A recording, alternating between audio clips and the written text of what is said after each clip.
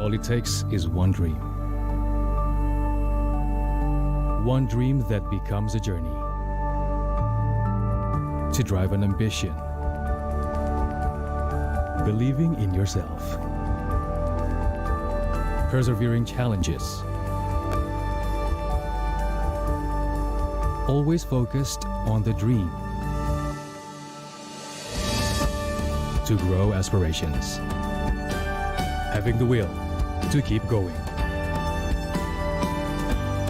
Building a future with a legacy. Knowing dreams can come true. Over 11 years of growth. The spirit of entrepreneurship. Created possibilities.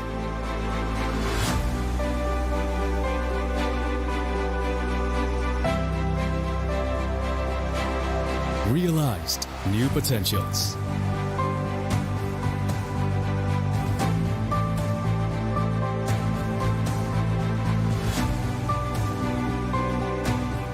Innovate for the better.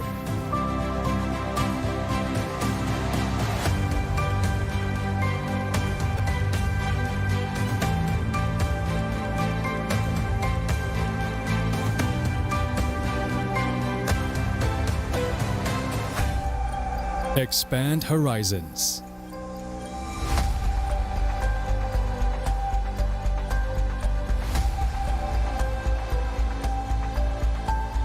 To change lives.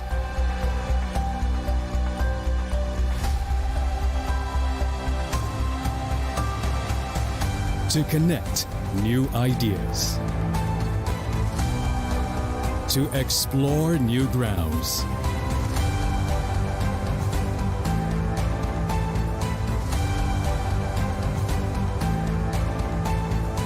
With the future in sight.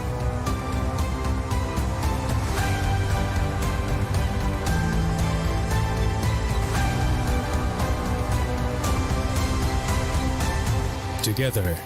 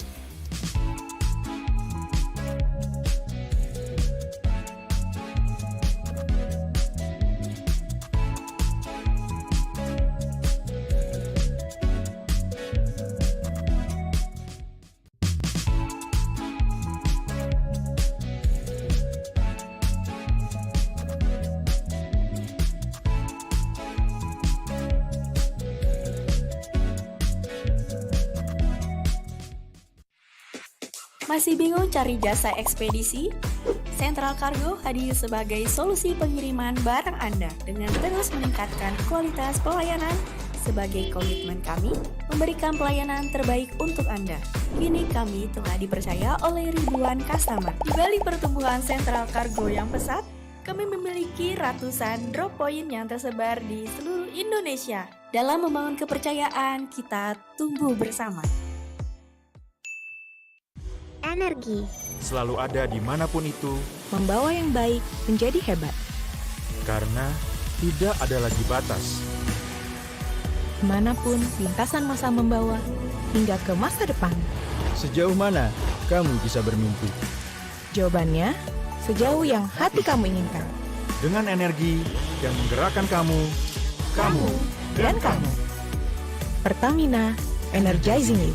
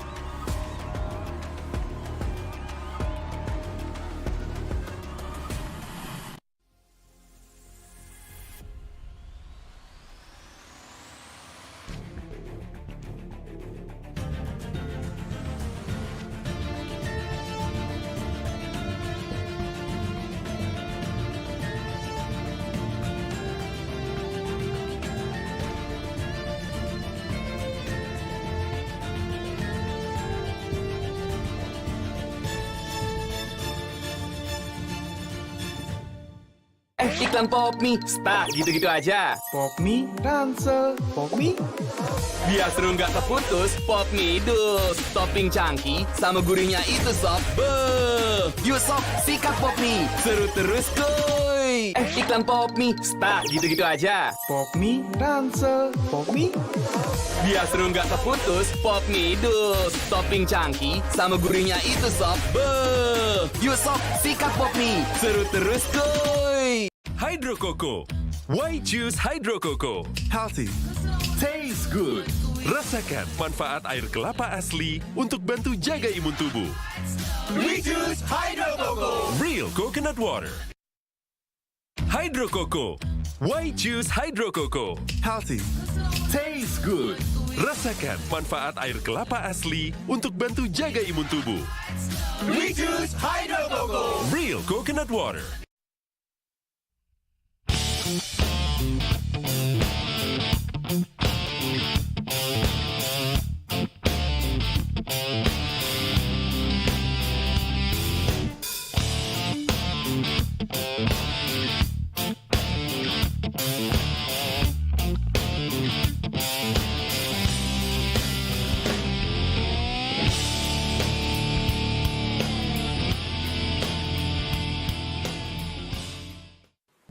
Ada sebuah cerita tentang mereka yang bangkit dari keterpurukan, melawan keterbatasan, merajut karya untuk berdaya bersama, membuka jalan kemudahan dan rasa percaya akan masa depan. Di tengah tantangan, mereka suarakan harapan, bergerak untuk perubahan. IndiHome, aktivitas tanpa batas. Selamat datang di sebuah pengalaman perjalanan baru Indonesia bersama InJourney. Terbang bersama kami untuk melihat pariwisata Indonesia. Sirkuit internasional, bentang alam, ragam atraksi budaya, produk lokal asli Indonesia, warisan budaya, keamanan dan kenyamanan. InJourney membawa keramahan Indonesia ke dunia.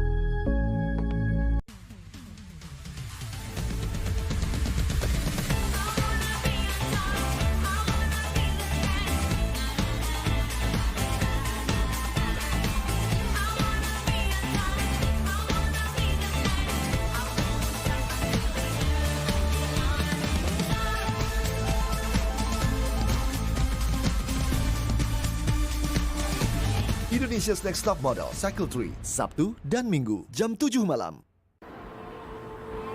Berani melawan keterbatasan demi memberitakan kebenaran. Terus berjalan menghadapi perubahan, berinovasi menjawab tantangan zaman. Menjadi tempat informasi terpercaya yang cepat, berimbang, dan akurat. Tak sekadar memberi wawasan, namun juga membuka pikiran. Orang cerdas, membaca tuntas, hanya di detik.com. Warga plus 62 emang banyak maunya. Dari drakoran sampai banjir air mata. Nonton action yang mantul. Sampai nonton tendangan cantik. Maksudnya ini, mau nonton apapun, semua ada di video. Mulai dari yang bikin berbunga-bunga, keringet dingin, ketawa, sampai bikin gak ngedip. Jadi nonton apa sekarang?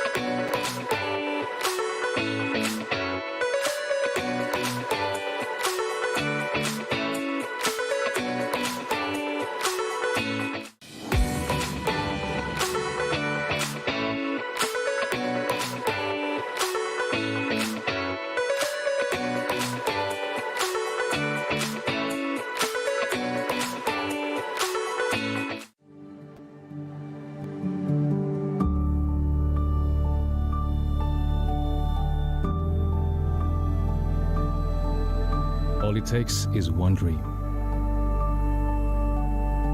One dream that becomes a journey.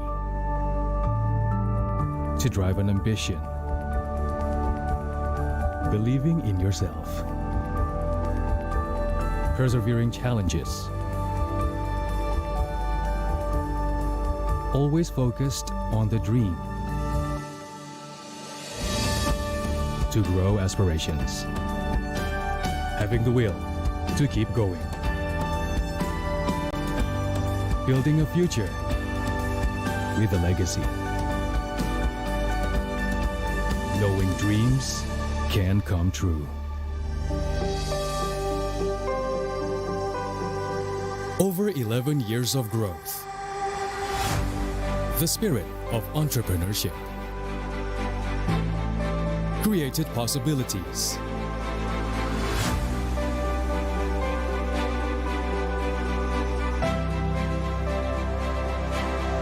Realized new potentials.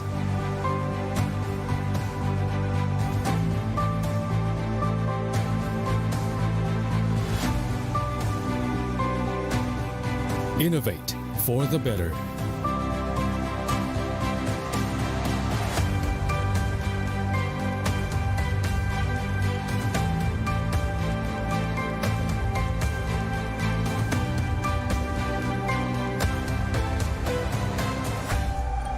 Expand horizons.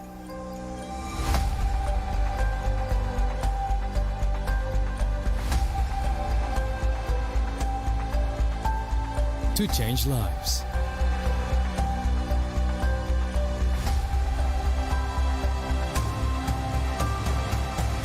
To connect new ideas. To explore new grounds.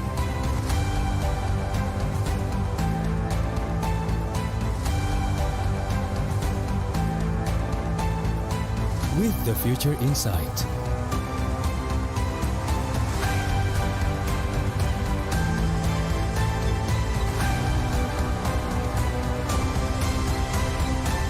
Together,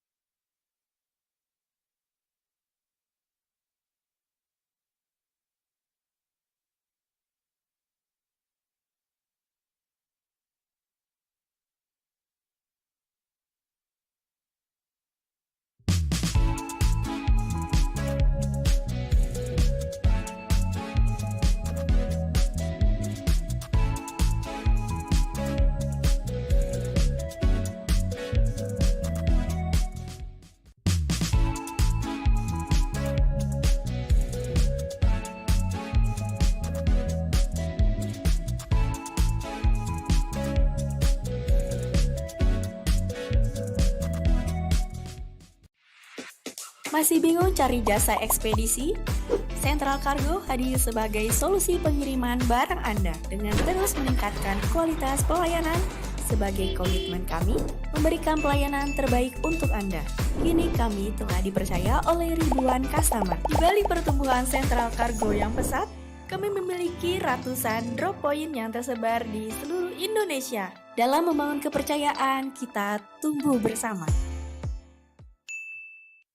Energi, Selalu ada dimanapun itu, membawa yang baik menjadi hebat.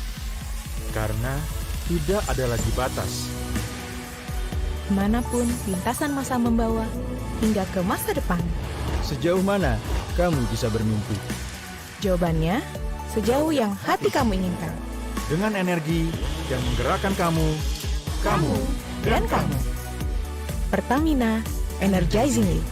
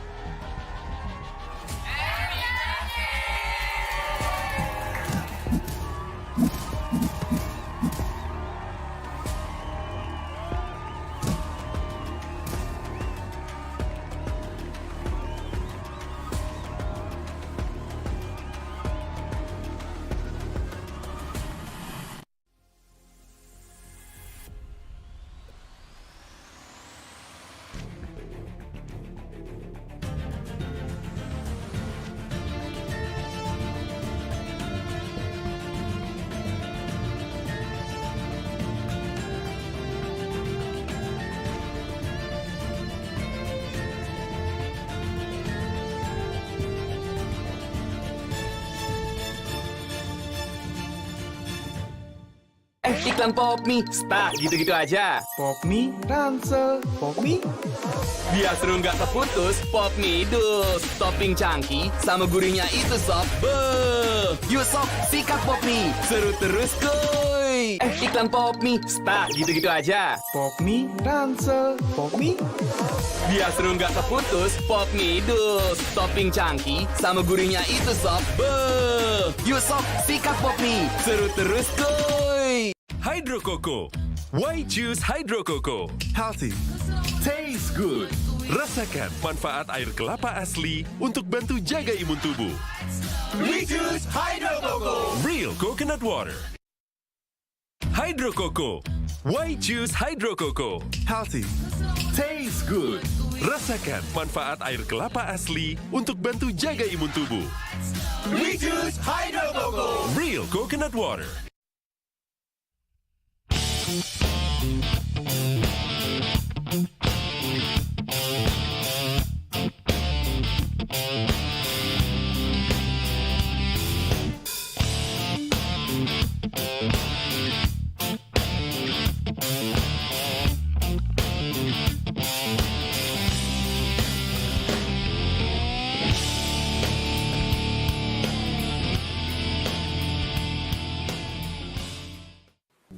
Ada sebuah cerita tentang mereka yang bangkit dari keterpurukan, melawan keterbatasan, merajut karya untuk berdaya bersama, membuka jalan kemudahan dan rasa percaya akan masa depan.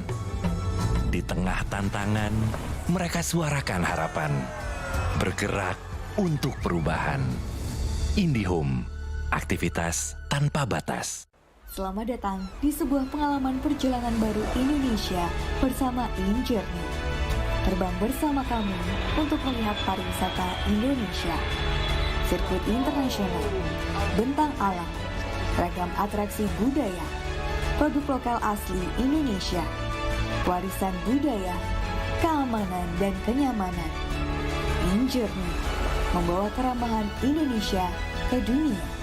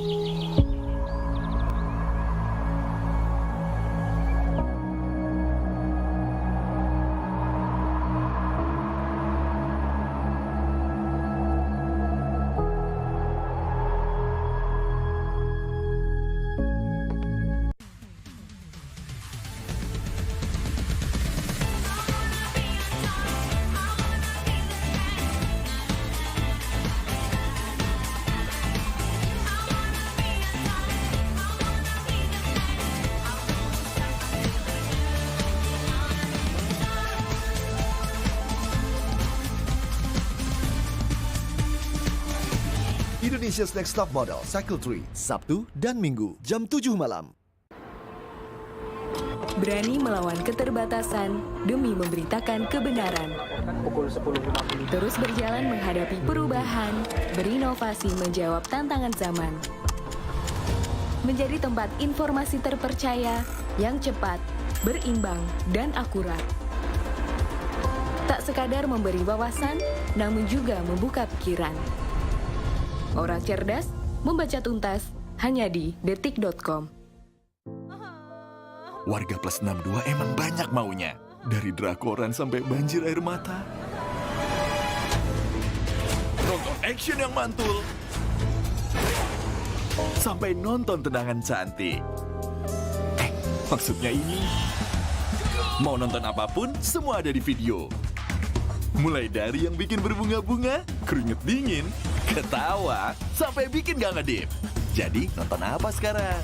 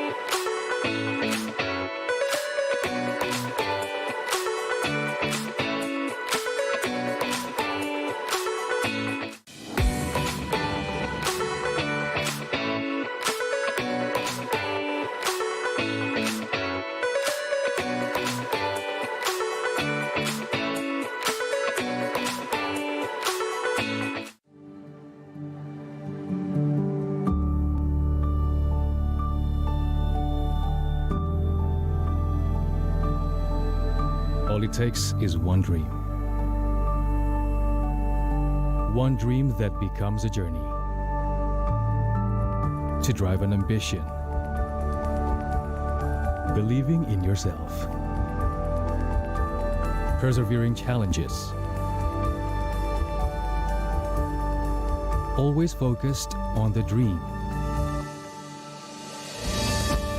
To grow aspirations. Having the will to keep going. Building a future with a legacy. Knowing dreams can come true. Over 11 years of growth. The spirit of entrepreneurship created possibilities.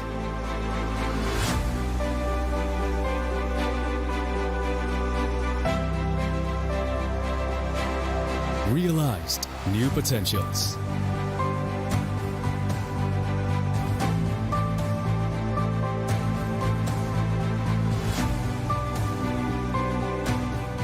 Innovate for the better.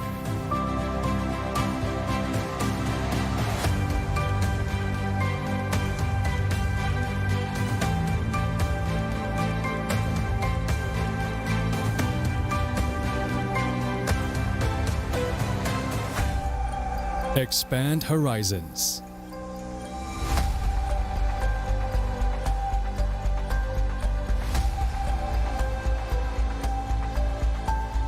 To change lives.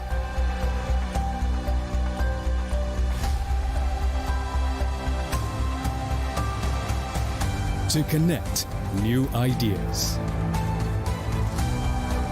To explore new grounds.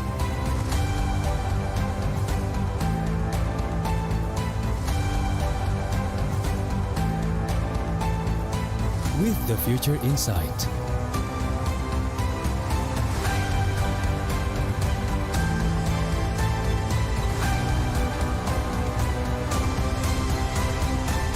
Together.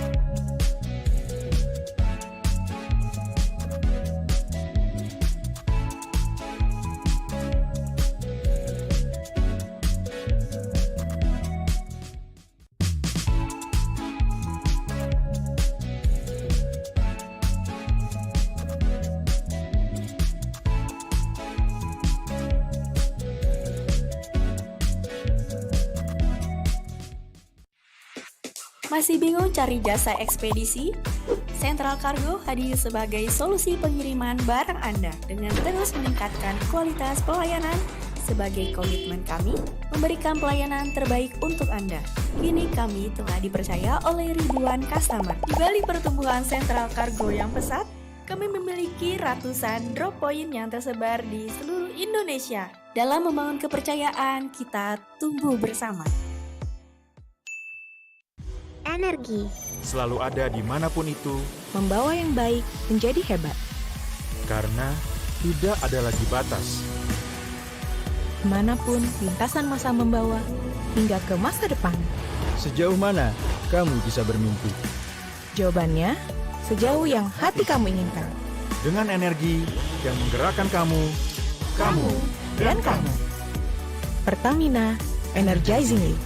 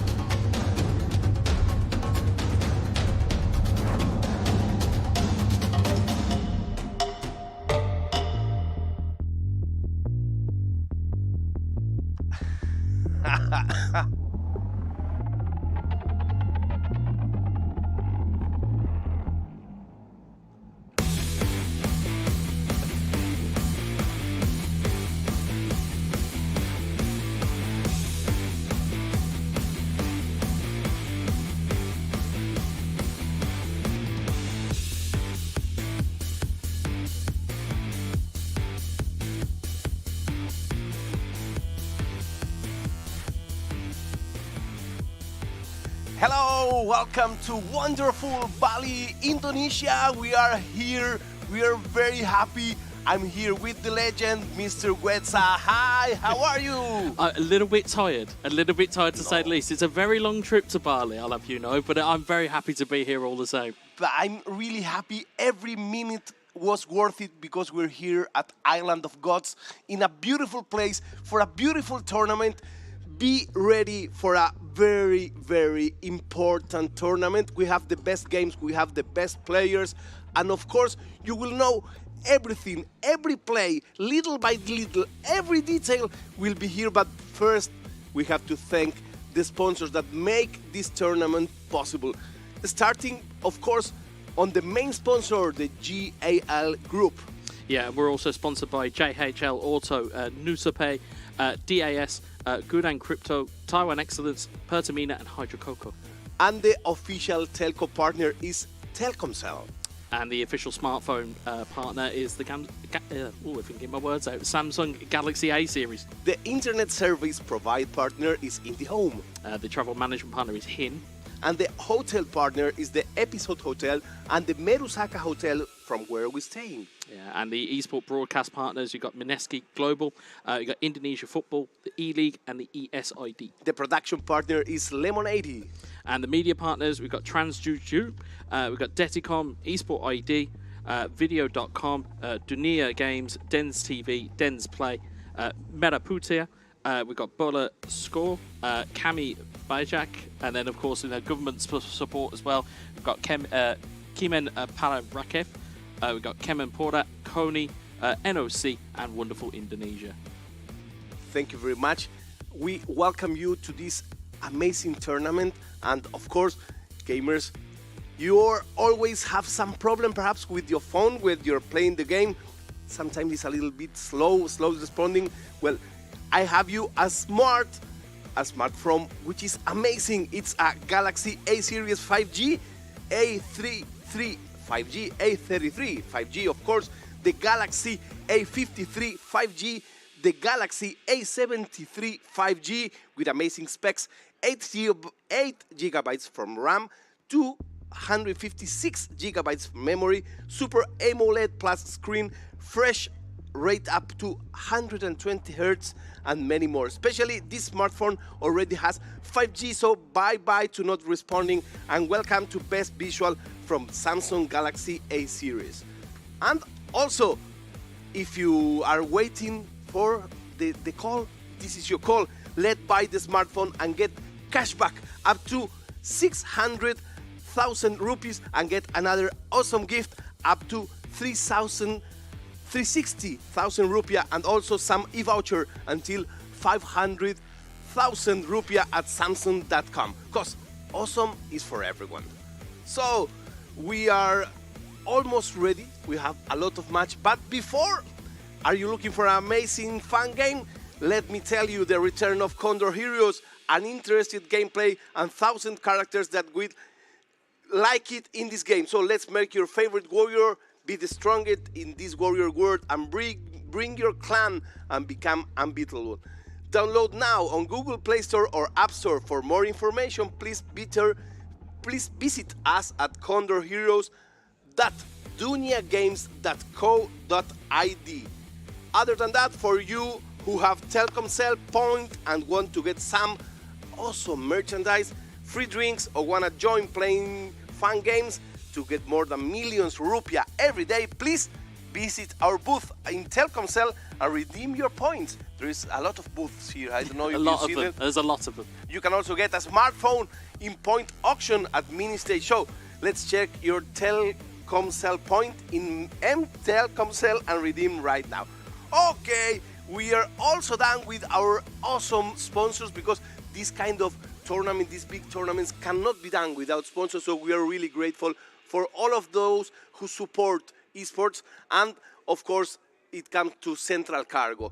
If you want to have the easiest expedition delivery service, you can deliver your packet without going outside. There is door-to-door service. You can order via your phone, so easy in your hand.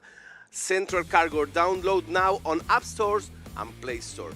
So we are ready for the tournament. Wesa, what should we expect for this tournament, and what is this IESF tournament about? Well, in terms of what we should expect, you just expect excitement across the board. I will kind of run you guys through the tournament format.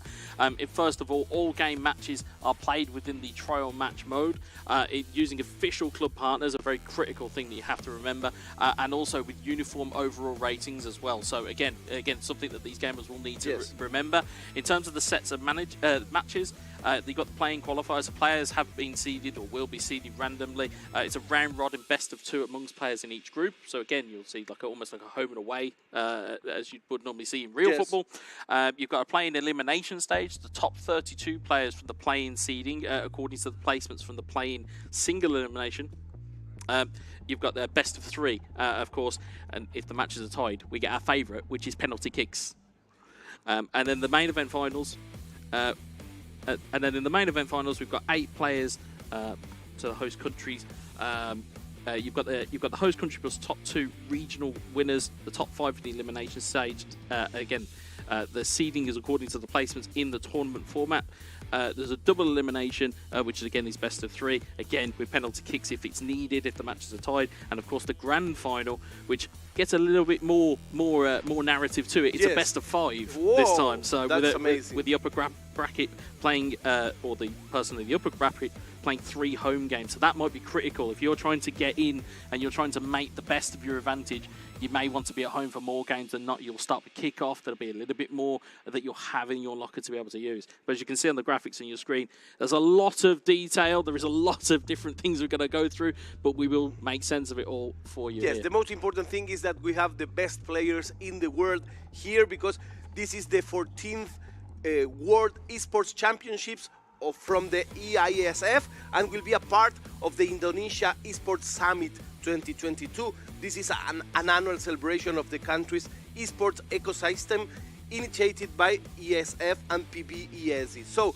the prices are very interesting. Also, we have a big total prize pool of $25,000 for the winners of this tournament, and it will be split this way.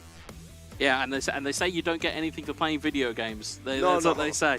But yeah, you can see $12,000 for the winner, $8,000 for second place, and third place $5,000. But yeah, you can see the total prize for $25,000. It's not bad, is it? No, and we got a trip to Bali. So Yeah. Imagine. So all of those who say stop playing video games. Okay. Yeah. Hello from Bali. Indeed. Well, this is the team list. In the Group A, we have Ghana, Uzbekistan, Montenegro, Suriname, and Morocco. Yeah, Group B, we've got Bhutan, we've got Bulgaria, the Maldives, Korea, and Pakistan.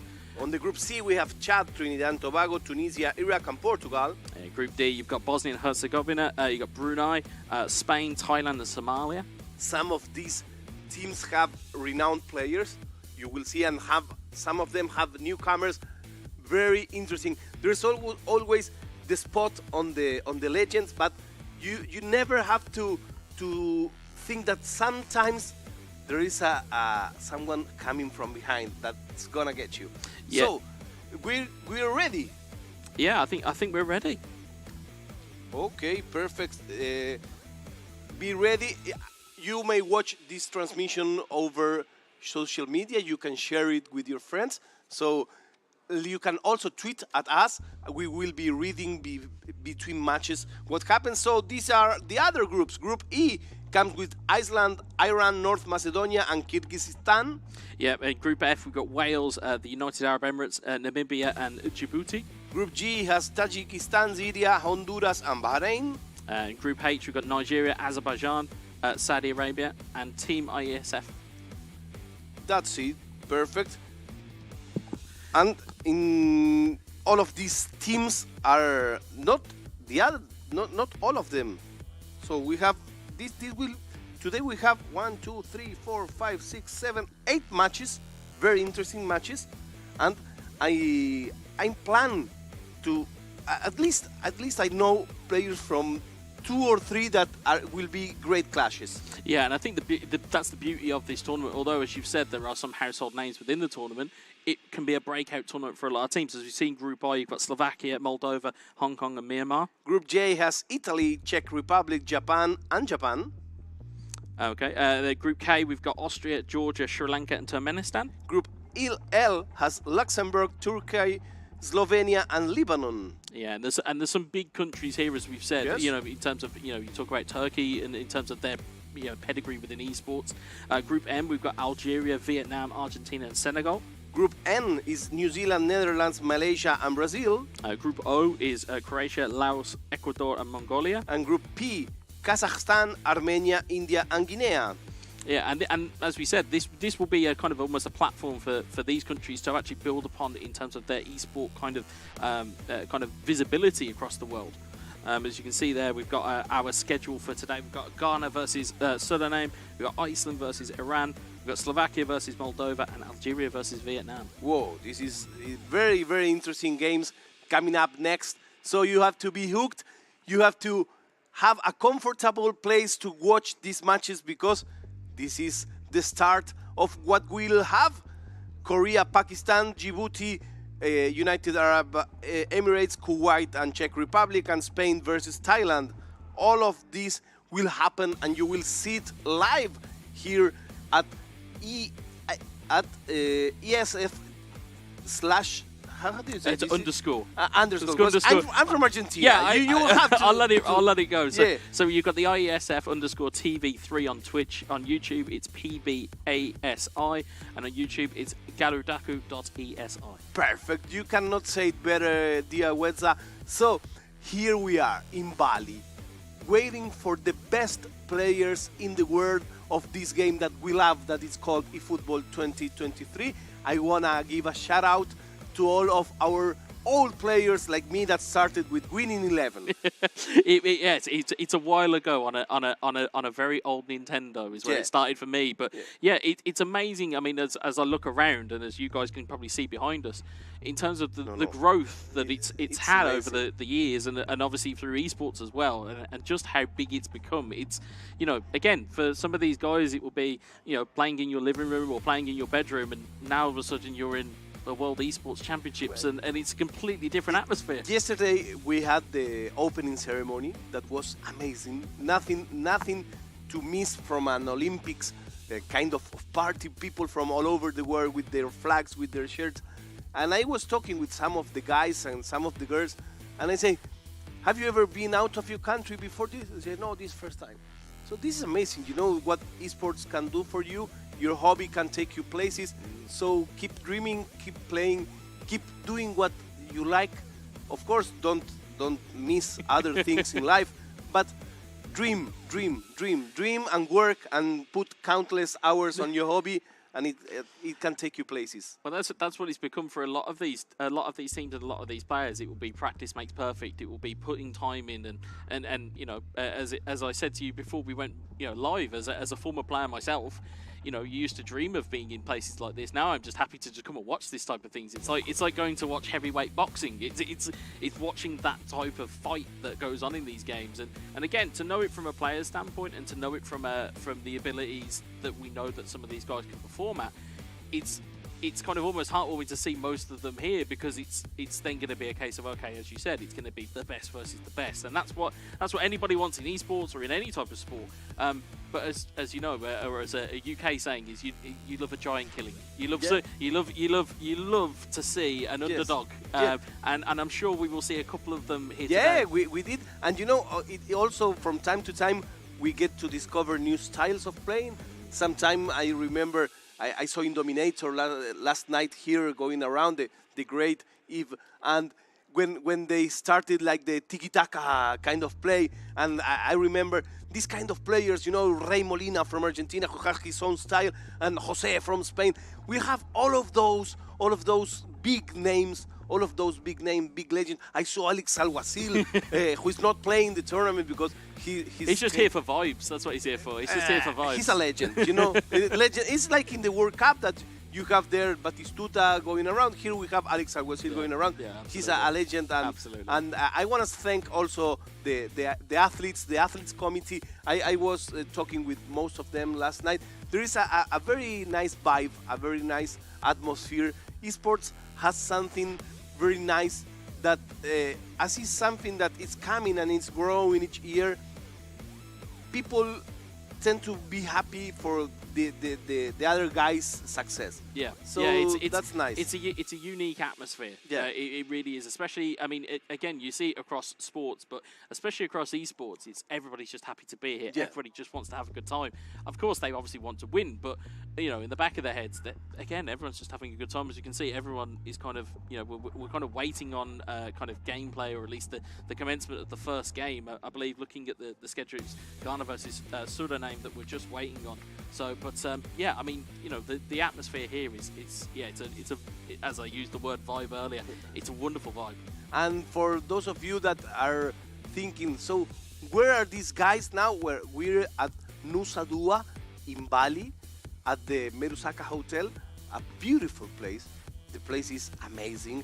We are by the beach, so if you wanna have a look later on and have a lot of envy for us, you are in good place. Don't make the audience too jealous. That's not what we write. That's not what we're here for. We're not here to make people jealous. We're here to commentate. So for you to have like a starting point, we met today by the beach. So this was our start. You make it sound really romantic. Yeah. It was like our pre-production meeting was by the beach. Yeah. And this is the place where we started seeing the matches and the teams and everything that is happening. We are in paradise. Bali is the island of gods. Yeah. That's how they call it. We didn't get to see much, but I'm eager to know the place, know the culture. Yesterday at the opening ceremony, there were like music shows, culture shows. This is like a very, very nice opportunity to be able also to know the place. I'm a traveler, so I enjoy very much doing my work, but also experimenting, talking with people. So if you can do it through us, I will be more than happy to help you. Yeah, I mean, in terms of, as we talk about kind of experiences and in terms of the people who we've encountered so far have been nothing but fantastic. Again, the guys even behind the cameras, again, have all been super smooth. It's all been very, very handy for us. Our It's been very, Andre, everybody. So I'm just waiting for gameplay now. I just want to get started. I just want a game. I want to see a game and I want to see it happen. You have to have patience. You have to have patience. You know, you're too young. At my starting with video games, you had to load the game, and the load was kind of slow. But I think I'm ready.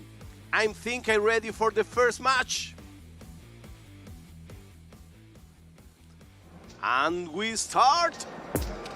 So the first match would be between Ghana and Suriname.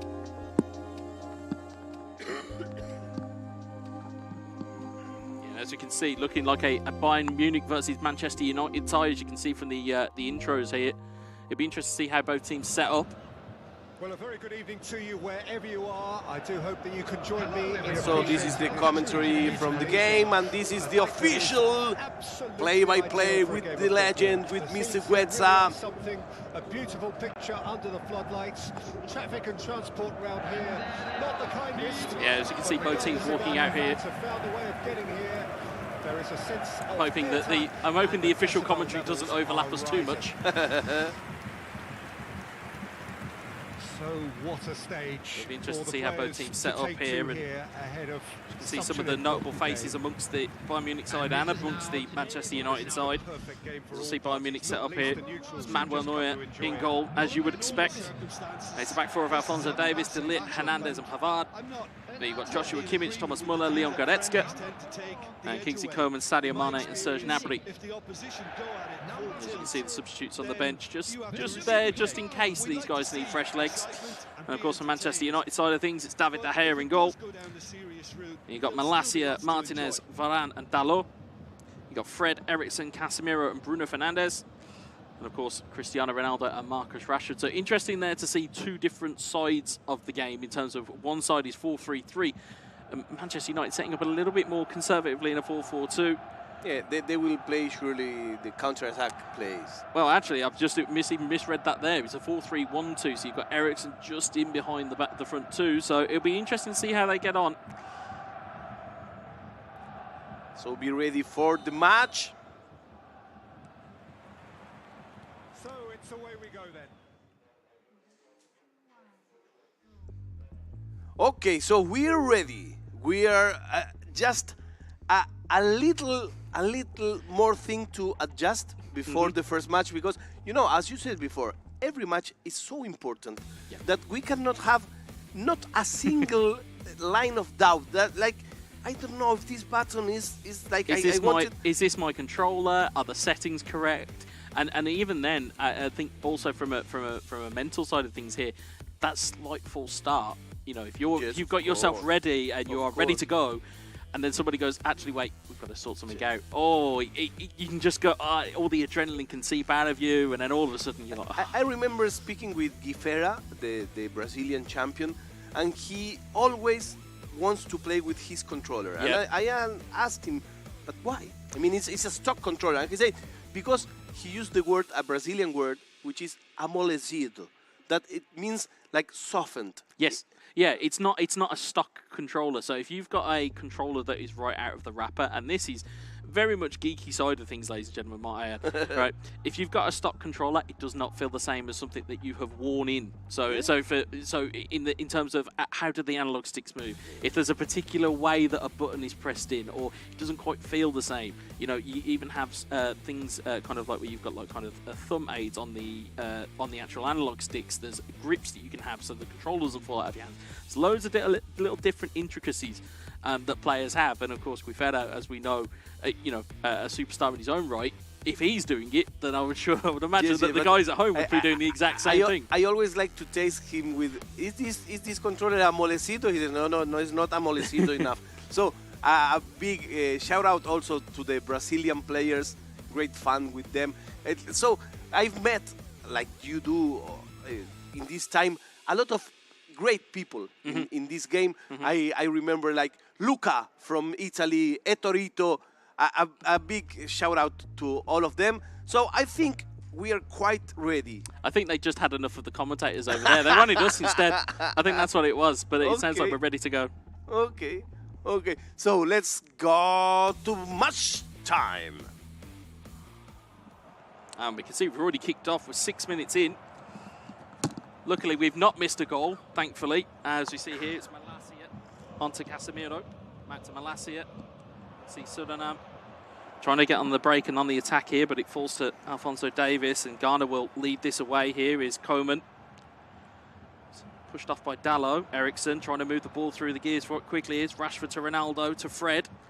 Fred back into Ronaldo. Ronaldo takes the strike, and he just pulls it wide. Early sighter for Suriname. Yes, that was a start. That was calling on the door. So Suriname plays with Manchester United, and Ghana plays with Bayern Munich. For those at home, you have to stay alert of who is who. Yep, and as we see here, Suriname back on the attack again. Here's Casemiro over towards Bruno Fernandes. It's Dalot. Dalot looking to pursue an avenue down the right-hand side, and Alphonso Davies just gets the better of him, and the counter could be on here for Bayern Munich and for Ghana, but it's snuffed out by Lisandro Martinez. Ronaldo to Eriksson, back to Ronaldo. Lucas Hernandez doesn't get that cleanly away. I like that the Suriname player is not in a rush. He wants to get to the box, but in a clear way. Yeah, absolutely. You can see ball just keeps getting recycled by Suriname here. It's Eriksson to Malacia. Malacia looking to deliver the ball into the box. Rashford just evades the header and it evades everybody. It's come back out to Bruno Fernandes, back into the box for Rashford, and it's headed over the bar. But early pressure for Suriname. Yes, good defense for Ghana. There's no rush in Ghana's play. They are defending without any fear, without any stress. So they come out from the back and starts Ghana making their play. Yeah, it's Serge Gnabry down the right-hand side. It's Sadio Mane in towards Coman. Coman let's try and get that back to Mane, but again, it's the Argentine Martinez who leads it away. Here's Bruno Fernandes out wide to Dalot. And it's interesting to see what we said about play styles and about differences that you'll see here. As you mentioned, a pretty patient play style that's coming through here. Yes, they are like studying each other. This is the first match, so nobody wants to be the fool here. Yeah, you don't want to make an error very early on. That's the main takeaway here. But as we said there, a bad error there by Christian Eriksen, but Kimmich cannot make it pay, and it falls to Rafael Varane, and it seems to be all Suriname at the moment. Ghana just can't quite get their wheels to the road at the moment. Here's Bruno Fernandes, leads it through the line to Eriksen. Here's Dalot. Dalot into the box, looking for Rashford, trying to get the touchdown. It's taken away by... Solid defense of Ghana once again. It very much is. It's Sadio Mane. Gnabry. Back to Muller. And it's dispossessed by Bruno Fernandes. It's Marcus Rashford. Fred. Ronaldo. Back to Fred. Malacia. Again, you can just see that little kind of passing triangles that Suriname are trying to employ here. Is Fred, Ronaldo, Bruno. And everything is by the pitch. No aerial balls. No, there isn't. There's Dalot. Ronaldo was in the box there. He was loitering, but it's cleared away.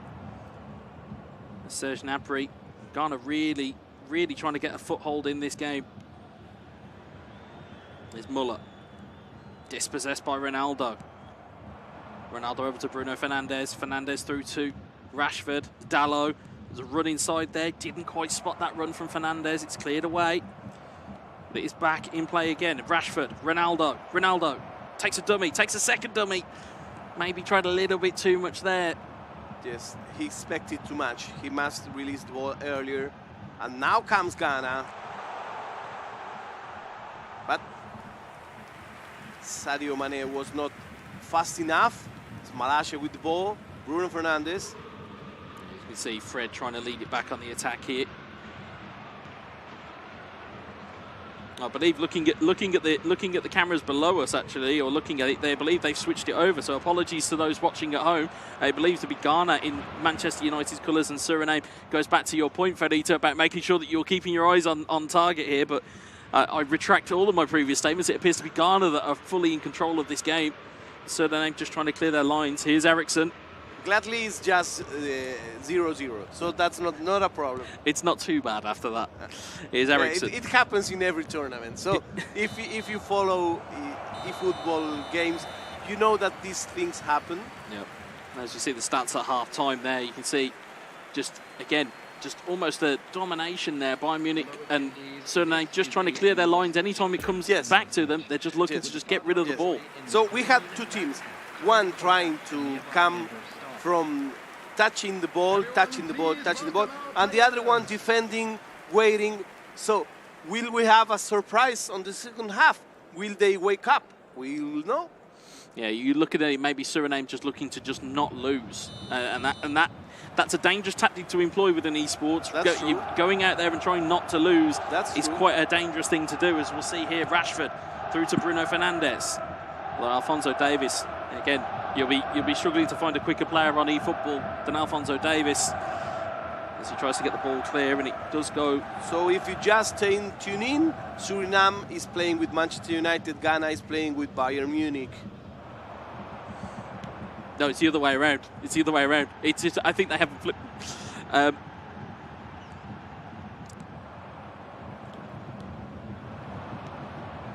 Here's Fred.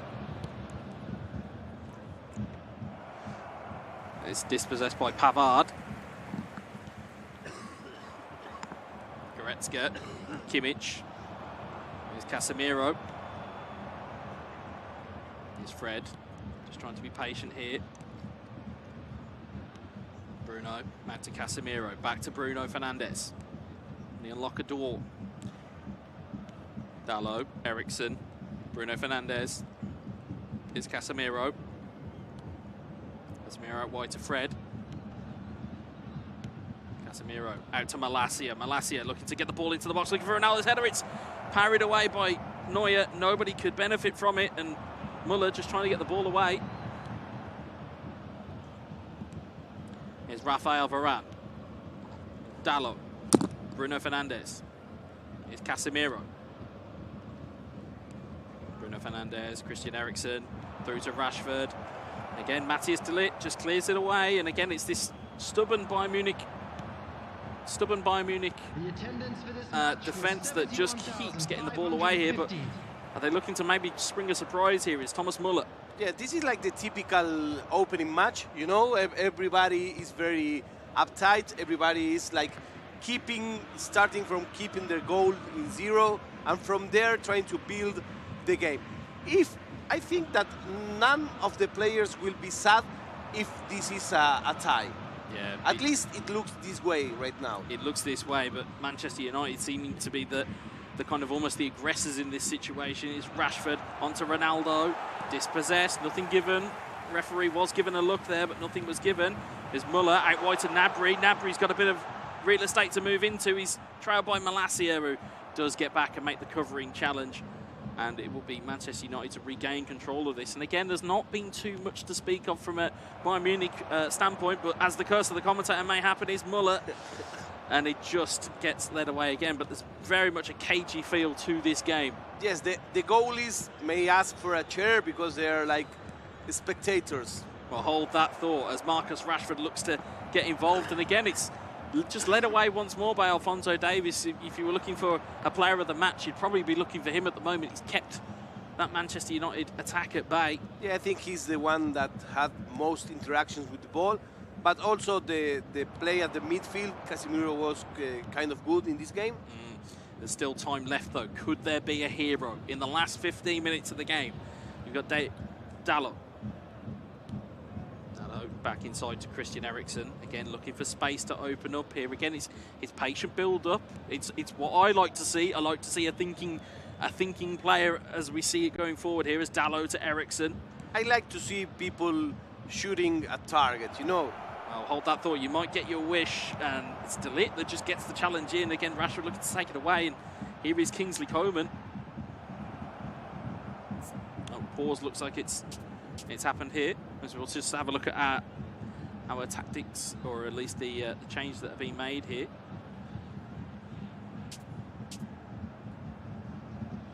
Looks nothing like it at the moment. See, that would be bad player etiquette in my house. Yeah, You've got to wait for the ball to go out. You've got to wait for the ball to go out in my house. At my house, you may get punched for this, but you never Here's know. Ronaldo to Fred. Players moving inside for him. Rashford. Bruno Fernandes. Again, looking to just go wide. You can see the game plan here. It's get the ball wide and trying to exploit that aerial presence of Cristiano Ronaldo. Yeah, I think he's expecting for one great opportunity. Yes. He doesn't want to miss on so-so chances. He will wait. So let's see. Now we've seen some substitutions here. Yeah, you can see the players, as we said, uniform ratings, as we saw. So everybody appears to be. The only differences you'll see in their players is dependent on whether they're in different positions or not. So, Yes. for example, you might see that Thomas Muller is rated 84, but that might be because he's in a different position than what he's naturally in the game. So, again, don't panic at home, viewers. If you are wondering why you can see differences, it's just the rating dependent on their position. As you can see, all the players are rated 85, which is nice to see. I like a balanced, or a stat-balanced kind of game mode. It really kind of brings it to the fore and really makes you have to think about your team selection. Yeah, and that makes the players stand out. Yeah, this is what we're looking here. And speaking of players that are standing out, here's Ronaldo!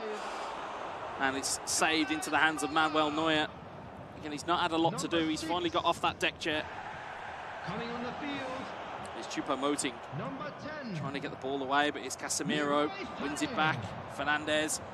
Players running here for United. It's Jadon Sancho. Good parry out. And it's Eriksen that sweeps it home. Finally, the deadlock has been broken. It's Manchester United, and it is Ghana. It is 1-0 with 4 minutes to go. Again, we saw just swept the ball into the back of the net. You know, we had to wait to the minute 87, so there is a prize for those who know how to wait, and this is the prize. Let's see the goal once again. It opens to the right, good position, and in the bounce, there was another guy expecting from it. So, very good. It's not offside, I don't think. No. There's no VAR here, luckily for Rita. But in terms of the goal there, it's that first through ball. It's then the anticipation of Eriksen to be the first person to react. I think it was the first time the triangle button was pressed. Yeah, it may have been, but will that promote a bit of urgency within Bayern Munich? It will not at the moment.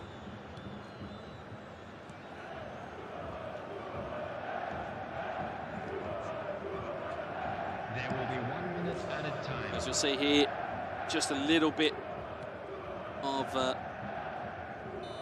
and there is the final whistle. So that is game 1 in the books. A very tight affair, to say the least. Yeah, it was an interesting match. I think this won't be the best match that we will see in the tournament, but it was a good starting match. The main takeout is you have to wait. Yes. So these players say, I'm not in a rush. I know that if I try a lot and the opportunity is not the perfect one, my players would get tired, and this is not what I like. So it took his time, it expected, it built the play. So in the first good through ball, we had the goal, and in the minute 87, we ended this tie with this first match that was a win for Manchester United. Yeah, and we talk about it all the time, or at least you will have seen in previous events and tournaments how important substitutions are. It was no coincidence that no sooner had there been substitutions was there then all of a sudden there was an opportunity, because again, you've got fresh legs on. It was Jadon Sancho that made that run, who came off the bench. It's quick, it's fast, they're energised, and again, against tired legs in that Bayern Munich defence, as much as they were, just kicking the ball away and keeping it away from their goal, at some point your resistance is going to break. Yes. And again, it did break, and again, with almost not enough time to react. There was one other opportunity that they could have had, and then it's game over. So the problem is always that if you only concentrate on defending, but you don't have anything to propose, sooner or later you will have this problem. Absolutely, absolutely, and that came to pass there. You go with a kind of a defensive kind of standpoint. You go with a defensive game plan, which is great in one instance because he's like, yep, I'm going to try and keep a clean sheet. I'm going to try and make sure that I don't concede any goals. But if you're so defensive that you then can't put your game plan onto somebody else, that's the thing. You need one more card. Yes, because if not, nobody gets at a tournament just tying games. Yeah, absolutely, absolutely. You get nothing for a draw as it normally works. Exactly. Well, here we are in Bali with the man, with the legend, with Guetza, and with the best players in the world. We will be sharing these games with you. The first game was Ghana versus Suriname, and now we are gonna have a clash of cultures. We're going to Iceland versus Iran. Yeah, I was going to say a clash of cultures, to say the least. That is again, two countries that you wouldn't normally put in the same room as each other, only because, again, if you're talking continents and you're talking about how tournaments are set up, again, Iran is South Asia, Middle East, yes, and you've got Iceland is like mainland Europe, so you'd never see them normally face off against one another. This is players that they are not used to play against each other. Yeah, it's not like when you say Italians and Spanish and UK, they know each other a lot of time. So these kind of crosses are very interesting. So also we will have later on Slovakia versus Moldova. These guys may know each other. May do. Later on, Algeria versus Vietnam, Korea versus Pakistan, Djibouti versus UAE, Kuwait versus Czech Republic, and Spain versus Thailand. All of this is coming on our schedule for today. You will surely see that my accent is not from Manchester. I'm from Argentina. I'm doing my best. I apologize on behalf of my accent, and sometimes I may mix some words. I want to see you speaking Spanish. But, we do what we can. We enjoyed this game. We love this game. This game gave us a lot of chances, opportunities, and the best of all, I always say, it gave me a lot of friendships. Yeah, absolutely, and that's the thing. It's like, in terms of this is, I think, the first offline event in a couple of years, obviously for notable reasons. And again, the atmosphere, as you say, when we walk around the complex, we're walking, we're talking to players. It's just excitement. It's excitement left, right, and centre. It's it's seeing people that you haven't seen in a while, and also meeting people that you had only interacted with online. For example, Mobo Juve, who represents Senegal. Yes. First time I'd seen him yesterday, and again didn't recognise me immediately. Saw the name on the back of my shirt, and went, yeah. So it's great to see that there is that kind of almost worldview of what we're seeing at the moment. And the atmosphere is also great because nobody can ignore that there is a live football World Cup playing in this time. So also at the night we get all together, players, casters, and everybody, and we watch the games. And yesterday I was like watching just the Portugal game, and some guys here from Indonesia say, "Hey, come join us." I was by myself. Well, it was nice. It was nice for me coming in very. I would only say very late yesterday evening, and all I could hear was the noise of the Uruguay versus Ghana game. So again, it builds to that kind of camaraderie, that atmosphere that you're used to, or that we can pertain to. You've got people of all different cultures supporting all different types of teams, and also all having a good time with it. So it's the exact opposite of the stereotype. Yeah, absolutely. I was by myself. And these guys here from Indonesia, they say, "Okay, join our table." I say, "No, it's okay. I'm here waiting for a friend." They say, No, you're our guest." And they bring me to the table, and we had a great time. Yep. So I hope you're having a great time with us. Tell us on social media, where are you from? Where are you watching the games from? And who are you rooting for, of course? Yeah, I was going to say, well, with there being no English representative, I'm very much pulling for Wales as my counterpart at the moment. Okay. Not that I've got any bias towards them on the commentary booth, but certainly it's a player that I would like to see do well. Obviously, it's the closest thing I've got to home now. Of course, you've got Argentina. Yeah, I have Argentina, and I also have Spain Yeah. with my friend Jose. But I mean, I want to see a lot of players. So, are you ready for the next match? I think we are. I think we are ready. I think we're hearing it in our ears that are ready to rock and roll. Okay, let's go. Ready to rumble.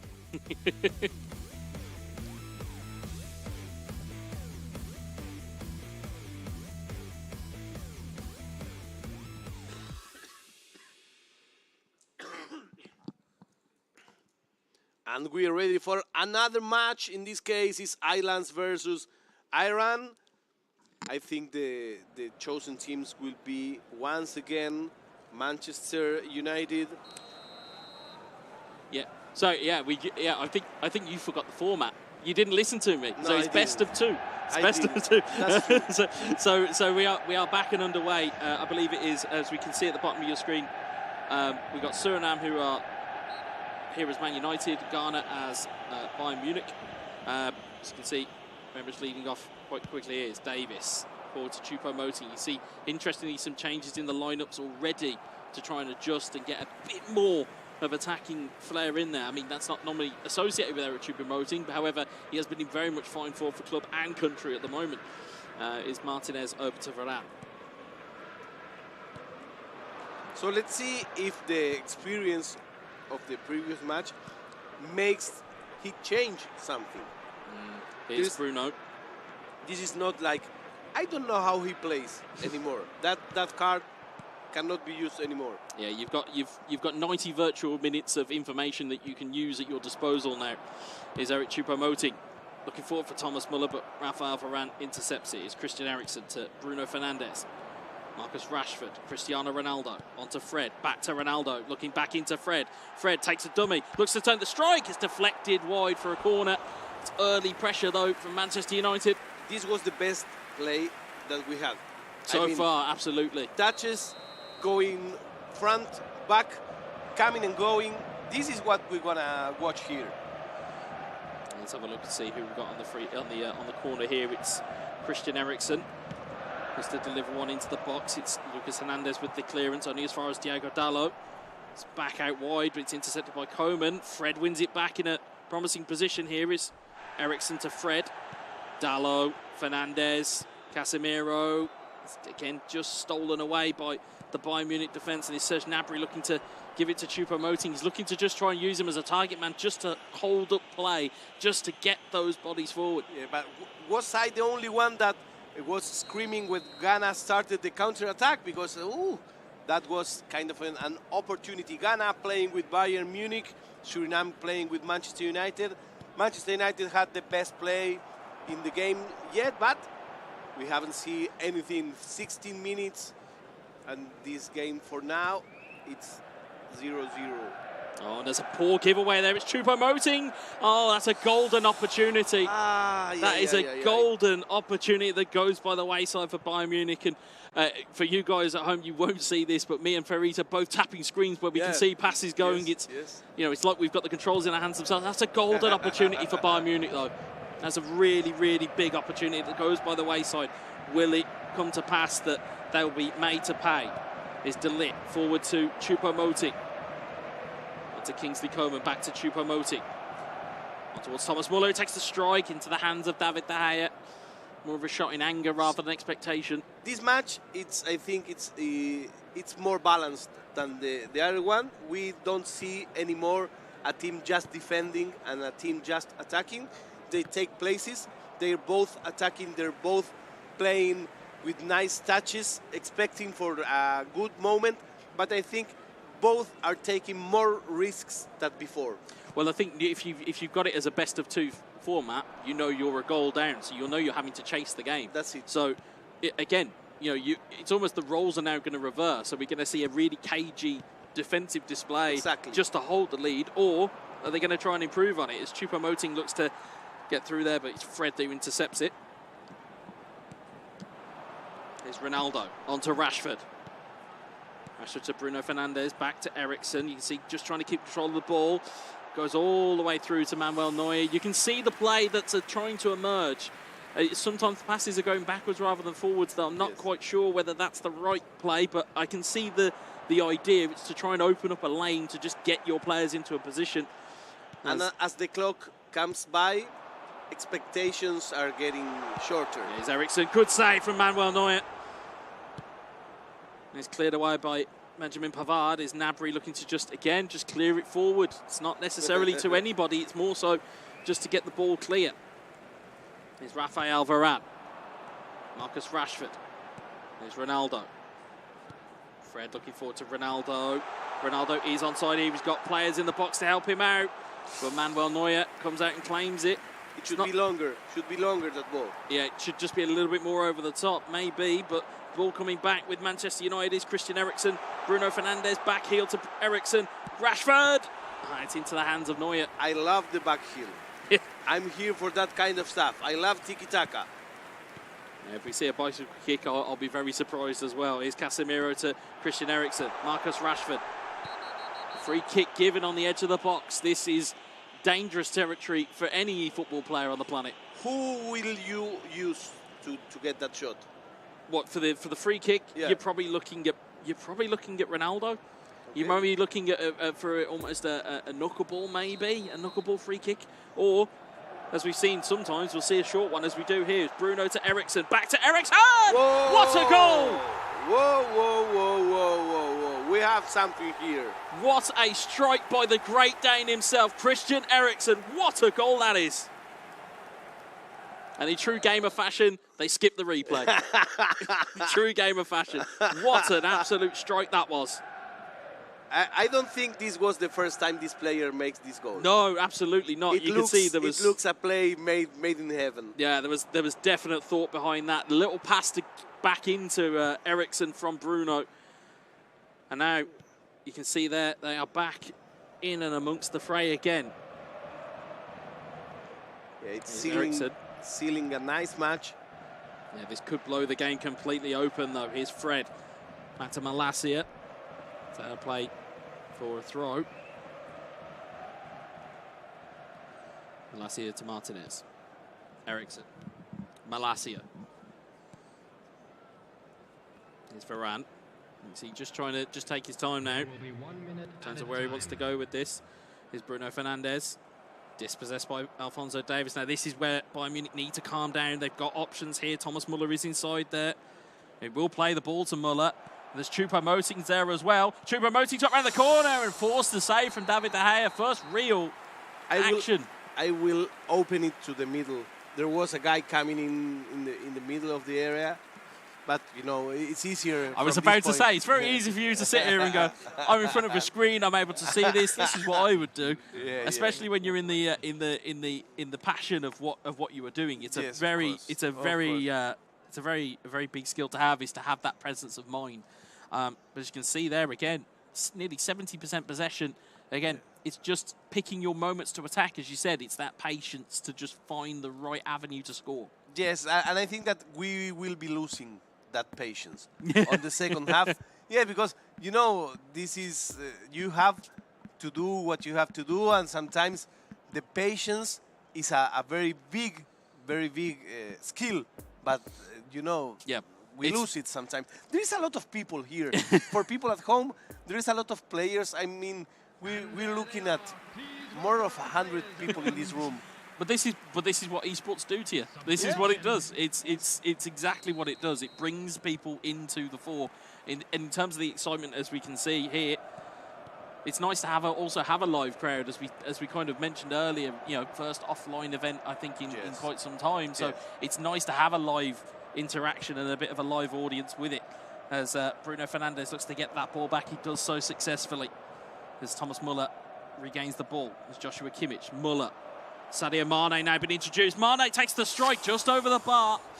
So now we're starting to see a reaction in Bayern Munich. But it's interesting to see the change in tactic. So the tactic before was bring Choupo-Moting on. Instead, it's bring Mane on now. So it's to give them a bit of pace going forward. That's true. Again, bringing them on at half-time, though, probably a little bit too early for me if I was thinking that. But again, I'm sat here, they're sat there. So, you know, that kind of, you know, shows you where my my priorities are. Here is Eriksen, Rashford. Here's Ronaldo to Fred. It's Fred. Fred dribbles into the box looking for Ronaldo. Hernandez gets the header clear. It's Casemiro who tries to mop it up. Let's see the counter-attack here. The counter-attack. There we go. It is down the right-hand side. You called it, Fredita. It is Serge Gnabry. But you can see body's back. You can see there. You have to run. You've got to run, indeed. But ball gets cleared away. It's Rashford, Bruno. Onto Christian Eriksen. Here's Marcus Rashford. Here's Cristiano Ronaldo. Has got that vital step inside. Ronaldo shoots. Good save from Neuer. It's parried out, and Kimmich will take it away. Excellent dribbling. He had 5 guys on himself, but he got to shoot to the goal. He couldn't make it, but Suriname is having a great play. Yeah, it's very, very good play at the moment. As you can see again, pressure is on though. Sadio Mane down the right-hand side. Shades of offside maybe. It's onside. Here's Serge Gnabry. It's paced away from Malacia. Can he get the ball into the box? He can. It's Sadio Mane. It's headed clear. It's gone for a corner. But they need more people in attack. They have just one guy there. Again, against the combination of Varane and Martinez, it could be particularly difficult to try and get past those. You have strength and you have speed, and you certainly have a lot of tenacity when it comes to the likes of Lisandro Martinez. Here is Rafael Varane, Dalot. Risky play. Little bit of risk there, but again, if you're drawing your opponent out and you're bringing them on, it's almost like you know when you're watching boxing, you're calling on your opponent to say, come on, try and take this ball off me. And it might just be of a benefit, but again, with risk, it does provide the avenue for a mistake. And again, that might just be what Bayern Munich are looking for here. Here's Malacia down the left-hand side here. Got it into Fred. Who can't keep the ball in play. It goes out for a throw-in. Again, we're looking at 20 in-game minutes left plus a little bit of stoppage time. If you just tuned in, this is Suriname against Ghana. This is the second match. The format is best of 2. And with this result, we are seeing Manchester United once again coming up forward. Yeah, but of course, well, we're waiting for confirmation from the gallery in terms of who making sure that we have the right players. I don't want to make any calls that teams have won or not, but I'm sure we'll get a graphic towards the end. Yes, of course. Here is Dalot. Oh, of course. Here's Christian Eriksen. Takes a step away, buys the foul. It's not quite the same avenue it was last time for a free kick, but certainly there are a danger to be here if Eriksen can deliver this ball. I don't think it will go straight to the goal. No. It wants to go short again. It's Eriksen, ball into the box. It's headed away by Alphonso Davies. Dalot wins it back, finds Bruno Fernandes. Fernandes has men in the middle, if he can find them. But see, once again, the free kick was not a direct ball. Once again, the free kick was with Eriksen having the ball cleared for a partner and having the ball back. So this is like we're starting to see a constant in this kind of play. He likes to make the free kicks into elaborated plays. Sometimes they work, sometimes they not. And it's something to keep your eye on if you are part of the group. You'd be looking at this as game film or as potential opponents. It's something you'd look at. Here's Ronaldo on the ball, strikes. It's a good save. It's parried out. That was more homemade play. Yeah, very much so. It's very much something you'd easily be able to do at home. Here's Thomas Muller on to Kingsley Coman. Another thing I like when I watch this tournament is to learn new tricks. Oh, absolutely. So let us know if you learned something from this play. We are at Huetza FC and at Fierita Catalano, and we will be reading your stuff soon. Big shout out to people in Brazil who are already tweeting at us. Thank you very much for watching. Here's Fred back to Casemiro. Bruno Fernandes looking to just play it forward. If he could play one extra pass forward. I know that there is that patient gameplay, but at some point you're going to have to break stride and be a little bit more progressive. Yes. Here's Coman looking forward. Varane intercepts it. Here's Dalot. Varane to Martinez. And as we've seen across a variety of tournaments and a variety of events, there will be that element of gamesmanship. If players know that they are in promising positions, they'll look to keep the ball. They'll look to frustrate. They'll look to just kind of grind down the time. But as we say that, Bruno Fernandes making strides into play there, but you can see... We say in Spanish to need.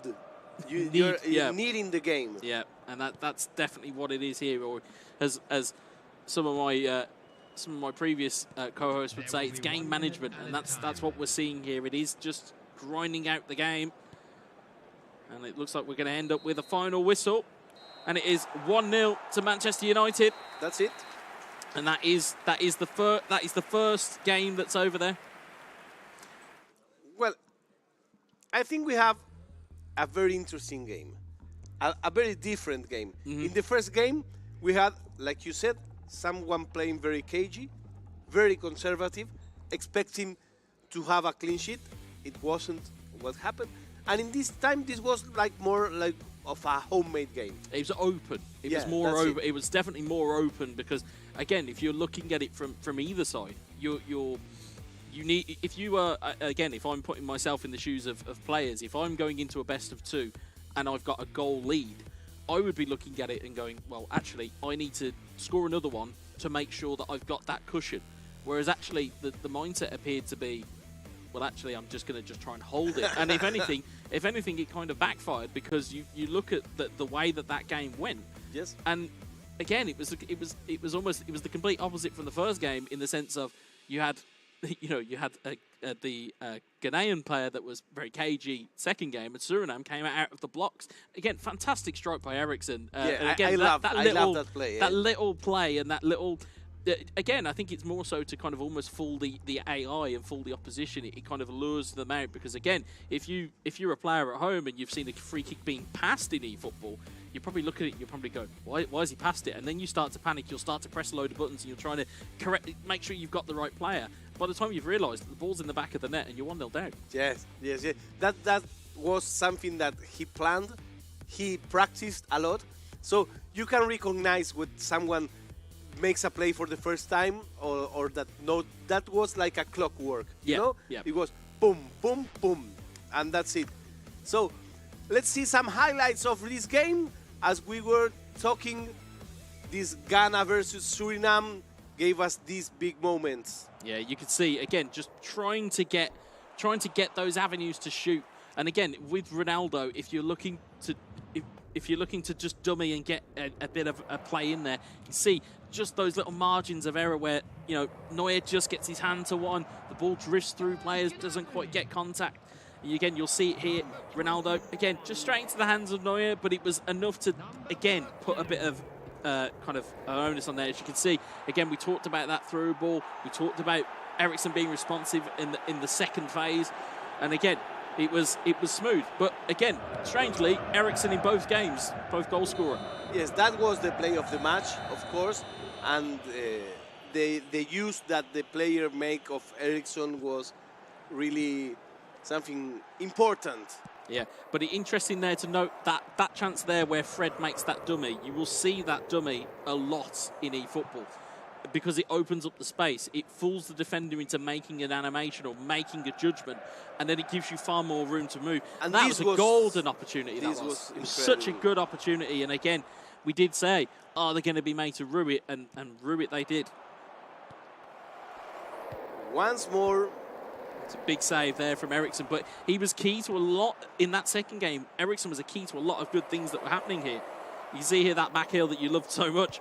You could see there, though, but you could see all of these highlights. It's all Man United. It's all Man United second game. And again, it was a free kick here. You'll just see passes one off, and then he's just able to hit it. It's a brilliant hit. It's incredible. It's incredible. I want to go home and do it. Yeah. Yes. Well, when it's hit like that, it stays hit. That's the and but again, a big chance if they not as much power on that from Sadio Mane, that might find the back of the net, and that might be the difference. Yes, it's amazing how you learn with these tournaments, and how the more I watch games, the more I want to play games. Oh yeah, absolutely, and it's always the same for me. It's like I will always look at it and go, I could still play. I could still do this. And then you go home and you put your controller on at home and you go, I can't do this. Yeah, yes you can. You are a legend, my man. Yes, I know. And you know also, if you are a really eFootball fan, you know that we are in the hands of a legend, of a great player. And this is what we have here. a lot of the best players in the world. I think they just had me back half the time because I just never shut up. I think that's it. Honestly, I think that's it. But yeah. Again, it's again, if you're not playing in these events, you want to be here in this type of environment. You want to be commentating or you want to be watching it because again, if you're a fan of the game series, if you're a fan of competitive gameplay, you're in the right place. You're literally in the right place. We have the best ones here, and let us know what are you learning, what are you taking out of this. So let's get ready for the second match. But I think that what we saw here is like two kind of plays. Yeah, I think nobody wanted to lose. I think, Exactly. but again, as you said, first game out of the blocks. You're on live stream. You're on a stage. Yeah. You are certainly out of your comfort zone. There's a lot of people here. There's a lot of different things that you have to kind of take into account. And as much as we sit here and we'll go, oh, we'll talk about the gameplay. There's a lot of what I would call the intangibles, which is it's the human feeling. So Yes. as much as it is important to have the players on the console and the players within the game, it's also the players behind those controllers. So again, if you're from the likes of, say, Ghana or Suriname, you may not necessarily have ever been to Bali. You're going to have to get acclimatized to the climate, as we've certainly found out in terms of how hot it is and how humid it is. You've got to get used to the fact that there's time differences. You've got to get used to diet. You've got to get used to all these different things. So in that first tie or that first game, you could see why that they were so cagey, because it's like, actually, let me get comfortable. But it was good to see from both teams that they have that ability there. It'd be interesting to see how they get on later in the groups. That's it. It's the WETSA analysis, and we are almost ready for the next game. In this case, we will have Iceland versus Iran. We are live in Twitch and YouTube, and you can write us, of course. And I want to say once again, thank you very much to all of the people here at the World Esports competition, IESF, and of course, everybody here at Bali, at Merisaka is great with that. So we are ready once again for this tournament.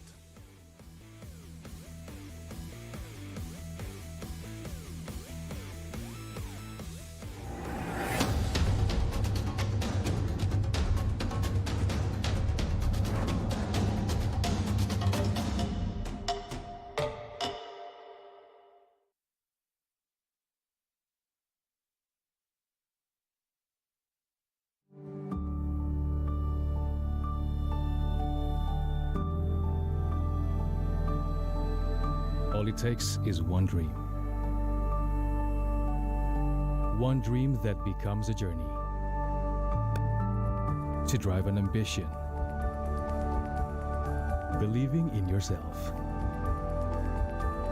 Persevering challenges. Always focused on the dream. To grow aspirations. Having the will to keep going. Building a future with a legacy. Knowing dreams can come true. Over 11 years of growth. The spirit of entrepreneurship. Created possibilities.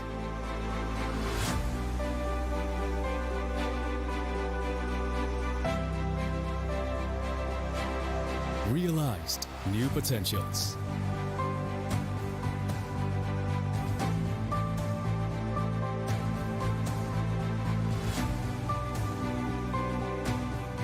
Innovate for the better.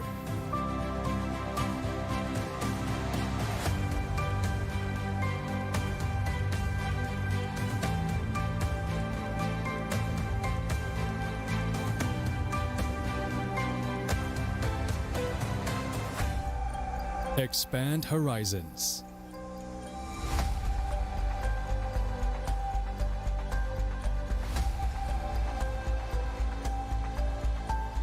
To change lives.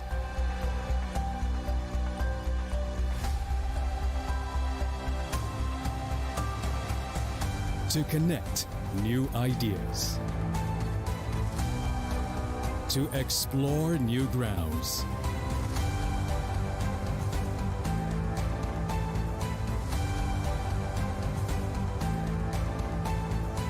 With the future in sight.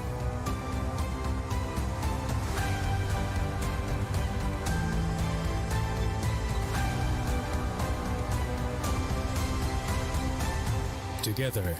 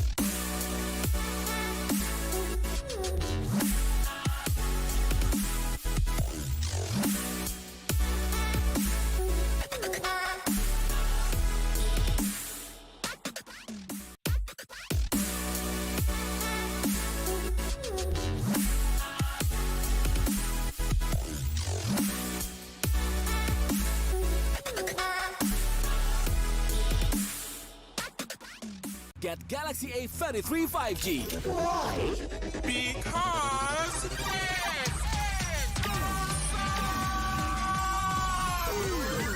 Galaxy A33 5G with awesome processor. Buy now. Get Galaxy A53 5G. Why?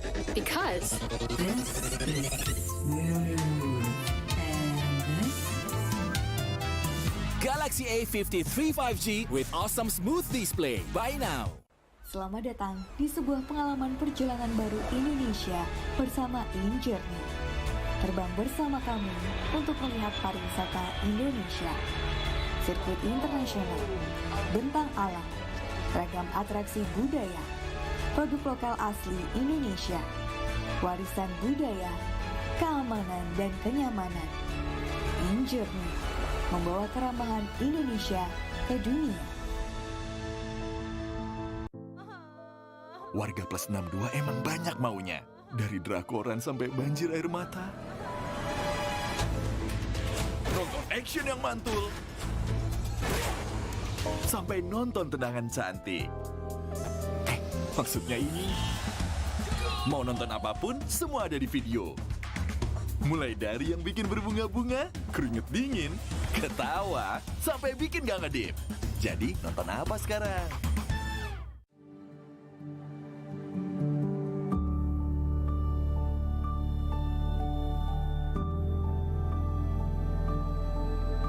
All it takes is one dream. One dream that becomes a journey. To drive an ambition. Believing in yourself. Persevering challenges. Always focused on the dream. To grow aspirations. Having the will to keep going.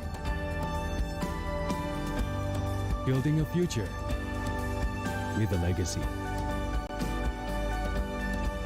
Knowing dreams can come true. Over 11 years of growth. The spirit of entrepreneurship. Created possibilities.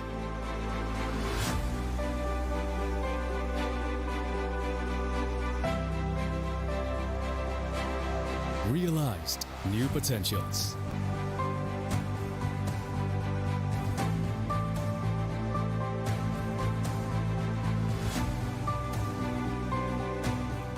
Innovate for the better.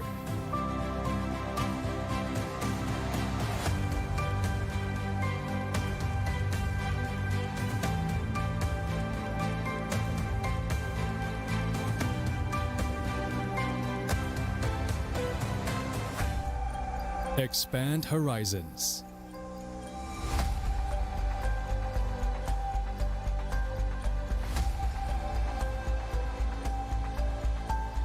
To change lives.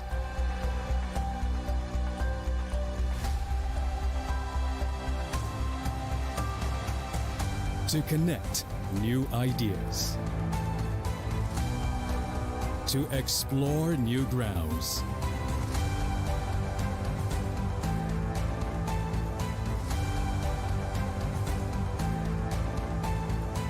With the future in sight.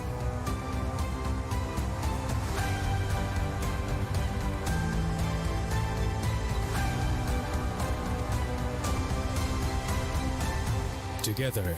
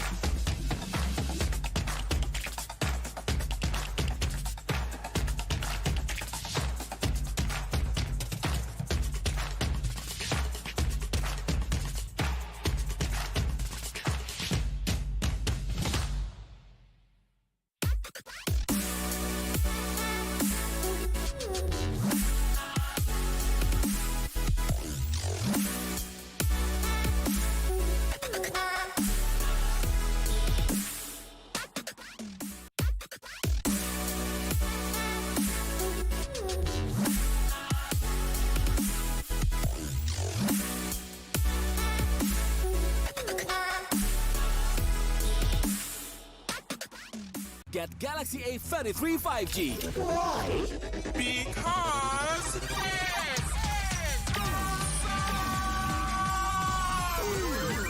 Galaxy A33 5G with awesome processor. Buy now.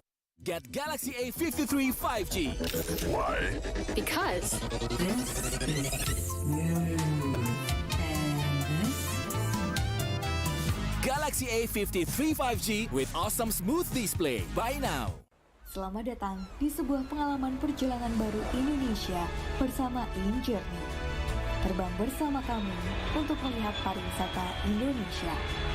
Sirkuit internasional, bentang alam, ragam atraksi budaya, produk lokal asli Indonesia, warisan budaya, keamanan dan kenyamanan.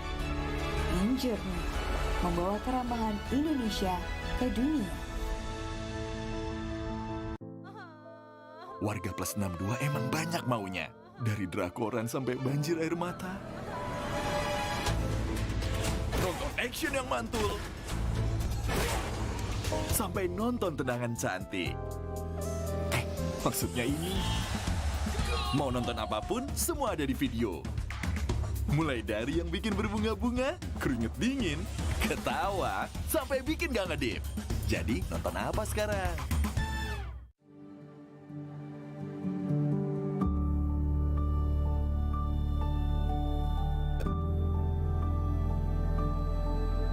All it takes is one dream. One dream that becomes a journey. To drive an ambition. Believing in yourself. Persevering challenges. Always focused on the dream. To grow aspirations. Having the will to keep going. Building a future with a legacy. Knowing dreams can come true. Over 11 years of growth. The spirit of entrepreneurship. Created possibilities.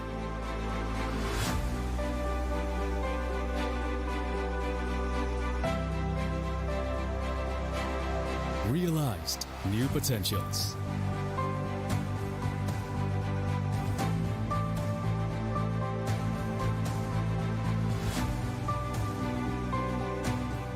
Innovate for the better.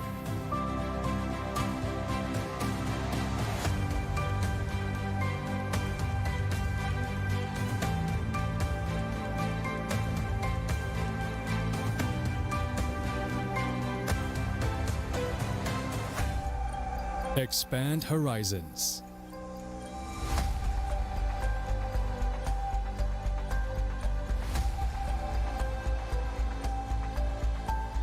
To change lives.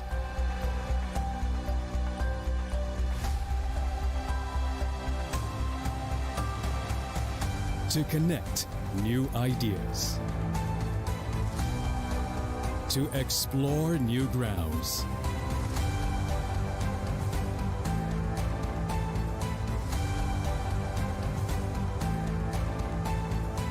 With the future in sight.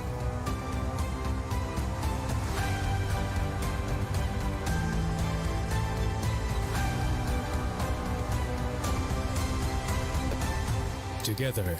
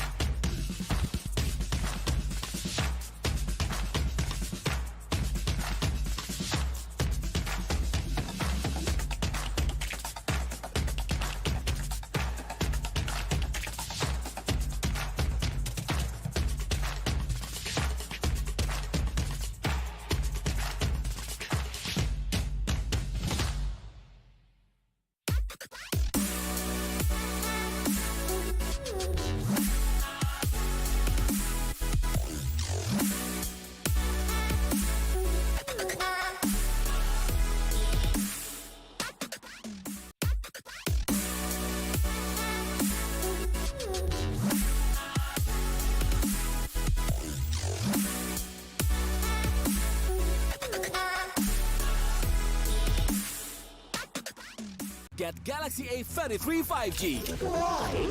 Because it's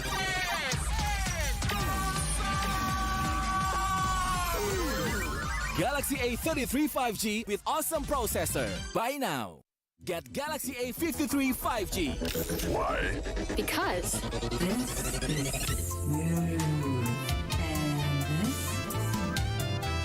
Galaxy A53 5G with awesome smooth display. Buy now. Selamat datang di sebuah pengalaman perjalanan baru Indonesia bersama InJourney. Terbang bersama kami untuk melihat pariwisata Indonesia. Sirkuit internasional, bentang alam, ragam atraksi budaya, produk lokal asli Indonesia, warisan budaya, keamanan dan kenyamanan. InJourney membawa kerambahan Indonesia ke dunia. Warga plus 62 emang banyak maunya. Dari drakoran sampai banjir air mata. Nonton action yang mantul. Sampai nonton tendangan cantik. Maksudnya ini. Mau nonton apapun, semua ada di video. Mulai dari yang bikin berbunga-bunga, keringet dingin, ketawa, sampai bikin gak ngedip. Jadi, nonton apa sekarang?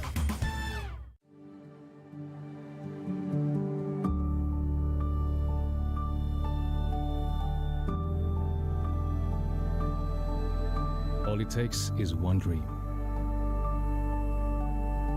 One dream that becomes a journey. To drive an ambition.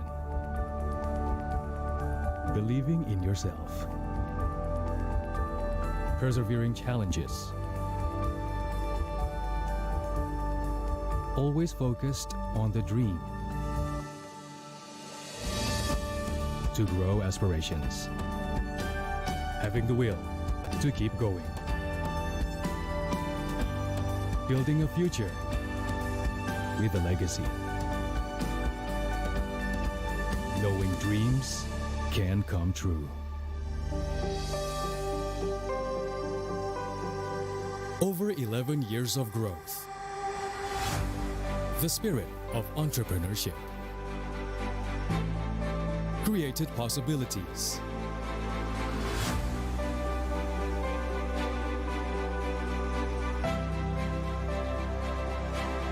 Realized new potentials.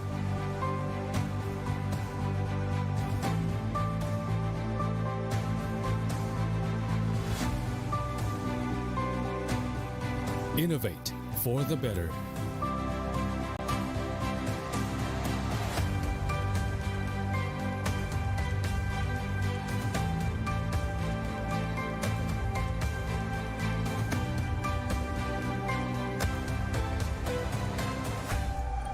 Expand horizons.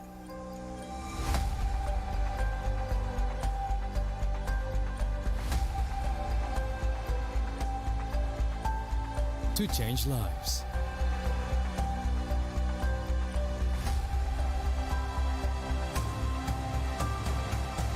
To connect new ideas. To explore new grounds.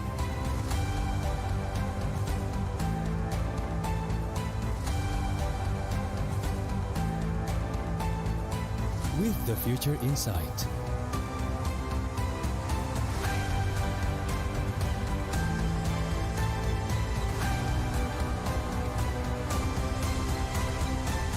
Together.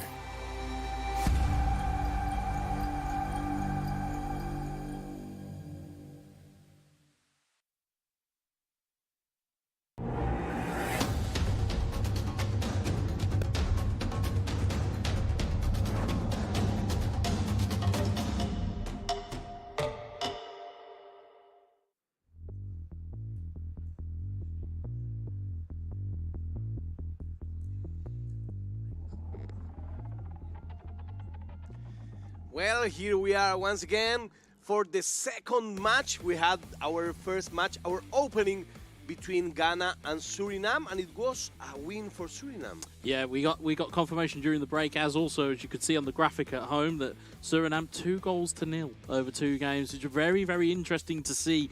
A difference in play styles. You could see that Ghana were very much cagey and very much holding it back. Suriname took the victories. And of course, as we see now coming up next Iceland versus Iran, as you mentioned slightly prematurely earlier, it is a clash of cultures. Yes, of course, and we are eager to see this. We are at wonderful Merusaka in Nusa Dua, Bali, Indonesia, the island of gods, enjoying this beautiful tournament, which also has place at the same time of the local Indonesian tournament of esports. So this is a very important tournament. More than 100 of countries are represented. Players crazy, from more than one. It's incredible. It's crazy. I mean, incredible. I said previously on, or at least off broadcast, I was pleasantly surprised as to how big this tournament actually is. Again, across all the different types of disciplines, there's different games. There's Dota, you've got Tekken, you've got loads of different games you can go and watch. Of course, if you are watching us, of course, you're more interested in eFootball 2023, which we're absolutely fine with, by the way, folks. Of course, of course. You know, if you don't know how to play eFootball, you can play the other ones. But we are here with the best of them. So this is the tournament format for those of you that are just tuning in. So we have some play-ins. Yeah, as you can see, you've got your play-ins, you've got all of the kind of qualifying groups. You'll see the games that you'll see today. Players have been seeded randomly. You've got the round robin best of 2 amongst players from each group. So as you saw, we saw Ghana versus Suriname twice. Again, it's that best of 2. Again, you've got your elimination stage, where you've got the top 32 players from play-in seeding according to placements from play-in single elimination.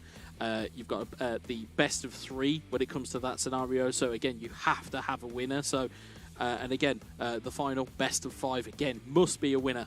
And then, of course, you know, again, to go alongside it, of course, we've got the prize pool, which I believe is $25,000. That's it. Which we'll see. You say that's it, like it's chump change. Yeah, I would be really happy if I come back home with 25 grand more than what I came.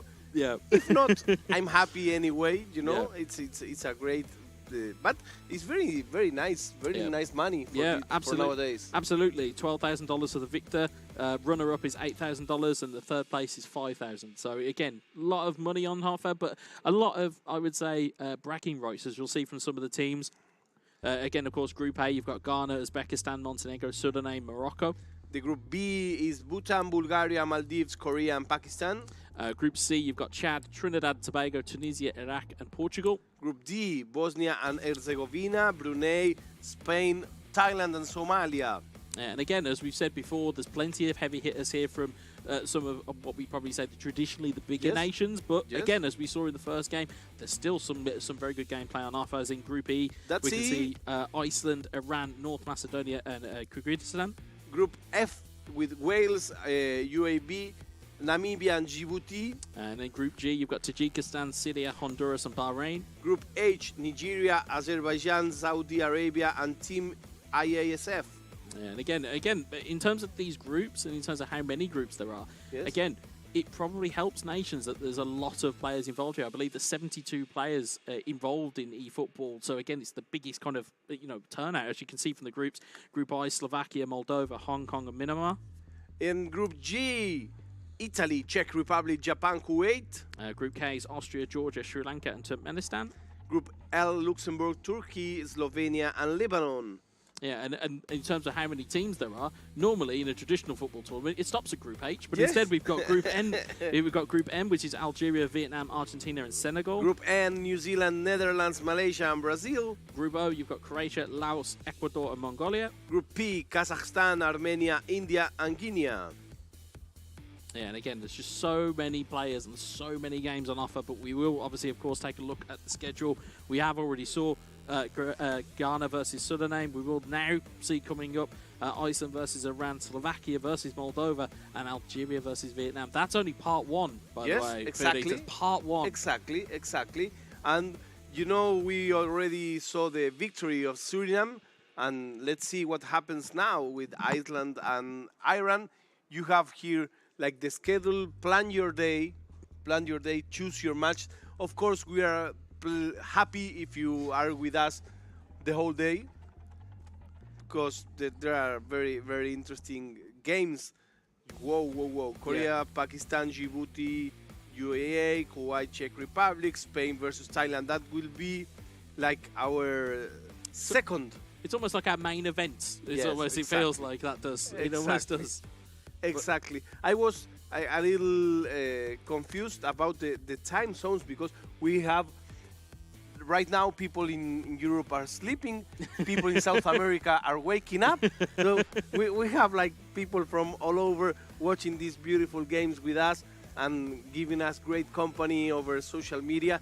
Of course, you can see us in Twitch at the IESF underscore There we go. TV3 and on YouTube on PBESI and garudaku.esi also. So a big shout out for all of you there with us. I'm so proud of you for getting underscore. I'm so proud of you. It's difficult. It's difficult. good. It's good. It's good. For me, it would be guión bajo or barra baja. Well, that's it.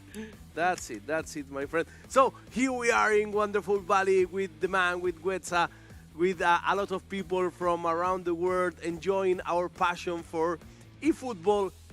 I like to say Pro Evolution Soccer. Oh, it's you know, you can't say that anymore. I can't can. say it anymore. I can. It feels like it should still be here. Look at me, winning 11, Pro Evolution Soccer, eFootball. I say it. But again, it's again to almost be a little bit too cheesy about it. It is now an evolution of football. Whether you are whether you are a fan of older games, whether you're a fan of the newer ones.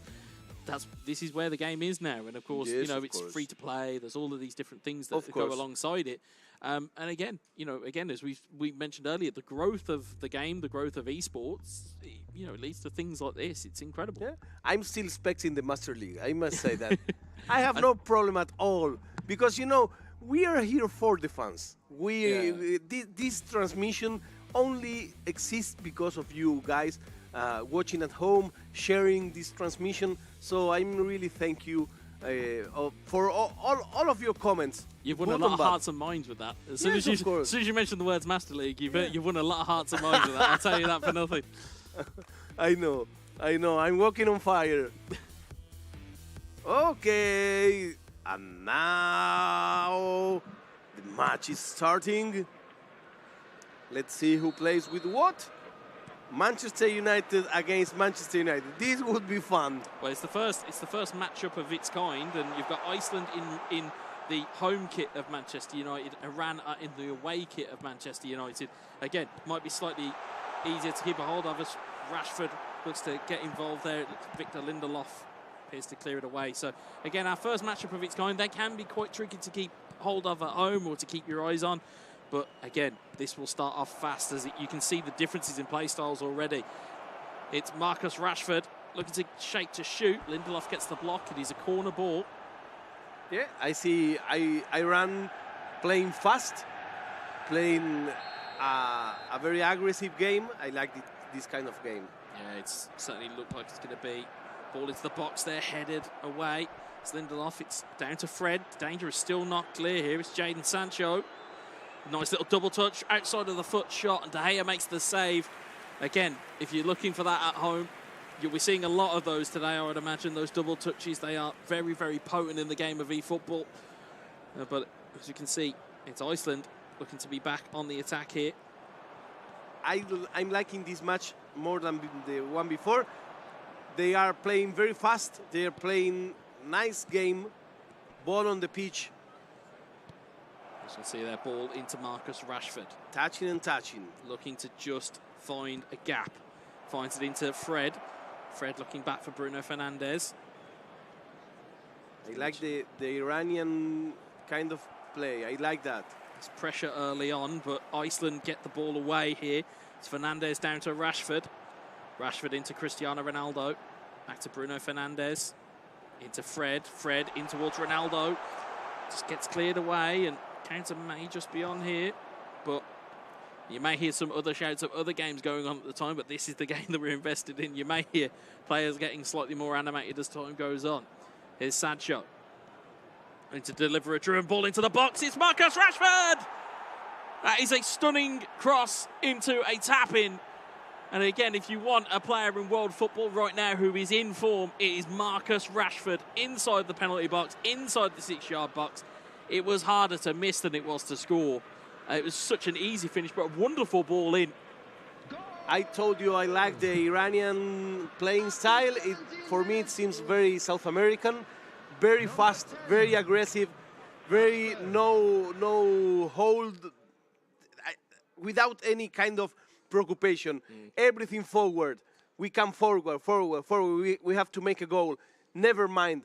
So it's not a tactic game. No. It is very straightforward. Yeah, and that key there with that stunning cross, it just adds a little bit more zip into the ball. And again, if you've got somebody like Marcus Rashford who's running across a defender, again, it's a very easy tapping for him. But those types of gameplay differences, and again, for those watching at home, if you're looking for why we're saying it's a stunning cross rather than a regular cross, you'll see differences in the power bar. If you see a purple power bar, it's a stunning action. So please, keep your eyes peeled for those as we try and call them. But again, that's very, very interesting comment. Yeah. You can learn to get your game better. You have to listen to what Wesa says and look at the screen. This is very important. This style of play was like very homemade. But now Iceland comes. Iceland are on the charge here, but it's cleared away by Aaron Wan-Bissaka. And Sancho. It's Ronaldo. Rashford struggling to keep up with the gameplay here. Such is the aggression. It's Ronaldo with a strike. Oh! It was dipping. It was violent, but it was just wide of the post. Very tiki-taka game. Yeah. I like that. It's a lot of quick passes to keep your opponent guessing.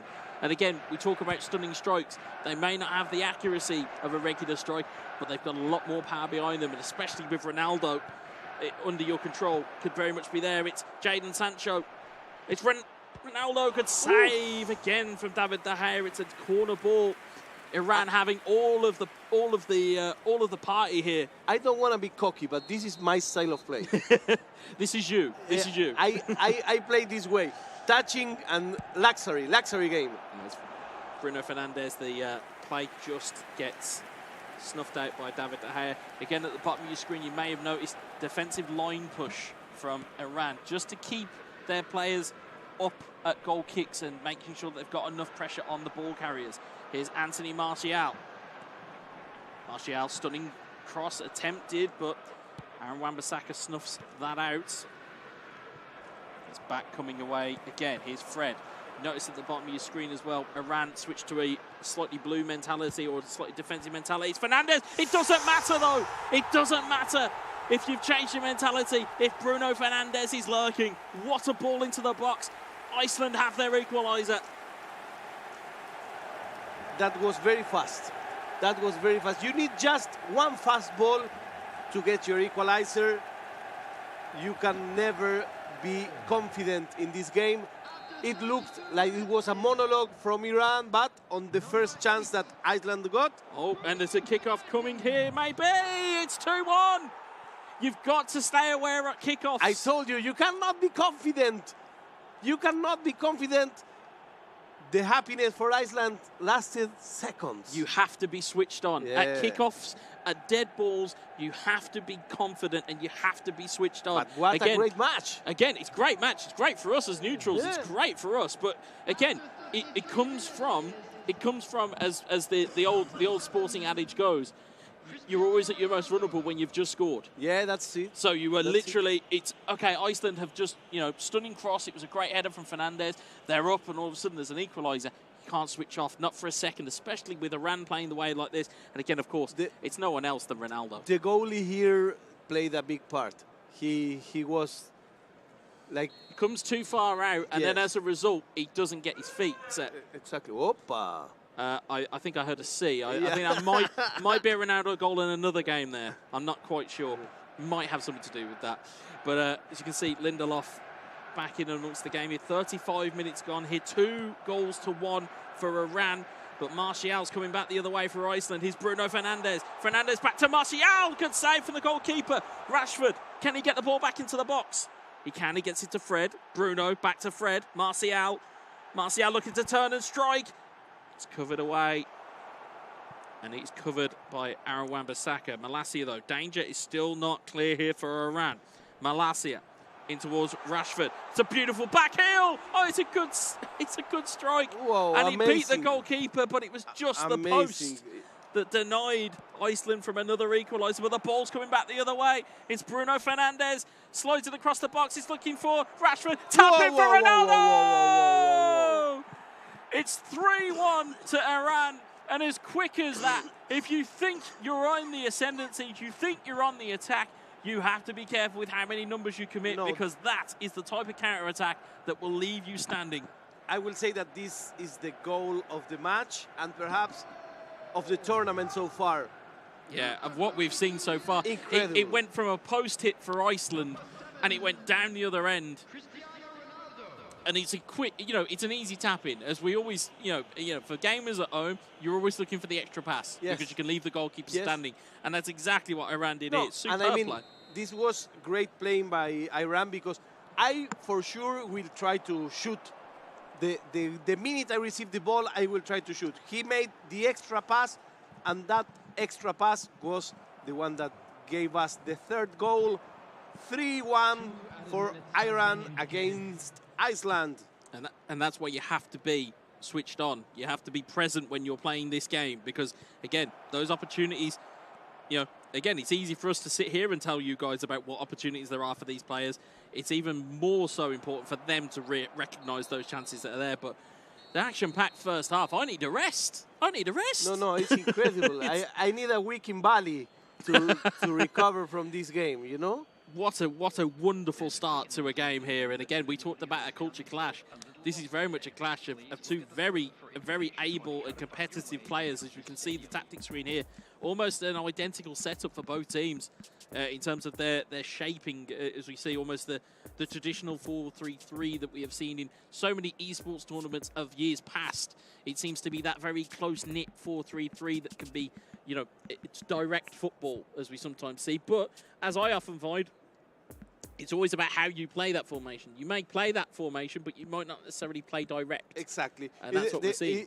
The formation by itself doesn't guarantee you anything. You have to play your cards, and I will keep an eye on this player. I see a very big future for this player because I really like his style. The Iran player didn't close the door when he was... It's composure as well. It's composure. It's collecting yourself after you've conceded. It's then bringing yourself back into the game. And again, we'll see here Iceland looking to try and lead it back on the charge here as Malasia. Again, it's that stunning cross into the box. It's cleared away by the defender. And perhaps other player would fall when he got the equalizer so soon. It was not the case. He received a goal, and once again, he was attacking. Yeah, you can see Iran just attacking at will here. Ball goes into the box. It's blocked away for a corner, but very much in control of the game, which, again, when you're playing eFootball, when you're attacking, when you're up in the game, you need to make sure you press home that advantage because, again, as we've seen, he takes a second to score a goal. As you see, neat little take there, neat little skill move. Not quite where it needed to be, but we'll see whether he tries the same thing again here. As it's Fernandes. We always need that kind of plays. Come on. We do certainly, but there is always a time and a place. You just got to find out whether it's the right time and place. It's all well and good knowing the skill move, but knowing when to execute it is a very different thing. The skill moves, it plays a very important psychological role also. Oh, absolutely, absolutely. As you see here, it's Ronaldo trying to just work his way in there, and see Fred across to Sancho, into Bruno, back to Sancho.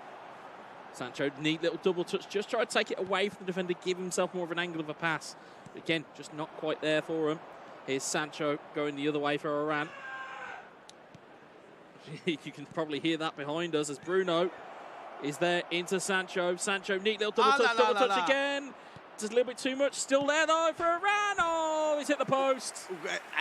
I want to check if this guy is not Brazilian because he's playing like Henriquinho, you know? He's certainly bringing animation to a party here, most definitely. I like his style very much. But Iceland are not out of this yet. Here's Sancho. Whopa. Okay, we had just a break. Just a break. Something happened. We are coming back very soon.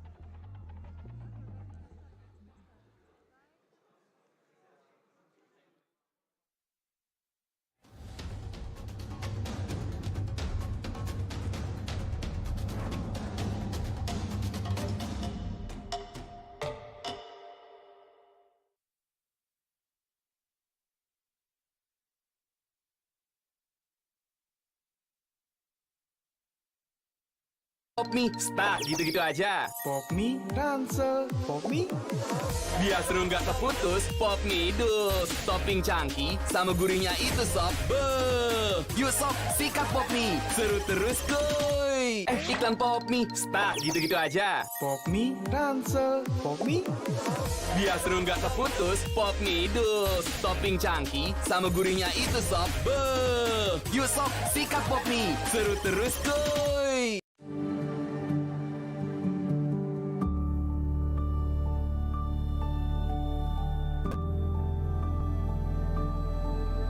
All it takes is one dream. One dream that becomes a journey. To drive an ambition. Believing in yourself. Persevering challenges. Always focused on the dream. To grow aspirations. Having the will to keep going.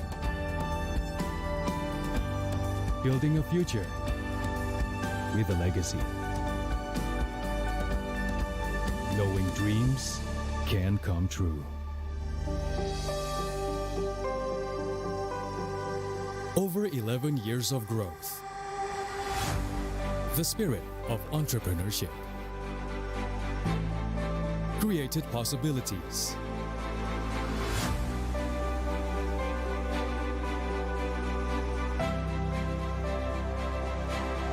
Realized new potentials.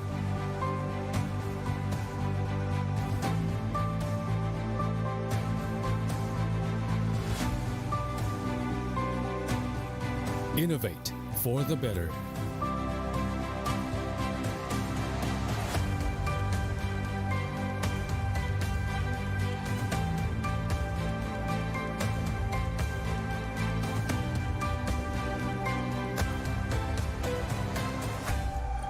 Expand horizons.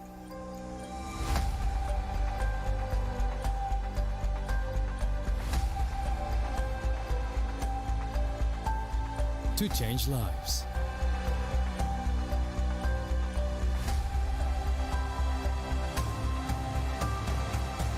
To connect new ideas. To explore new grounds.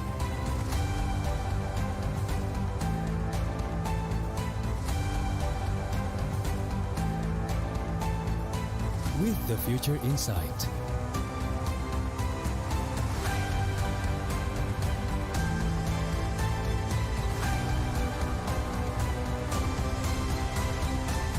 Together.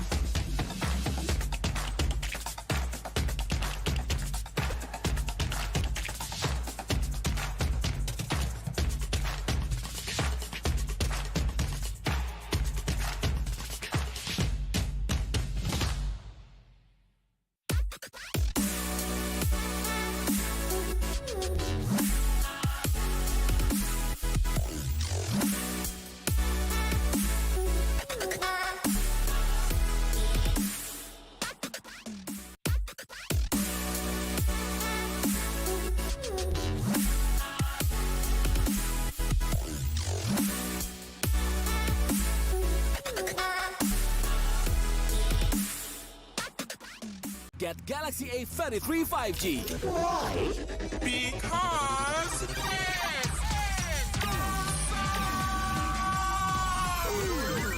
Galaxy A33 5G with awesome processor. Buy now. Get Galaxy A53 5G. Why? Because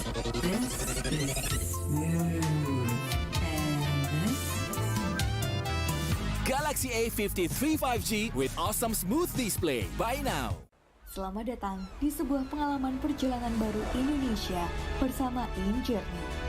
Terbang bersama kami untuk melihat pariwisata Indonesia. Sirkuit internasional, bentang alam, ragam atraksi budaya, produk lokal asli Indonesia, warisan budaya, keamanan dan kenyamanan. InJourney membawa keramahan Indonesia ke dunia. Warga plus 62 emang banyak maunya. Dari drakoran sampai banjir air mata. Nonton action yang mantul. Sampai nonton tendangan cantik. Maksudnya ini. Mau nonton apapun, semua ada di video. Mulai dari yang bikin berbunga-bunga, keringet dingin, ketawa, sampai bikin gak ngedip. Jadi nonton apa sekarang?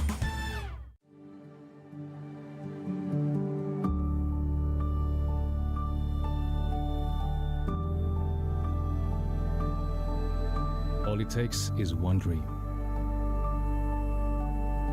One dream that becomes a journey. To drive an ambition. Believing in yourself. Persevering challenges. Always focused on the dream. To grow aspirations. Having the will to keep going. Building a future with a legacy.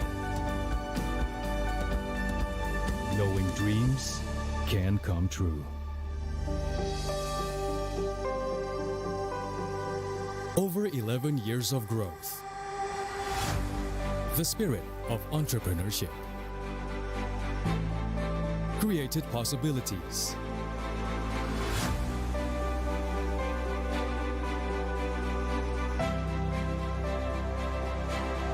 Realized new potentials.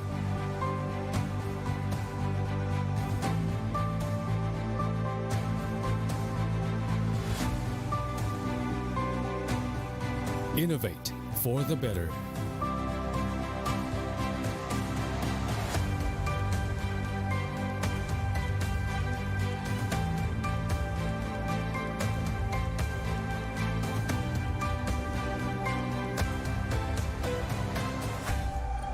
Expand horizons.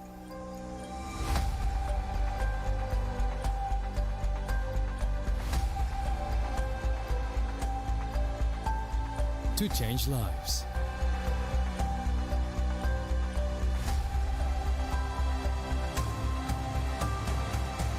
To connect new ideas. To explore new grounds.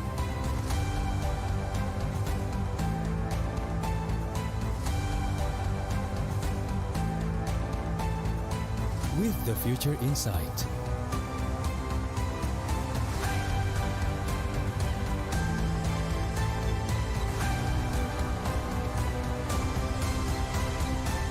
Together.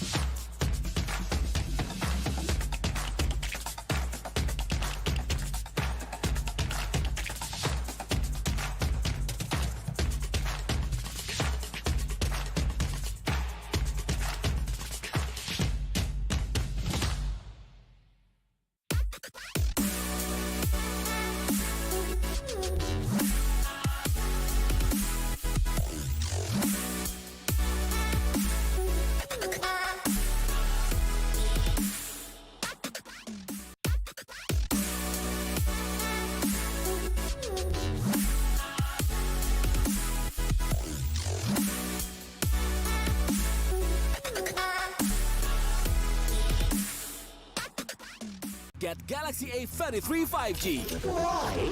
Because it's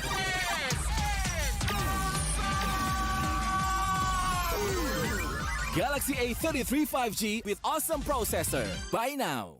Get Galaxy A53 5G. Why? Because This is smooth. And this?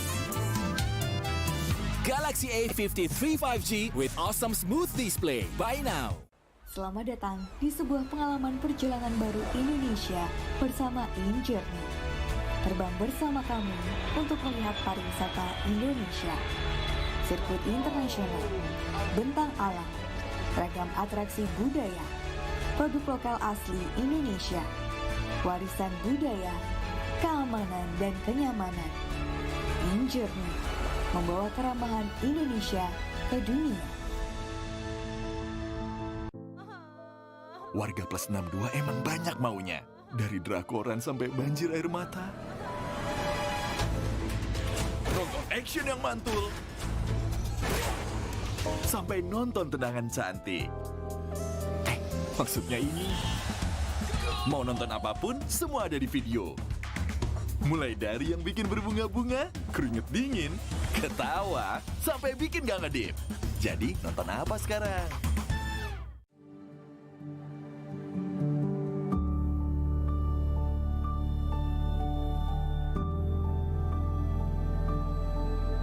All it takes is one dream.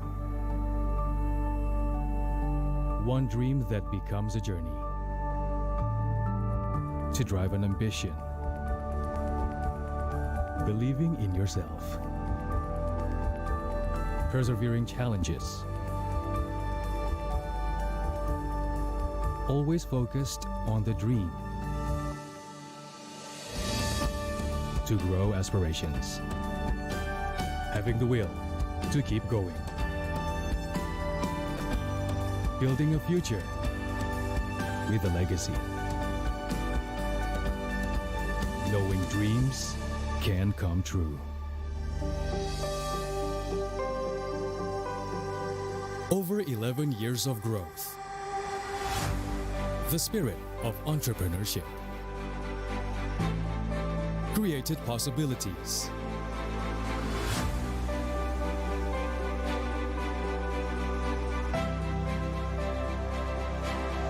Realized new potentials.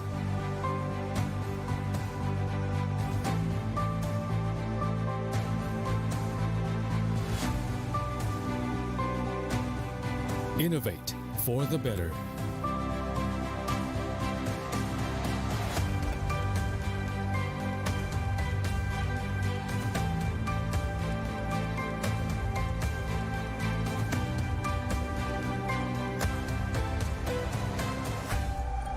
Expand horizons.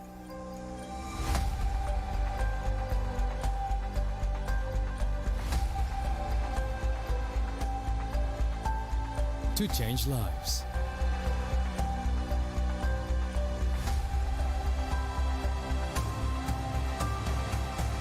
To connect new ideas. To explore new grounds.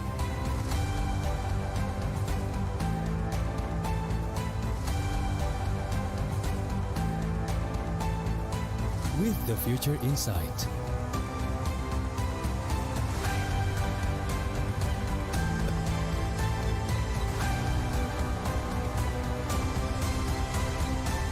Together.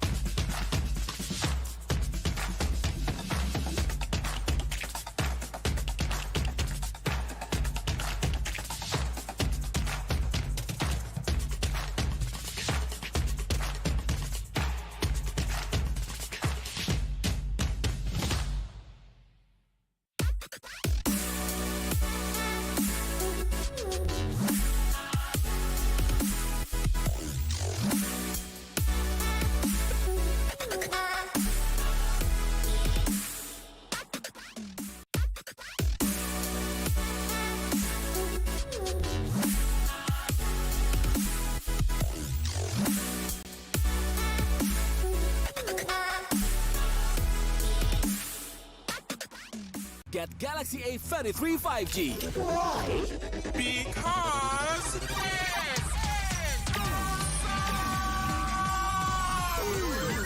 Galaxy A33 5G with awesome processor. Buy now. Get Galaxy A53 5G. Why? Because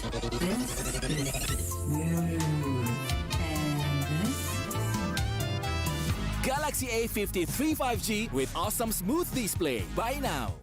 Selamat datang di sebuah pengalaman perjalanan baru Indonesia bersama InJourney. Terbang bersama kami untuk melihat pariwisata Indonesia. Sirkuit internasional, bentang alam, ragam atraksi budaya, produk lokal asli Indonesia, warisan budaya, keamanan dan kenyamanan. InJourney membawa kerambahan Indonesia ke dunia. Warga plus 62 emang banyak maunya. Dari drakoran sampai banjir air mata. Nonton action yang mantul. Sampai nonton tendangan cantik. Maksudnya ini. Mau nonton apapun, semua ada di video. Mulai dari yang bikin berbunga-bunga, keringet dingin, ketawa, sampai bikin gak ngedip.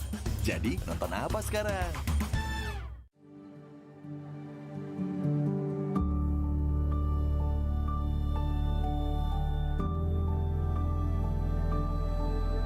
All it takes is one dream. One dream that becomes a journey. To drive an ambition. Believing in yourself. Persevering challenges.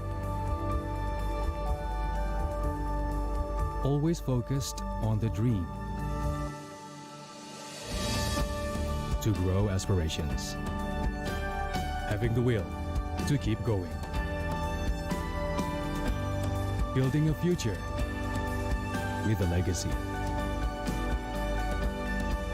Knowing dreams can come true. Over 11 years of growth. The spirit of entrepreneurship. Created possibilities.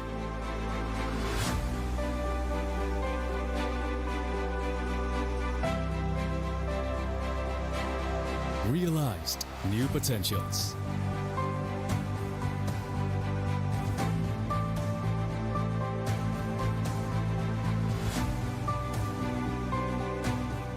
Innovate for the better.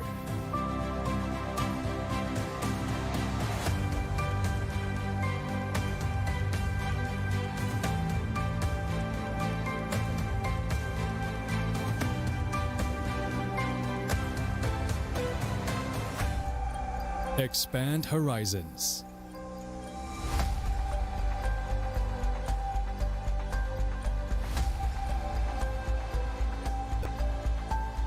To change lives.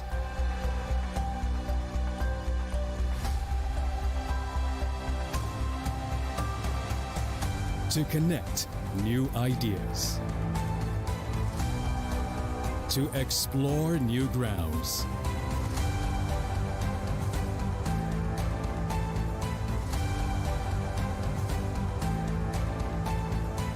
With the future in sight.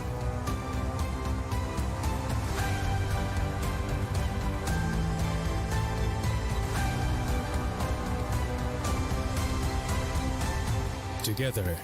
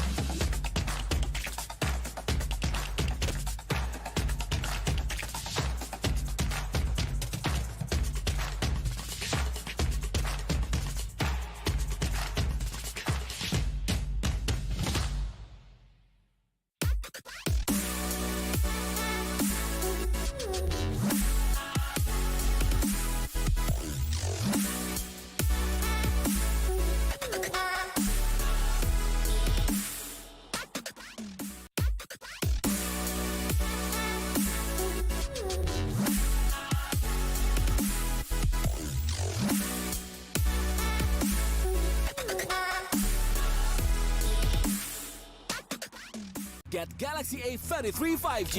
Why? Because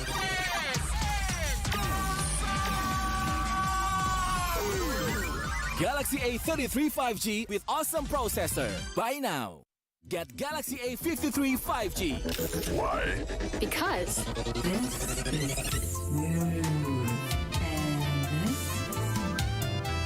Galaxy A53 5G with awesome smooth display. Buy now.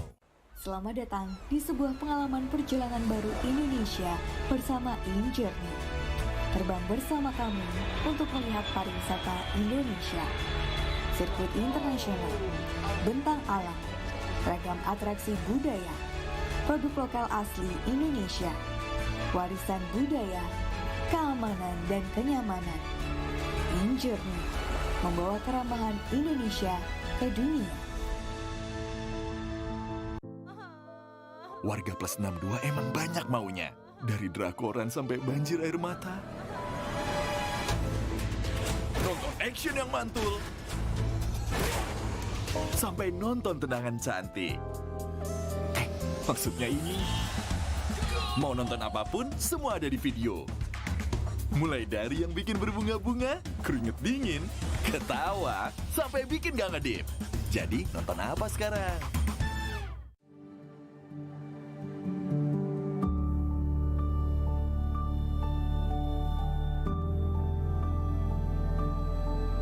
All it takes is one dream. One dream that becomes a journey. To drive an ambition. Believing in yourself. Persevering challenges. Always focused on the dream. To grow aspirations. Having the will to keep going. Building a future with a legacy. Knowing dreams can come true. Over 11 years of growth. The spirit of entrepreneurship. Created possibilities.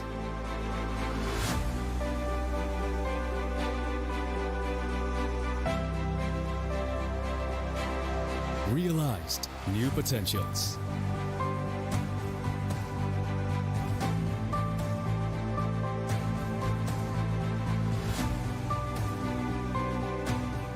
Innovate for the better.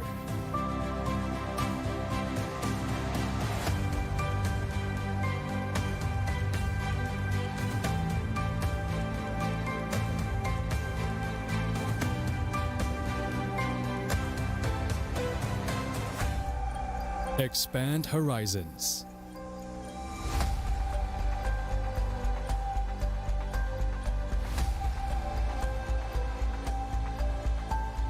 To change lives.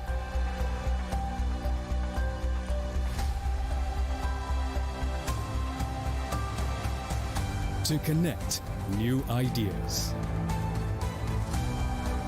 To explore new grounds.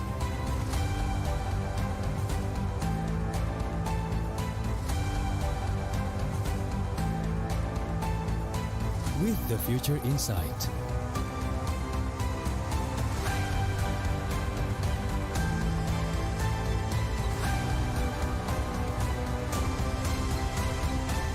Together.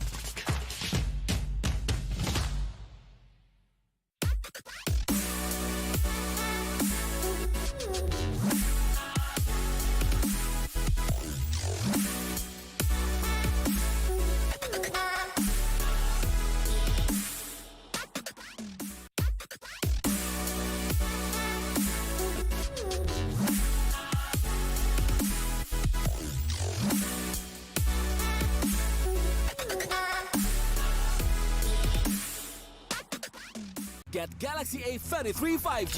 Why? Because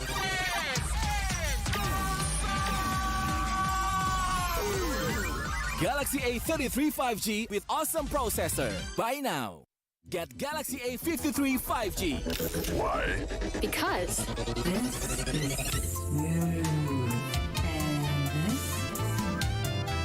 Galaxy A53 5G with awesome smooth display. Buy now. Selamat datang di sebuah pengalaman perjalanan baru Indonesia bersama InJourney. Terbang bersama kami untuk melihat pariwisata Indonesia. Sirkuit internasional, bentang alam, ragam atraksi budaya, produk lokal asli Indonesia, warisan budaya, keamanan dan kenyamanan. InJourney membawa keramahan Indonesia ke dunia. Warga plus 62 emang banyak maunya. Dari drakoran sampai banjir air mata. Nonton action yang mantul. Sampai nonton tendangan cantik. Maksudnya ini. Mau nonton apapun, semua ada di video. Mulai dari yang bikin berbunga-bunga, keringet dingin, ketawa, sampai bikin gak ngedip. Jadi nonton apa sekarang?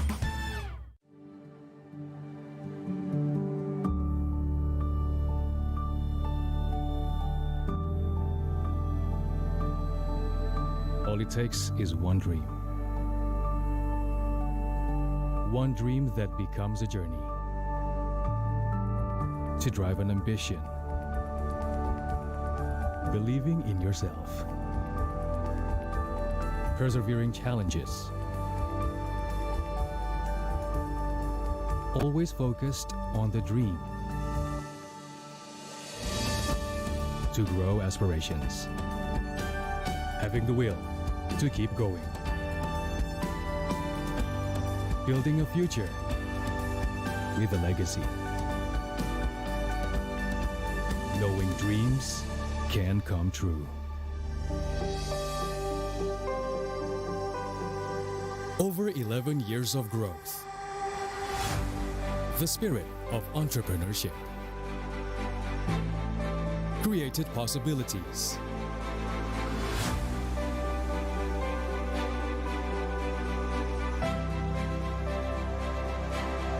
Realized new potentials.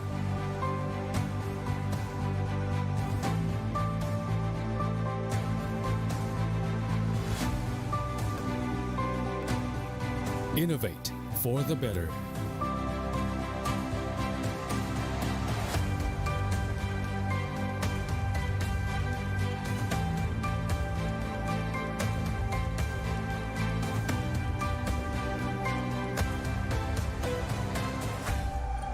Expand horizons.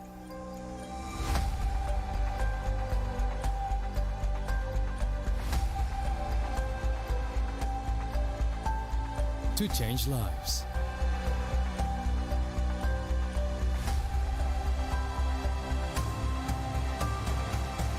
To connect new ideas. To explore new grounds.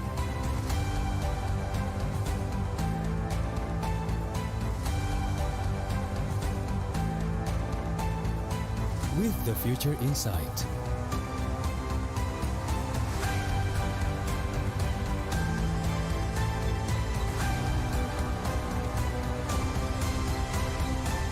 Together.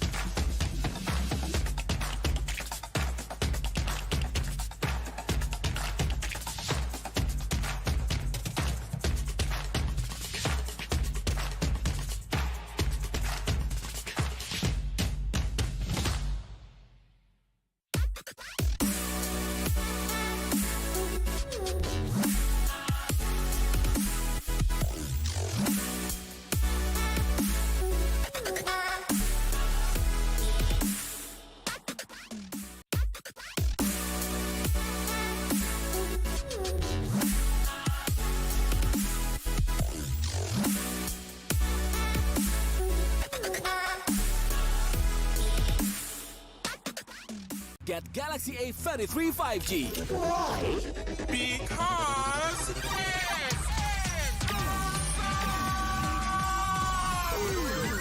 Galaxy A33 5G with awesome processor. Buy now.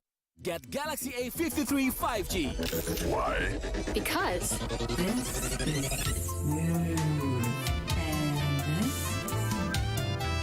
Galaxy A53 5G with awesome smooth display. Buy now. Selamat datang di sebuah pengalaman perjalanan baru Indonesia bersama InJourney. Terbang bersama kami untuk melihat pariwisata Indonesia. Sirkuit internasional, bentang alam, ragam atraksi budaya, produk lokal asli Indonesia, warisan budaya, keamanan dan kenyamanan. InJourney membawa kerambahan Indonesia ke dunia.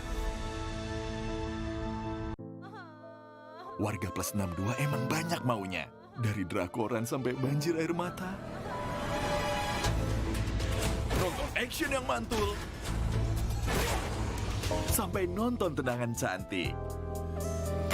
Maksudnya ini. Mau nonton apapun, semua ada di video. Mulai dari yang bikin berbunga-bunga, keringet dingin, ketawa, sampai bikin gak ngedip. Jadi nonton apa sekarang?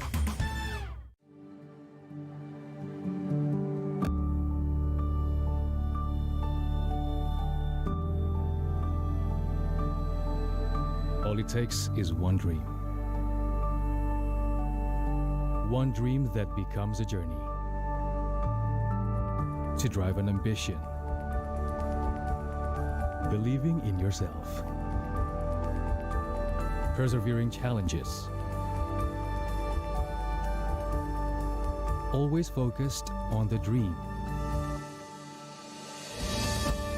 To grow aspirations. Having the will to keep going. Building a future with a legacy. Knowing dreams can come true. Over 11 years of growth. The spirit of entrepreneurship. Created possibilities.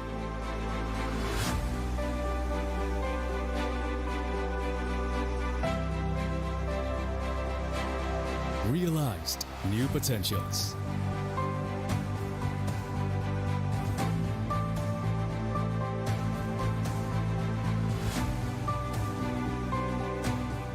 Innovate for the better.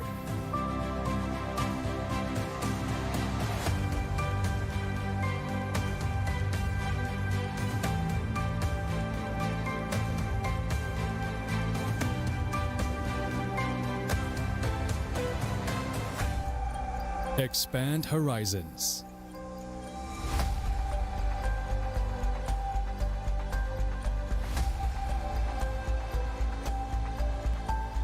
To change lives.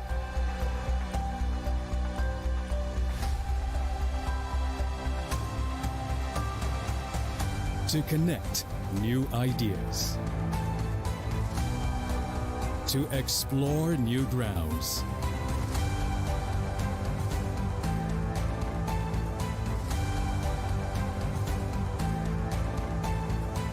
With the future in sight.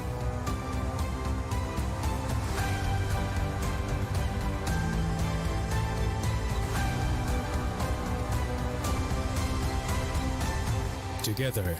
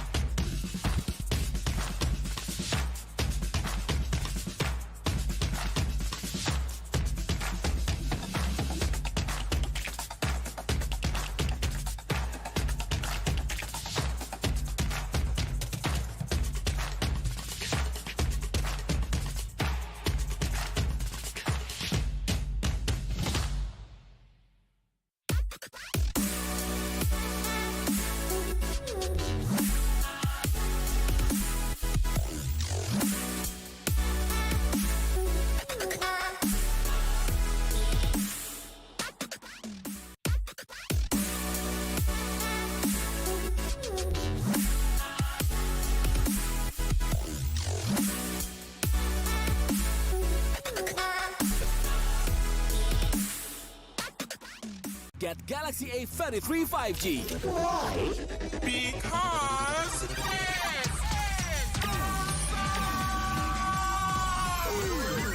Galaxy A33 5G with awesome processor. Buy now. Get Galaxy A53 5G. Why? Because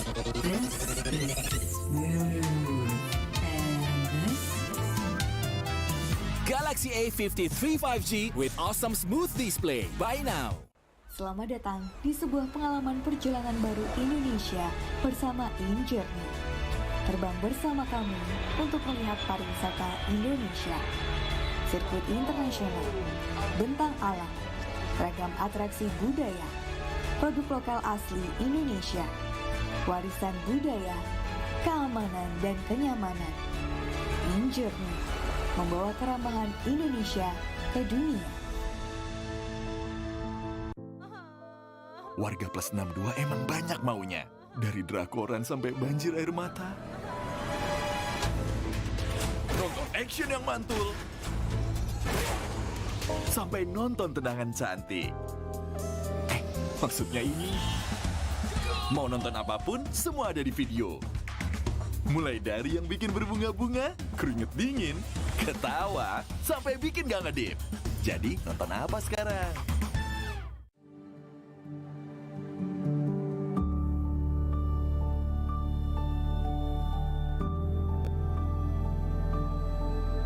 All it takes is one dream. One dream that becomes a journey. To drive an ambition. Believing in yourself. Persevering challenges. Always focused on the dream. To grow aspirations. Having the will to keep going. Building a future with a legacy. Knowing dreams can come true. Over 11 years of growth. The spirit of entrepreneurship. Created possibilities.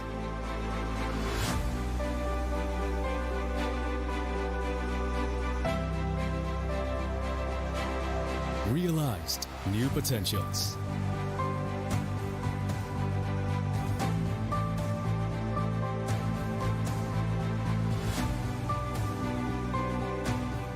Innovate for the better.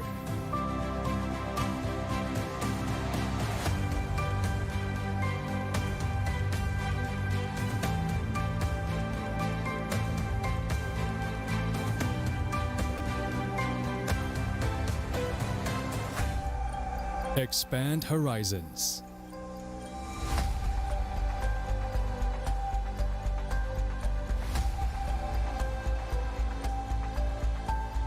To change lives.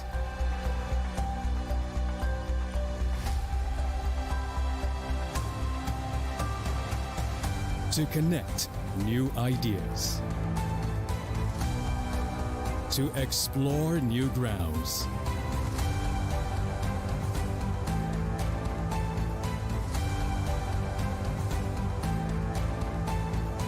With the future in sight.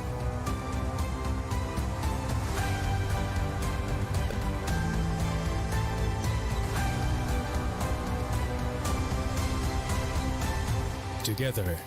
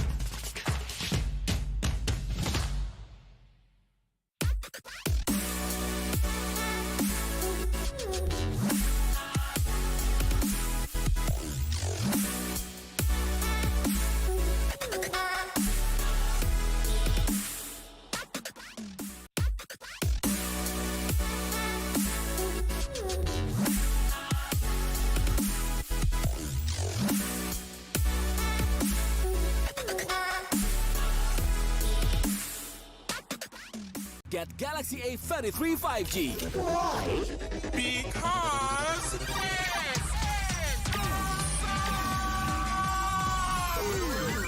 Galaxy A33 5G with awesome processor. Buy now. Get Galaxy A53 5G. Why? Because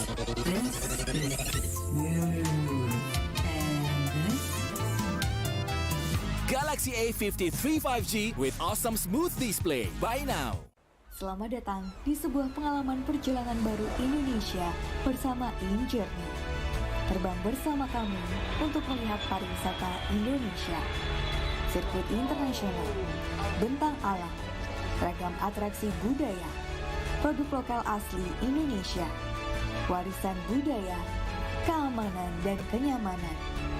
InJourney membawa keramahan Indonesia ke dunia. Warga plus 62 emang banyak maunya. Dari drakoran sampai banjir air mata. Nonton action yang mantul. Sampai nonton tendangan cantik. Maksudnya ini. Mau nonton apapun, semua ada di video. Mulai dari yang bikin berbunga-bunga, keringet dingin, ketawa, sampai bikin gak ngedip. Jadi nonton apa sekarang?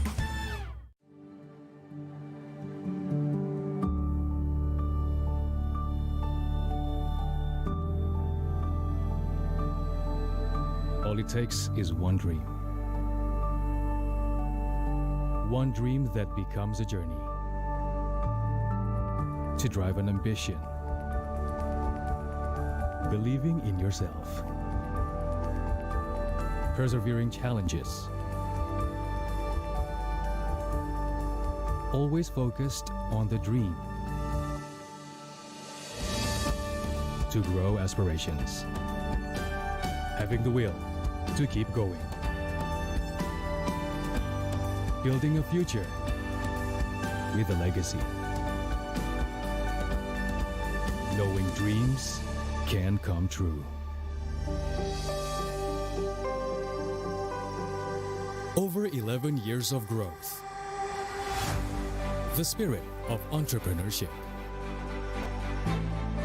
Created possibilities.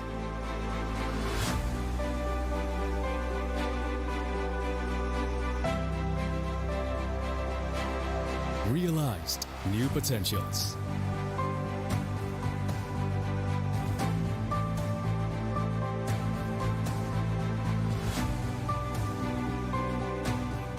Innovate for the better.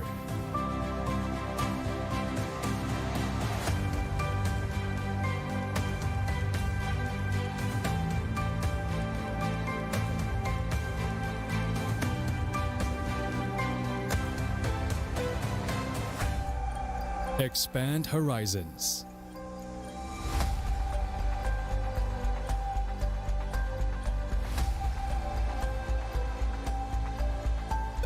To change lives.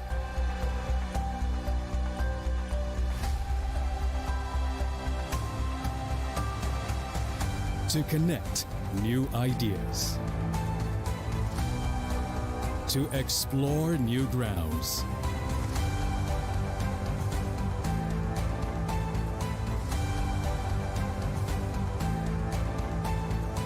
With the future in sight.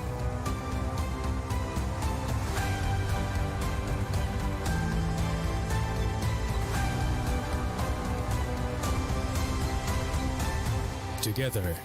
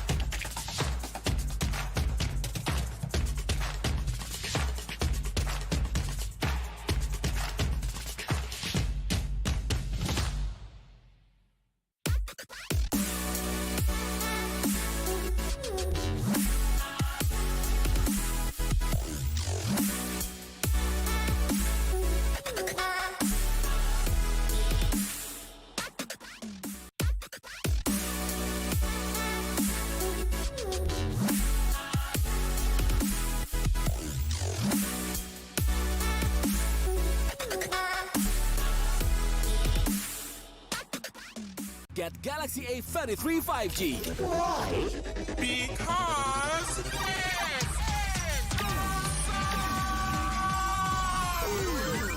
Galaxy A33 5G with awesome processor. Buy now. Get Galaxy A53 5G. Why? Because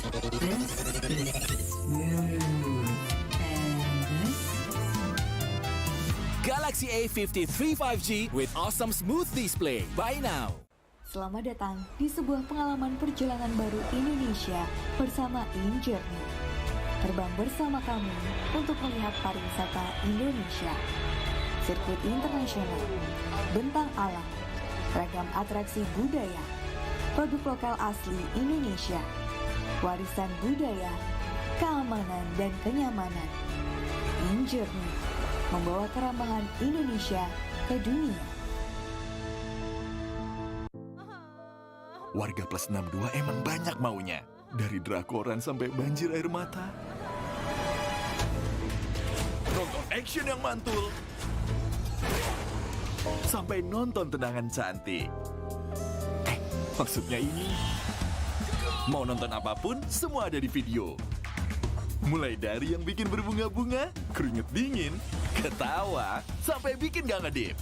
Jadi nonton apa sekarang?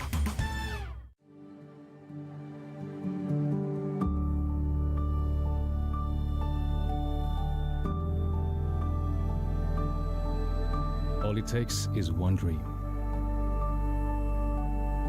One dream that becomes a journey. To drive an ambition.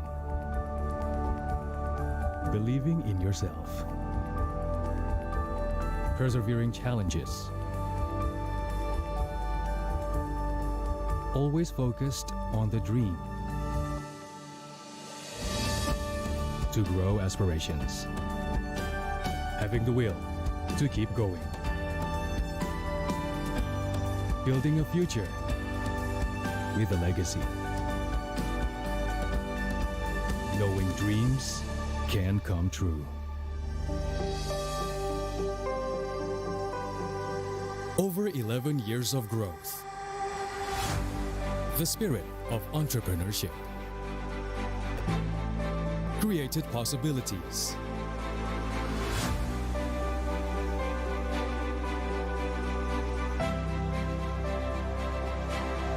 Realized new potentials.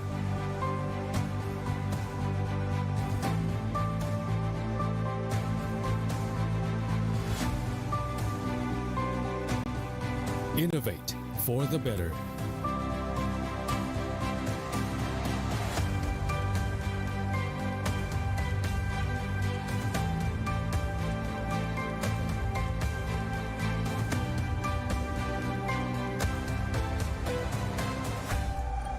Expand horizons.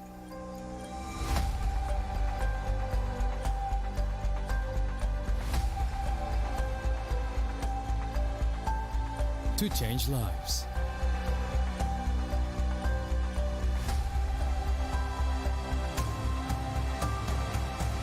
To connect new ideas. To explore new grounds.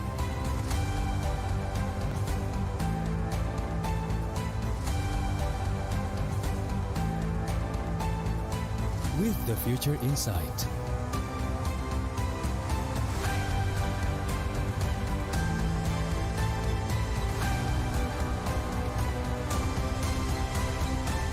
Together.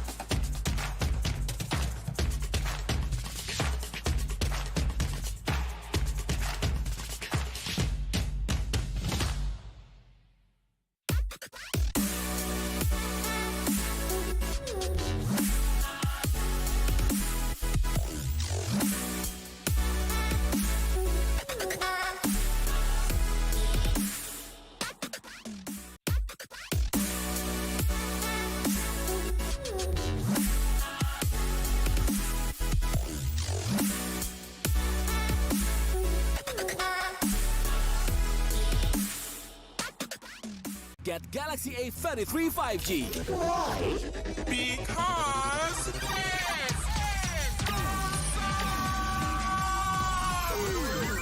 Galaxy A33 5G with awesome processor. Buy now. Get Galaxy A53 5G. Why? Because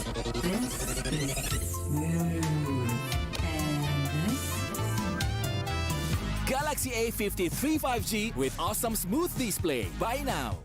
Selamat datang di sebuah pengalaman perjalanan baru Indonesia bersama InJourney. Terbang bersama kami untuk melihat pariwisata Indonesia.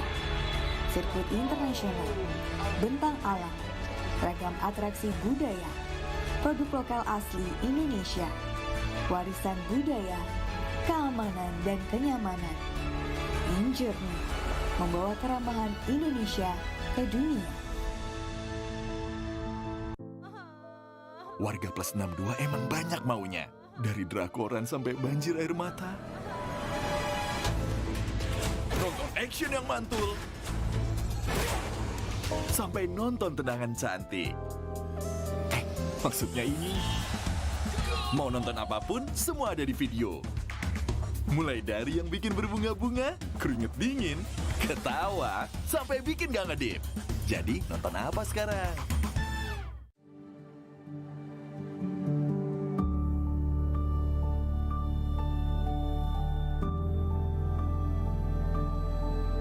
All it takes is one dream. One dream that becomes a journey. To drive an ambition. Believing in yourself. Persevering challenges. Always focused on the dream. To grow aspirations. Having the will to keep going. Building a future with a legacy. Knowing dreams can come true. Over 11 years of growth. The spirit of entrepreneurship. Created possibilities.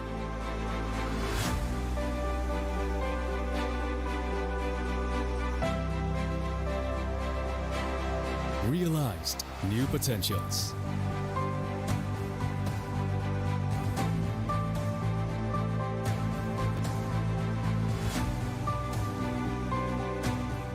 Innovate for the better.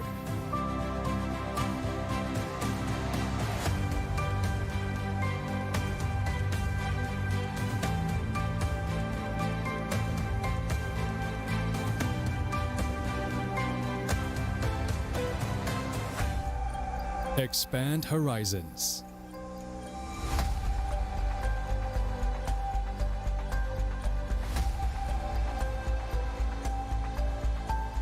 To change lives.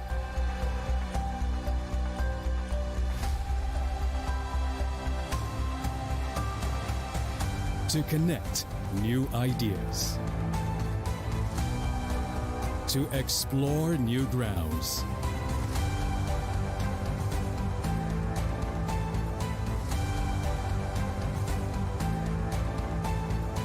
With the future in sight.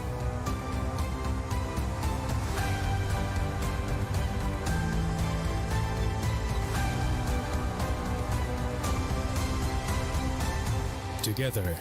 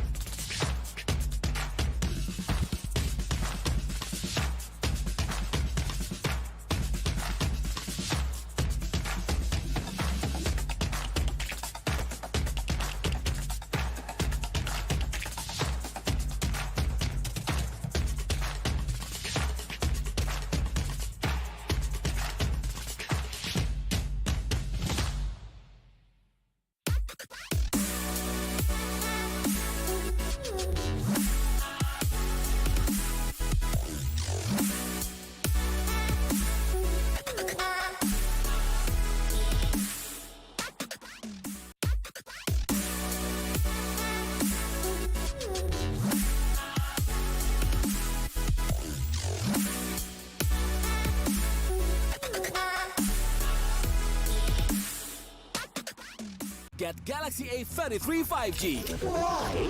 Because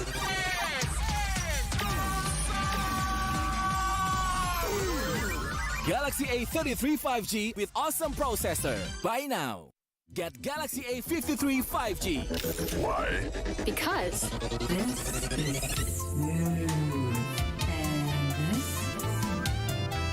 Galaxy A53 5G with awesome smooth display. Buy now. Selamat datang di sebuah pengalaman perjalanan baru Indonesia bersama InJourney. Terbang bersama kami untuk melihat pariwisata Indonesia. Sirkuit internasional, bentang alam, ragam atraksi budaya, produk lokal asli Indonesia, warisan budaya, keamanan dan kenyamanan. InJourney membawa keramahan Indonesia ke dunia. Warga plus 62 emang banyak maunya. Dari drakoran sampai banjir air mata. Nonton action yang mantul. Sampai nonton tendangan cantik. Maksudnya ini. Mau nonton apapun, semua ada di video. Mulai dari yang bikin berbunga-bunga, keringet dingin, ketawa, sampai bikin gak ngedip. Jadi nonton apa sekarang?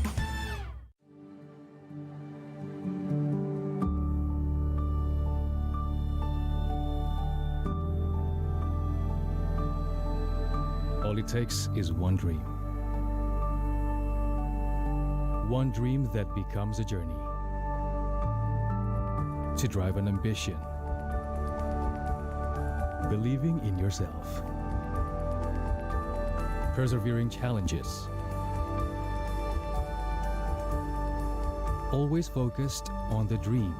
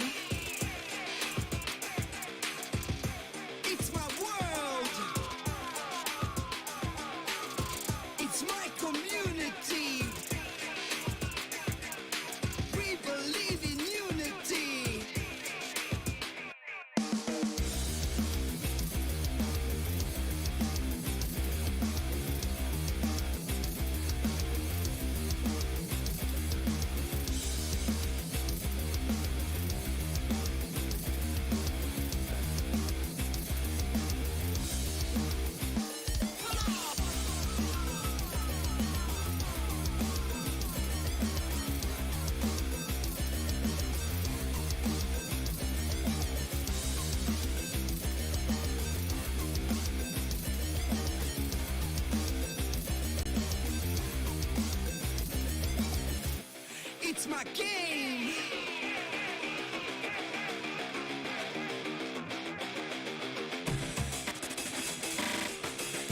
It's my world.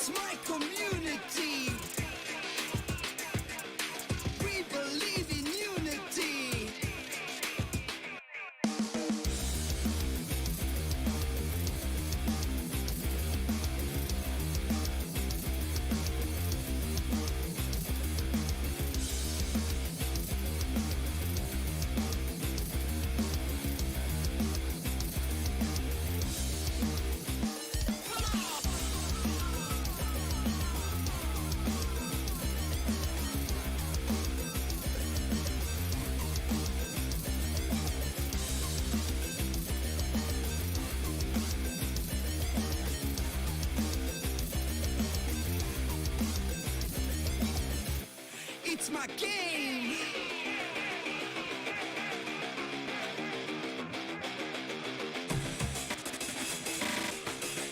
It's my world.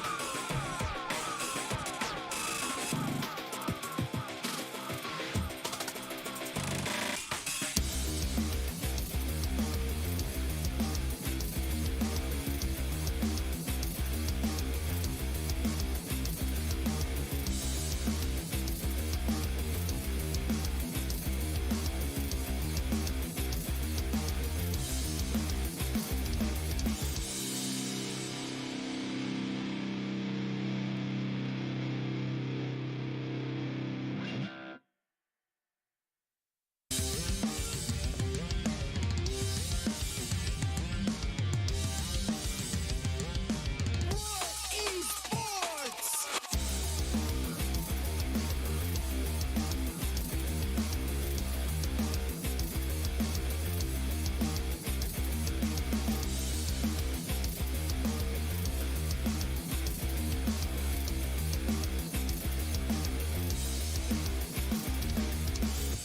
It's my game. It's my world. It's my community. We believe in unity.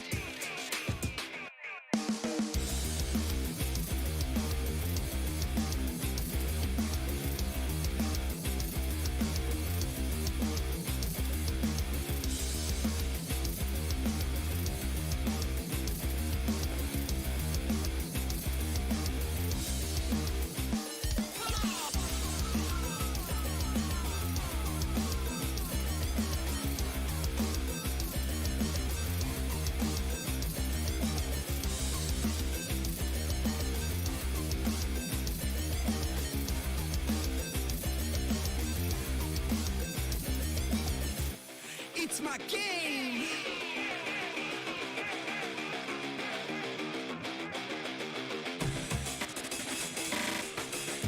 It's my world.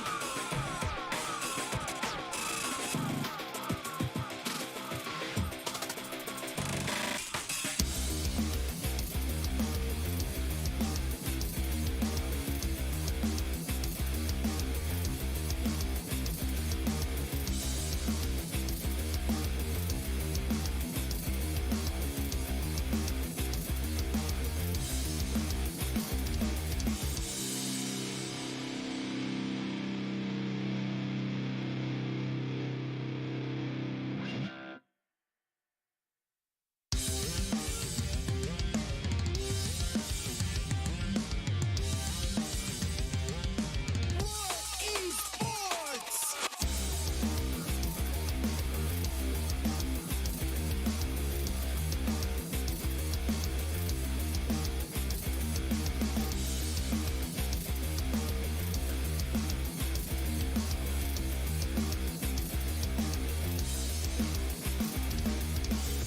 It's my game. It's my world. It's my community. We believe in unity.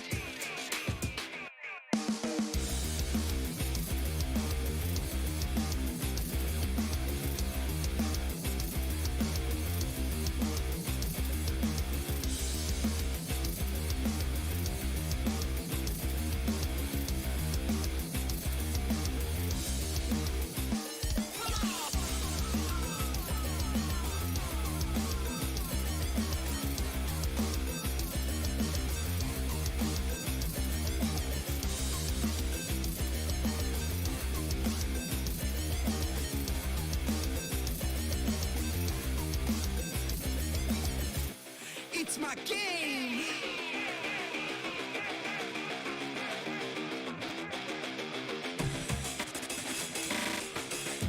It's my world.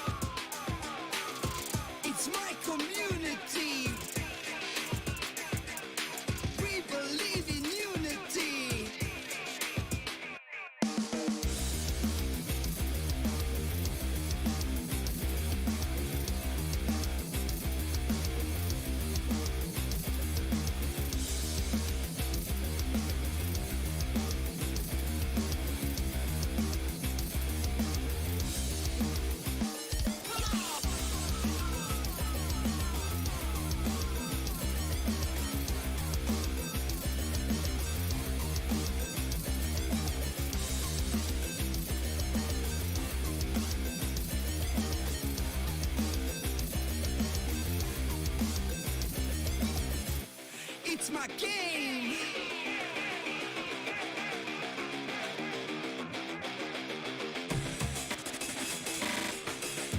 It's my world.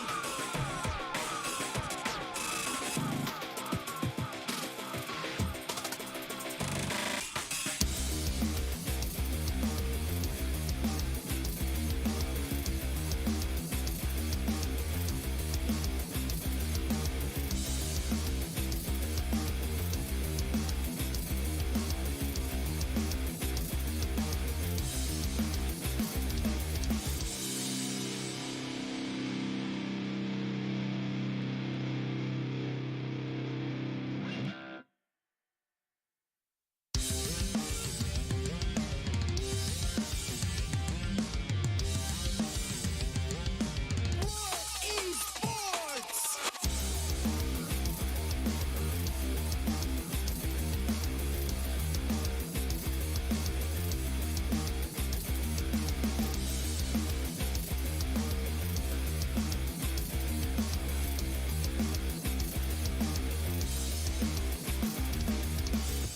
It's my game. It's my world. It's my community. We believe in unity.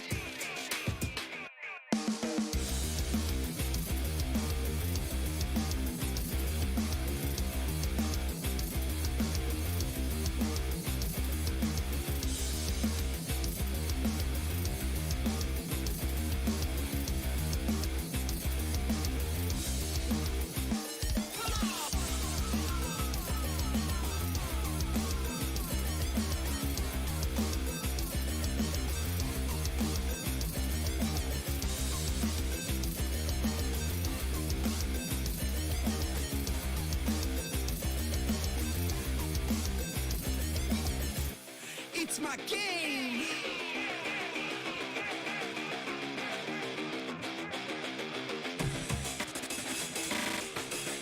It's my world.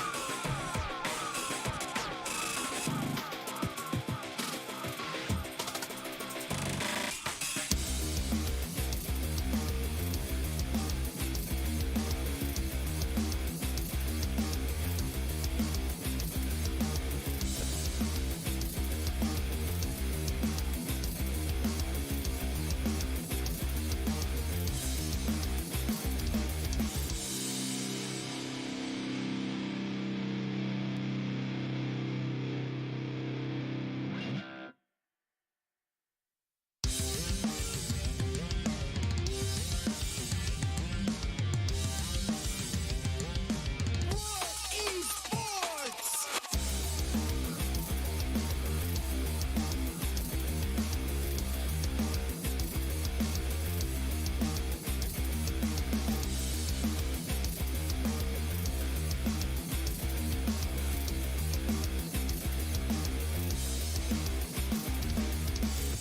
It's my game. It's my world. It's my community. We believe in unity.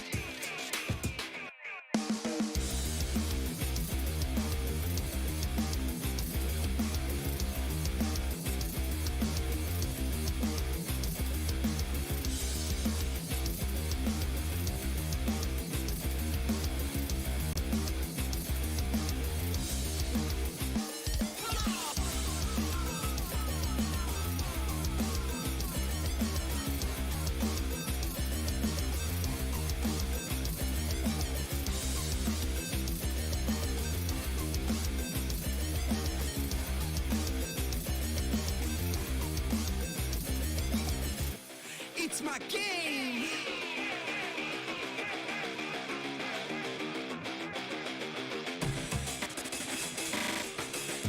It's my world.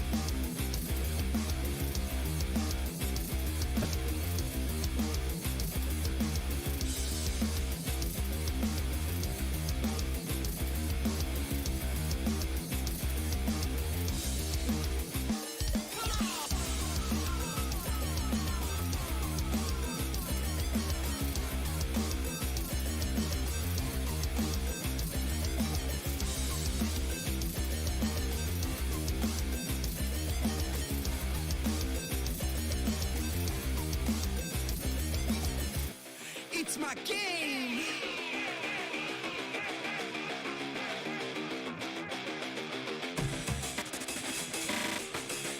It's my world.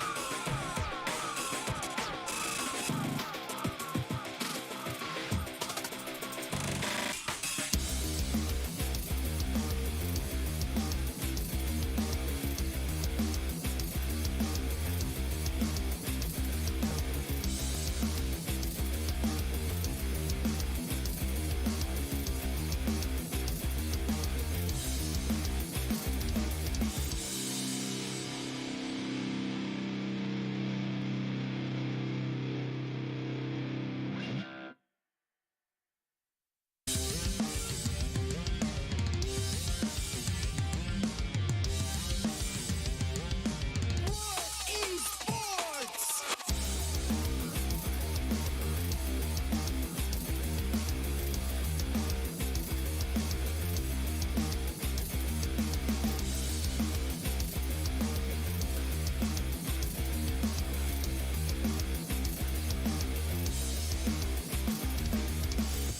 It's my game.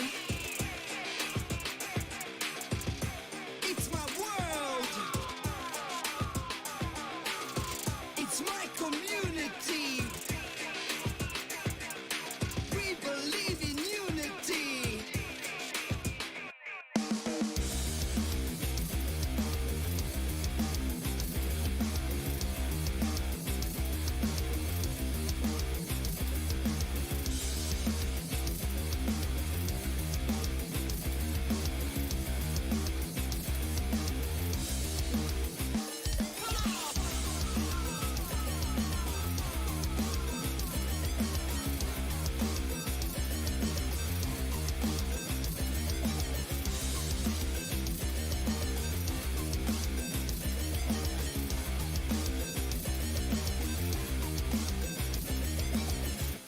It's my game.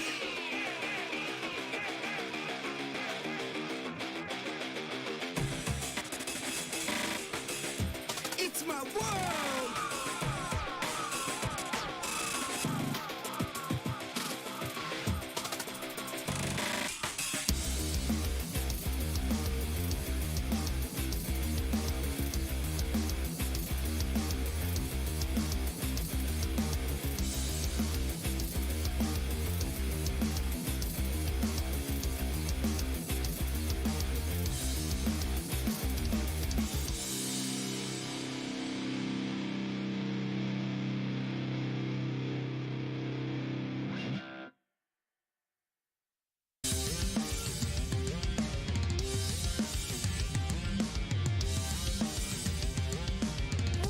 Esports.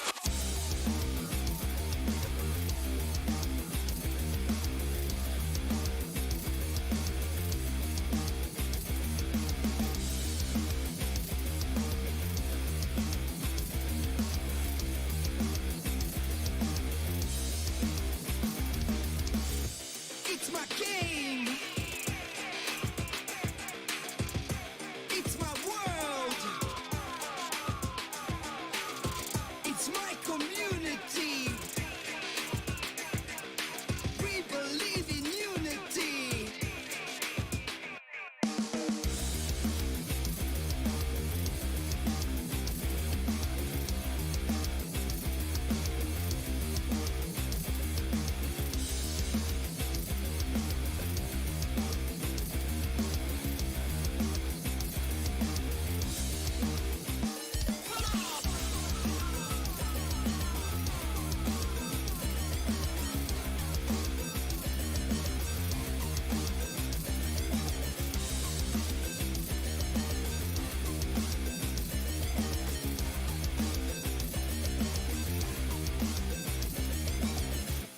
It's my game.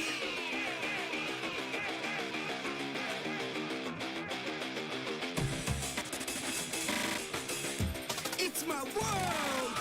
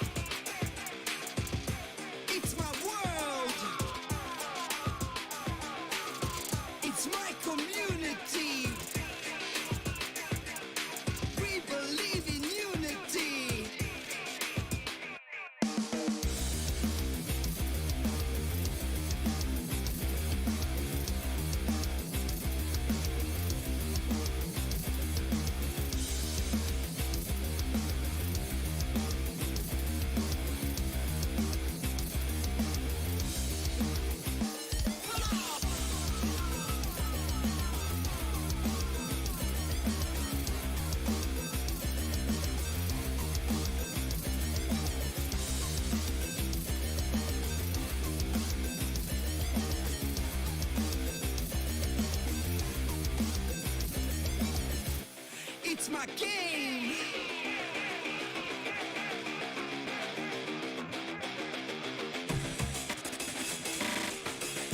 It's my world.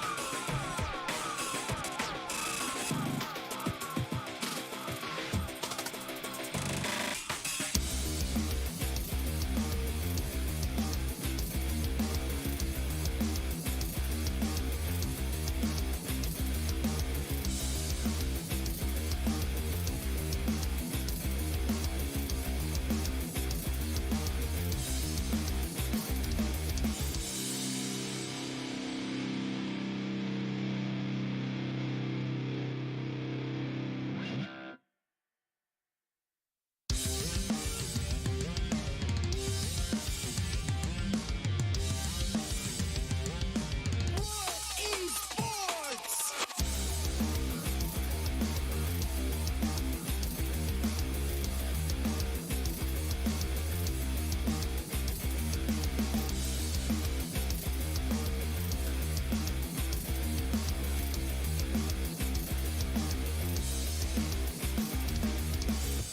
It's my game.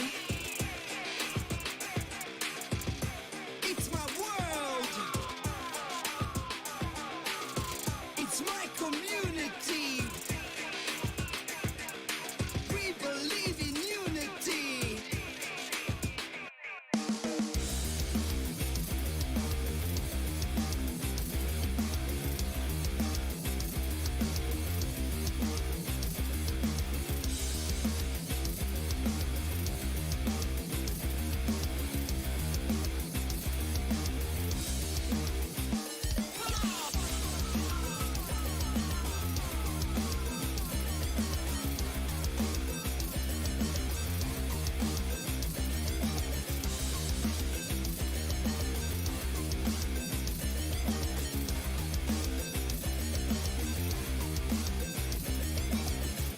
It's my game.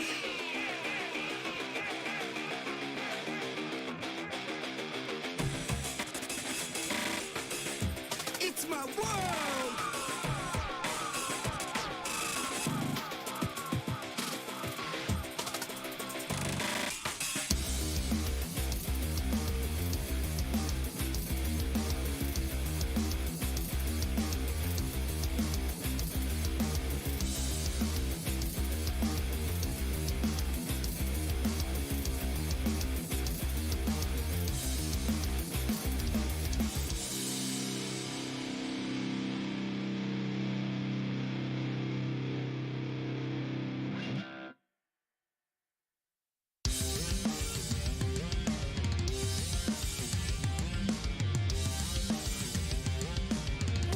Esports.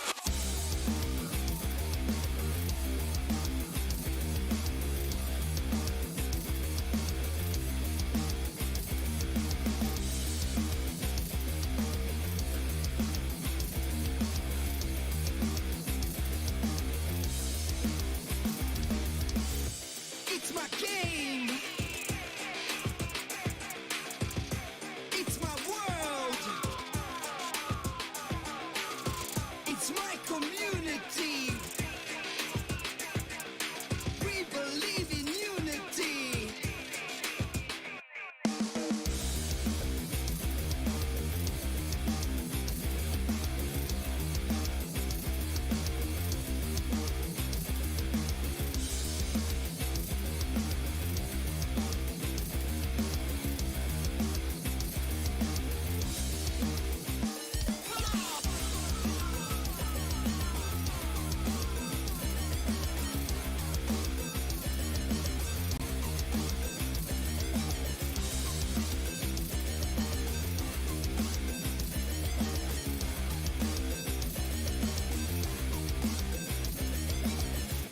It's my game.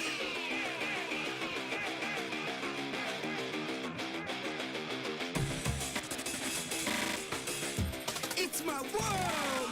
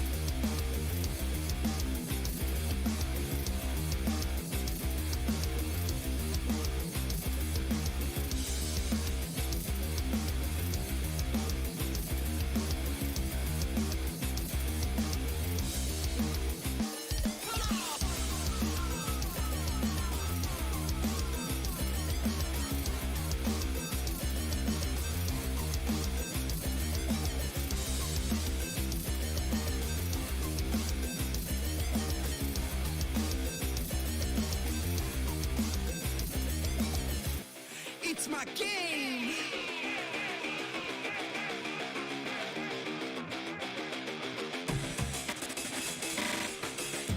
It's my world.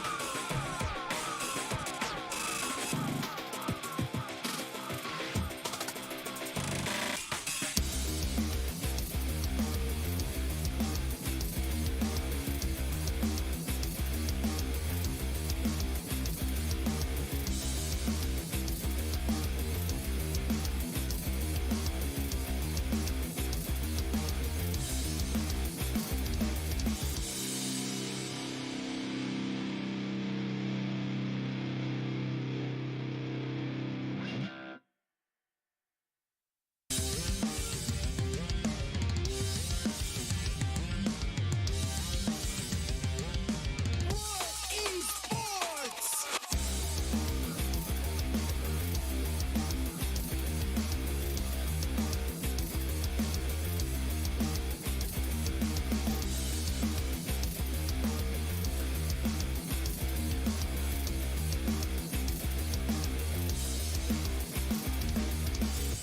It's my game. It's my world. It's my community. We believe in unity.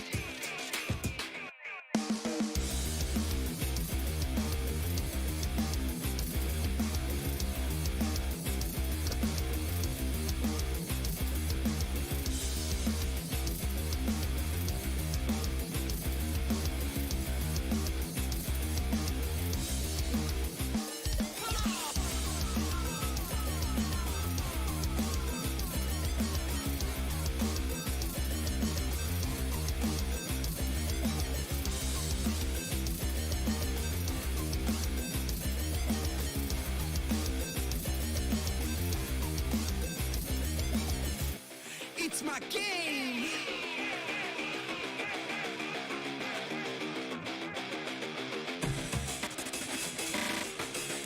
It's my world.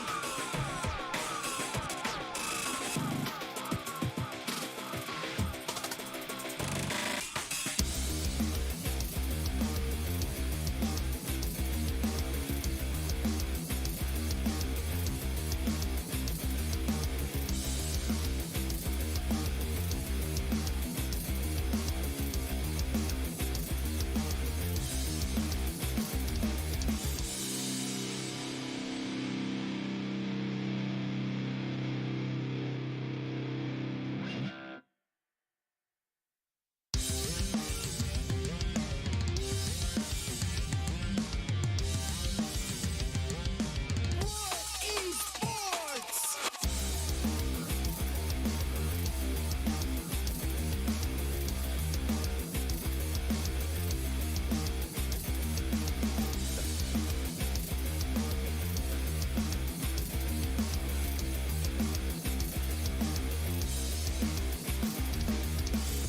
It's my game.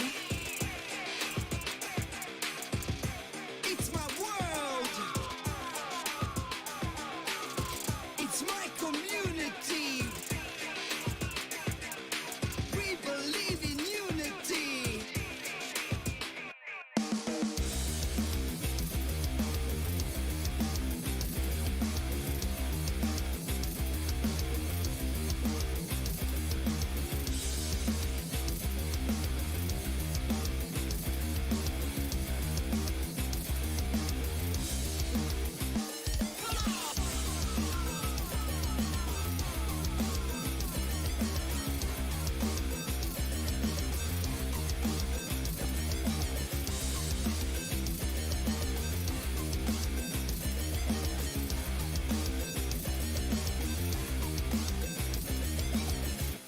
It's my game.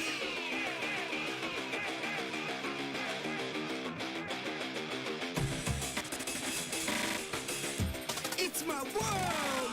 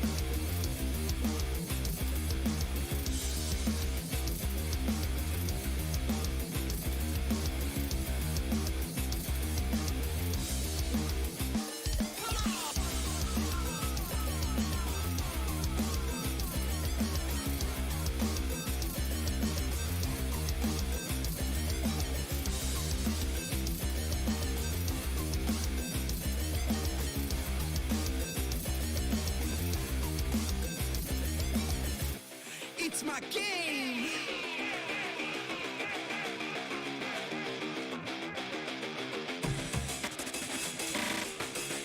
It's my world.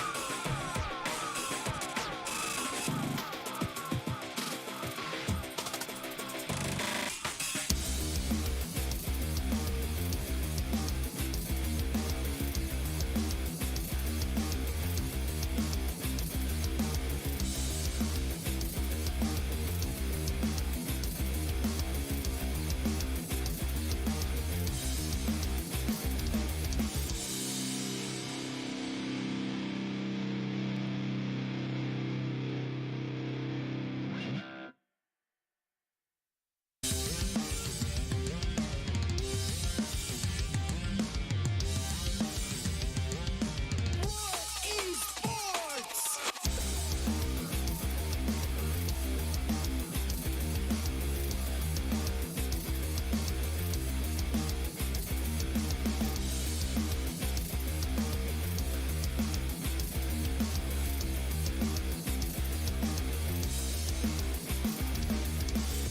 It's my game. It's my world. It's my community. We believe in unity.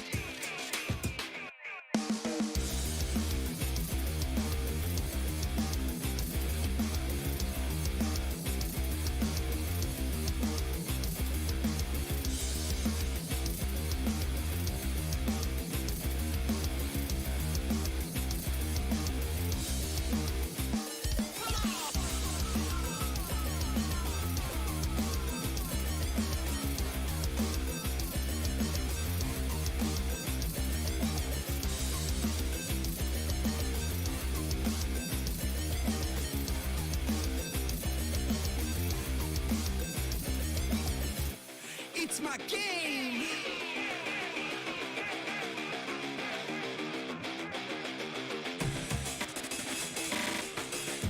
It's my world.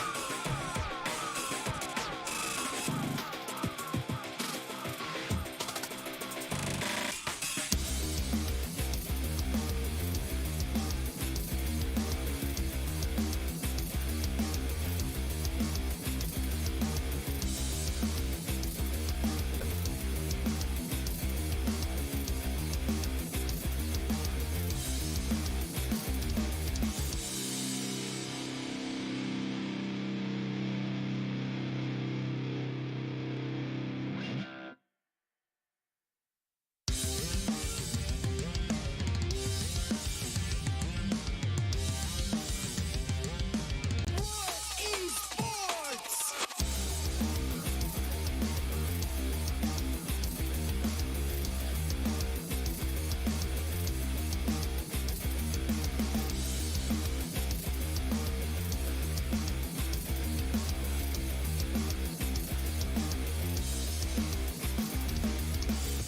It's my game. It's my world.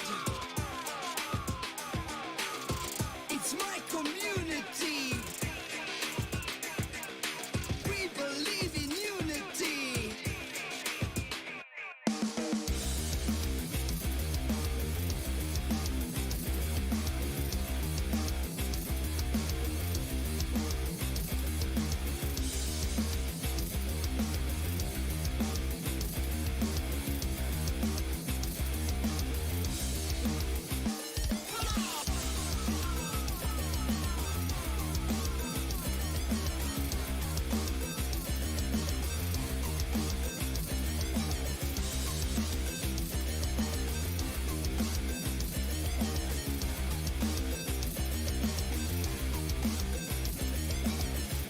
It's my game.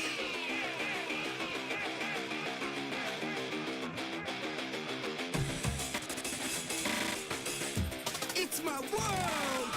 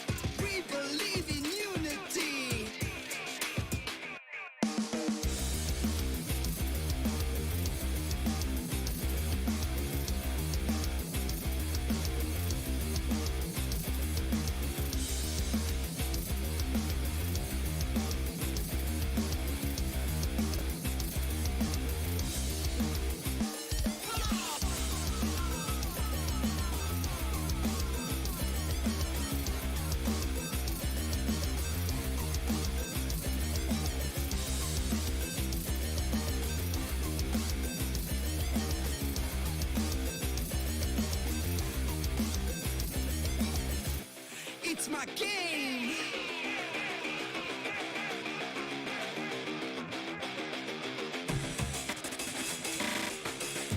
It's my world.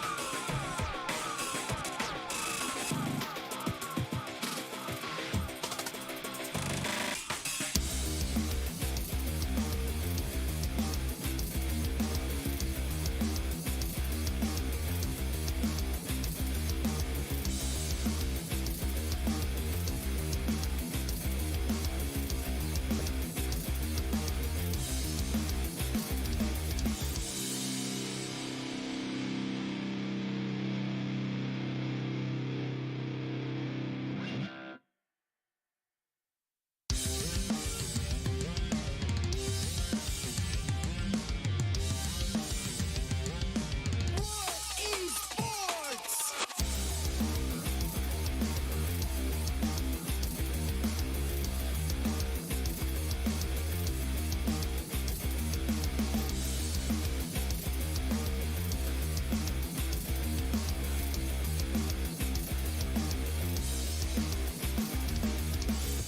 It's my game. It's my world. It's my community. We believe in unity.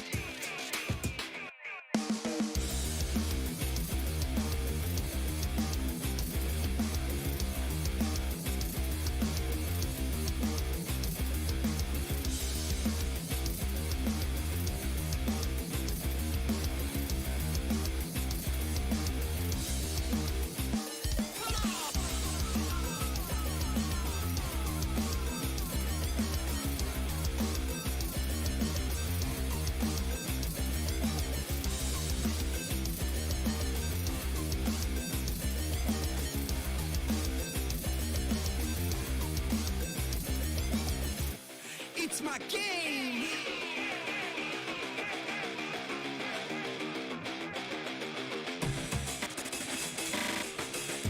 It's my world.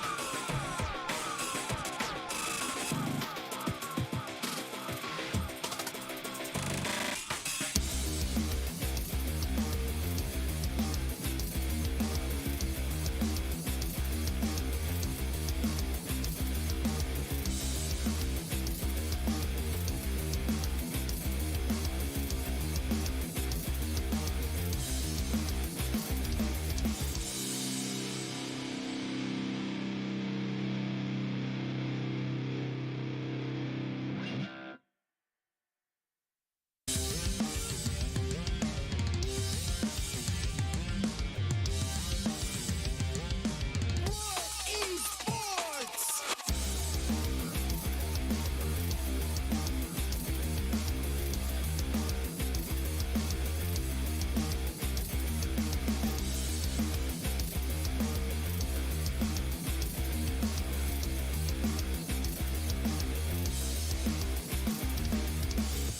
It's my game.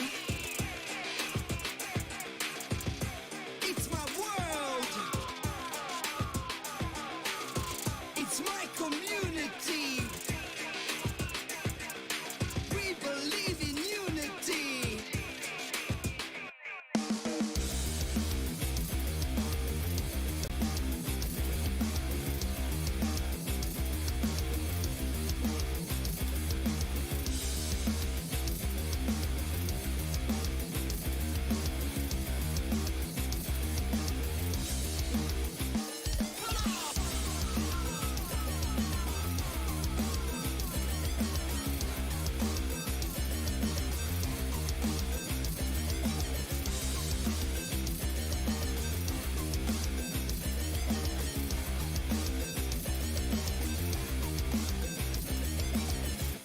It's my game.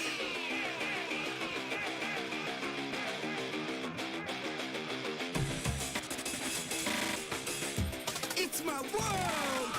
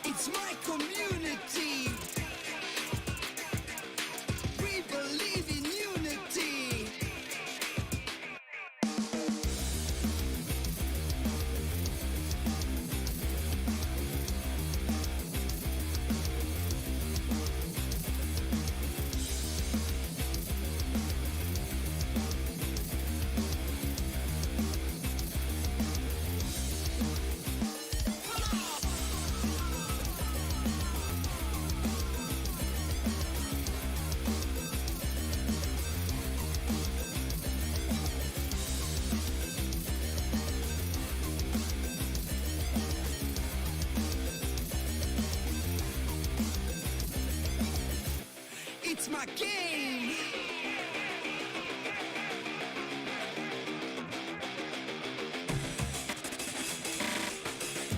It's my world.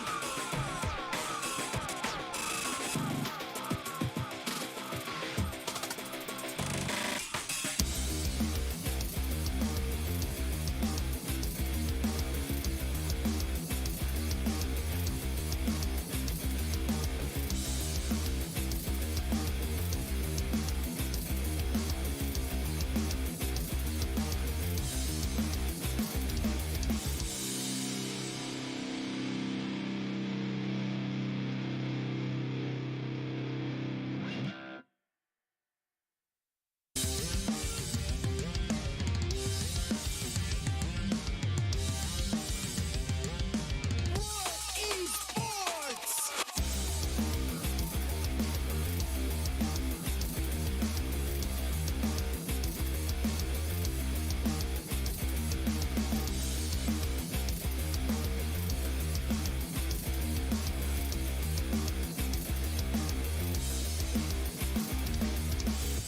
It's my game. It's my world.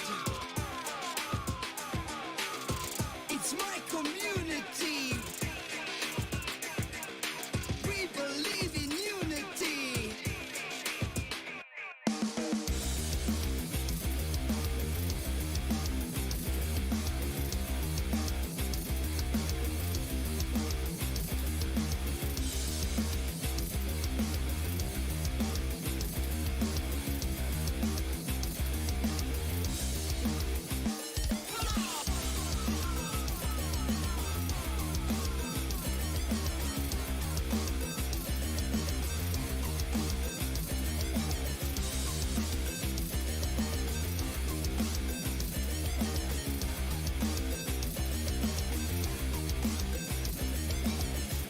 It's my game.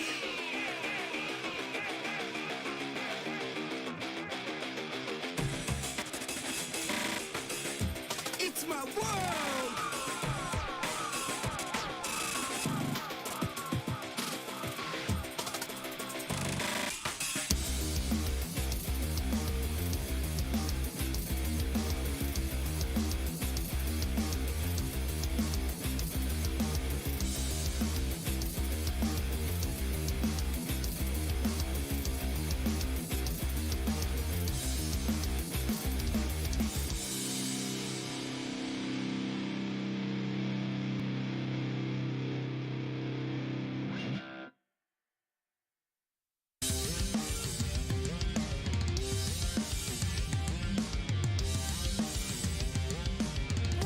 Esports.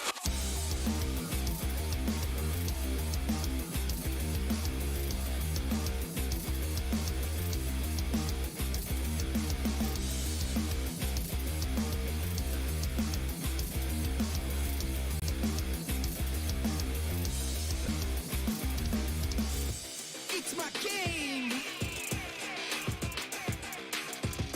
It's my world. It's my community. We believe in unity.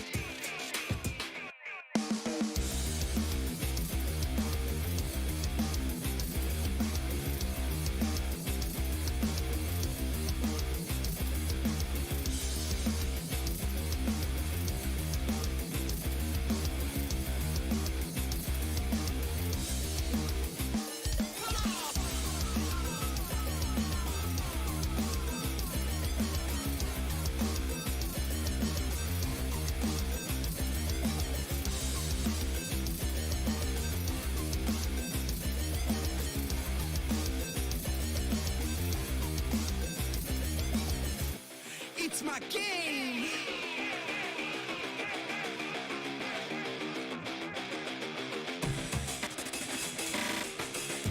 It's my world.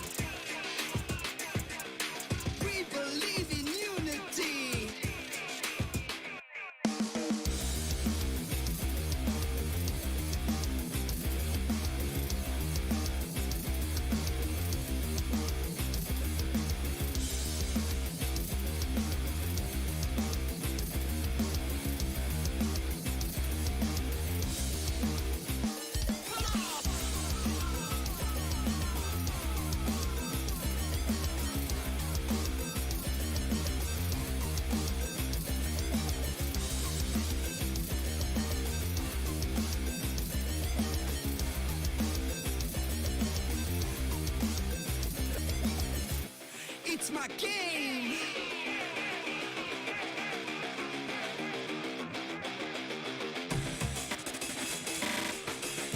It's my world.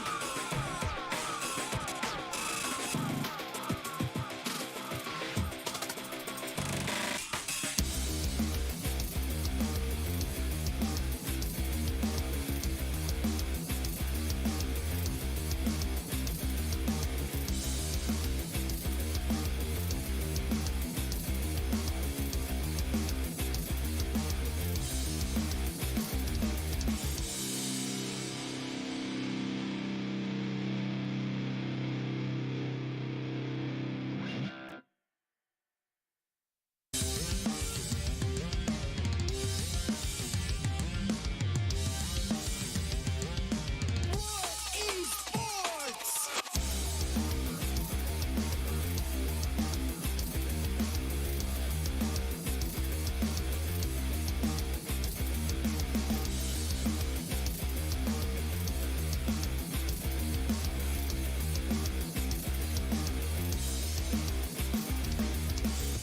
It's my game. It's my world. It's my community. We believe in unity.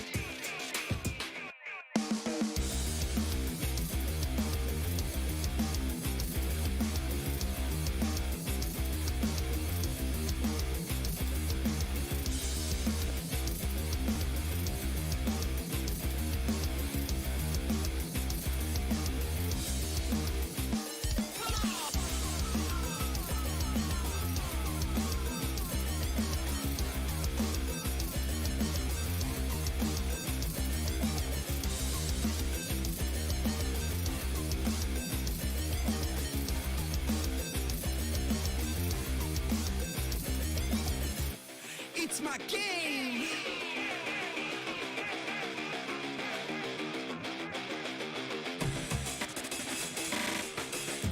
It's my world.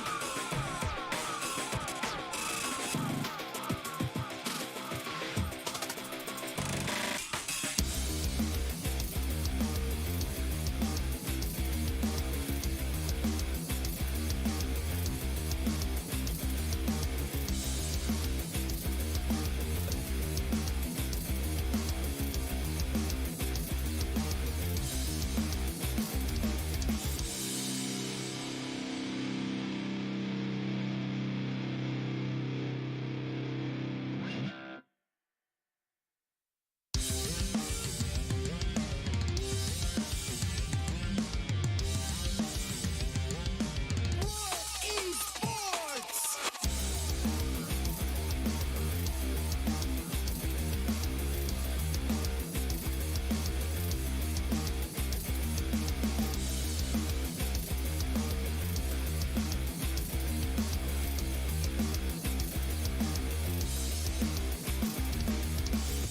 It's my game.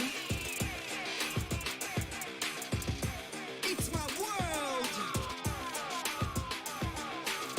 It's my community. We believe in unity.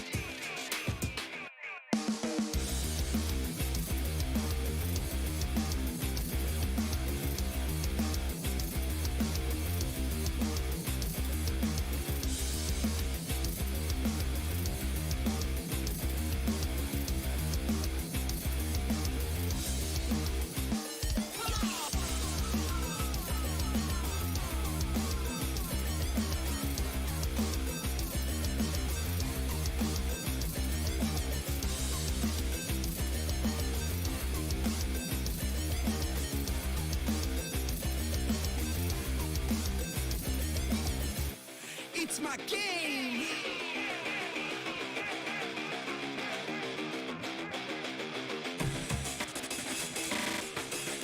It's my world.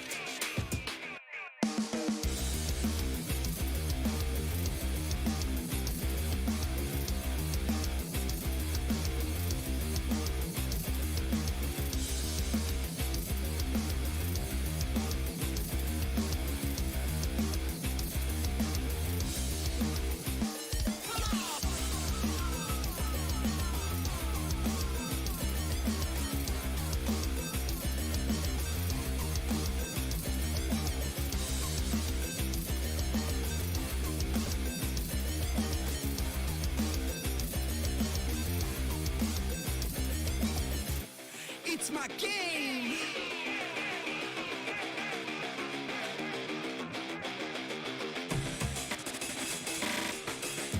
It's my world.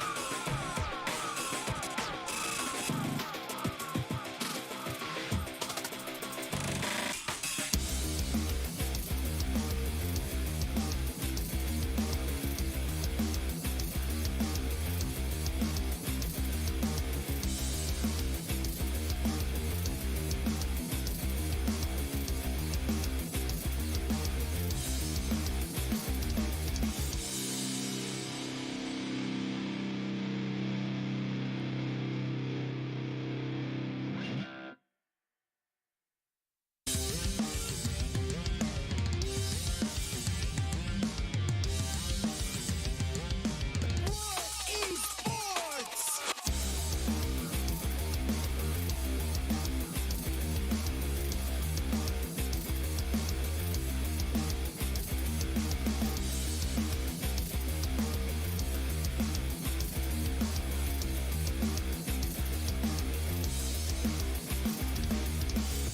It's my game.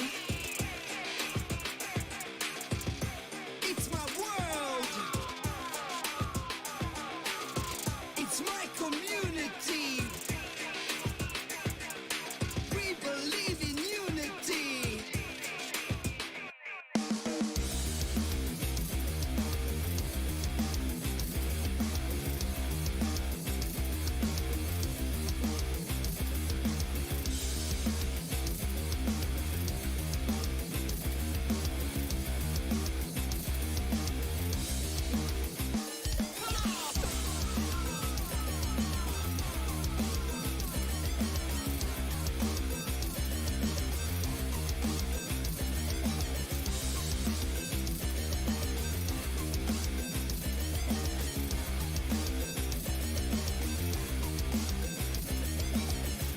It's my game.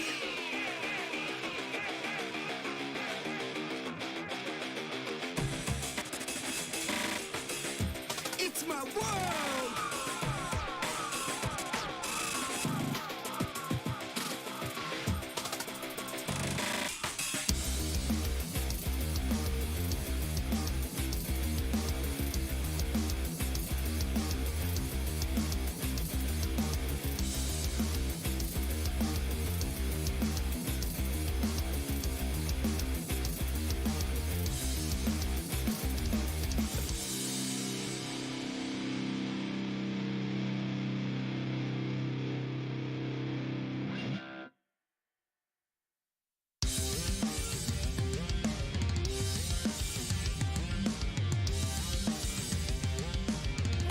Esports.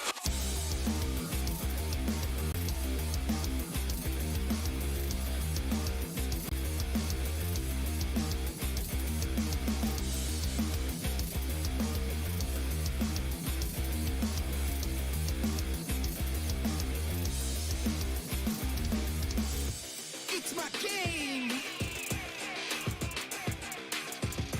It's my world. It's my community.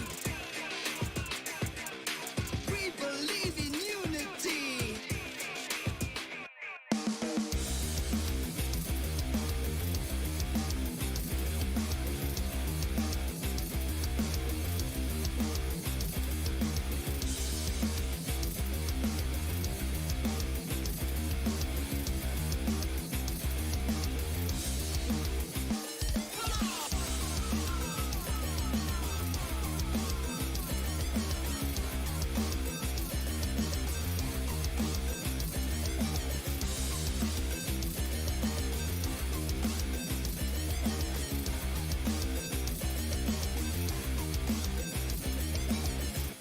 It's my game.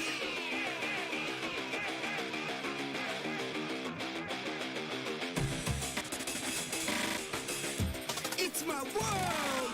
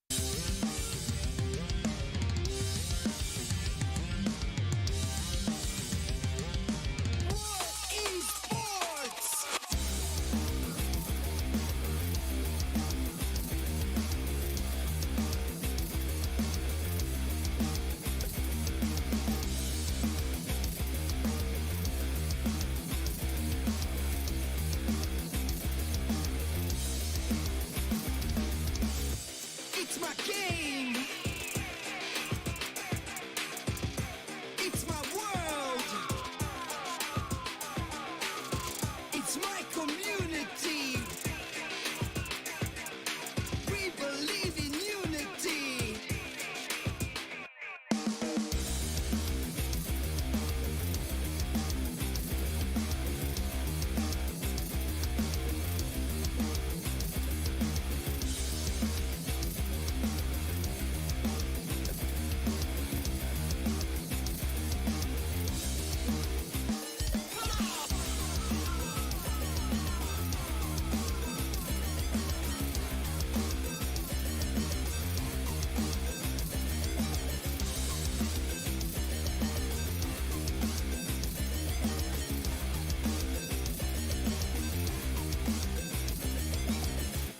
It's my game.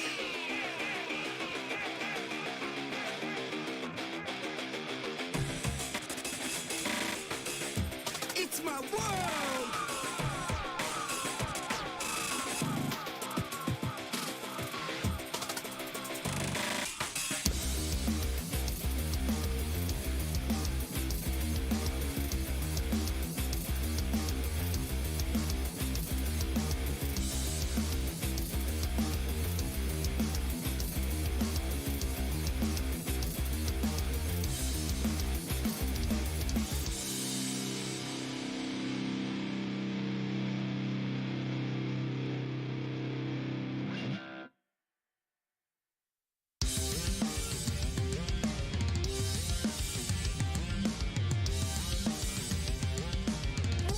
Esports.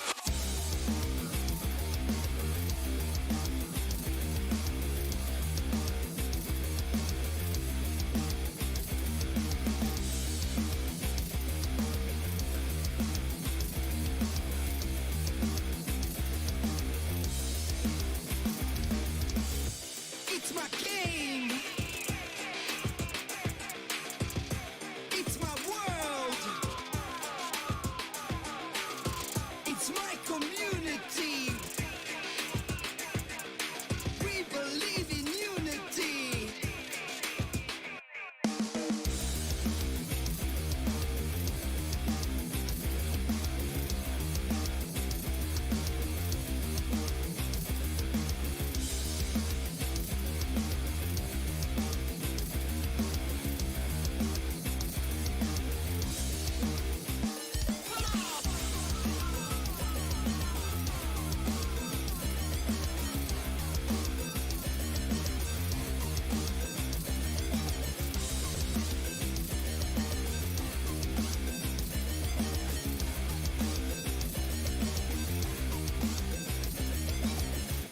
It's my game.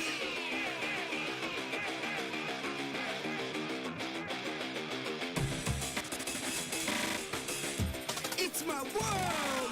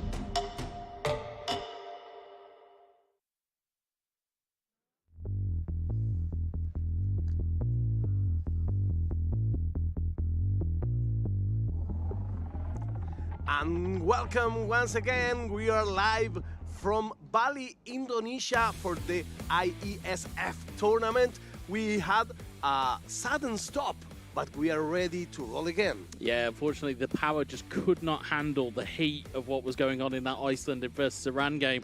And sadly, unfortunately, due to some technical difficulties, we weren't able to bring you the conclusion of it. But we are back now, and Yes, the good news we are. is we are picking up at the second half of the first game. So we are picking up with the score as it was when we had the interruption. Exactly, and it was an excellent match. Oh, So it was great. If you look it from another perspective, we will have more match to see We of have these more two goals players. to see. So, Yeah. so what you're going to see on your screens, it will be the the second half of the first best of two game that we're going to see. So that's it. We'll be back to, I believe it was Iran 3-1 up against Iceland at that point in time. Exactly, with a very interesting game, very nicely played from the ground. Tiki taka, pum pum, pim pam. So everybody at home will be really enjoying. We are here at the Island of Gods for this amazing, amazing tournament. More than 100 countries represented here, and today on today's list we have countries from all over. South America, we have you. Europe, we have you. Africa, we have you. Asia, we have you. Everything. Everybody's covered today. Everybody's it's going to covered. be great to watch. Everybody's covered and everybody's represented here in this beautiful tournament. So we are eager to see how this match will end. Will Iceland be able to keep up? Yeah, well, here's the thing. It's that break that now has had in the game, as I was talking off broadcast with you. That break in the game that you now have, it's almost like a little bit of a reset for these players, because you've now got a situation where it's one half of eFootball. The players are all fully fit in terms of their fatigue.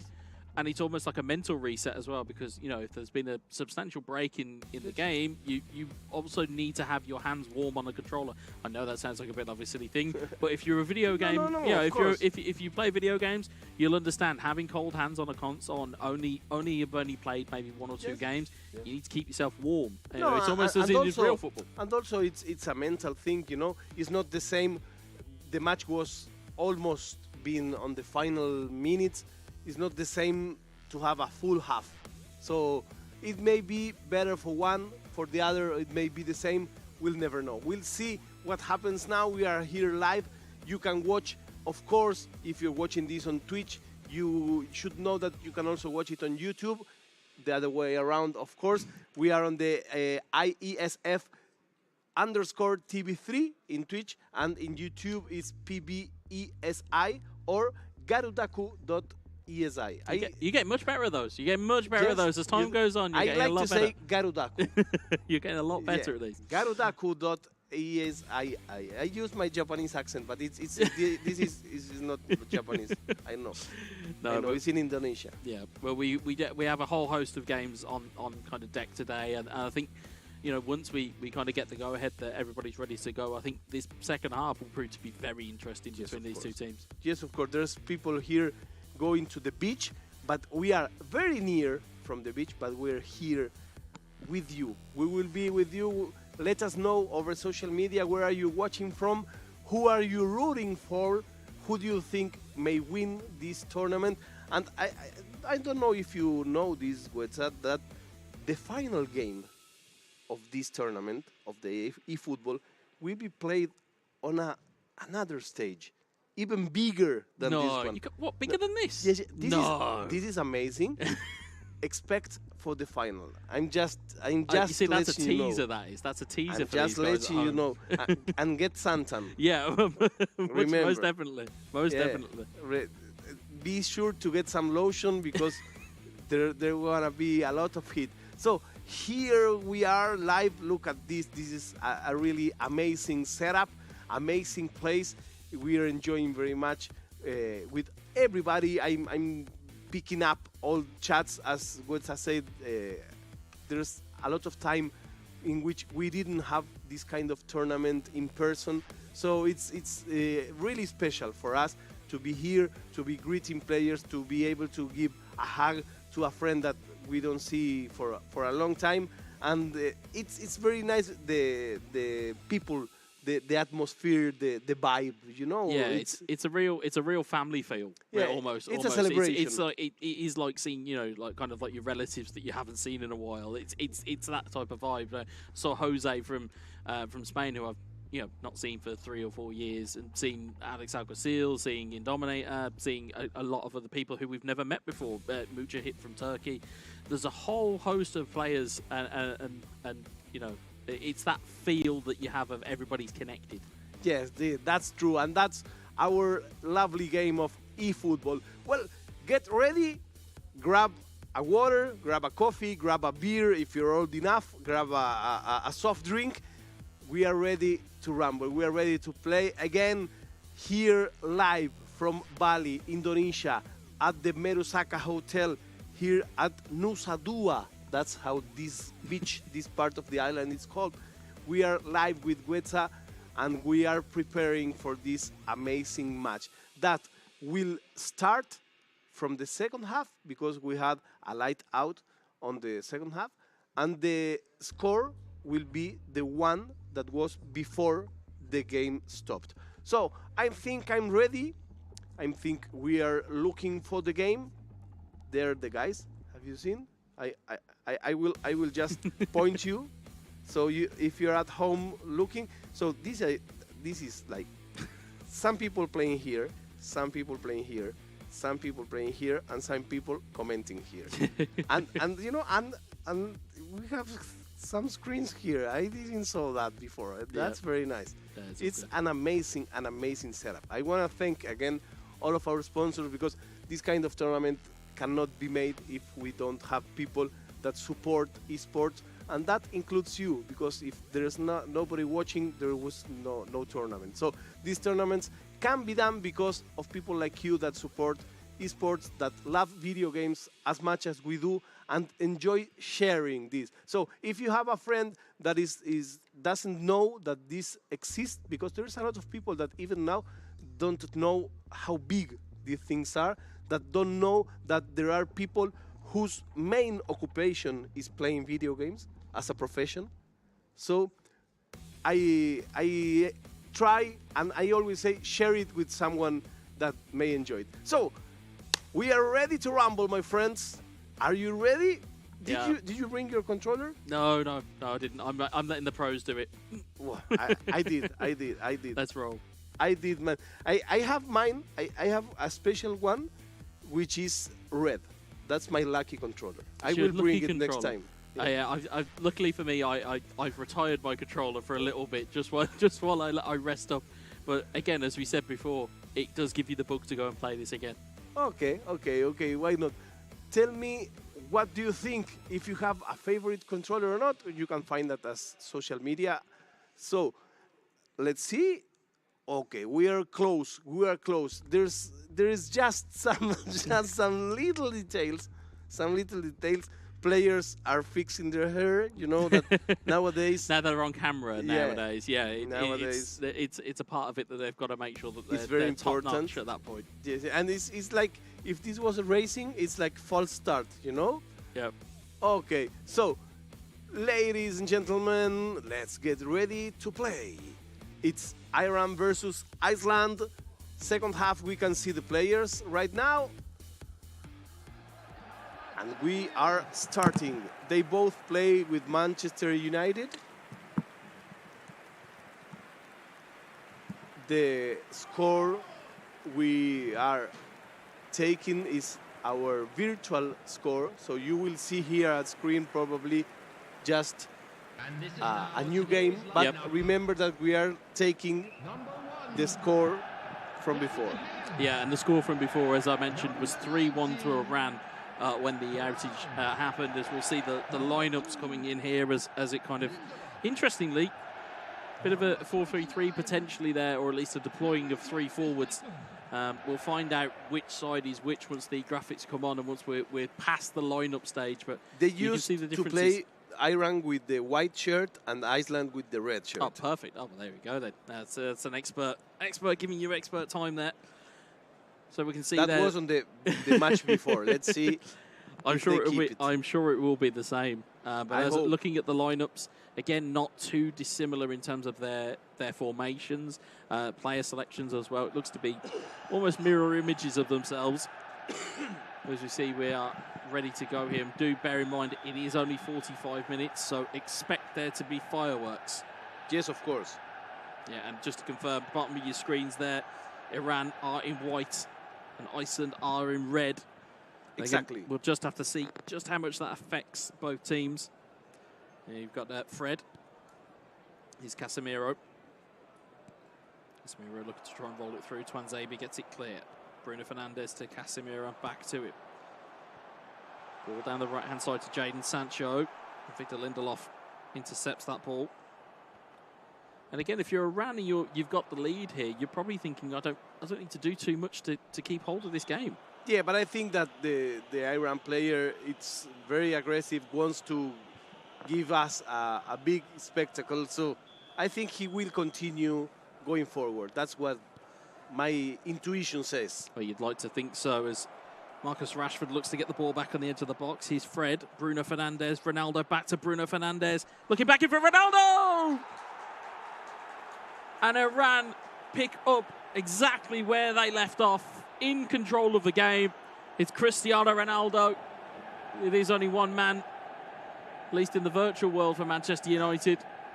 As if I came from the future, I told you that this guy will continue going forward. So he didn't let me end the sentence, and he was making this very nice goal. See, 1, 2, 3, 4, 5, 6 touches before the ball meets the net once again. So this is amazing football. This is keeping the ball moving. It's pass, pass, pass, and pass again. That's South all American style. That's all it is. They'll have to check his passport. Yeah, yeah. But again, as we look at it from an Iranian point of view, 4-1 up here.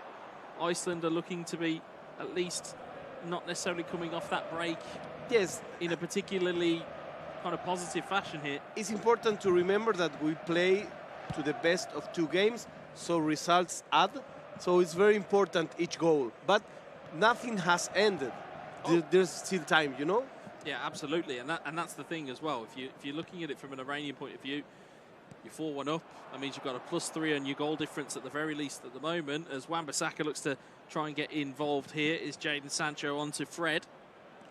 Fred looking back to Sancho. Bruno Fernandes, that ball moving quickly once more. Ronaldo looking to try and create some space and separation, but Rafael Varane will take it away. Only as far as Rashford. Danger not cleared.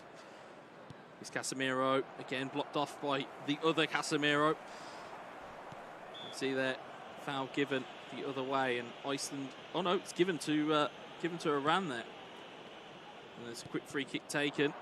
It's Jadon Sancho, Fred to Bruno. Bruno Fernandes, Rashford, Sancho. It's good feet there. Just couldn't quite get the ball through. Fred will take it away. Here's Rashford onto Ronaldo. And now it's a good opportunity to Iceland to come back, but once again, there's just some seconds, and Iran gets the ball once again, start to build the attack. Sancho, Bruno, Ronaldo. Back onto Sancho, Bruno. It's gone through his legs. Bruno will take it clear. I think ultimately, for Iceland here, it's just to get out of this game and mentally try and refresh yourself for a full 90 minutes, because at the moment, it's all Iran. Yeah, but don't forget that minutes are not important here. What is important is the goal difference, and they have to get some goals done, because sooner or later that's what calls and makes the decisions here. Yeah, and that's the vital point. Can they get themselves at least a goal in this to at least, nullify what has happened already in this game from Iran? But Iran look like they're in complete control. Once again comes Iran. Whoopa! Amazing shot from far away. Doing some nice round movements. You can see them working the ball nicely there. Opened up to a stunning strike from Ronaldo. Just couldn't quite get a direction on it. But again, it's all Iran here. It's Wan-Bissaka onto Sancho. Trying to get the ball through, Varane.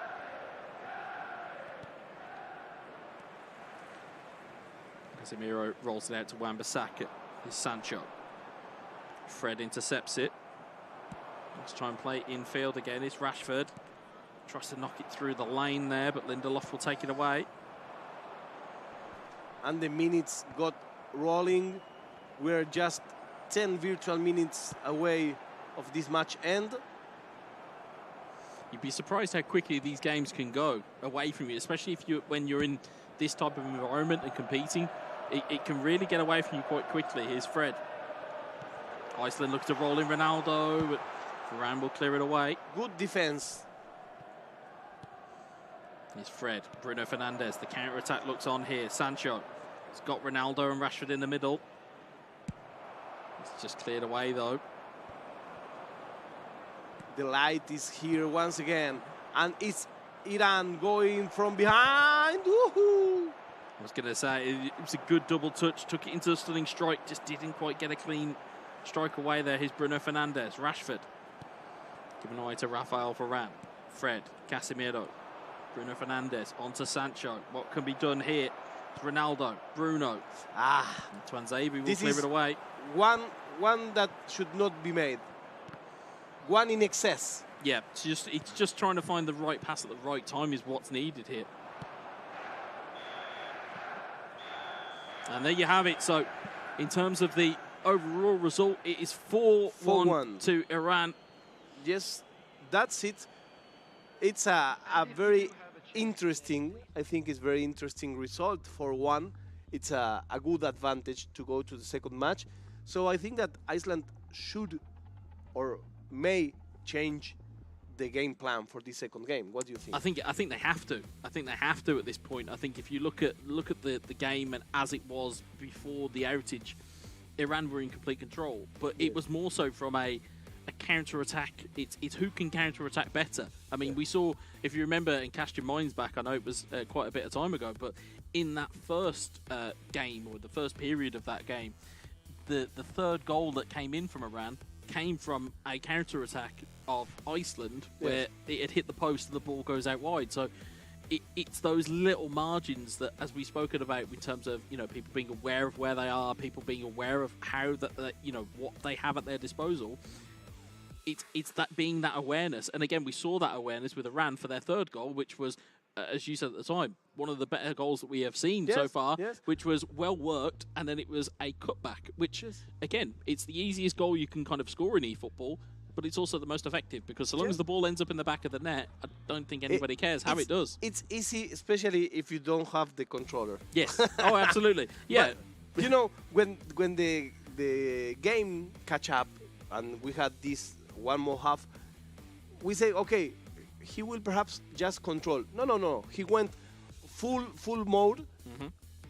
Everybody ahead, everybody forward, and he get one more goal. So 4-1, I think it's a very interesting result that should have us a new match that will be very different. Yeah, I think at least I hope so. I think the feeling of the game will be different. I think looking at how Iceland have came into that first game, they came in with the idea of going, yep, we're going to go toe-to-toe with Iran. Now there might be that seed of doubt where you go, actually, are we going to go toe-to-toe? Or are we going to try and be a little bit more conservative? And, as we said before, try and control the ball and try and get forward with it. It's like a Zen master. Our eFootball Yoda, he's called Guetza, and he's the man of the match, at least for me. But we're having a very nice match lineup. A big shout out to everybody waking up in Europe, people that are watching this stream from the UK, people that put their alarm clocks at 3 o'clock in the morning just to watch these games. Thank you very much, lads. We really appreciate it. And for those of you that are all around the world in different time zones, in different climates, enjoying this, thank you very much for being here. So we have one more Iceland-Iran coming. After that, Slovakia-Moldova. After that, Algeria-Vietnam. After that, Korea-Pakistan. After that, Djibouti versus UAE. Kuwait, Czech Republic, and we will close this streaming today with Spain versus Thailand. That we have high hopes for that match. Right? I certainly do, because in the sense of, obviously we know of the kind of the effect that Spanish kind of conglomerate have had within their esports. But the same can be said for Thailand. There is a massive audience for esports within Thailand, and I would imagine that they have probably, or I would like to think they have, probably unearthed some type of superstar that's going to come through, because the law of averages states that, you know, if the more players of esports or the more competitors you have within esports, the more likely you are to find somebody that can be, actually, that's the guy I want to set the example of, that's the guy I want to be. But of course on Spain's side, they do have that, because they have Jose, they have, and for those who are at home, lauded individual within esports in terms of what he's achieved in the game. And again, it then becomes that kind of almost David versus Goliath, as we have seen before. Yes. But it's what sets these up as really important games, because actually, as much as we can sit here on paper and go, well, we think this might happen, as soon as you get into a game of eFootball, all bets are off. Yeah, that's true. That's true. And that's why we enjoy and like so much this game. So, my friends, get ready. You're seeing here all these people. There is almost ready to start playing again. So, enjoy the match. Iceland versus Iran. Match 2 is starting right now. They are ready to rumble. We'll just have to see whether there's been any kit changes or whether there's been any changes, at least from personnel. I hope not. I hope for simplicity it's not, but you never know. Let's have a look at the starting lineups here. So you got Lindelof in there, Casemiro, Fred, Bruno. Then you've got Ronaldo, Sancho and Rashford. We're going to see a lot of that. If you see players picking Manchester United, that's going to be the front three that they will no doubt pick. And then, of course, on the other side, again, we said this already, just the slight changes. So Luke Shaw in at left-back as opposed to Victor Lindelof. Again, midfield is relatively the same, and you can see slight change there. Instead of there being a Jadon Sancho, it's Anthony Martial. So it'll be interesting to see whether those slight differences will come into play in this game. Why don't they use Garnacho? Is it because he chose to play for Argentina? No, I don't think it's that. I somehow don't think it's the bias. I don't think it's anything like that. I think give it a few years of Garnacho being at that level, I would imagine that his stats will improve, and then as a result, he'll be there. But again, we'll see as we kick off here. It is Iran in the red, and it is Iceland in the white. There's Martial to Marcus Rashford. And it's cleared away by Victor Lindelof eventually. The ball comes flying back again. It's Ronaldo off his back in towards Rashford. Just wide of the post. It's an early sighter for Iceland, and showing Iran that they haven't gone away just yet. Exactly.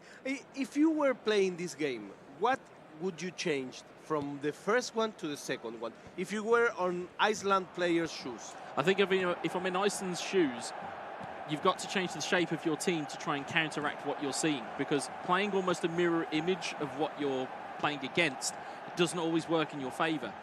You've also got to try and press the ball a little bit more. So although you're going with your players here, when you get the ball back and you recover it, you've got to treat that ball as though it's the most prized possession on the pitch.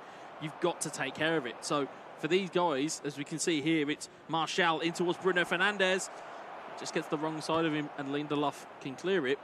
But from an Iceland standpoint, you need to try and get an early goal just to kind of rattle the cage of Iran, to say, okay, I'm in this game. What are you going to do about this? Because the reality at the moment is Iran may not be scared of Iceland, and as a result, they're able to just soak up that pressure and just distribute the ball.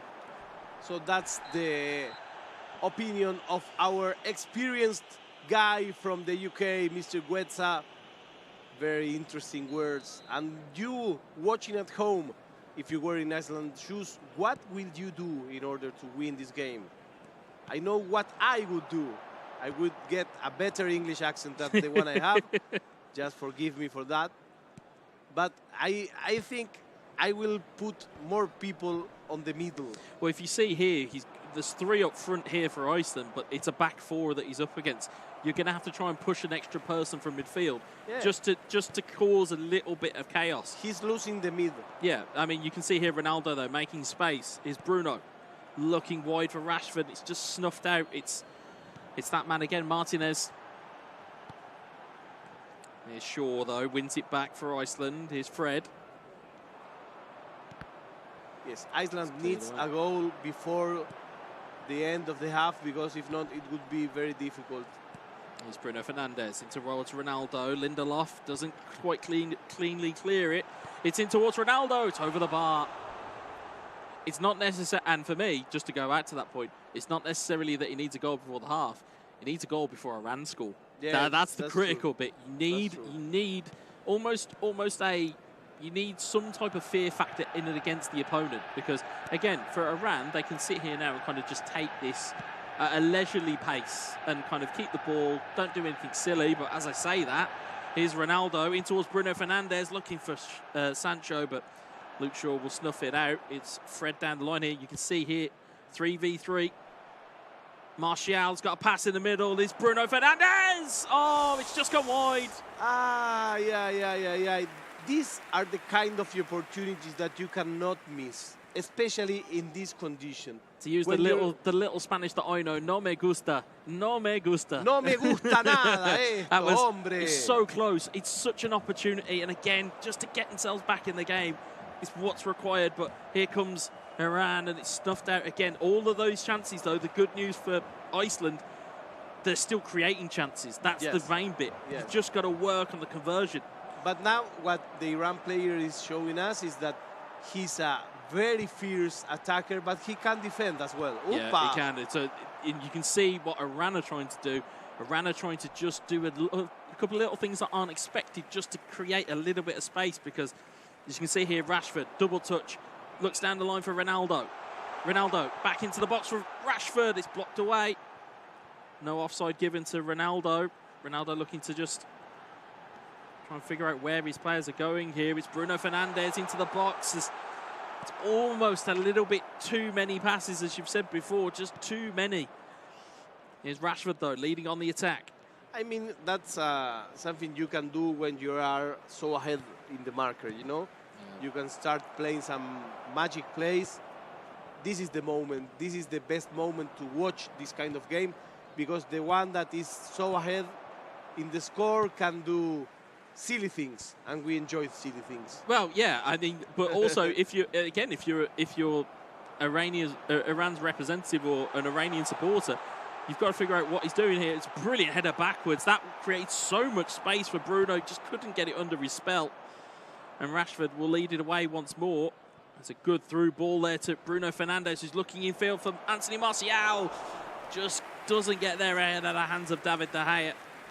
But again, if you're Iran, you're almost inviting pressure by trying those kind of trick plays and the skill moves. You're inviting it, but it's creating gaps. Spaces. It's creating gaps, and again, Iceland have got to be careful here, because again, one more goal, and I would say that would be a defining goal in this game. Yeah, I think so.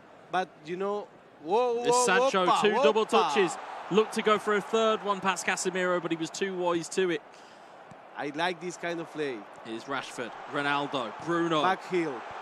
It's Lindelof with the header clear.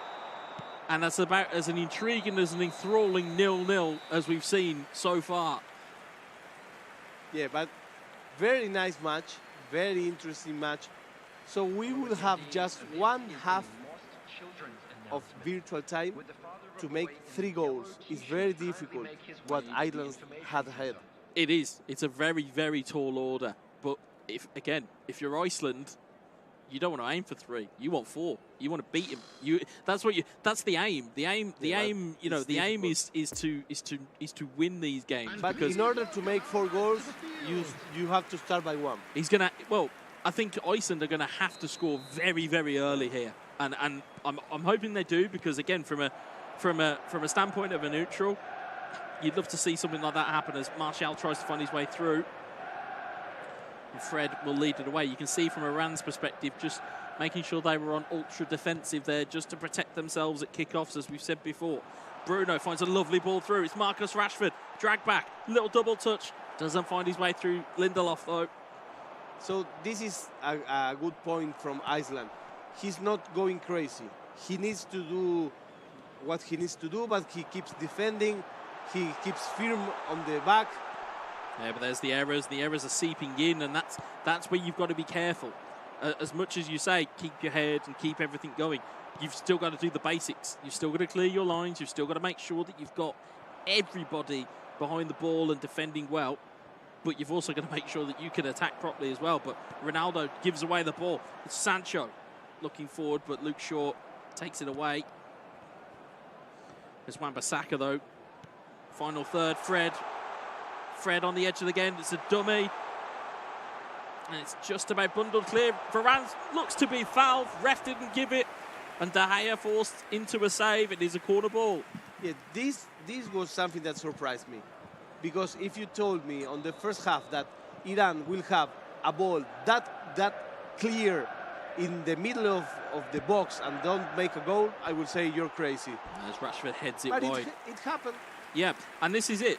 Chances are falling for both of these teams. It's who converts. It's, you know, as we talked about kind of in terms of how players could convert their chances. It's all well and good having them, but you need to start taking them. This is the time. If you are Iceland or if you're Iran, if you want to try and put this game to bed, if you're Iran, you need to take a chance. Yes. If you're Iceland and you need to get back into a game, you've got to take a chance. Here it comes. Here's Rashford. Here Ronaldo, deflection, and a big save there needed. Good save by the goalie. There's Casemiro. Fred. Ref plays advantage, then pulls it back. It's a foul. It is a foul. Here's the Brazilian Casemiro. You see, interestingly, short free kick. Bruno, Rashford, Fred, back to Rashford. Varane gets it clear. Here's Wan-Bissaka. Bruno Fernandes. Still there is Bruno Fernandes. He's got Marcus Rashford in support. Is Fred. Ronaldo's in the middle if he can find him. He's gone for the outside of the boot. Fred was brought down. Nothing given, though. Here's Bruno. He's inside the box. It's in towards Rashford. Sancho! Jadon Sancho finds the back of the net. And that is surely that for Iran to win this game.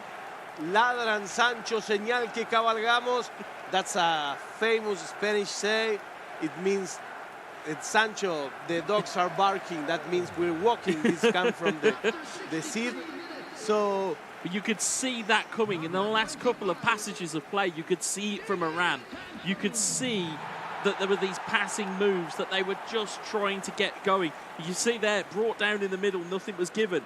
Again, the ability to just stand still, take a second, find the passes into the box, and find the extra pass, and find the open lane to take the shot. It's a brilliant finish. And letting the ball pass. See? Yeah, it's there. Just that little touch from Rashford, and it's the first time shot from Sancho. You talked about it earlier where you'd be like, oh, shoot first time. Sometimes in eFootball, it pays you to shoot first time. Yes, that's true. So here we are once again with 5-1 for Iran.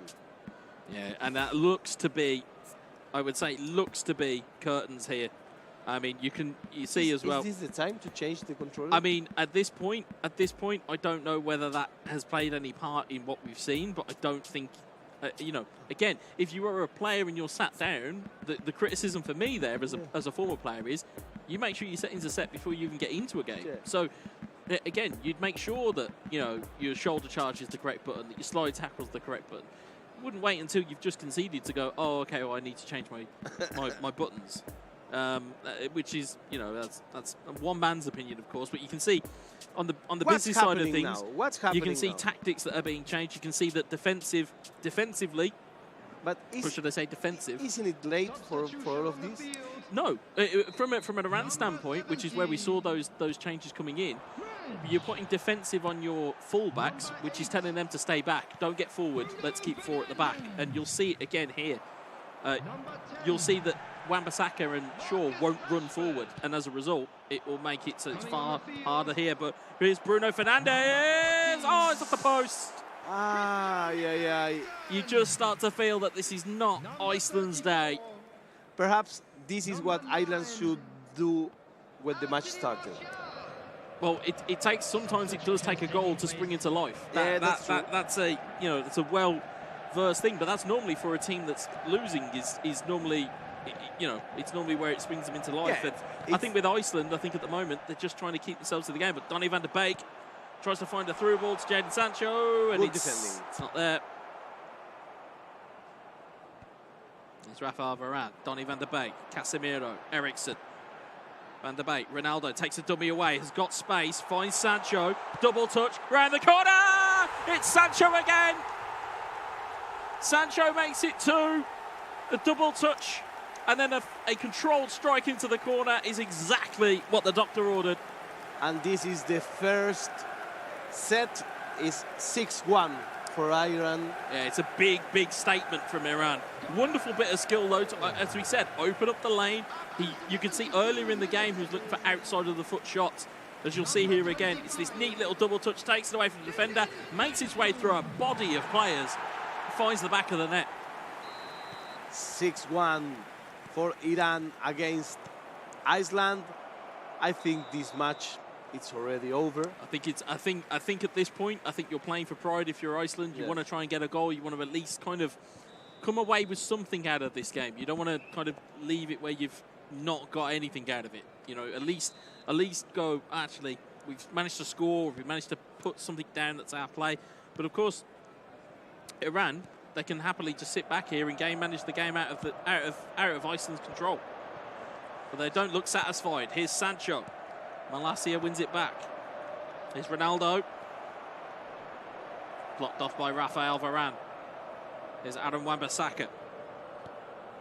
Looking inside, it's dispossessed by Christian Eriksen, but again, Casemiro, who we've seen really, for so many years be a security guard for many teams' backlines, just seemingly gobbling up the ball. And there is an offside given. Yeah, we are almost in the latest minutes of the game, near 80 minutes, virtual minutes. The match already has a result. But Iran are not finished. It's Martial trying to get the ball away for Iran. Goalkeeper's miscommunication. Good save for the goalkeeper. Eriksen sweeps it away. And if ever there was a lesson to make sure you clear your lines at home, that is a lesson in how to clear them, or how not to clear them, should I say.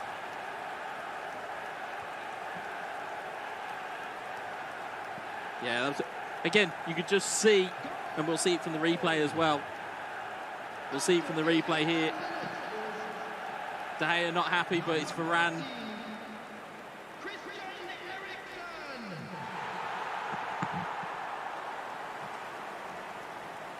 Yeah, you just see here, you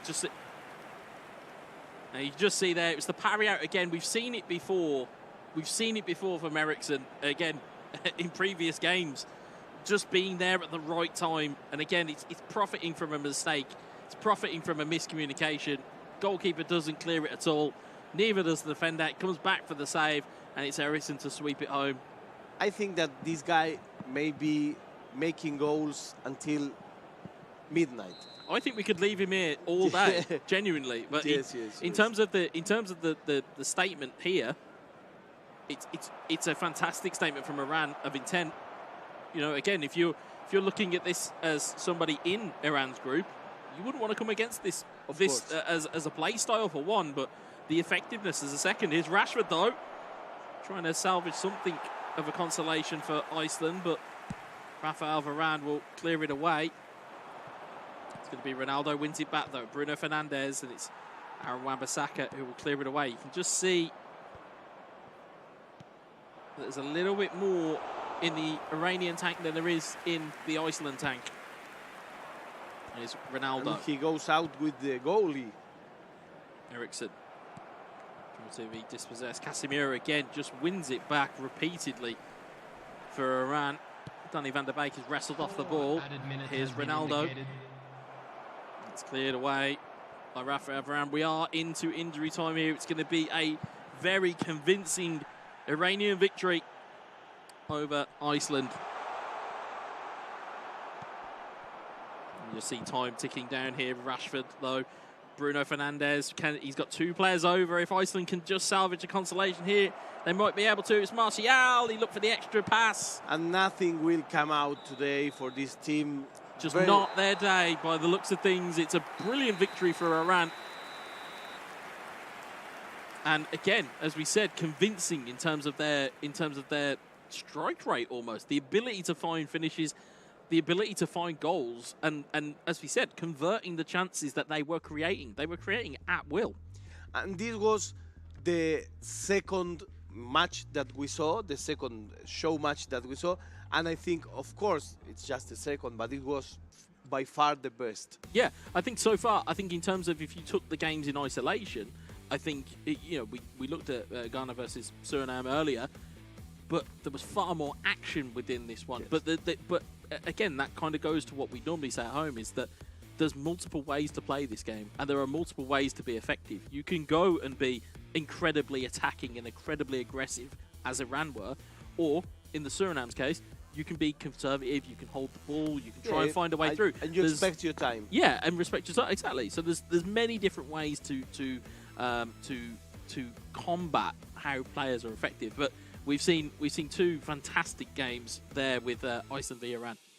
Let's see the highlights of this game. This is Iceland against Iran. Iran was making the first goals and the last goals. It was just 1 goal for Iceland, and we have 6 for Iran. Yeah, you can see these were the goals that we were talking about. It would have felt a while ago, ladies and gentlemen, for those viewing at home, because it was so.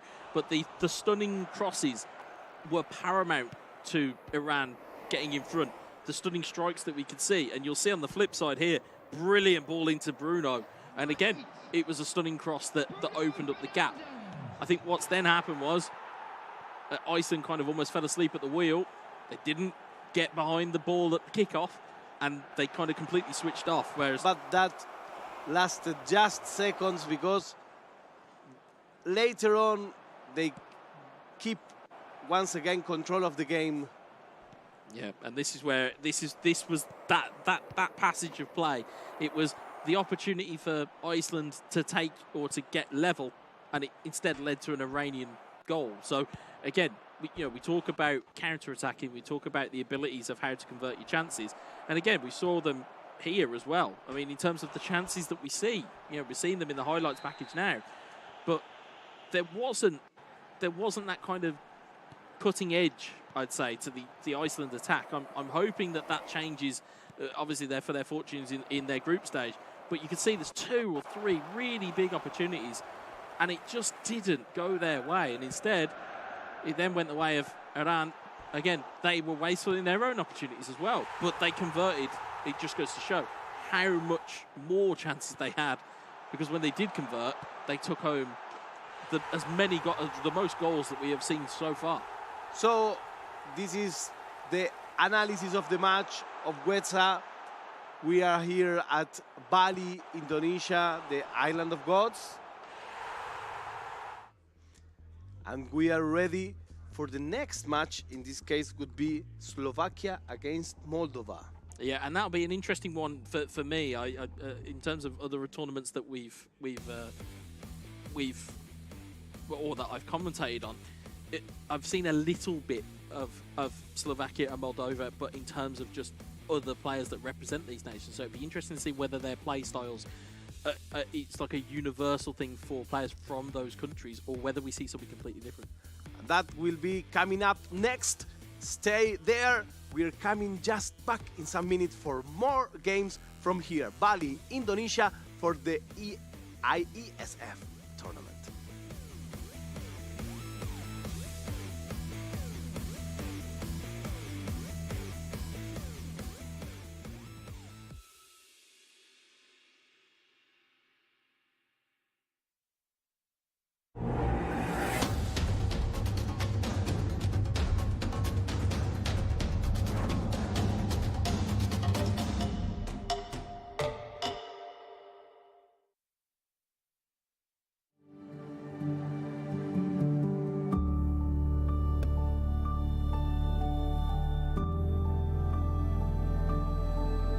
All it takes is one dream,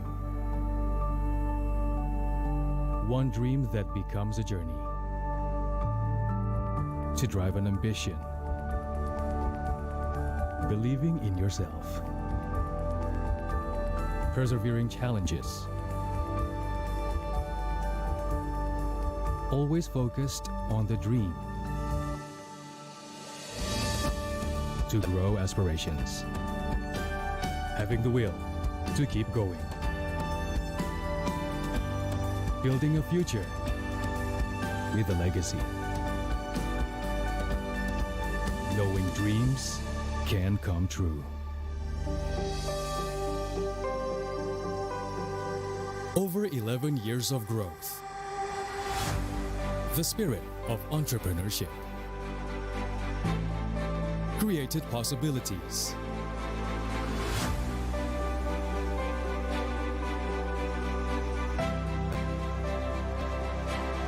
Realized new potentials.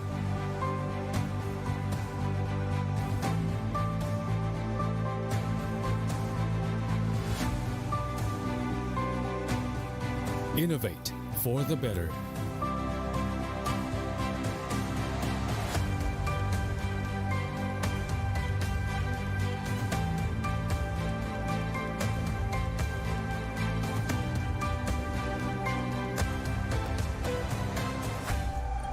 Expand horizons.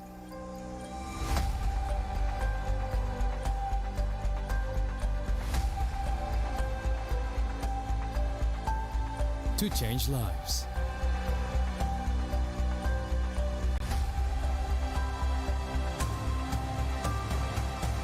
To connect new ideas. To explore new grounds.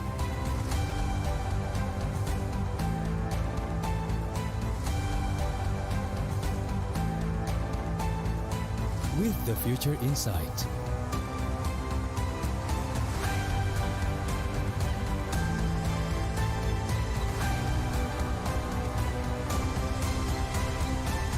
Together.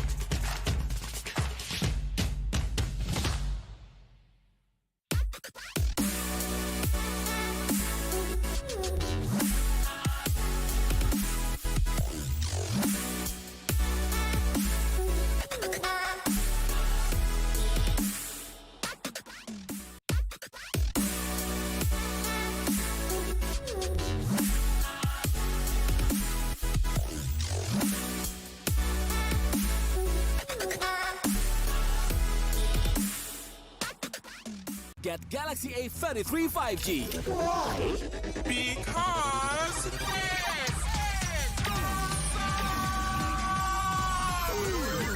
Galaxy A33 5G with awesome processor. Buy now. Get Galaxy A73 5G. Why? Because this is awesome. This is awesome. Awesome detail. Awesome detail. Awesome detail. Galaxy A73 5G. Take more awesome details. Buy now. Selamat datang di sebuah pengalaman perjalanan baru Indonesia bersama InJourney. Terbang bersama kami untuk melihat pariwisata Indonesia. Sirkuit internasional, bentang alam, ragam atraksi budaya, produk lokal asli Indonesia, warisan budaya, keamanan dan kenyamanan. InJourney membawa kerambahan Indonesia ke dunia. Warga plus 62 emang banyak maunya. Dari drakoran sampai banjir air mata. Nonton action yang mantul. Sampai nonton tendangan cantik. Maksudnya ini. Mau nonton apapun, semua ada di video. Mulai dari yang bikin berbunga-bunga, keringet dingin, ketawa, sampai bikin gak ngedip. Jadi nonton apa sekarang?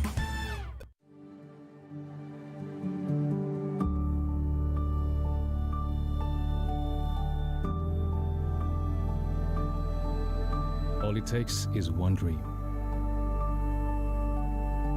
One dream that becomes a journey. To drive an ambition. Believing in yourself. Persevering challenges. Always focused on the dream. To grow aspirations. Having the will to keep going. Building a future with a legacy. Knowing dreams can come true. Over 11 years of growth.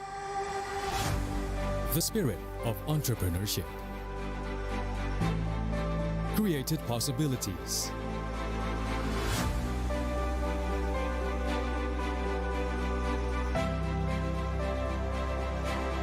Realized new potentials.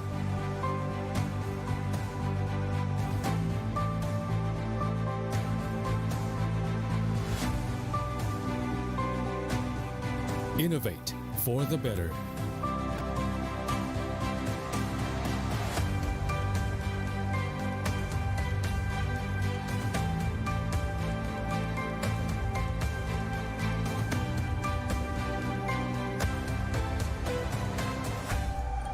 Expand horizons.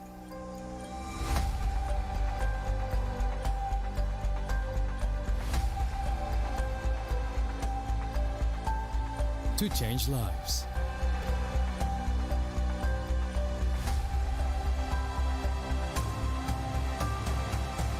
To connect new ideas. To explore new grounds.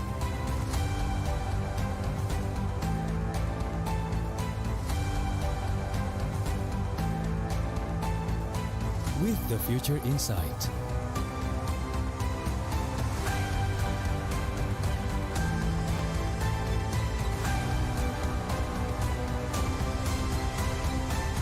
Together.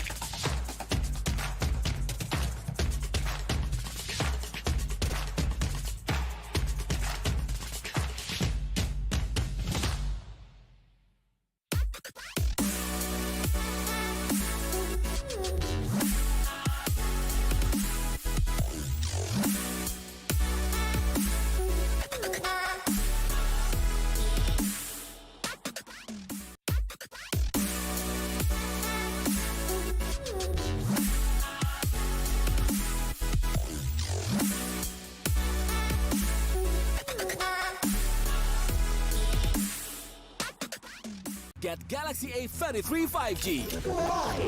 Because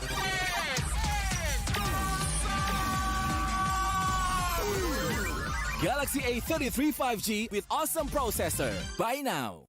Get Galaxy A73 5G. Why? Because this is awesome. This is awesome. Awesome detail. Awesome detail. Awesome detail. Galaxy A73 5G. Take more awesome details. Buy now.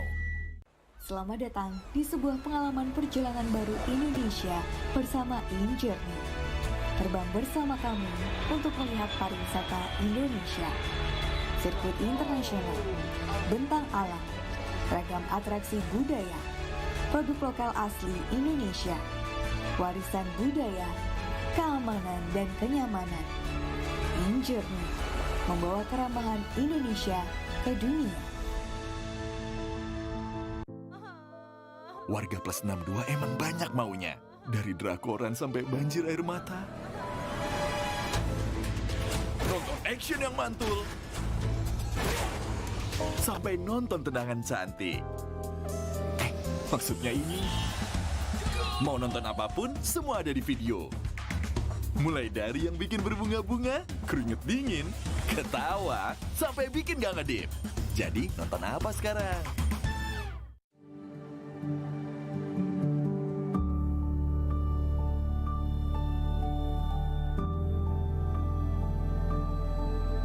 All it takes is one dream. One dream that becomes a journey. To drive an ambition. Believing in yourself. Persevering challenges. Always focused on the dream. To grow aspirations. Having the will to keep going. Building a future with a legacy. Knowing dreams can come true. Over 11 years of growth. The spirit of entrepreneurship. Created possibilities.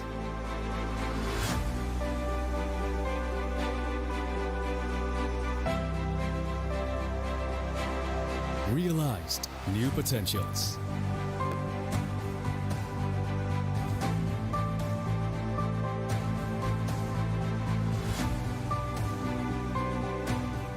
Innovate for the better.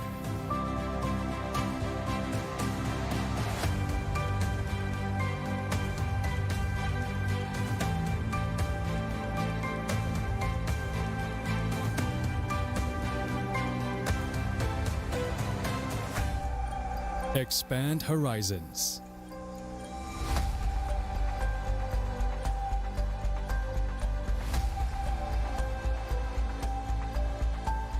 To change lives.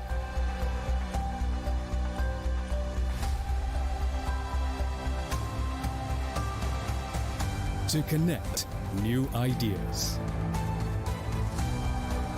To explore new grounds.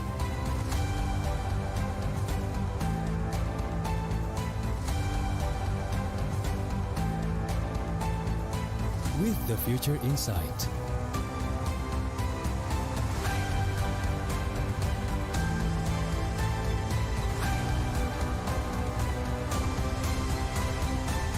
Together.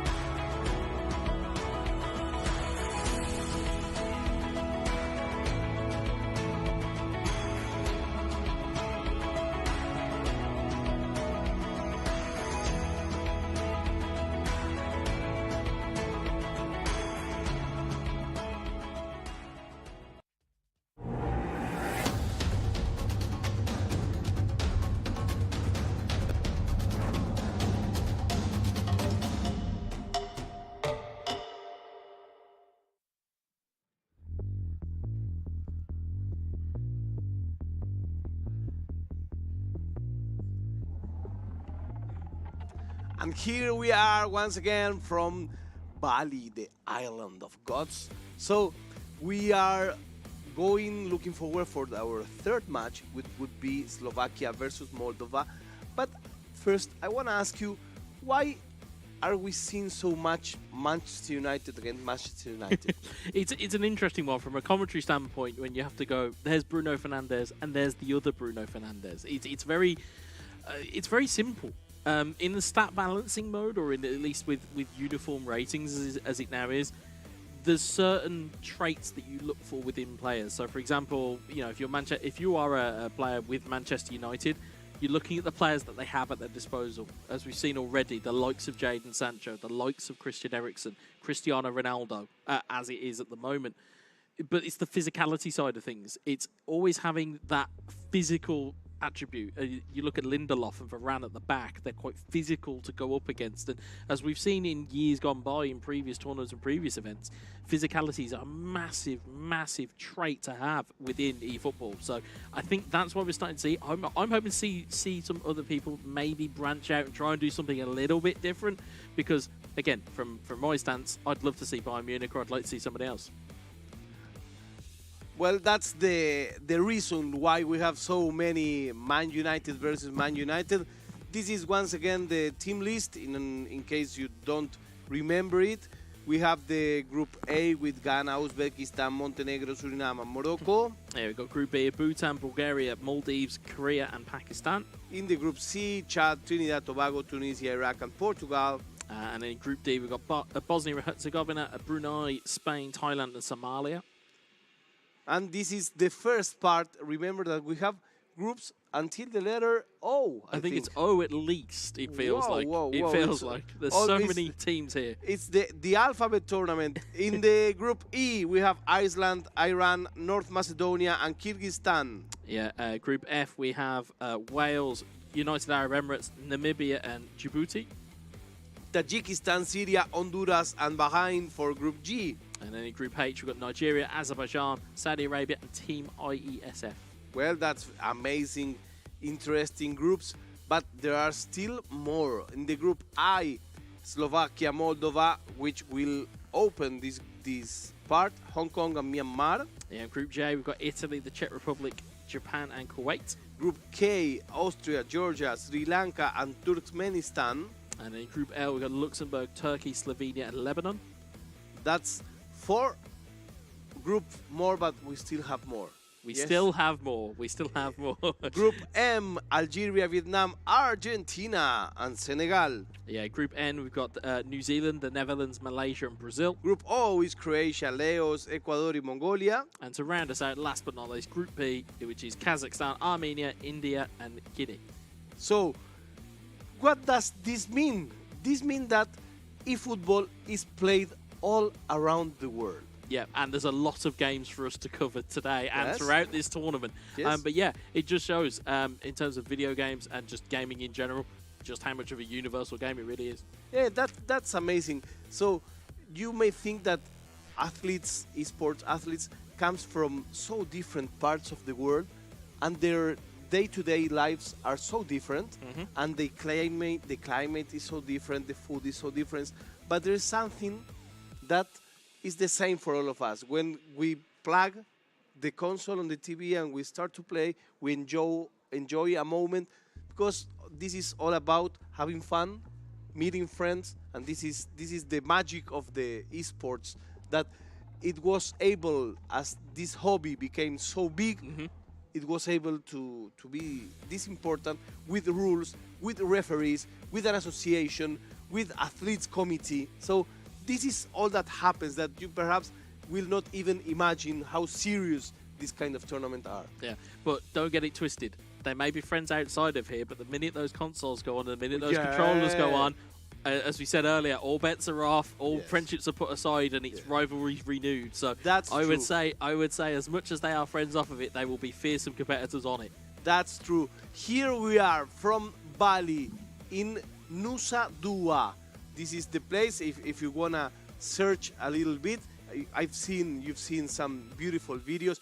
I'm eager to know more of Bali. Yes. This place seems amazing. It's like a magical place. No, it no, feels like it's- we've just come to this mystical place that It's I amazing. didn't realize exists, and It's then it's amazing. It's fantastic. And sometimes when you speak with esports people, they don't know much the place. They just go play and go by. And I always say, this is a chance of a lifetime. Yeah. Even if you're tired, you have to go outside. You have to meet the people. You have to know the place, because this is part of the experience. You know, how will you be in Bali and not know anything? No, Yeah. no. I want to go explore. The minute I end my last match today, I'm leaving and exploring. He's of letting you course. into his diary there, folks. He's Yeah. letting you into his diary. But And- yeah, I mean, it just makes up the fabric of the tournament. It's not just, I mean, as we've said before, it's not just the eFootball tournament that's here. There's several other games that are here. There's obviously several other channels from the IESF that are obviously, you can find them on Twitch. It's very easy to find. Yeah, It's- but keep on this but one. Obviously, keep on this one. Yes. But there's so many different kind of disciplines that they go through. Obviously, we've got so many nations that are here. Yeah, You know, it's like, and again, you're interacting with people and interacting with cultures and with people from those cultures that you'd never have the ability to do. For example, like I am, you know, I'm from the UK. I'm from Birmingham. I would never in my wildest dreams be able to meet yourself, for example, Yeah. because it's like, when am I ever going to go to where, you know, Argentina or like, you know? I brought you a scarf of Banfield, which is my Yes. football team, one of the most important in Argentina. You I don't know about Banfield. I need to learn. You have to read a little bit more, but you will have your Banfield Yeah. scarf. And I want to thank my Indonesian friends. Last night, as I was telling you, there was like a big table, and I say, no, okay, this is for you. No, you join us. So the Indonesian hospitality, I'm experiencing it, and I'm loving it. So after this match, if you are from Indonesia and you want to take me Are you trying to walking invite in people Bali, down here? Is that what you're trying to do? Yes, yeah, I can meet you here at the door, and we will go explore Bali. Okay, so I think we are ready we to are go. ready to roll. I Yes, think. yes. That guy used the same haircut as myself, but it's not me. Okay, here we have Slovakia versus Moldova. We are seeing the players. I think we are going to the match. We're on the starters blocks, as they say. That's what Yes, we're on. exactly, We are very exactly. much, again, if you can imagine it at home, as much as it is easy for you to just pick up a controller and just kind of plug it into your TV and just play, of course, what's happening behind us is there's referees double checking rules, there's people checking settings. As we said, alluded to in the previous game, there's people checking their controller settings, there's people checking everything just to make sure everything is exactly what it needs to be with the rulebook. And it sounds like we are ready to rock and roll. I think so. So here it comes. It's Slovakia versus Moldova. Let's see which teams are we going to have. I hope they're not the same. And Well, here we're we about to come. see. Old school players. I like this. It's headphones in and all sorts. So there is definitely one Man United. Is there a second? Let's find out here. And we'll also need to make sure that if there is a secondary Man United, which it wouldn't surprise me if there was. Yeah, but we have seen it again. But it's no surprise. That's the thing. That's true. But interestingly enough, with it being uniform settings as well, or uniform stats, this now puts the onus on the players with the controllers. If you think about it, it's not necessarily the matchups on the field that are going to make the difference now. It's going to be the people who are controlling those players. So exactly, as much as it is confusing for us, New notification for guest one. as much as Microphone unmuted. as much as it is confusing for us, it's actually going to be it's going to be better because you're going to see almost a true representation of these players' play styles. That's true. As you see there, Luke Shaw, Dallo, Harry Maguire with the first rare start here that we've seen today. You see Anthony as well. Interestingly, Anthony brought on. So, again, does that lend itself to the fact that the player is a skiller? Does he look to use skill moves? Because, again, Anthony's quick feet, they are lightning quick, especially within eFootball. I want to see Garnacho on the pitch. You can put a special request in with them Yes. afterwards. You can put a special request in afterwards. But as you've seen, it's like that small variation that you can see from the front threes. It's always going to be Ronaldo and Rashford, but who makes that third? Is it going to be Martial? Is it going to be Sancho? Is it going to be Anthony? As you can see there as well, interestingly, a little bit more narrow on the right-hand side of the field rather than a slightly more wider kind of stance almost on the left-hand side. But we'll see who owns what stance as we get into the game here. We are hearing the chants. We're starting the game. Slovakia with the red shirts, Moldova with the white shirts. And this is the starting game of this bracket. As you see, Bruno Fernandes getting hold of the ball very quickly indeed. Ronaldo pressured into a tackle. It's Christian Eriksen that will lead that away. Here's Jadon Sancho. He's got Bruno making a run for him advance, but he doesn't quite use him. He's got Ronaldo with his hand up in the middle. It's still Jadon Sancho. A lot of room to run, and Martinez will take that clearing away. Here's Sancho onto Fernandes. The first option was for Slovakia. A classic play. Goes from the side, throws a center ball, it couldn't be connected. What happens here? Again, controllers. Again, it's, you would think, again, at this level, you would think that players would check this all. You'd think they would check it all before you get started, because, again, if I'm sat there as a player, I don't want to go into the game questioning whether my controller settings are correct or not. Yeah, perhaps the default settings are not the settings that the player likes. Yeah, but in which case it's fine, but you wouldn't then kind of almost time waste it in the game. You'd want to get this done beforehand, and that's true. But again, also if you're thinking about it from a player point of view, he's now giving the ball away to his opponent in a throw-in inside his own half. If you're going to do something like this, again, you know, kind of almost dark arts a little bit here when you think about it. You'd want to clear the ball either out for a goal kick down the other end, or you'd want to put a throw-in as far down the pitch as possible. But instead, he's now put himself under a bit of pressure. So here we come again. Slovakia in the red shirts, Moldova in the white shirts. This is the first match. We're playing to the best of two. The goals adds, and that result of adding the two matches is the one that we take. Yeah, you can see Sancho just trying to get around our Wan-Bissaka there, just not quite getting there. It's Slovakia that are on the attack here. Casemiro, Moldova that will take this ball away though. Few minutes, but we saw more of Slovakia going forward, attacking. Moldova expecting. You can see Sancho just making that run. Ball into the box. It's a stunning cross, but De Gea comes out and claims it. I think interesting what you're seeing from Moldova. When this ball comes in here, you're seeing it going one touch. It's going very, very quick. Just take your time. Take a breather. And as we see, Ronaldo's broken through. Here's Ronaldo! Well, there we have it. It's our opener. And it's gone the way of Moldova. And it's what we were talking before. This was a match that was all on Slovakia, all the effort, all the attacking, but it was just one bad move, one error, coming back not the way you have to do it.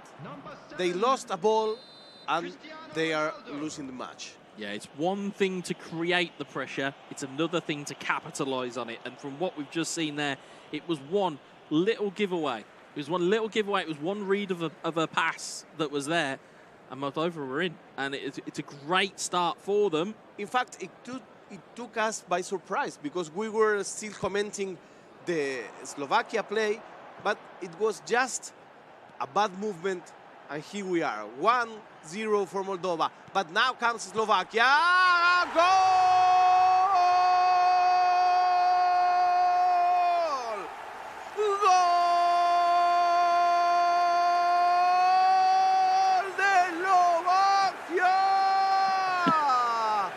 And it's 1-1, the equalizer comes. People shout, people hug. Amazing, Guetza. That was brilliant. I have just experienced a South American commentator's goal. I am in dreamland here, but so are Slovenia. They've got, Slovakia even. They've got themselves back into the game. Again, it was really good pressure down the left. And again, smart finish. And now all of a sudden, pressure is back on. We have a new game starting. 1-1. It's an equalizer. We are leaving the match with Mr. Wetza here. There's a poor giveaway there. Lofted through ball. You like to see it, but unfortunately, nothing was going to come about of it there. I like that pass. Three fingers. It was a good pass. However, did not find its target, which, as we said, time and a place for it. Yeah. That's what we've got to think of. Sancho, quick feet, trying to just displace this defence. It's Bruno Fernandes into Rashford. Back to Bruno, back to Rashford. Oh, and he's just bumped into the defender at the wrong moment. And the keeper will gobble that up. But again, it's really good play from Moldova just to try and get themselves back in the ascendancy. Here's Martinez. Tries to get the ball through, and we can just see just breaking down into Slovakia. I think that they measured each other, and both players respect each other, but they also know that there is not impossible to make a goal. Yeah. So that's the best matches. When both know that the match is a good level, you have to attack, but you have to defend. Both things. Yeah, absolutely. I think looking at it, it's respect, but you don't fear, and that's what we love to see, because it's a case of, yeah, okay, you can land a punch on me, but I need to go and land one on you. Here's Ronaldo to Sancho. Back to Ronaldo. Back to Sancho. It was a good opportunity. Maybe rather than going near post, could have tried to get that across the box, but it's good build-up play from Moldova. He doesn't use much dribbling. He's just touches, but nobody carries the ball. Well, as I was taught as a kid, the ball will always move quicker than a player, and that's what we're seeing here. It's just movement of the ball, just get it moving as quickly as you can. Here's Bruno Fernandes, lofted through ball, looking for Ronaldo. He thought about it. He thought about a little bit of a scissor kick there, but it didn't quite come away with it. Here is Christian Eriksen. I think that's the main difference between the professional players and players at home. When we play at home, we love to carry the ball. Yep. And professional players don't carry very much. There are very few of them that like dribbling and moving the ball. Yeah, you could almost count them on one hand, the types of dribblers that you can think of. But as we see here, talking about dribblers, is Sancho to Bruno to Sancho. Sancho gets the shot away to save. Fred on the rebound. It's just gone wide. We've seen them get put in, and you would have put your life on it. If it was Christian Eriksen running onto that after what we've seen today, that probably would have found the back of the net. The goalie was not very smart on this play. I think he was the one that caused the most impact on this play. I thought that on the second play it would be ending on the net. It didn't. Yeah, sometimes it's better to go with your hands rather than your feet, especially if you are a goalkeeper. Here's Casemiro to Bruno Fernandes. On towards Cristiano Ronaldo. Sancho. Fred. You can see ball movement really good here from Moldova. Sancho trying to just, again, create a little bit of space. Here's Fred. Bruno. Lot of space in the middle. Back from Ronaldo. It's Bruno Fernandes.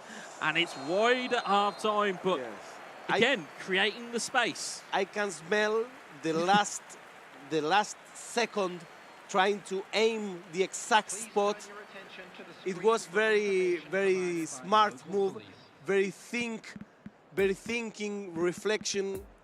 Words doesn't come from my mouth, but you know what I mean. It's quick thinking. Yeah, you know what I mean. He was trying to be so precise that ball went out for centimeters. Sometimes you can be too smart, and sometimes you can try and predict too much. Sometimes it just needs a bit of instinct on what you do. So as we've said, sometimes it benefits to have, you know, a first-time shot. Sometimes it doesn't. As you can see, a lot of different changes going on your screens in front of you. You can see personnel changes. You can see differences in ways that these guys are moving. You can see they've deployed a slightly more out-wide philosophy. And interestingly, something to pick up if you are an eFootball player at home, again, these players will have different traits. These have different player traits dependent on what positions they're in. Sometimes it'll be triggered and sometimes they won't. Again, it's always something to bear in mind when you have players that are coming off the bench. For example, we've seen time and again players that have the super sub trait are fantastic off the bench, but that's due to their impact that they can have. I think here, it's exactly that same type of thing. You've got to be careful with what players you're bringing on and taking off. But certainly, interestingly, that they've both deployed and started to go wider with their team selection now in the second half. Let's see what we have for this second half. There's no Garnacho on the pitch yet. To be fair, though, the more they play wide, the more that is likely.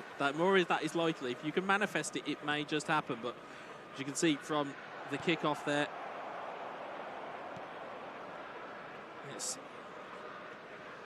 Moldova.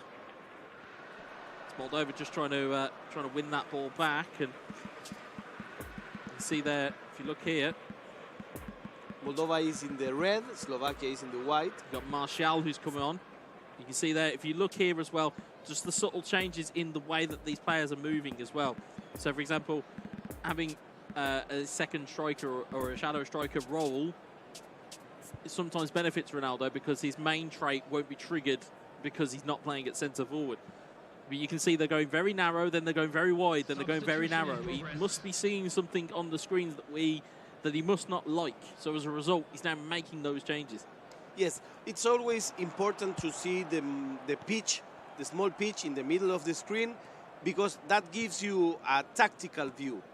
Yeah, and the radar is a massively important weapon in any eFootballer's arsenal. As you see, Rashford trying to get through to Ronaldo. Players who know how to play look at the radar a lot. It's really a must. Yeah, you can see as well. You can see, if you look at the bottom of your screen there, you can see there's 3 players constantly forward for Moldova. But it's Slovakia that appear to be on the break here. It's cleared away once more. There's Eriksson. Ronaldo. It's looking forward. We can't quite get it through the lines of defence. A very balanced match for now. It's back again though. It's Anthony. It's just cleared away. It's just a foul given. We can say that these both players have kind of a similar approach to the game. Yes, yes. A similar level. It's a really balanced match.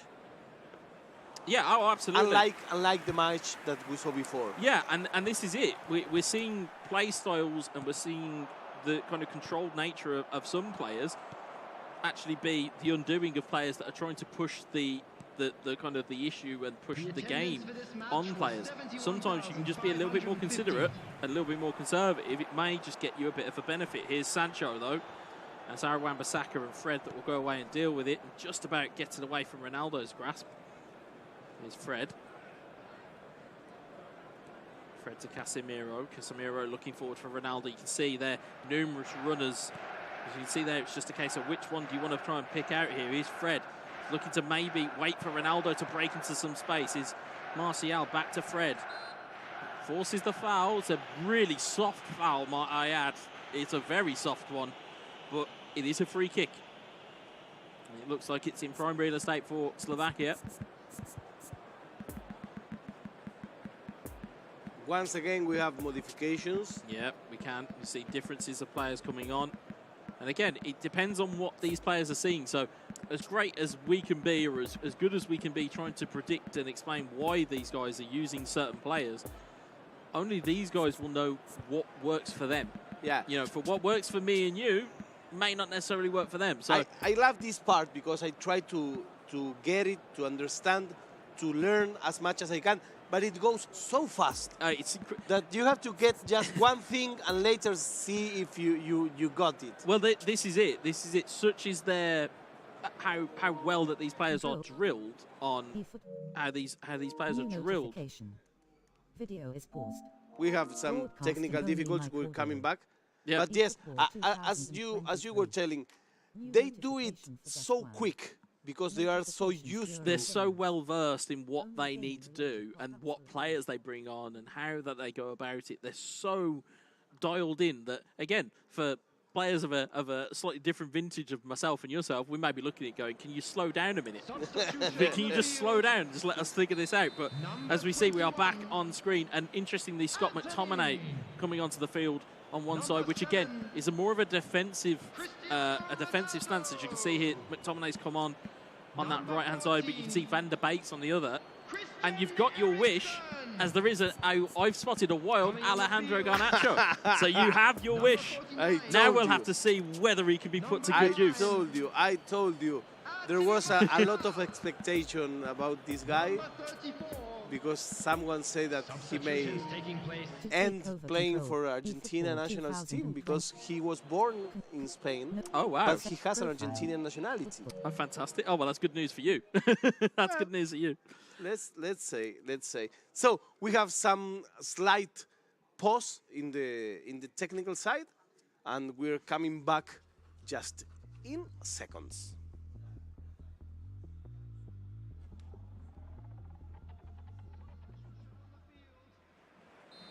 As quick as that, we're back in the game. You can see it is Christian Eriksen standing over this. See whether he can find the back of the net. Oh, it's a manual goalkeeping save. We've not seen much of that today in terms of manual goalkeeping, but it is again a pretty important tool to keep in your your locker, as it were. Are you one of those guys that post things on social media and put full manual? No, I'm not, because sadly I'm not good enough to play full manual. I leave full manual to the guys who can. And speaking of guys that can, it's Garnacho. It's a corner ball. He doesn't play full manual. Well, you found one fan. You found one friend here, certainly, because it's Moldova that have brought him on, and it is a corner for Moldova. Let's see what happened now. We're watching Slovakia versus Moldova. The corner match in is from 1-1. Bruno. It's Casemiro with the knock away. It's a charge down there. Again, just a soft foul, but it allows the teams to reset. And I say this a lot when I watch games like this, is that sometimes those little fouls of just a slight push, given where those happened, it could have easily have been a counter-attack. Exactly. It allows your team to reset and rebuild. Speaking of that, though, it is Marcus Rashford who's in. He's cut back. It's Ronaldo. Still going as Ronaldo, and it's Maguire who will punt that one away. He covered the ball. He tried to dribble, but he was not so brave. So you can see Scott McTominay trying to just provide that control in midfield for Slovakia, but it's Garnacho. It's a long ball forward. It's Anthony Martial looking to get onto it. He's up against his French teammate Raphael Varane. It will be Varane that will be the victor there. Here's Casemiro, Rashford, Ronaldo. It's a poor back heel. Instead, it's come to Fernandez, Donny van der Beek, on towards Anthony Martial, but again, Varane. It's a very battled match. The players are tired, so they don't have so much stamina to run fast. They don't, but Rashford looks to be making his way in. It's a critical foul. Yeah. Because again, if he doesn't make that foul, Rashford's past him, and that's a shot on goal. Yeah, so, but if you make it... But you make it, you're leaving yourself well open for this. But interestingly now, you know that the opponent manual goal keeps. So are you going to go and try and be gamesmanship, or are you going to try and punk him out? And then we'll have to find out which one is which here. It's Christian Eriksen. Eriksen over the wall! And that is the gamesmanship we were talking about. It's the Great Dane once again, Christian Eriksen. What a wonderful free kick. Amazing. Amazing. He crossed the ball all the way. We were all expecting it to go to the right. It went to the left. The goalie has nothing to do. And we have a 2 for Slovakia, 1 for Moldova. Yeah, it's a brilliant finish. And again, we talked about it. Do you move the keeper again after you've already moved him once? And it's essentially it's a 50-50 at that point. It's well, if I don't move him and he puts it this side, it's like a penalty. I look like a hero. Yeah. Whereas actually, if I move my goalkeeper and he puts it the other side, I look like a buffoon. So you have choices to make there, and that was a very vital one there for Slovakia. Excellent free kick. It's very difficult to make good free kicks because it usually you end throwing it out of the pitch, or you end going to very, very easy, very soft kick. So it's very difficult. I remember there was a time where Messi in this game was like unbeatable from free kicks. Oh yeah. But right now, nobody seems to remember that. Well, it's how much swerve, and it's how much their curve stat is in reality. That's what makes these shots, or at least free kicks, so potent, is how much bend can you get on it, and that there was perfect. He bent it like Beckham, as the movie. as a man once said. But if you look at the time as well, not a lot of time left in the game. 8 minutes in game plus stoppage time. That's true. And again, maybe a bit of gamesmanship now creeps in for Slovakia. But again, if you're going to go this route, you have to be careful, because if you mess up, you're going to give an opportunity to Moldova. If you see every time the players pass the ball, most of the bars are almost empty. This is because they're run out of stamina. Well, there's running out of stamina, and then there's also, when you think about it, is the ability or the quickness of the animation! And that's what we said. That's literally what we said. Slovakia, brilliant finish from Ronaldo, and as you were saying, those little passes, it just means it takes less time for the player to wind up and take the pass. So again, if they are fatigued, it's really small passes, and as a result, it leads to a fantastic goal. Look at some of this from here. Just again, quick little tippy-tappy passes, in and out. Thank you very much. I'll take my 3-1 victory and I'll go into the next game, please. That's a wonderful finish. Yeah, the defense are like spectators. Well, it promotes panic. If you're getting an opponent who is passing that quickly, you're sat there either pressing the LB or the L1 button, depending on what your controller is, or you're flicking the right analog stick, and you're just going, just select the player I want, because you can't stop it. Or you're smashing the square and let it be. Yeah, that's it. That's it. That's literally it. But as you can see, it's not even over yet. It's still, we've got injury time here, and you can see there, though, 4 minutes added on, which, again, if you're a Slovakia fan, you'll be just waiting for the clock to run out. If you're Moldova, you'll be looking to try and get something else out of the game. Oh, and it does. Brilliant finish. Again, though, that changes your mental team talk for you into game 2, which is, oh, instead of me needing 2 goals, I only need 1 now. And this is the good thing of playing to the best of 2. It's just 1-0. Yep. So this is like starting all over again. It's not so hard to be 1 goal ahead. Absolutely. You can mentally prepare yourself to go, it's only 1-0. Yeah. That's the great part of it. You just go in and think, oh, it's only 1-0. And it's a lot easier to think about. And how much did it change? Because the thing was, I think the match looked like finished on the 3-1. It looked like a finished match. And nobody, at least me, I didn't doubt about this game is going to Slovakia. Yeah, I think looking at how it played out early on, it was very much they were looking to both try and put their game plan on the other. It wasn't a case of, as we've seen, it wasn't, well, one sits back and one tries to attack. Instead, it was just, well, we're just both going to attack and we're going to see what happens. We had a balanced match until the 3-1. Yep. At that point, it seemed finished, but the 3-2 is like when you touch the reset button on the computer by error, it started all over again. Yeah, and that's the beauty of it, is that getting that 1 goal back, as we've said, it changes your mental team talk. It changes your mentality going into the second game, because you're going, okay, well, I only need 1 goal, or I only need to be +1 at the end of this game. If Moldova come out second game and they get a very early 1 goal lead, changes the complete narrative of it, and it changes the complete narrative on the Slovakian side, because Slovakia will be looking at that going, I was 3-1 up there with 8 minutes to go, and now I'm 3-2, and then potentially if game 2 happens and they score, let's just say within the first 10 minutes, all of a sudden you'll go, 18 virtual minutes ago I was 3-1 up, it's now 4-3, or it's now 3-3. But then you've got to show your mental resiliency to get back to where you were, because again, to look at it, yes, you were 3-1 up. That shows you can score past your opponent. That's what it needs to show. Of course, if you're Moldova, you're showing your powers of recovery already, so we already know players mentally strong. It's now testing Slovakia's mental strength.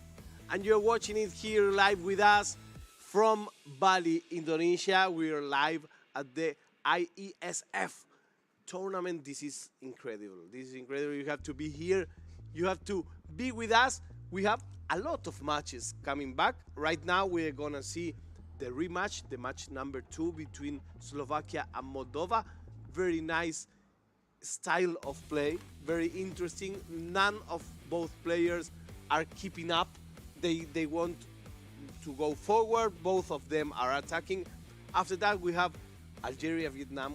We have Korea, Pakistan. We have Djibouti, UAE. We have Kuwait, Czech Republic, and we have Spain, Thailand.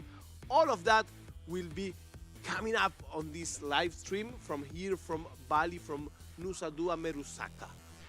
It's nice, isn't it? It's nice. Yeah, I know. You love to mention where we are. Yeah, of course. It's where everyone can find us. Of course. Yeah, of but course. I'm in Bali. I need everyone to know. Yeah. I will start calling my friends. I say, you know what? I'm in Bali. I say, do you need something? No, I just need you to know that I'm in Bali. That's the main point of being in Bali. No one likes a glow. No one likes a glow. Of course. So, tell me, where are you watching this stream from?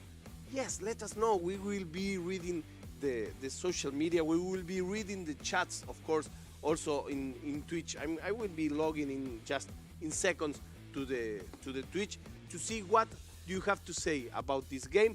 Who are you rooting for? Who do you think may win this tournament? We have $25,000 in prizes just for this game. It's a lot of money. It's a lot of money just for a game of virtual football. Yeah. And again, it's as simple as that. It's master a game, and you could potentially be at a World Championships competing for a prize pool of $25,000. And you can be crazy. In Bali. And you could be in Bali. You keep dropping that. You keep dropping that. Yeah, of course. You may join me by the beach. I will be the one with the beer in the hand. Well, my friends, here we are with these beautiful matches. We're waiting for the second Slovakia versus Moldova, and you will watch it with us. What would you do if you were the Slovakia player? I think if you're Slovakia, you need the first goal. It's strange for me to say that, given that you think Moldova need the first goal. Slovakia, from a confidence perspective, need that first goal. You need to basically go, we're 4-2 up, and then shut it down. And I know, to those at home who know me from kind of gameplay styles, I'm not about shutting things down, but effectively you need to kind of game manage it, because you want those 3 points, or you want the points. So that's what I would do. Okay, we're coming back.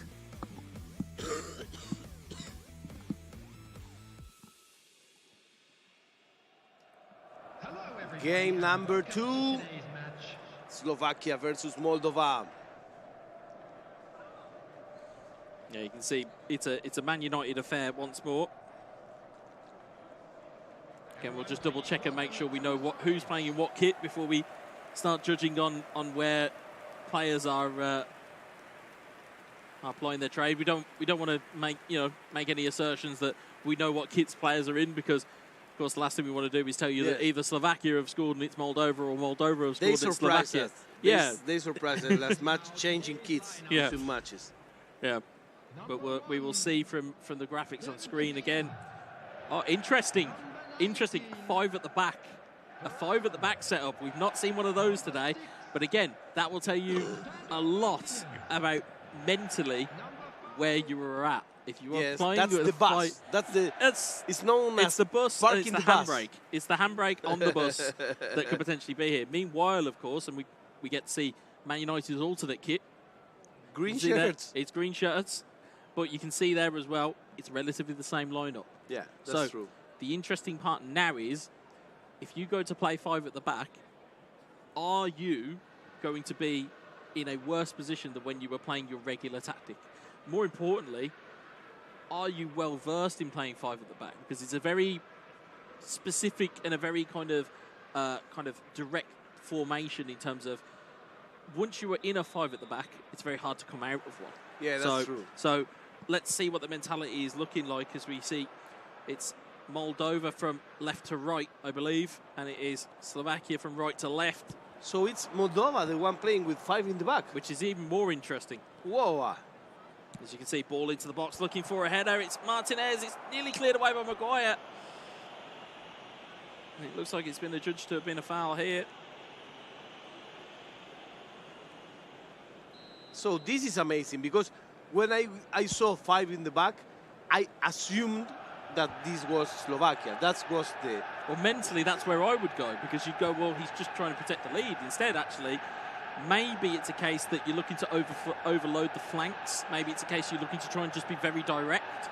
But we'll certainly find out here as Rashford finds it in towards Ronaldo, but it's De Gea that makes the save. I remember an episode of a TV series called Ted Lasso in which they need a goal and they make a 5 in the back, which everybody says, are you crazy? And they get that goal. So well, we might be able to see something here as Bruno gets a stunning cross in. It was Ronaldo that was lurking and just didn't quite get the header on it. Instead, it's his compatriot Bruno Fernandes that will take that away. It's Malacia who wins it back, though. It's Casemiro onto Bruno Fernandes. Rashford back to Fernandes. Casemiro. Oh, that's beautiful play here. Rashford! Big hit, even better save from David De Gea. Again, you can see nice little ball movement just to try and open up some space. I was counting the players, and you can see 1, 2, 3, 4, and 5. It's not a 5 formation, but there were 5 players on the row. Yeah, and that's what it is. If you can overload and start to get people forward, it becomes a little bit easier to do. As ball goes into the box, it's backheeled into space. It's bouncing crazy. Around, but it's too dangerous to do that. It's fallen to Bruno Fernandes. It's Cristiano Ronaldo. It's Fred. Little double touch from Fred. Dummies to turn himself around, so he's got a bit play the way he faced. It's Casemiro. Bruno Fernandes. He's got runners here. It's Fred. Fred looking to get one into the box. Brought down. He's appealing. You can see him waving his arms in frustration, but nothing is given, and Martinez will lead it away. So here they come. It's Moldova trying to get the first goal. Slovakia, it's going easy at maintaining the goal ahead that they have. In green shirts is the Slovakia team. In red shirts is the Moldova team. The global result, it's 1 goal in advantage for Slovakia. Yeah, you can see as well. You can see here what is looking like it's being tried to be done by Moldova here is to create a kind of almost a bubble within that defence that you can see there from Slovakia. You'll see the players are all constantly just sitting in that little area where they're just trying to create runners and space, and ball bounces through to Rashford. He's onside here. It's in through to Cristiano Ronaldo. Big save. Yeah, I don't think the he goalie was find clean. it. The goalie find it. Yeah, I don't think it was as clean a save as De Gea wanted, but it's a corner nonetheless. He stayed there and the ball just hit him. He was hoping that hit him, I think, in all honesty, but it's Bruno Fernandes who's on the corner here. Just see, weighing up the options. It's gone short to Fred. I've never been a fan of a short corner. I may be proved wrong, but I'm not. It's not the best type of option. Get it into the box and to try and do something with it. Here's Wan-Bissaka to Malacia. It's Wan-Bissaka. Again, you'll just see. So if you notice here, you've got Bruno, you've got Rashford and Ronaldo all just loitering in that central area. That's what is being looked for here. It's Casemiro to Fred. Yeah, we can see the 5 defense at the midfield right now. Well, you can see the 5. You can see the 5 at the back for Moldova, and you can see how it's trying to work out here. It's Rashford tries to get it forward, and now it comes Fred, again. Still there again, though. Because interestingly, as we said, essentially, I think what Moldova have tried to do here is just kind of get rid of their midfield. It's basically an attack and a defence, and that's reality of it is that's where you need to make sure that you're absolutely pinpoint with all of your passes, especially if you're going to go with this type of tactic. But it has been so far. Fred, Ronaldo, Rashford, Bruno Fernandes, onside! Big challenge in. Yeah. But you can see that that's where the pressure is building up. So yes. Moldova have essentially completely overloaded their central area just to create that little bit of chaos. Because as we said, the panic will come in and you'll start to try and just press buttons and hope for the best. And that will not get it done at this type of level. I promise that I will never judge again anyone using 5 defenders. It's Ronaldo with the flick on. Fred, Wan-Bissaka, back to Casemiro. Wan-Bissaka, Fred, Wan-Bissaka onto Rashford, and it's nestled away. You'll see the defensive line just trying to push forward. Slovakia is expecting, is not proposing any game. They're not it's just letting the time pass. Yeah, they're not really posing too much of a threat going forward, which is the slight worry. Because if all of the gameplay has been with Moldova and all of the pressure has been with Moldova, the issue you've got with all of those things is if you've got that pressure that's on and you're the team that's defending a lead, the problem then becomes is that you have to then break out of that shell. If you're trying to protect the lead, you've got to then break out of the shell if a goal is scored against you. So I would slightly worry if that were the case, as Malacia heads it away. I think that the strategy didn't work out great for the Moldova player, but the Slovakia player is like also surprised. Yeah, and I think that the way that this is kind of going at the moment, or at least if you're from a Moldova perspective, they're playing far better now that those changes have been made versus playing the way that they had played. Ball goes into the box, it's cleared away. So you can see that there's just a lot more going forward. And now they lose the ball and comes Slovakia. Tries once again, let's see.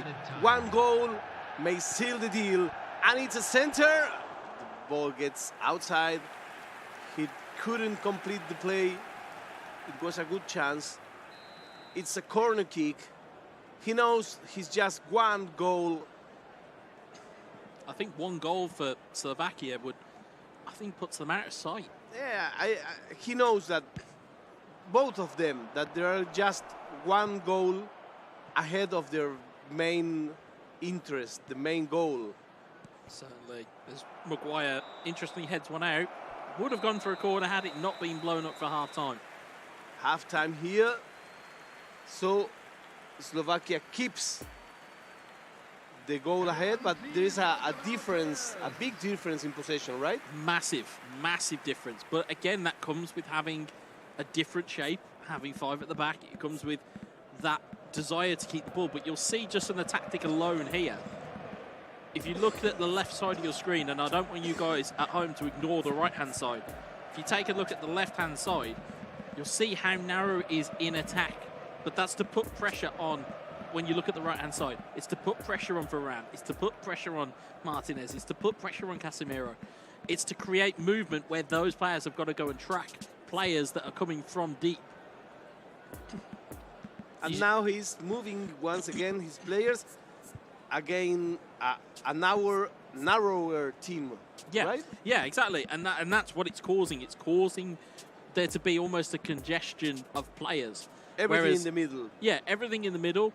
Players, as we know, if you play football just generally in real life at home, you can only mark one player at a time. You can't mark everybody.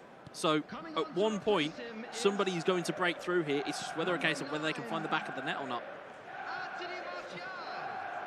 As Varane tries to get it clear, it's dangerous. Oh, it's dangerous defense. Very, very dangerous, but they get away with one to Moldova. You can see they're just trying to push it forward with Aaron Wan-Bissaka. There's Fred to Ronaldo. Runners are looking forward here. Rashford, Ronaldo. Rashford, Ronaldo, back onto Rashford. Rashford has a man in the middle. It's Anthony Martial. Look for the extra pass. Just didn't quite make it work here. Bruno. And there's the through ball. He's onside. He's been played on by Malacia. It's Cristiano Ronaldo. And that's it. That was the goal that we were talking before.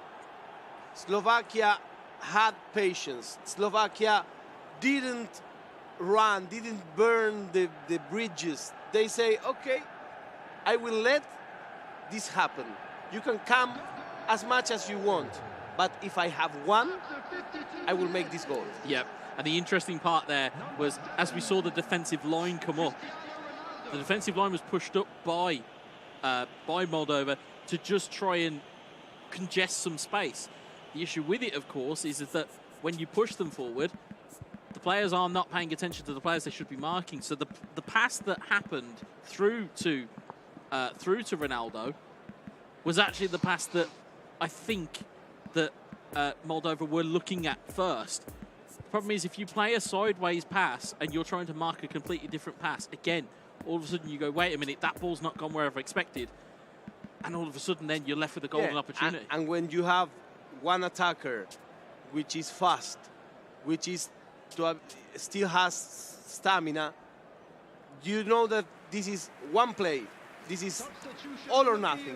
Yeah, and it's interesting that Maguire, who was the player that I would say was left lacking in the pace department there to try and catch Ronaldo, has now been taken off the field. But that will be a change in shape as well. But Ronaldo coming forward. Here's Scott McTominay. Looks to loft one over the top. Defensive header back to the goalkeeper.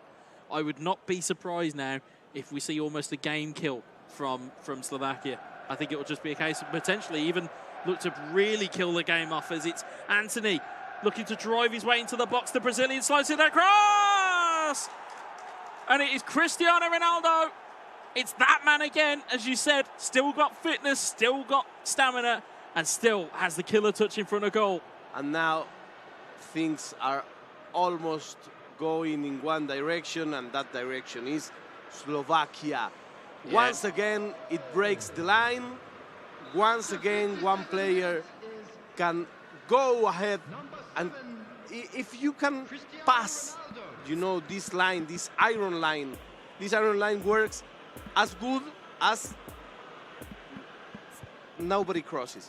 If just one man goes by, you're lost. Yeah. Because you have so many people in that line that you don't have nobody to chase it. Well, if you looked at who was chasing Anthony, it was Scott McTominay. Now, no disrespect to Scott McTominay, but I would say that he's never catching Anthony 99 times out of 100. So the issue then becomes is that if you know as a player in the back of your head, you know that the player you're controlling is not going to catch the guy that you're chasing, the issue then becomes is where's the next thing going to happen? Because there's almost a infinite universe of things that could have happened there. Anthony could have shot. He could have tried to dummy back inside. He could have double touched. He could have tried to play for a penalty. He could have ran to the corner. Instead, took a killer touch and got inside to Ronaldo. So you can only mark one thing at a time, and if your prediction is wrong, it's game over. Yeah, that's true. That's the analysis of our man, Hisguesa, and you can watch us live here from Indonesia. We are at Bali at the IESF tournament. This is an incredible tournament. More than 100 countries represented, and we're watching Moldova against Slovakia. Interestingly, though, there is still time on the clock. Yes? There is still enough time, I would say, from a standpoint of watching these types of games, there's enough time. But it's now going to become a case of how much of the clock does Slovakia want to kill? Or more importantly, do they want to kill the game off with a goal? As it looked like he was lining up a stunning strike there. But it's how much of the clock do you want to try and kill? And that's going to be the key thing here.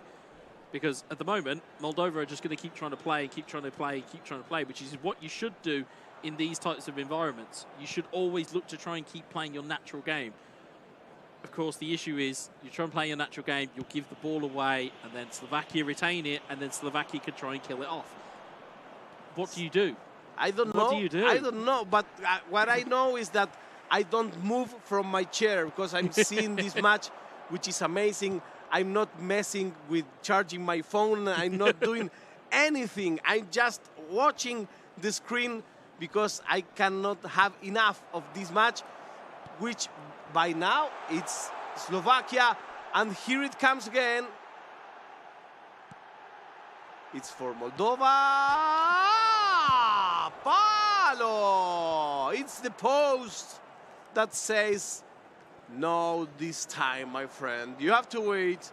You have to try again. You have to keep your players shooting at the goal. That was the chance. That was the chance to get back into the game.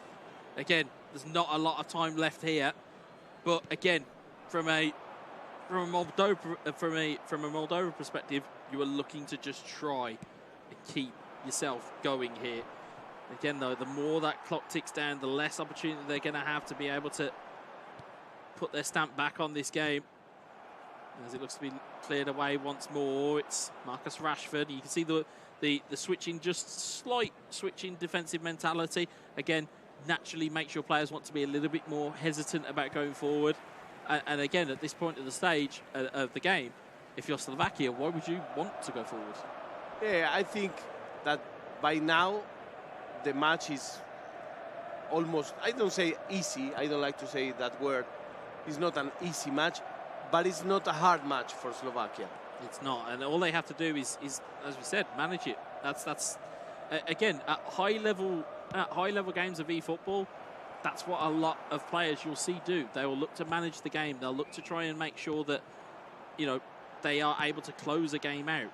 You know, it's one thing taking the lead. It's certainly another thing making sure that you keep hold of it. And Slovakia, don't forget, will have it fresh in their mind. They let a very late goal go in the first game. So they will have a lot of things on their mind here going, I tell you what, I prefer the clean sheet today. I prefer the clean sheet for this game. That's what we need. Well, it's 2-0 to 0 1 minute at a time for Slovakia. The match is coming to an end, and with this we close this best of 2 matches, and this leg goes to Slovakia. The players, did they greet? I read the rules that they have to greet before each match and after each match. No one likes a snitch. No. No. I know. I would imagine that all of the fair play rulings have all been adhered to here. And again, it's frustrating if you're a player, because again, formerly being in that spot, it's frustrating when things don't go your way, or you aren't able to get your play style going, and you aren't able to get your gameplay. And then, as we saw, was almost a sucker punch from Slovakia. You just go, I'll try again another. You just go, I'll try again another day. But you can always feel that frustration out of players if it doesn't go exactly the way that they want it to go. Of course, they're going to be disappointed, and especially if they're representing the nations at the World Esports Championships. It's going to be something of honor to these guys. But so again, let's see the highlights. This came from, again, a great read of play. It was a brilliant control finish into the corner. Whereas this, again, was a controlled cross, a stunning cross. And you can see there some of the chances that went by the wayside, which is what you'll see during these highlights. You'll see chances, you'll see strikes that didn't quite happen. You can see there that strike that just went by the wayside. Again, we saw some very, I can only say, as erratic goalkeeping from the David De Gea from both sides. But this here, again, you were trying to just find out the goalkeeper, and that was where that little bit of gamesmanship came in. Because the first goalkeeper, you've made a save by making a manual goalkeeper. This here, on the other hand, this was amazing. Fantastic hit. This was amazing. Bad placement of the goalie, can I say? Well, the player didn't choose to go with a manual goalkeeper that time, because I think in your head, if you saw somebody control the goalkeeper the first time, the second time you're going to go, I'll shoot in that corner because I know he's going to move. Whereas actually, he's left in there thinking, oh well, I leave him there and he'll make the save. And instead, it did not pan out in that fashion. So the first match ended 3-2 for Slovakia, and the second match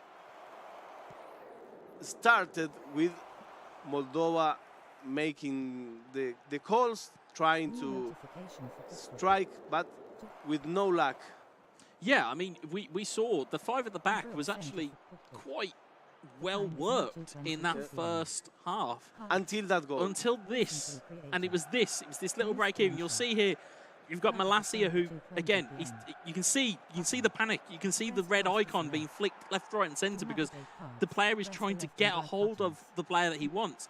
If for example, he's chasing Anthony with Malacia, I think he gets a lot more joy there. Because you're chasing him with McTominay, you don't get that joy. Exactly. So this is the analysis of my friend Huesa. I'm seeing an Argentinian flag coming there. Is that Rey Molina? That might be. That might be. Yeah, he's seen great eyes. You can always spot an Argentinian. I said you didn't spot Garnacho when he got brought on. Ahí está Rey Molina. Ahí lo estoy viendo, Rey Molina. Sí, señor. Ahí lo veo. People from all over the world, you can hear the cheers. Yep. We have many players, many games coming. Yep. The best players of the world are here in Bali, in Indonesia. So he was there. Yeah, I mean, I'm looking forward to our next matchup, which is Algeria versus Vietnam. That's it. Again, cultures that you would never see interact and engage with one another. We now get to see what they're like on a virtual football field. Well, for sure we will see some nice shirts, and that will be really soon.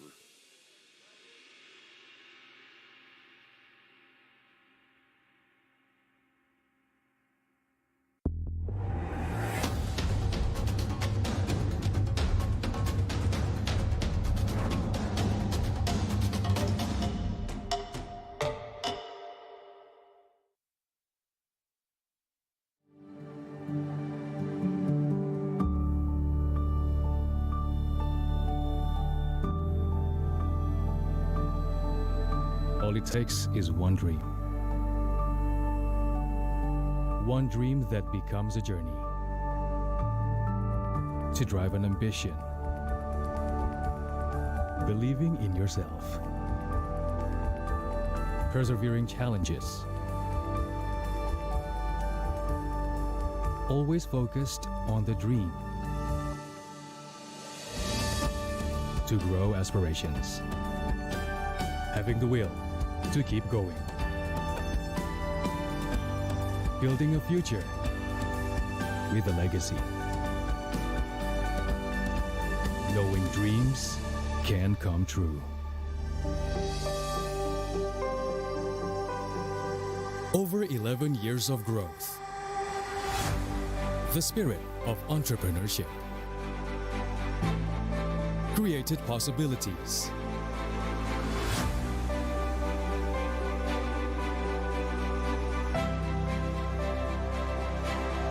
Realized new potentials.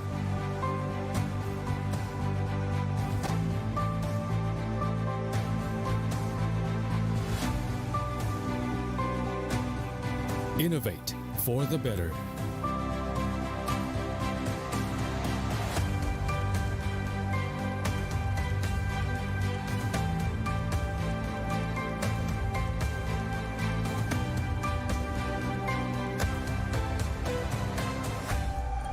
Expand horizons.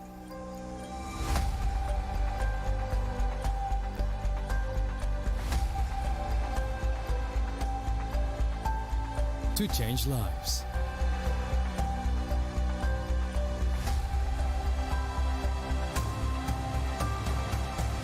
To connect new ideas. To explore new grounds.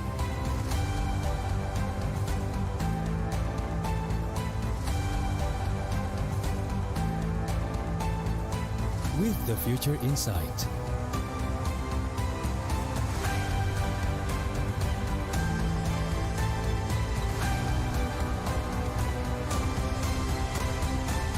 Together.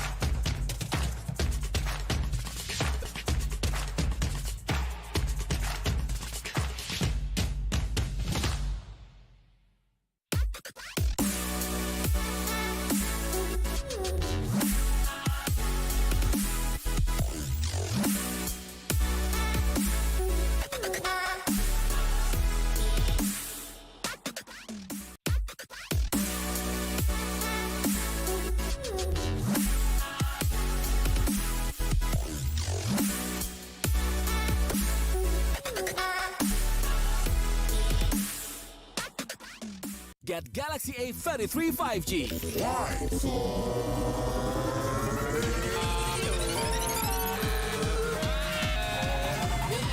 Galaxy A33 5G with awesome battery. Buy now. Get Galaxy A73 5G. Why? Because this is awesome. This is awesome. Awesome detail. Awesome detail. Awesome detail. Galaxy A73 5G. Take more awesome details. Buy now. Selamat datang di sebuah pengalaman perjalanan baru Indonesia bersama InJourney. Terbang bersama kami untuk melihat pariwisata Indonesia. Sirkuit internasional, bentang alam, ragam atraksi budaya, produk lokal asli Indonesia, warisan budaya, keamanan dan kenyamanan. InJourney membawa keramahan Indonesia ke dunia. Warga plus 62 emang banyak maunya. Dari drakoran sampai banjir air mata. Nonton action yang mantul. Sampai nonton tendangan cantik. Maksudnya ini. Mau nonton apapun, semua ada di video. Mulai dari yang bikin berbunga-bunga, keringet dingin, ketawa, sampai bikin gak ngedip. Jadi nonton apa sekarang?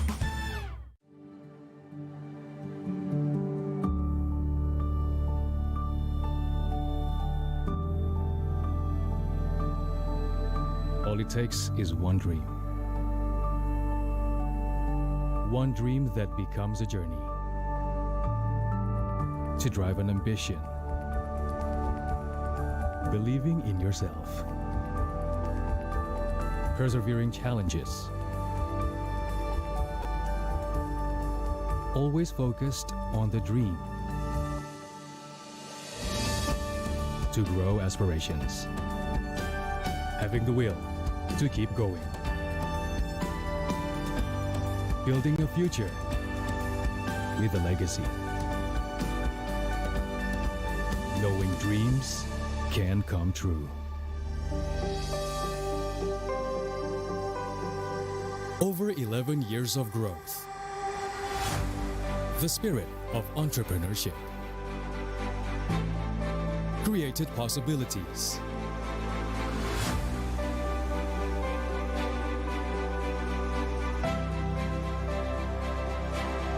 Realized new potentials.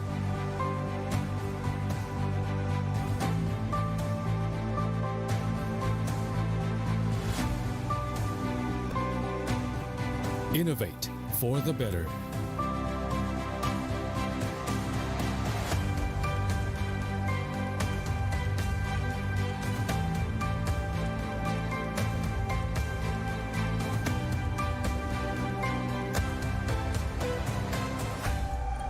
Expand horizons.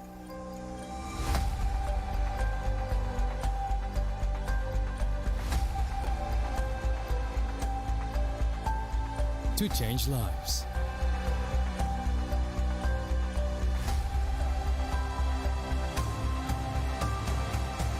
To connect new ideas. To explore new grounds.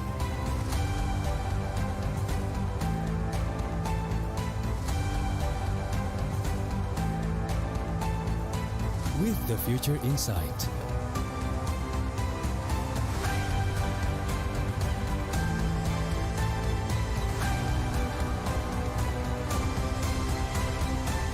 Together.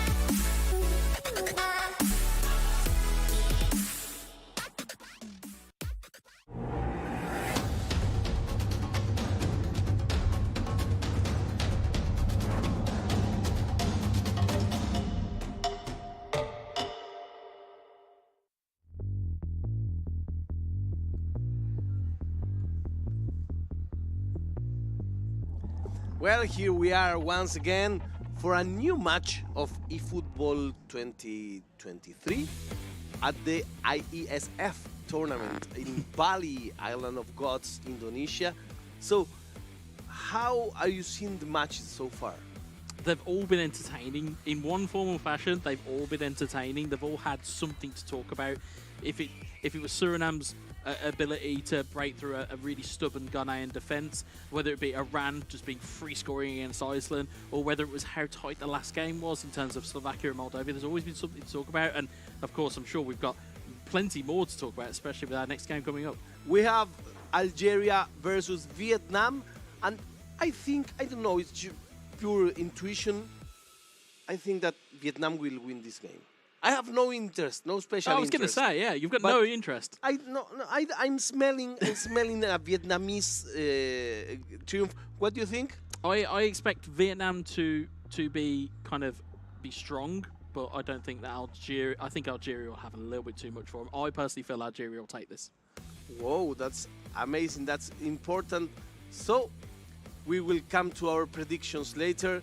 We have the team lists once again, with the Group A with Ghana, Uzbekistan, Montenegro, Suriname, and Morocco. Group B with Bhutan, Bulgaria, Maldives, Korea, and Pakistan. Group C with Chad, Trinidad, Tobago, Tunisia, Iraq, and Portugal. Group D with Bosnia and Herzegovina, Brunei, Spain, Thailand, and Somalia. This is the first four groups. First of four sets of groups that we can see, which is crazy.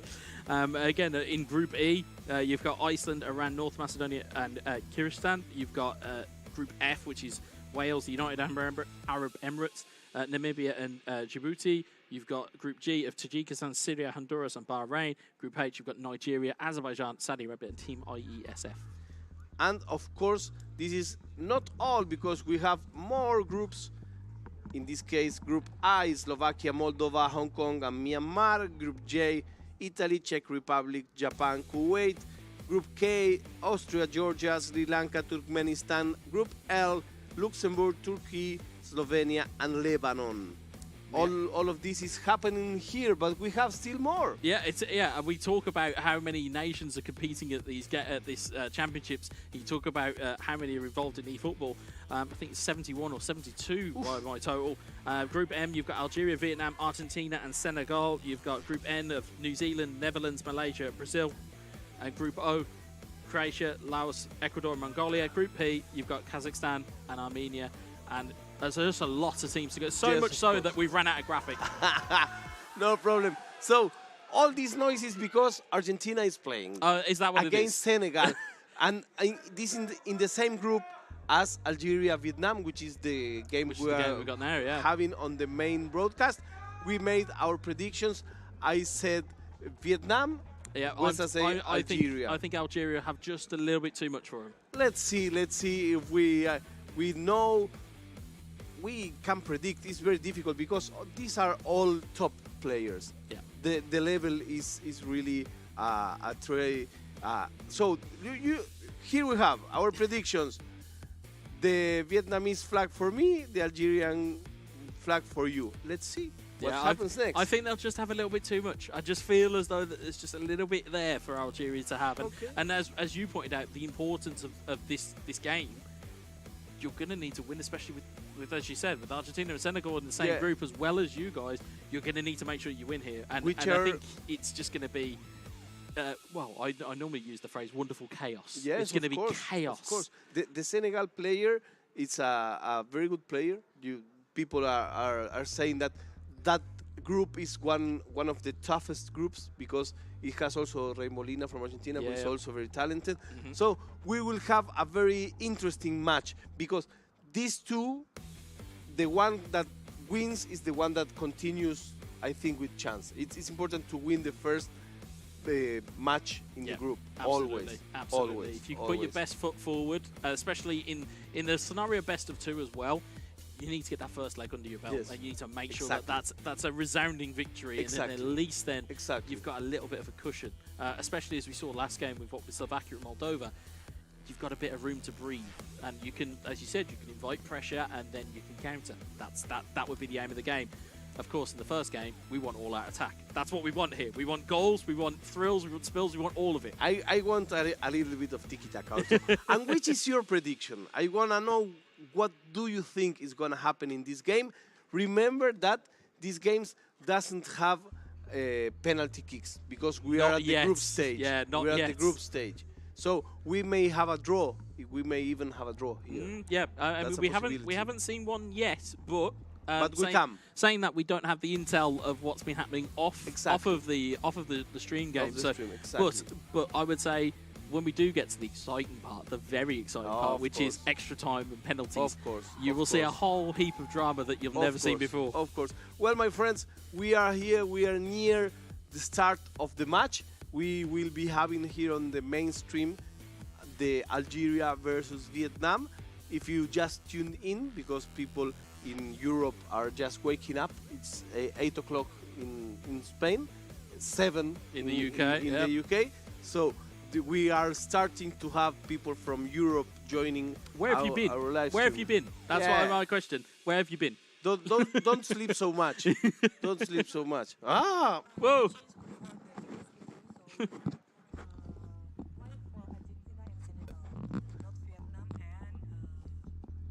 Oh, well, you actually may have just got your wish. We've had a late change in the schedule. We've had a very, very late change. We have now got Argentina versus Senegal. It's almost as though the people were listening to us. That's the prediction. That's the real quiz. That's what I call a prediction. See? That's what I call a prediction. Yeah, but now I know what your prediction is. Now I know what it is, because I mean, how are you going to root against Argentina? No, of course, my prediction. But you know what? I told you that the Senegal player is very good. So, absolutely, yeah. Momo Juve, who arguably is one of the best players outside of Europe, but also one of the best players in the world. It's not even, since the region locking became obsolete, as it was in previous versions, we've now been able to see just how good Momo is. So for me, I am absolutely intrigued, to say the least, to see how this one goes. This one is, well, as a famous Italian plumber used to say, it's a spicy meatball. I like that one. Here we are with USA. We are going to see Argentina versus Senegal. You will have to keep an eye on the background noise, because we are fully booked in the room. We have people from Argentina, we have people from Senegal watching this game. That's also something nice of this tournament. People that play different games go to root for their connationals playing another games, and that's nice. Yeah, I love that about just the competitors themselves. If they have free time, or if they're not playing, or if they have something else that's already been taken care of, they can come along and they can come and support their countrymen and women. And again, you look at it again. This is a again now we were already talking about intrigue within Algeria and Vietnam. Now we've got this. This is a totally different level. This is the intrigue that I think you probably wanted to see, because again, from a countryman standpoint, you want to see how good Ray Molina is. No, I know. Well, you know how good he is. Yeah, he's an old schooler. Yes, he's an old schooler. But from my perspective, as almost new school, I'm taking that one, by the way, folks. As almost new school, I want to see how good Momo is in the flesh. Yes, of course. So that's where this brilliant piece of intrigue comes in. This is going to be probably our game of the day, I think. Do you know that we have a big Senegalese community in Argentina? No, really? Yeah, we have. Oh, wow. Yeah, we have. And as they enjoy football as much as we do, when Senegal won the Africa Cup, there were celebrations all over Buenos Aires. Wow, the more you know, folks, the more you know. That's unbelievable. See, well, that almost makes this friendly then. Yes, well, actually, wait a minute. Hold on, I'll go back to what I said earlier. The minute the consoles go on, friendships are out the window. I forgot about that. And speaking of football not played on video games, but on the streets. There is a huge fan base in Indonesia of the Argentina national team. Wow. Also. And in So you must have been Bangladesh. no wonder they've been really nice to you. Yeah, but they didn't see me playing. That's why they are nice. If they see me playing real life football, they won't be so nice. We'll have to get the content team on, and we'll rob a console and we'll have a game. No, with the console, I have made a promise. I cannot play against humans. Oh, okay. You know, I take that You've oath. sworn off it. Yeah, because people get too frustrated. Oh, you yeah, know, yeah. they don't. But I mean, on with my foot, I can do some stuff. That's good. I can do some stuff. Or I can play with my left hand also. That may be. That might be the equalizer. Yeah, I say hello also to fans in South America that are in the middle of the night. Yeah, I was going to Right say now. they've got to be loyal if they're South American and they're watching this. Yes, of but course. also again we talk about fandoms and we talk about South America and in terms of the nations that are competing in this tournament. Obviously, looking at the schedule, obviously that is subject to change. But you also have Brazil tomorrow. You've got Argentina today. You've got a fandom there of footballing giants. Yes, you know, of and course. in terms of that fandom, as you've said already. They'll follow anything that is to do with their national team. They'll follow anything to do with their nation, let alone whether it's esports, whether it's football, whether it's whatever sport it may be. These players will have incredible followings, and especially if you are tuning into this right now, again, the fact that we've had a very late change to the schedule, I bet everybody's suddenly gone, wait a minute, they're going to be on stream. Oh, let's go watch this, and this will be, you know, obviously we're waiting for obviously the players to be ready and everybody to be settled, because obviously they will probably not have even realised they're probably going to be on stream until we did. So they're going to have to present themselves. But again, you talk about things that can affect players. You've now gone from we were not playing on stream, we were not playing in front of the eyes of people watching at home, we weren't being casted on. Now all of a sudden, spotlight's on you. So now that becomes almost the de facto main event of it. It becomes like the kind of the centerpiece of the show, and it's, you know, you've got to mentally try and prepare for that very, very quickly. And I wouldn't be surprised if we saw some very cagey affair or a very cagey affair in the early going, but then once that first half is out the way, I think that's when we'll start to see it be explored. When you were playing, which was like your secret weapon? My secret weapon was my ability to stay calm. A lot of people or people who know me or have seen me play on live streams or whatever, it was the coolness to stay under pressure, because the minute you enter an emotional state, you then start to make really rash decisions.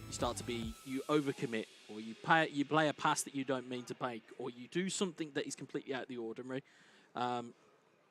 You know, my dad always used to say, you know, or my dad would always say to me, you know, the minute you start shouting in an argument, you've lost it.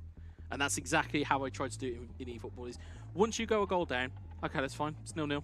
I'll get a goal back at some point. Just let me just play my game, get back into it. And that used to be almost the secret weapon, is stay calm, because you always play your best game when you're calm. Okay, well, we are prepared. That's very interesting thing to know. Stay calm. That's a very interesting point to look for your game. So here we are. It's Momo, it's Rey Molina.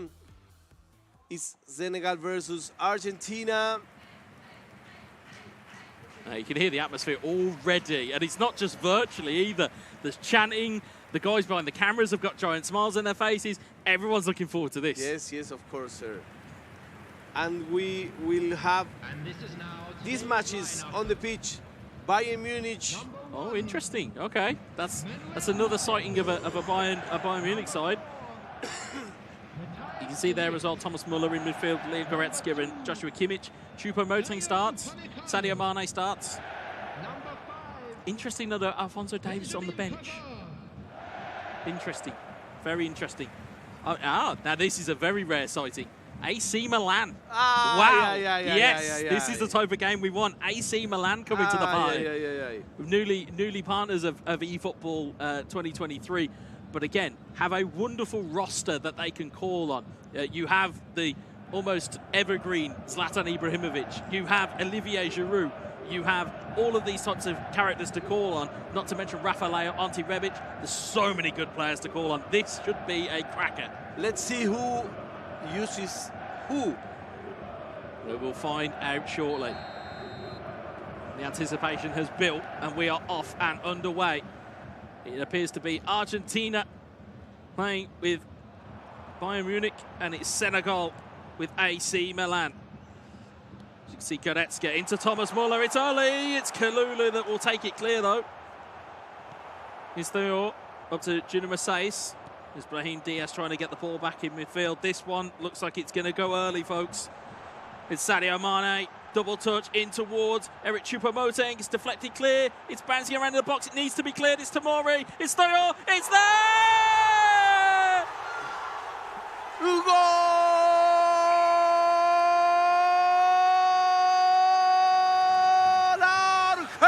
Argentina! And Ray Molina, he goes to the net. He says, here I am. You can bring the newcomer, you can bring this guy who is the wonder kid, but this is me. This is the old school Ray Molina from Independiente Argentina. And I had to let you have that. I had to let you have that moment. I had to let it run. It's just not cleared effectively. It doesn't get cleared. It's bouncing all around. Those are the worst types of goals to concede in eFootball. And again, it's Thomas Muller. It's just bouncing all around. You can see it in the replay. It's a player's dream to have a ball bouncing out there, lost there, and it's Argentina 1, Senegal 0. This starts very nice. Yeah, and we said it was going to go early. It feels like it's going to go early. This doesn't even feel like a group stage game. This feels like it should be in the knockout. It's a crazy game. Exactly. So, just 9 virtual minutes, and here it comes again. It comes Ray Molina. It goes through the extremes. Yeah, it's gone through the motions here. It's Leroy Sané. Looks to have played just onside there. It's Goretzka. Double touch. Trying to get the ball through. It's cleared away by Sandro Tonali. It's Brahim Diaz and AC Milan and Senegal riding their luck a little bit here, but it's Rafael. There's Ante Rebic. Ante Rebic just can't get through there, and Matthias de Ligt. Very emotional match. The Dutch powerhouse trying to keep everybody at bay there, but Tonali will bring it forward again. It's Brahim Diaz, Rafael, ball's gone backwards. It's Thomas Muller looking to just control the play. It's Benacer. He's trying to make, once again, to rebuild the plays. Brahim Diaz, Benacer. It'll be Thomas Muller through to Eric Choupo-Moting. Ball through again. You can feel the anticipation building. It's Leroy Sané. In towards Goretzka. Goretzka looking for his free pass inside here. Neat little drag back. I think will take it away though. It's Benacer. Brahim Diaz. For now, everything it's on the Argentinian side. But it's a neutral's dream to watch this game. It's Rafael. Tries a neat little flick and gets taken out. Nothing given. It's good defending. I won't judge the bias commentary at all. There's no foul whatsoever. Here is Leroy Sané, though, breaking down the right-hand side. It seems like the pitch is inclined this way. It looks like there's a magnet in the goal behind Senegal's goal. It's just dragging the ball. But again, it's all Argentina. As you said, it is right. It is all Argentina without considering that you are an Argentinian. It is all Argentina at the moment. Everything is coming in the right side. Oh, absolutely. They don't use the other side. It's all Sané at the moment. It's Goretzka. Yeah, it's Goretzka. Goretzka, Mane, Goretzka. Looking back for Sadio Mane! 2 goals to 0. What a brilliant goal from Sadio Mane. He knows how to wait. He knows how to score. Ray Molina is in the house, my friends. Argentina goes ahead in the marker 2-0. It's great build-up play as well. It's just being patient with the ball. Being patient, that neat little give and go. You hold L1, it will trigger a run for you once you've played the pass off. Finds it expertly with Sadio Mane. You'll see it again here. You'll see immediately Mane's like, give me the ball back, please. Give me it back. And as he does, Tata Rossano just doesn't quite get there, as Sadio Mane does, and it is 2 goals to 0 for Argentina. And it was very tight play because a second later, the goalie will catch it. Oh, absolutely. Yeah, there's the margins for error on that type of pass are so fine. Yeah. Wonderful goal. And again, you look at how it's going at the moment. And this is like classic Ray Molina. This is like when Ray Molina broke out on the South American scene. This was the kind of play that he was bringing. Later on, he had some mishappening on the finals of some tournaments in which he came as a favorite and he went out without winning. So I think that in this place, he knows he's respected, but he's not. I don't think he's a favorite of the tournament. No, I think that's a great place to be. But that's it. You can sometimes play players that don't like having expectation on them. There are sometimes the players that will go, do you know what? I don't want to go around beating my chest. I don't need to tell anybody I'm good. I know I'm good. I'm just going to show you I'm good.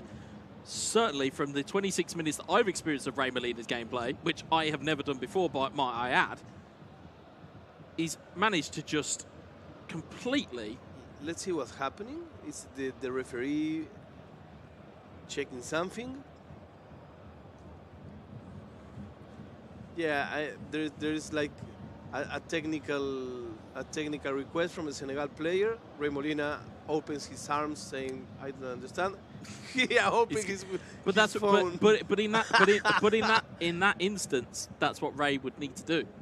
If something's happening with the other player, you just want to zone out. You want to just focus on whatever you've got going on, and that's what arguably you need to do. But it's a great start from Ray. Okay, so we're watching the match between Senegal and Argentina. Like a very interesting thing to look is an experienced player against a young coming forward player. So we are coming back to the game. The technical issues are over. It's 2-0 from Argentina. 30 minutes. You can hear people chanting here. And here we are once again. Here we go, though. It's Rafael into a dangerous spot. The man from Portugal rolls it across to Junior Massais. The Brazilian tries a double touch, doesn't quite pull off. That was difficult. That was a difficult play. And here comes Ray Molina with the counter-attack. He wants the third one. Let's see if he can make it. Goes touching and touching, coming and going. Yeah, you can just see trying to weed out where that defensive frailty lives. But again, as we've said before, got to be careful. But that there is a red card. It's our first red card. And my word, that might just be a game changer. Yes, nobody expected that. You've got to be careful. As we said, we talked about it previously about little fouls, not extreme fouls. You want only a little one. You just want a nudge. You don't want to slide in, and as we see, first slide we see in the tournament, and it's a red card. Yeah, and you can see it's Joshua Kimmich as well. That's a pretty important piece to the Bayern Munich jigsaw, as it were. But again, fortunately for him, it's 2-0. Yes, but how is it going to affect him going forward? Does he now kind of tuck into his shell? Or does he go, actually, I can play without him. I can play two in midfield. Whoa. I know, and you can see the risky defense. You can see the risk there. In Senegal. Here's Kalulu. On towards Massais. Rafael onto Rebic. Lets it run through his legs nicely. He's got Pavard chasing him for company. Looking to just dummy to try and see where he's going to go with it. It's Brahim Diaz. The Spaniards played it into Rafael. It's back to Junior Massais. Massais, can he get free? Is it brought down? What a save! Ooh. I thought he got brought down for a penalty. Instead, he got the shot off. That's a brilliant manual save from Ray Molina. I think when I saw the kick, I said, oh, another red card. It is not over yet, though. It is not over yet. Corner on here for AC Milan and for Senegal. It's Tenali into Brahim Diaz. It's cleared away only as far as Pierre Kalulu. You can clearly see that there's one player missing. Yes. Oh, yeah. You can see where you can see where the Joshua Kimmich-shaped hole is. But Lucas Hernandez finding a brilliant ball through to Sadio Mane. Mane looking to just hold. Is he, though? That's the thing. You want to go for a third for half-time. You may just. It's Hernandez. Out towards Mane. Mane gets the ball into the box, and Tata Rossano will take that into his hands nicely. Again, if you are Momo, you're going to need a goal maybe before half-time, but here's Sane. And the ball is going back the other way for a free kick. Got to be careful here. Yes, he's walking on the line. It's difficult, but he's trying to have a third goal because he knows that with a player less, keeping the difference is important. But if you can make just one extra goal, that would be like a death sentence to this match. Yeah. Well, here's the interesting part now. If you're Yes. at half-time, you're Ray Molina, and you know you're down to 10 men, you've either got to make it, in my opinion, you've got to make an adjustment knowing who you're up against. But also, strangely, with AC Milan, doesn't feel to be as coherent as it should. Again, it's got Rebic, it's got Raffaello, it's got Junior Masais. There are other players that, you know, Momo and Senegal could use. I know I talked about him at the time, and people who have viewed my content know I have a soft spot for Olivier Giroud. But within eFootball, he can hold up a ball. He can get you back into play. He has that physicality. He has that almost Ronaldo-like quality in the sense of you want somebody physical to try and bring those speedy players into play. If I was looking at it from Senegal, that's where I'd be looking at right now, because you need to get back into this game and you need to have somebody to set out the stall. So here we are again, Argentina with the Bayern Munich black shirts, Senegal with the Italian AC Milan. There's Junior Masais though, finds it through to Raffaello. Can he get there? Oh no! He's tried to cut across. It wasn't on it wasn't on. There are times where that pass is on, and there's times where it's not, and that is a time where it's not on. You shouldn't play, especially at that angle. But it's a golden opportunity. Falls by the wayside for Senegal. Oh, brilliant footwork there. Just can't quite be the benefactor of it. Yeah, definitely Ray Molina is not parking the bus. He absolutely isn't, but the issue is he might leave something open the back door, but yeah, good defensive work. Remember, Argentina has one less player because of a red card. It does, yeah, and you'll see that in the top left-hand of your corner of your screen. Here's Ante Rebic, Brahim Diaz. Just can't find the ball through. Can the Spaniard is Theo Hernandez, Tomori. Back into Sandro Tonali, Brahim Diaz, Masais, Raffaello. Ball is going at an electric pace. And you talk about tiki-taka and you talk about one-touch passing. That was between 4 or 5 players and you just didn't know who was going to take the hit. Amazing save by Ray Molina, who is suffering now. He's suffering having a player less. But the issue now becomes, what do you do here? Here's Brahim Diaz. Can he get the ball out of his feet? He can. It's Ante Rebic. He can't quite get it through. All you need to do, if you are Ray Molina or if you are Argentina, just stifle. That's all you have to do here. I mean, it sounds as simple as that when I'm sat here with no controller in my hand, but that's how simple it can be. Here is Tonali, Masais, Raffaello. Out to Brahim Diaz. Back in towards Raffaello. It's, again, just bounced off the heel of a foot and off it goes. Again, it's encouraging to see that Argentina are able to hold out the door here, but here's Raffaello. Raffaello with the strike. Goes to the manual, would have had it covered in my opinion. I thought that was a goal. It certainly looked it. Whenever a ball hits the stanchion behind the goal, it always looks more impressive. The defense seems restless, seems like also like without any expectance of doing something. Every ball gets through. Yeah, it's Junior Masais, Raffaello back to Junior Masais. That's where those physical attributes could potentially come into play. But again, he needs to be careful on the counter-attack here as Argentina have the ball. It's Leroy Sané. Up to Choupo-Moting. Hernandez gets it clear. Brahim Diaz, counter could be on here. Looking like a 4v3 if you can get the ball right here, but it's Junior Masais that clears it, or it gets cleared away from him by Deo Upamecano. Here's Tonali. Tonali across the way to Brahim Diaz. Brahim Diaz gets it through eventually to the Croat Ante Rebic, but it is cleared away once more. Again, if you're Ray, you just need to keep clearing it at this point. The red card is obviously not something you can avoid, but unfortunately, it is where it is at the moment. Here's Benacer trying to get the ball through. Senegal could not yet make use of this extra player. Absolutely, and as the ball goes through again, it's Choupo-Moting against Tomori. Again, no disrespect to Choupo-Moting, but if there's a foot race between him and Fikayo Tomori, I know which one I'm picking. Is Raffaello. Got 2 men over. Can he find one? He finds Junior Masais. Finds Brahim Diaz. Diaz shapes the shoe. Oh, it's just wide again. He did the right thing by setting himself, tried the controlled shot, knew that manual goalkeeping was in play, just couldn't find the finish. He's doing an exquisite kind of play, but he needs more strength, you know? Well, interestingly, you see, we talk about this, you can see the fitness levels or the energy levels on these players.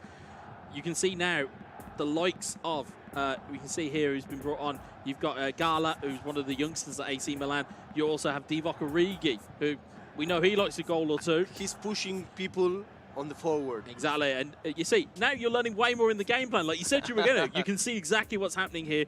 Momo just starting to go a little bit more aggressive. He now needs to know, he knows he's got to push forward. A little late.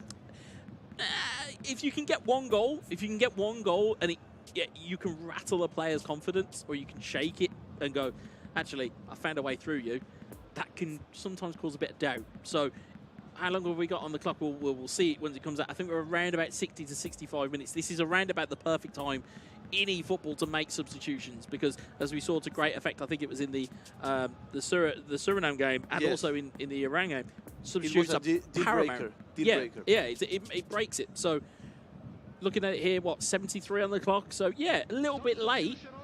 Still not beyond the realms of these players, because these guys have got, as we said, have got incredible skill amongst them. So here it comes again. With the black shirts, with the Bayern Munich is Argentina. With the white shirts, with the AC Milan is Senegal. And here it comes again, Argentina. Goes for the third one. Good defending. It's good defending again from Fikayo Tomori. Ball goes floating through here, though. It's Ryan Gravenberch. In towards Serge Gnabry. Gnabry, can he hold on? Can he go all the way? No! Oh, it's just... He got all the way through and just couldn't apply the last piece. Do you know how you say that in Spanish? Se la morfó. Se la morfó. We're on again here, though. It's Tao! And it's a goal. And now it's a goal. Oh, he's out the chair. Someone get a tracking camera on him. And now it's a goal. That is wonderful. Wonderful stuff. And he's celebrating. It's 3-0. For all of those who were saying se la morfó, no se la morfó. He made that goal. You can just see as well. And again, it's strange to have a goal when you're down to 10. Yes. When you're down to 10 men, it should be harder to score. As Divock Origi tries to make his way through, just can't physically get through. Again, if I was Senegal looking at this, going backwards or going to the next game, you've got to look at personnel changes. You've got to maybe instead of having Rafa Leao down the centre, you have him down the side. You have a player to push in. You can see as well, Ray Molina very brave, pushing the line forward. So again, that creates its own pressure at the halfway line. Yeah, but by now it's 3-0, and he's playing, I think, with his opponent's mind, because he knows that. It's gone through. It's Rafa Leao. He's double touch, and he's got it in. That goal is very important. It's a very important goal. It was unlucky from Ray Molina in the sense that you'll see from this goal here, tries to attempt the slide, just gets caught. You also see, strangely, there was a double touch, and also there was a manual goalkeeper move. So I thought even Momo had probably done even too much to score there. But luckily did not get caught out too badly, and he finds the back of the net.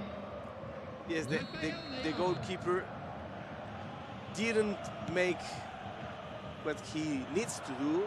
So this match is 3-1 for Argentina, who is playing with 10 players from half of the first half. It's not over yet, though.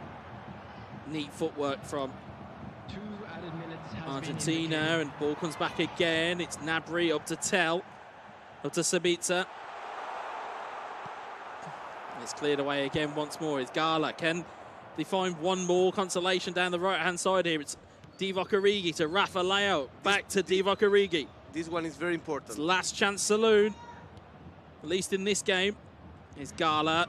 Gala, great footwork, brilliant footwork. It's Ante Rebic. Can he get the shot away? He can. It's saved, and it's gone clear. That's the ball of the match.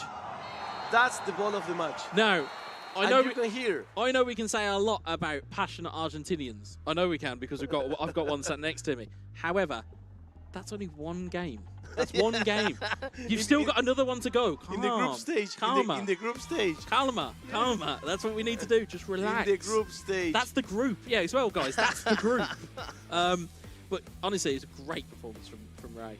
Yes. Again, I think Momo never really got started. I think the two early goals just didn't get started, and again, Ray smothered him, and it just kept going. And again, the award of the red card, it had the ability to change the game, but kudos to Ray for not allowing it to change the game. Yeah.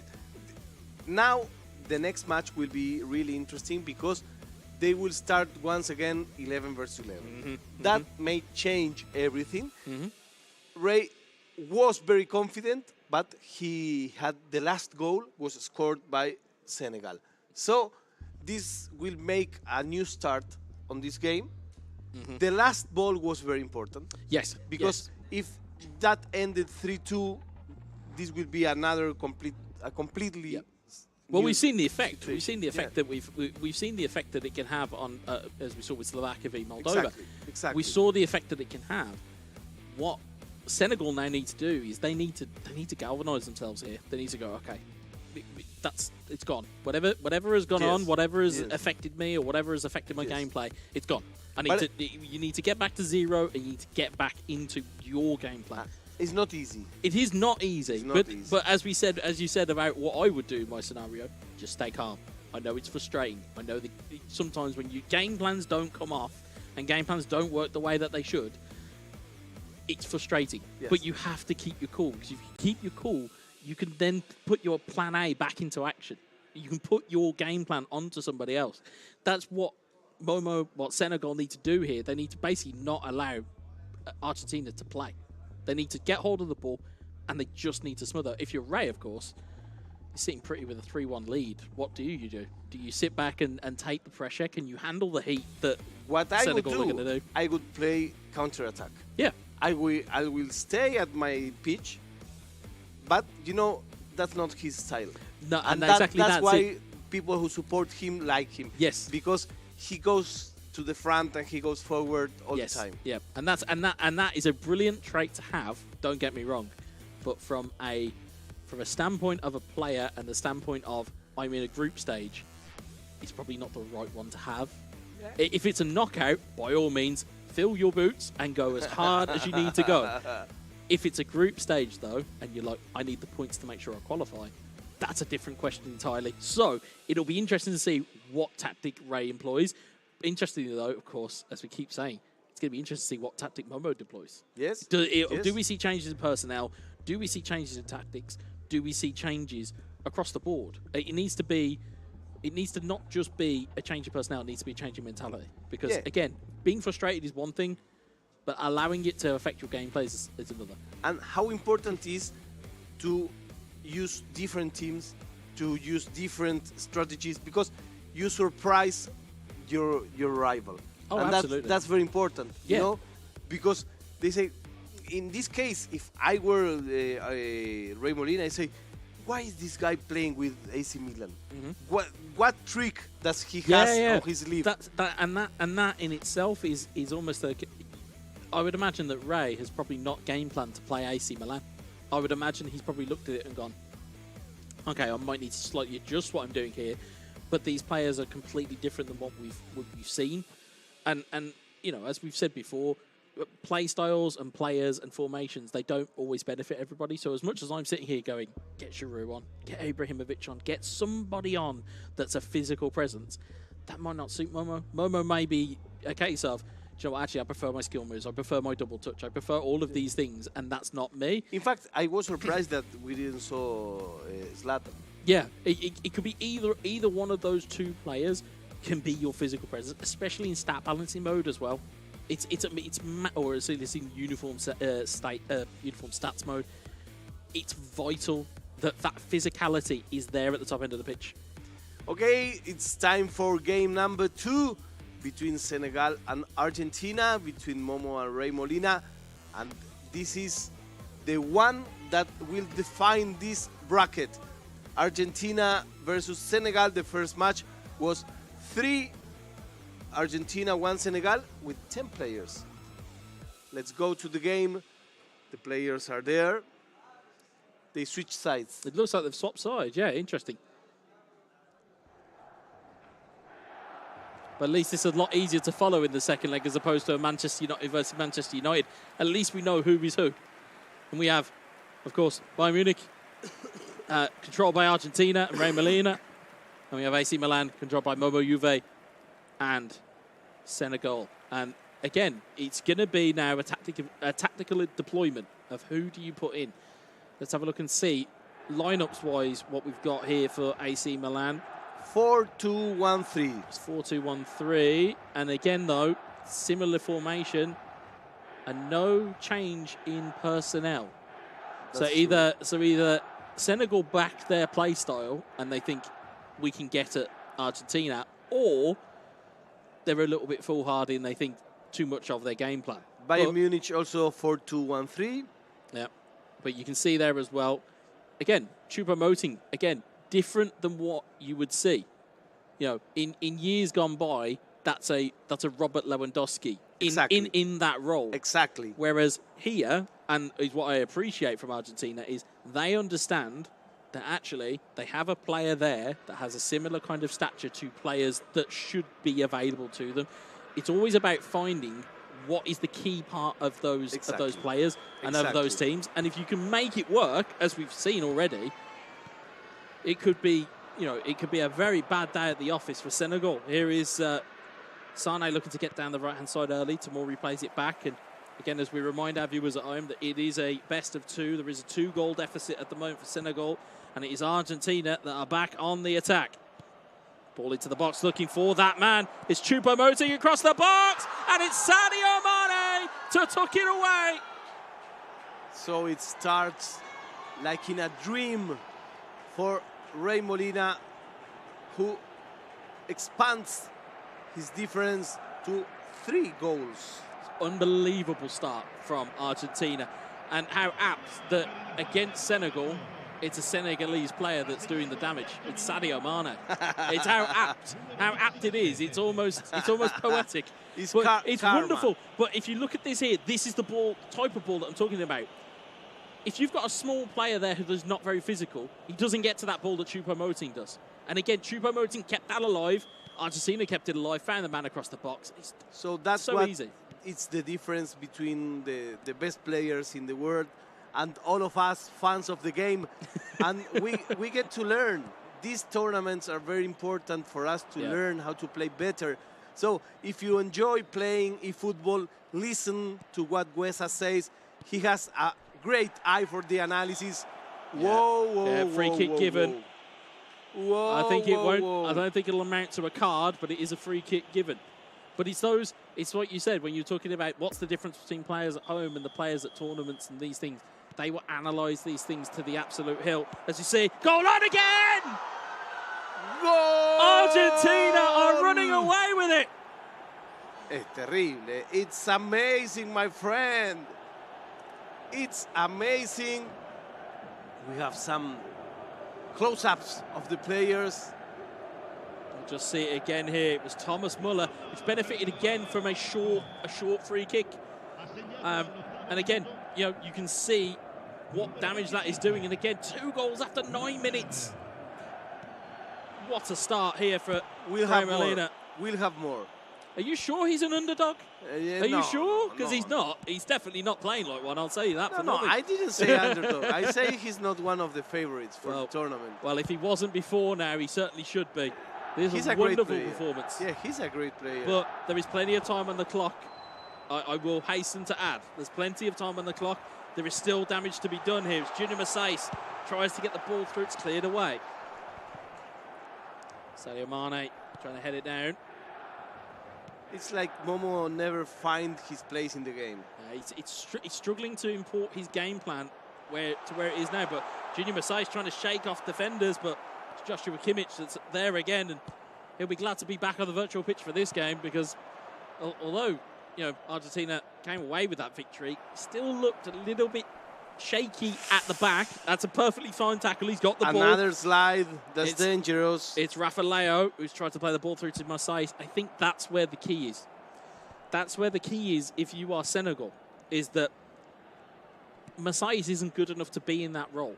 So for me, you'd need to shift Rafael out there, who has got an abundance of pace, as we know, and use somebody a little bit different in the middle, like you said about Zlatan or Origi or Giroud. Just somebody different in there to allow these players to play at the best that they possibly can. Is Benacer. Here comes again Senegal, trying to at least have a goal that make him dream of equalizing this series, but this is difficult. And once again, Argentina is coming back. It is. It's back with Sadio Mane. He comes for more. It's Thomas Muller. The ball has bounced clear. It's Choupo-Moting out to Goretzka. Sane looking to recover it in towards Eric Choupo-Moting. Choupo-Moting gets caught in possession. The ball goes clear. That's a very risky tackle, by the way, within eFootball. I've seen them given. I have seen them given. People was breathing and smelling penalty. Yes, certainly would be an interesting one, to say the least. Here's Thomas Muller. Again, I hasten to add, it is all Argentina once more. It's almost as though the game plan for Senegal has just gone out the window. But the possession is 70% for Milan. Yeah, but 70%. But it's not a game of possession. No, the only stat that counts is the one in the top left-hand corner, as Choupo-Moting looks to get free again. It's bounced clear kindly to Thomas Muller. Muller brought down, nothing given. Mane. It's deflected, Choupo-Moting. There's so many tackles going in there. Risky defense. It was very risky defense, but it is a corner. As we always say, it's the stats in the top left-hand corner. It's how much time's left on the clock and how many goals have been scored. And so long as it reads 90-plus minutes and full time and it's goals, doesn't matter about how many goals or shots on target, how much possession, doesn't matter. As long as you get there. You can hear the vocal Argentinian fans in the corner of the room, as we can hear it here. Yeah, they're making themselves very well known, which is great to see, by the way. I love it. I love a little bit of atmosphere in esports. Never hurt anybody. A shout out to my Italian friends. Kimmich with the corner. Kimmich with the corner. And it's out to Matthias de Ligt. De Ligt to Sane, to Kimmich. Kimmich to Goretzka. And it's cleared away by Ismail Benacer. There's Rafael. Again, there's just not enough bodies there, and it's going the other way as well. All of the pressure is on that left-hand side. There was two players over. Instead, Senegal decided to go the other way. Cheap foul given. Once again, foul. And I think... Quick free kick on. Sorry to cut through you. It's Sane!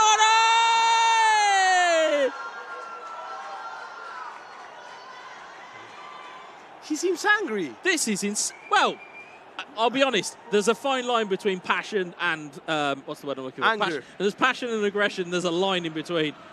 Brilliant though. It was quick. It was that was a quick through ball at a free kick. Which if you switch off for a second, you will get caught. And just there, beautiful through ball. Everyone switches off. Tatarusanu, absolutely no chance. Sadio Mane, Leroy Sane scores.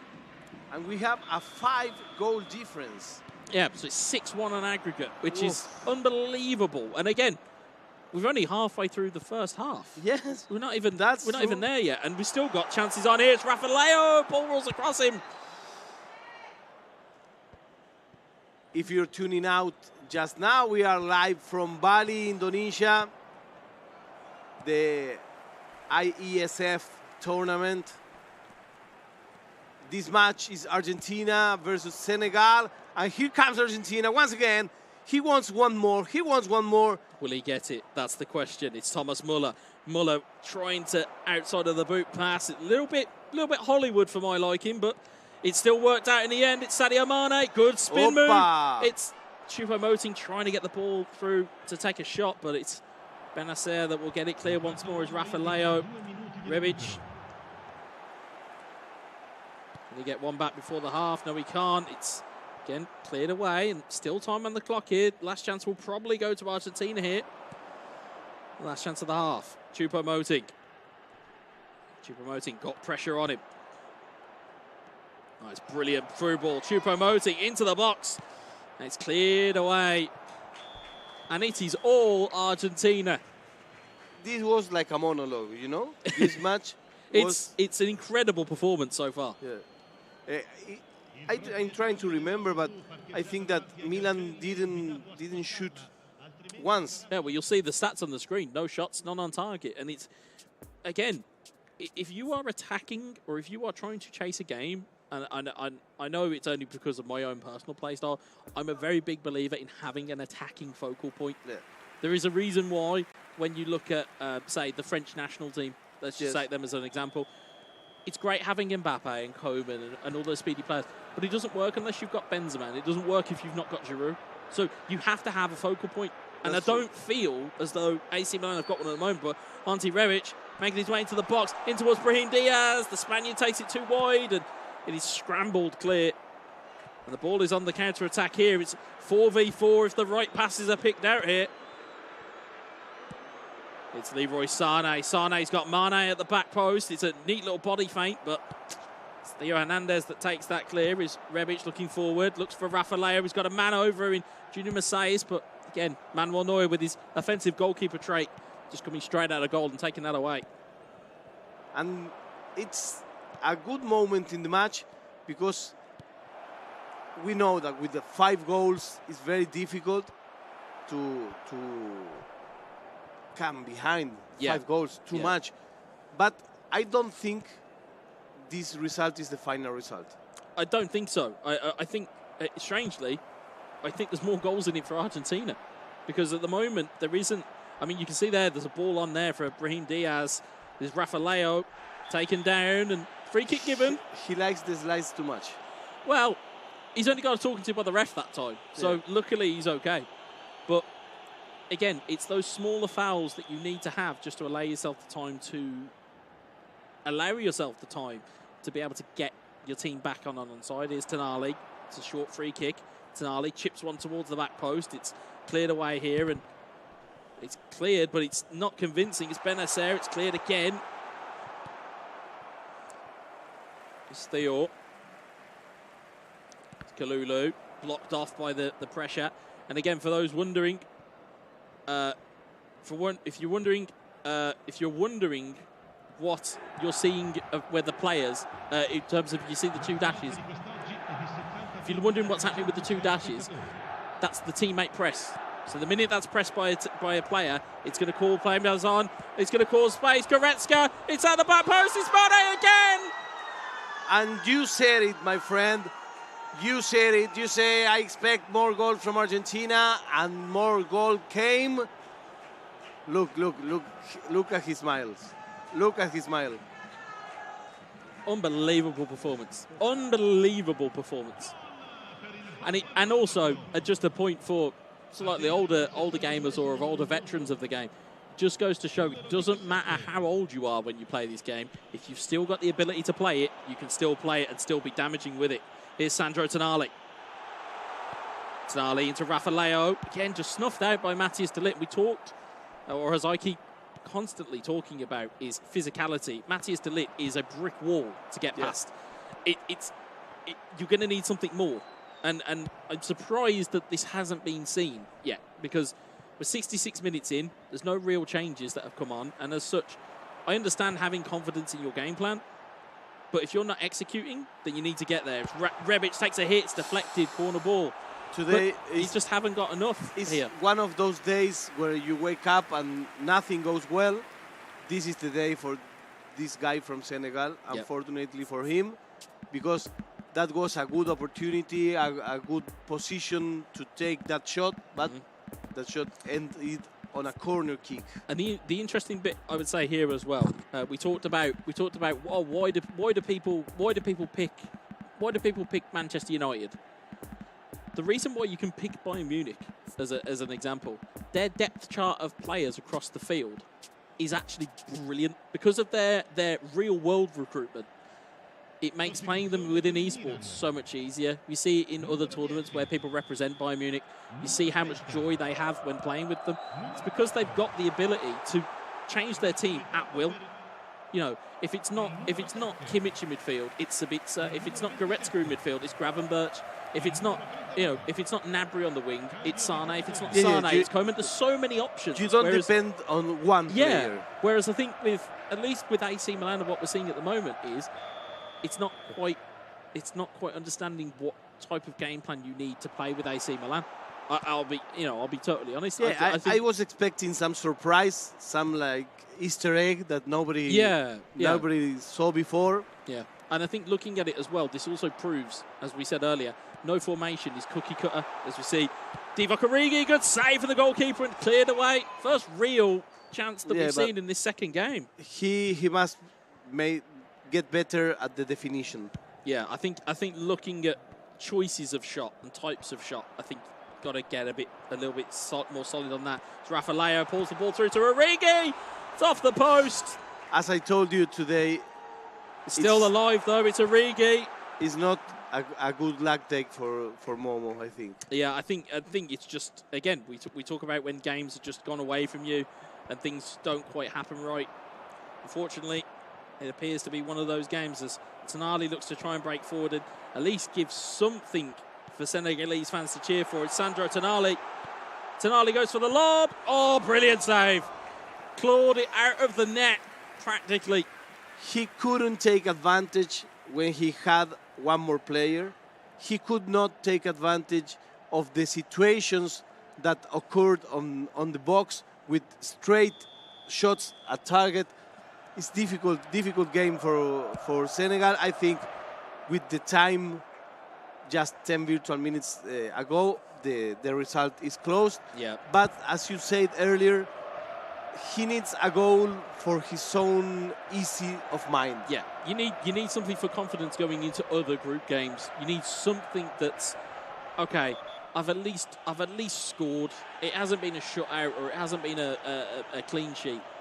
Just something for you to go, I've at least put my marker down here. And granted, we saw one goal in the first of the two legs, but here it almost feels like it's been non-existent as Adil plays it back to Rafael, plays the dummy, makes the score. So it is one back. It is almost a consolation, but that's the goal we were talking about. That's what he will need going forward. Yes, because if not, it's like you got sacked right away. Yeah. It's making sure that you've at least got something to carry into the next games, because again, mentally you're going to need to reset very quickly. After a defeat like this, you're going to need to reset very quickly. It's 4-1 for Argentina in this match. In the aggregated score, it's 7-2. 6 goals difference, too much, really. I think so. I think at this stage, there's too many goals that's been in and gone here.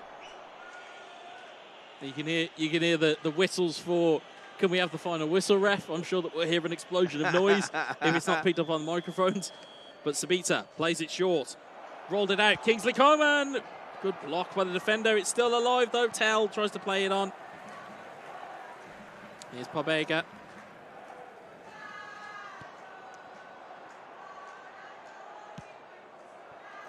And they are chanting the new Argentinian song. Fantastic. Well, they'll have plenty of time to sing that after these 3 minutes of injury time. Here's Pobega.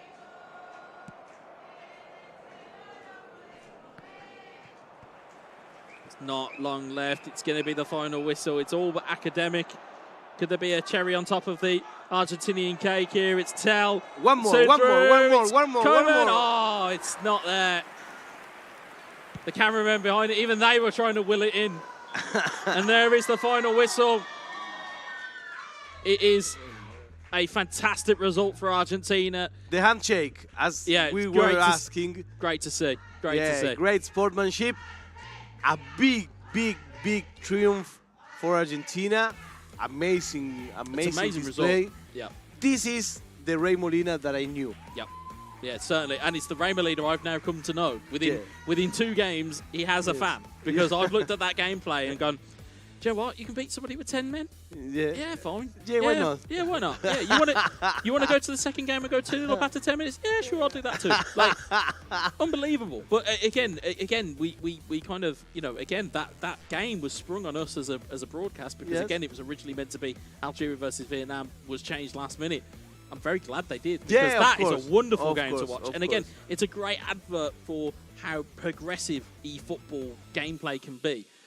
Yes, you sometimes see players that suffocate games and will go, I'll just score a goal and I'll play it around the back for 80 minutes.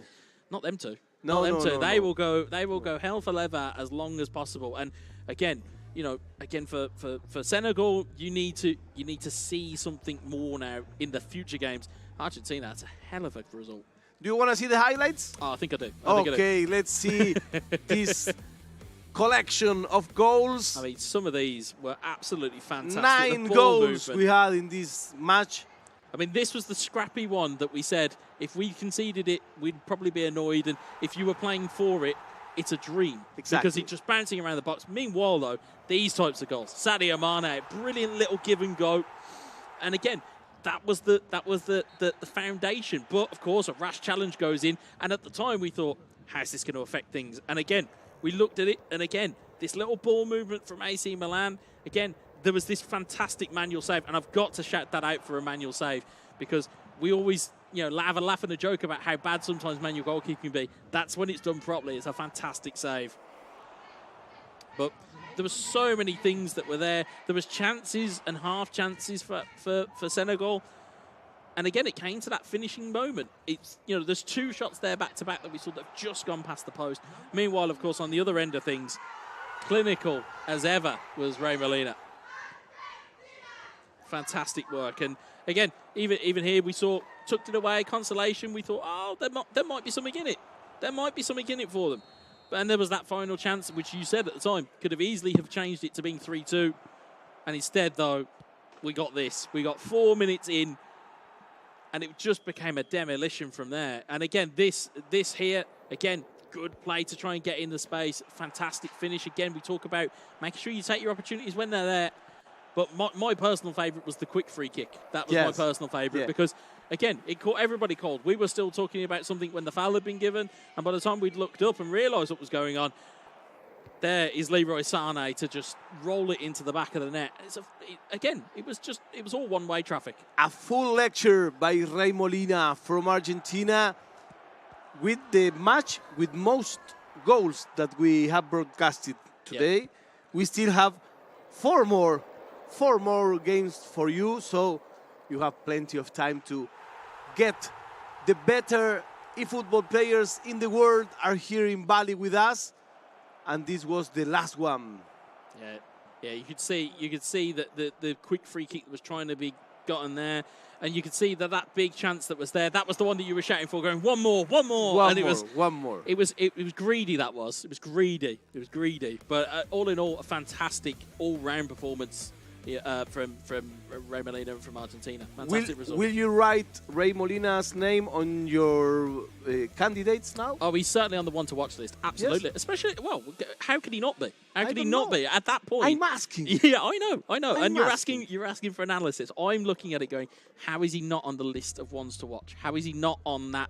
Even in the dark horses race that you sometimes see where people go, well, here's all the contenders, and then here's the people that might do something. How is he not even in that conversation?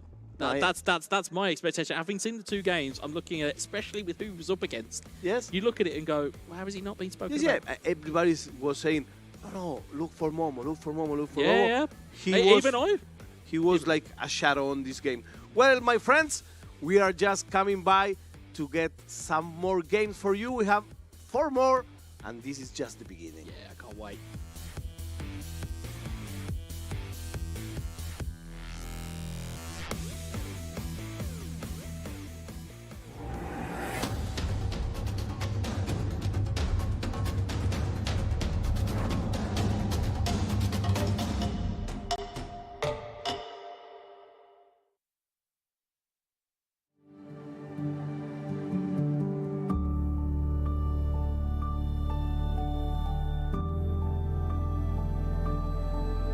All it takes is one dream. One dream that becomes a journey. To drive an ambition. Believing in yourself. Persevering challenges. Always focused on the dream. To grow aspirations. Having the will to keep going. Building a future with a legacy. Knowing dreams can come true. Over 11 years of growth. The spirit of entrepreneurship. Created possibilities.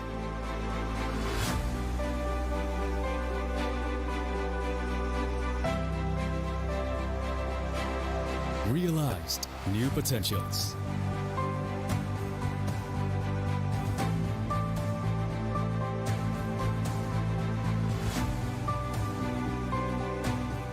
Innovate for the better.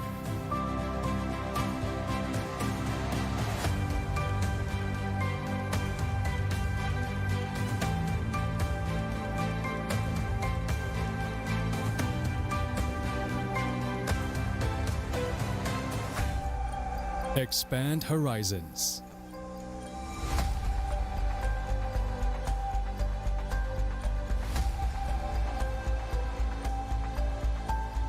To change lives.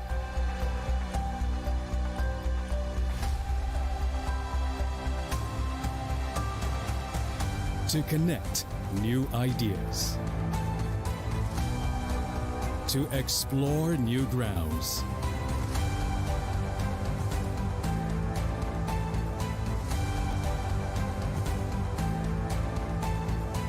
With the future in sight.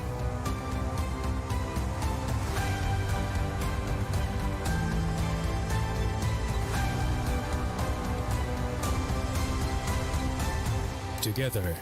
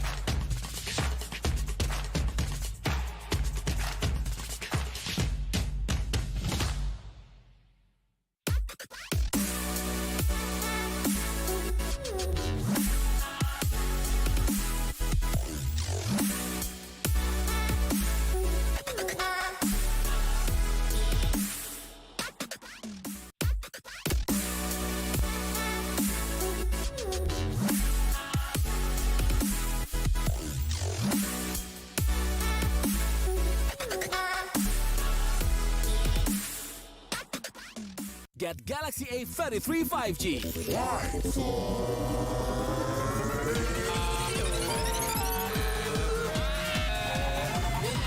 Galaxy A33 5G with awesome battery. Buy now. Get Galaxy A73 5G. Why? Because this is awesome.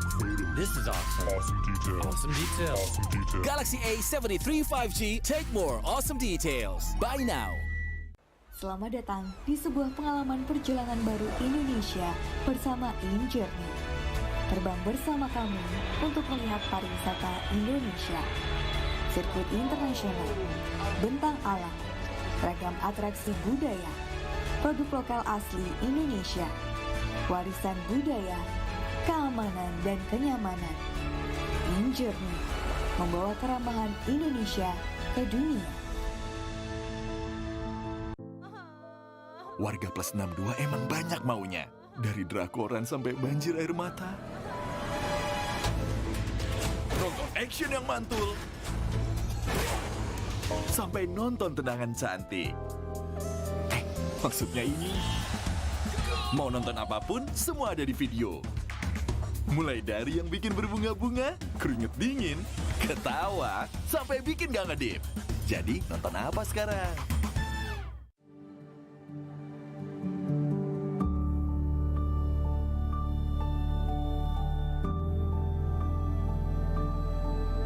All it takes is one dream. One dream that becomes a journey. To drive an ambition. Believing in yourself. Persevering challenges. Always focused on the dream. To grow aspirations. Having the will to keep going. Building a future with a legacy. Knowing dreams can come true. Over 11 years of growth. The spirit of entrepreneurship. Created possibilities.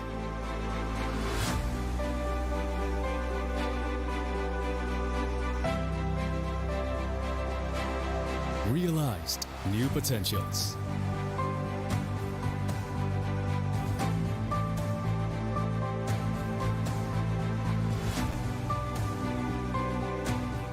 Innovate for the better.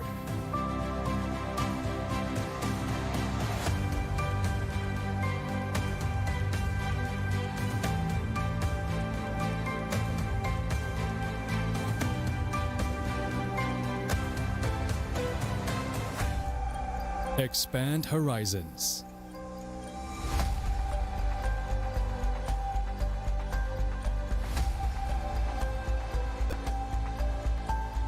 To change lives.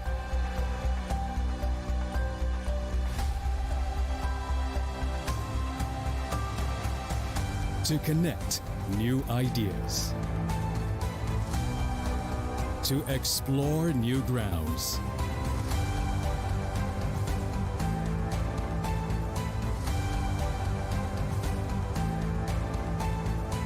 With the future in sight.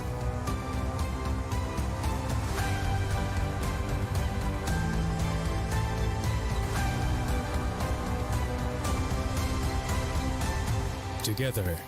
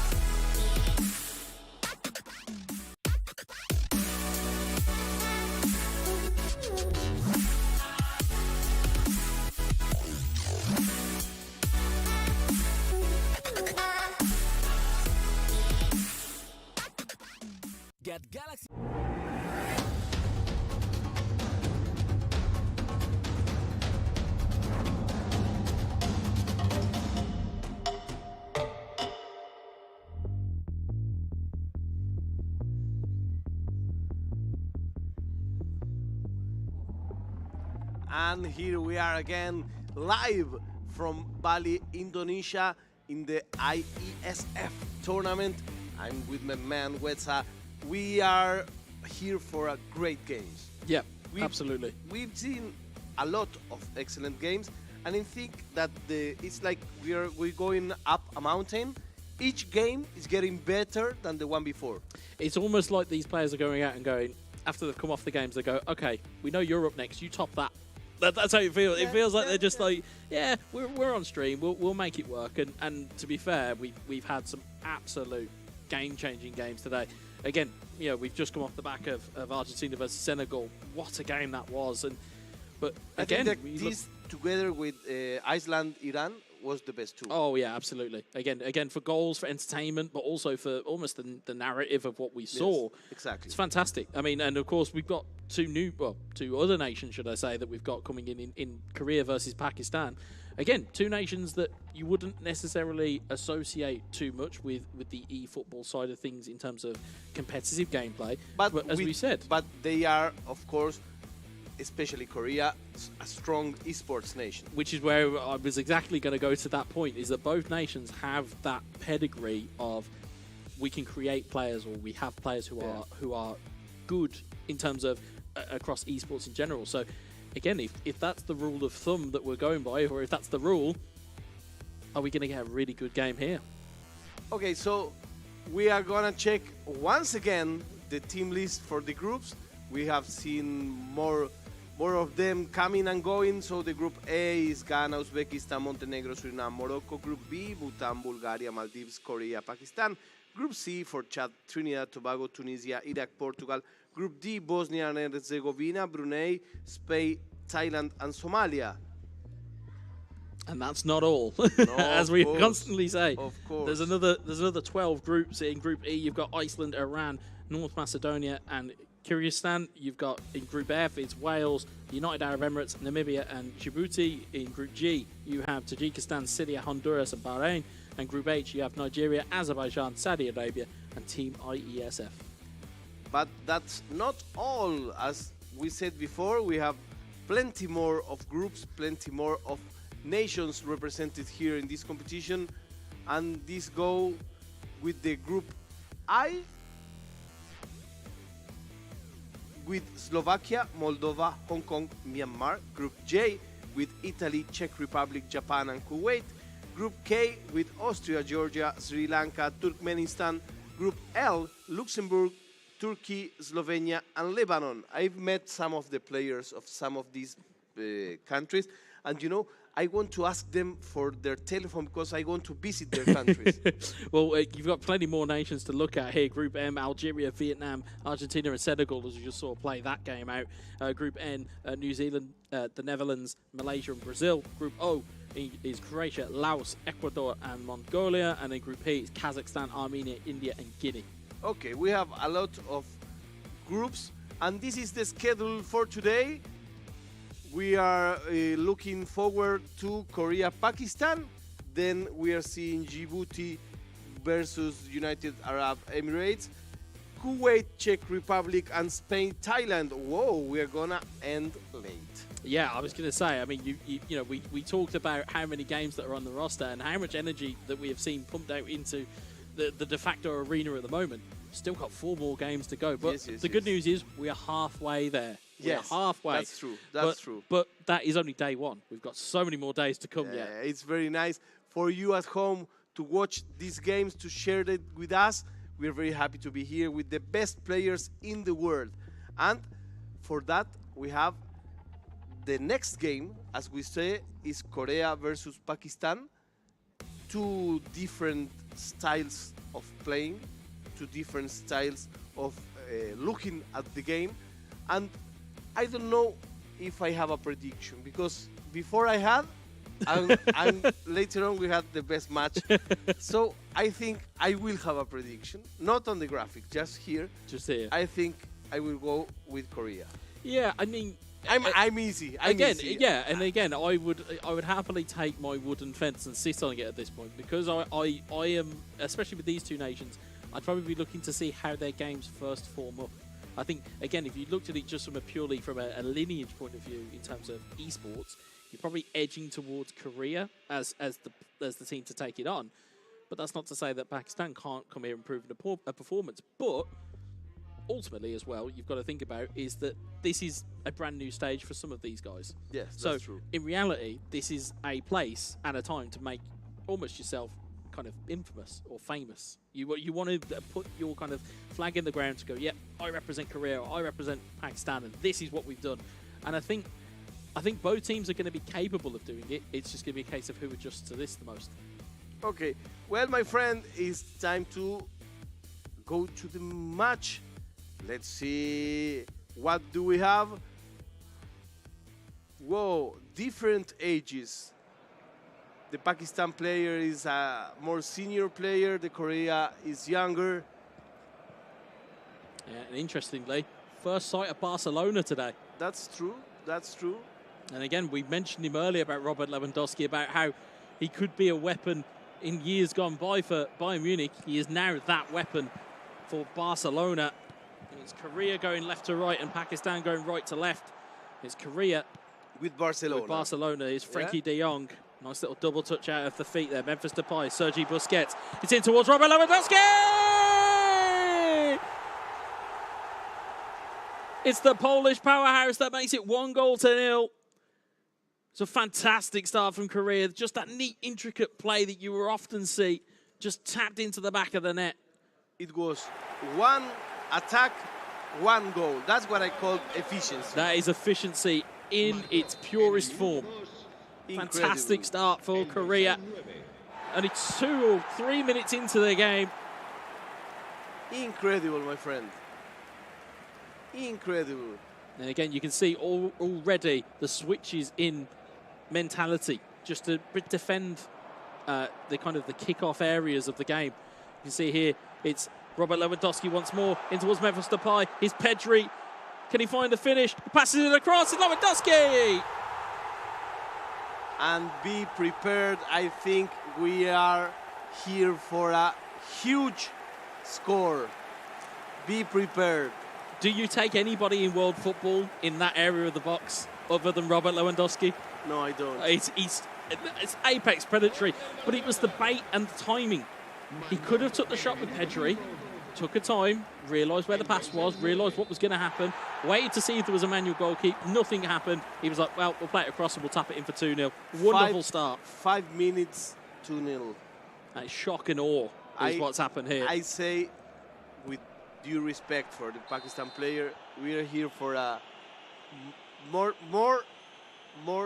than a one-digit score. Well, let's see how that pans out, because Pakistan do have a free kick. It's Leon Goretzka.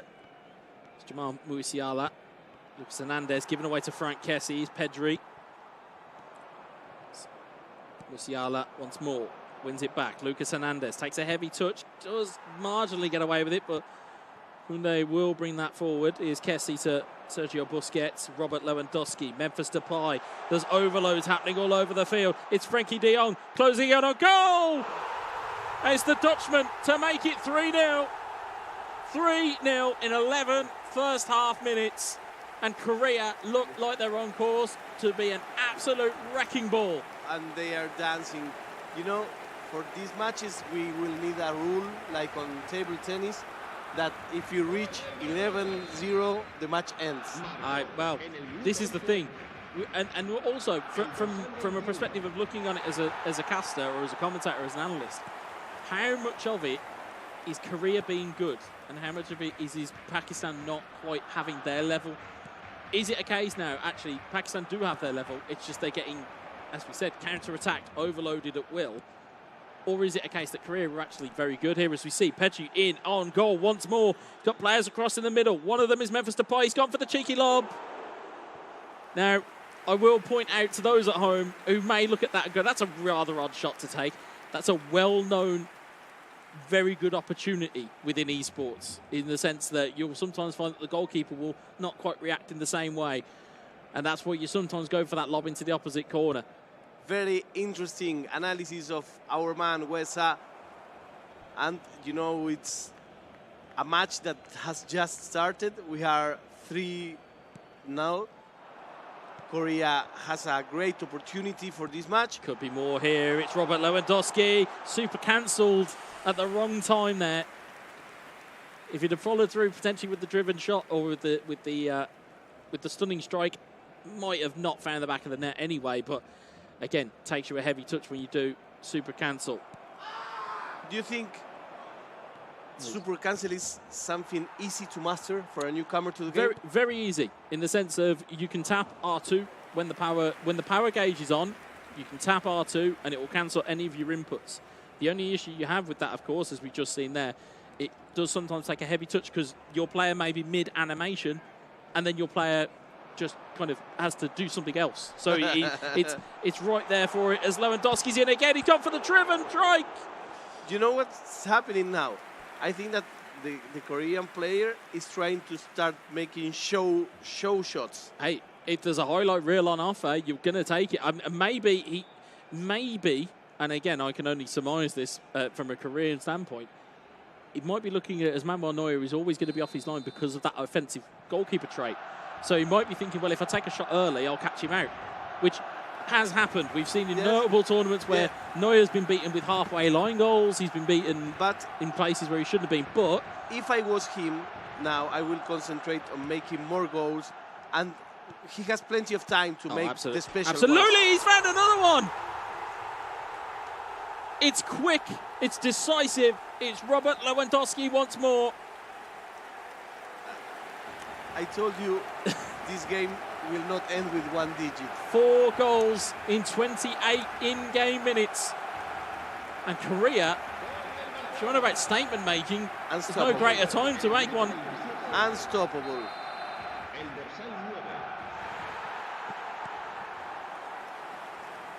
If this were me at home, I think it'd be a controller down moment. It really would be. Here's Upamecano though. Musiala, can Pakistan get something built up here? It's Choupo-Moting, it's dispossessed by Kese. And also something to be said about the selection choice of Barcelona, which we'll no doubt go into when we've got a bit more leeway of not thinking that there's another opportunity here. We might take some time to speak about that at half-time because, again, first time we've seen Barcelona in this environment, in uniform settings mode. And my word, has Korea made this pay? Yes, and this shows that it's not about the team, it's about how you use it, you know? Yep. We've seen different players with different teams offering different kind of shows. We saw Ray Molina using Bayern Munich. We saw Iran using Manchester United. And we're seeing Korea using Barcelona with the same results. Incredible play.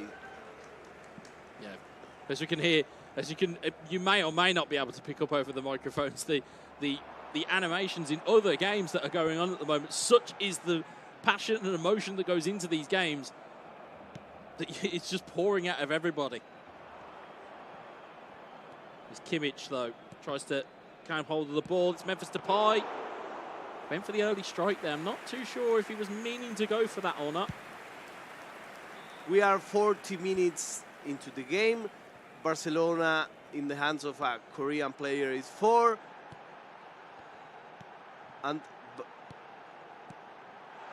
Bayern Munich.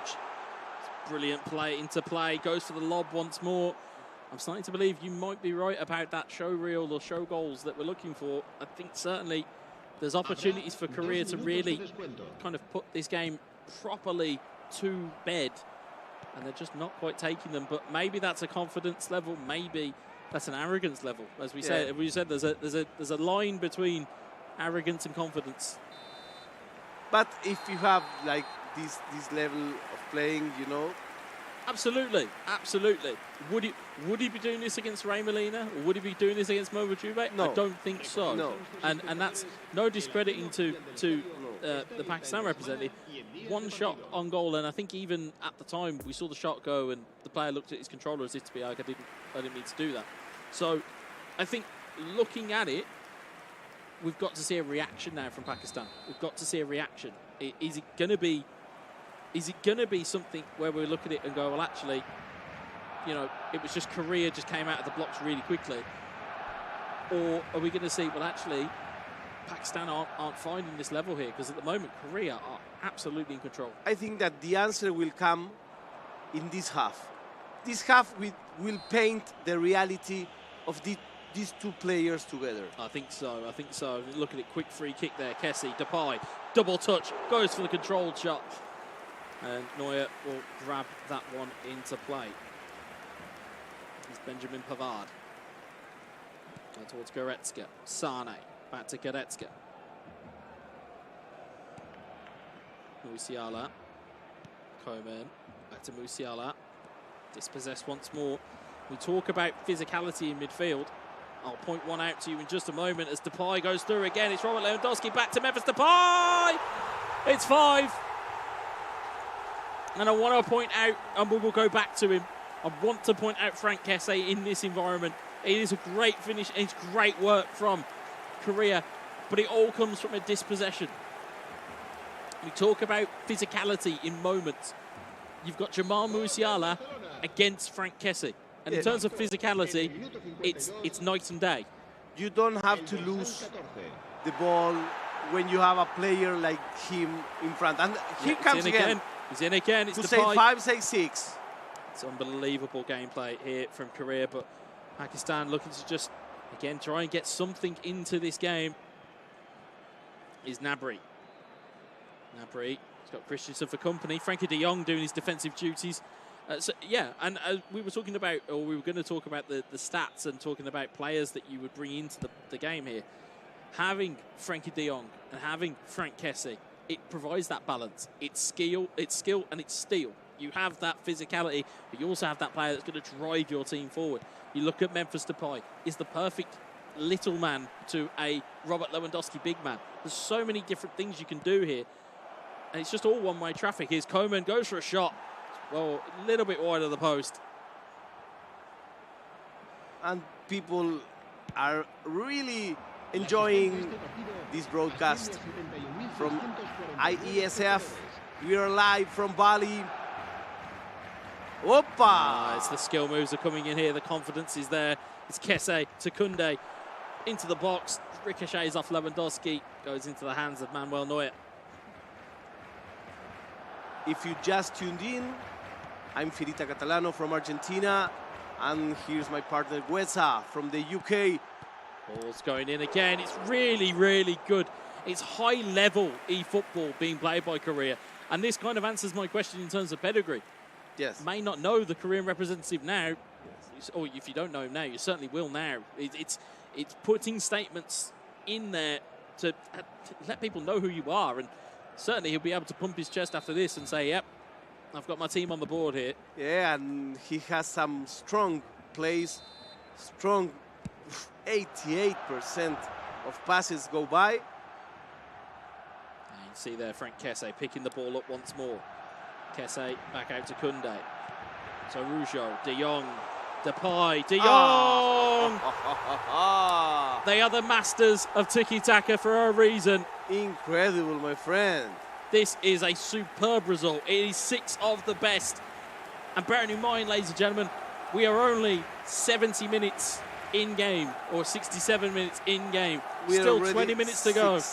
6 goals ahead. I don't know, by now, I think he's thinking the same as we are. Is he going for 10? Do you think so? I don't think, as a player, I don't think that ever goes through your head. No. I genuinely don't think it does. Because I think the only objective you have as a player is to go and win the game.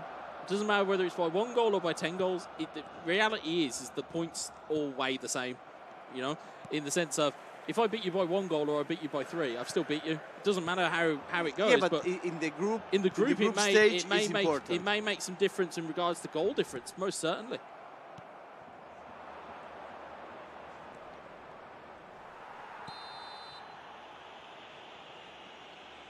As you say, free kick.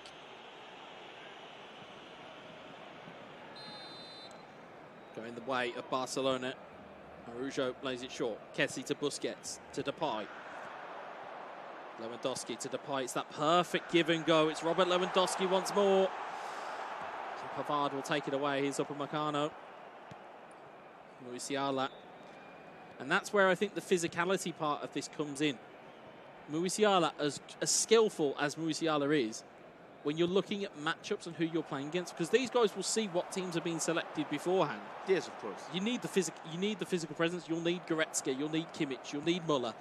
You may not want to play with them, but the physicality aspect of this will force you to play with them because you have to. Same with Choupo-Moting, as you see him driving forward and straight into Araujo's challenge. He also has the luck to make that foul and not get called. Yeah, and again, in games like this or in tournaments like this as well, as good as you are on the sticks and as good as you are in the game, you still need a bit of luck. In the same way that real life football works, but you can see here it's almost mesmeric here. It's Pedri, it's Kessie, it's everyone's getting involved. It's Memphis Depay, goes to the strike, it's hit the save. Even Koundé's up from right back. Koundé didn't know what to do. He got caught in two minds there as to what to do. He went too sweet. Yes. Too sweet. I think he realised that he was controlling with the centre-back and not with the centre-forward. There's Choupo-Moting looking to just try and salvage something for Pakistan. Just looking to just try and do something here. And is Gnabry, can he go all the way? Oh, it's a violent strike. Just a little bit too far over the bar. But first real sign of dribbling acumen that we saw from Pakistan and also from mostly the players around the tournament. We've not seen that many dribbles. No, that's true. That's true. And perhaps it's like an antique style of playing. I enjoy it. I respect it because that's how we used to play back in the day. Yeah. And that's something to be said here, is that at least Pakistan are trying here, but it's this irresistible force of Korea at the moment. They're just not letting go. It's Pedri into Lewandowski. We're into added time here. Pavard will clear the ball away, as will Upamecano. And that's going to be the final whistle. And it is an absolute demolition by Korea. Yeah. And I will... They're very, very relaxed. He's looking at him like, is he normal? See? Yeah, he's like, is this normal? Is this what we're meant to happen? Where this guy came from? Yeah, you know. But I respect very much that the losing player in this case, the Pakistan player, didn't went for tackles, because when I lost by such a big difference, you get angry. Yeah. No, I start blam, yeah, blam, blam, blam, blam. You know the buttons say, okay, stop. Yeah. You cannot play with two players. The buttons suddenly become hot all of a sudden because you press them too much. I say, you make me 6 goals, I will have 6 red cards. I mean, as for a second legs go here, though, I mean, what do we really expect from here? Do we expect more of the same? Do we expect it to be? Do we expect it to be a walkover for Korea? Do we see a reaction from Pakistan? I can see the shake of the head and the nod of the head. I'm like, I think this match is closed. I mean, I hope not, because now I root for the underdog, but I think this match is closed.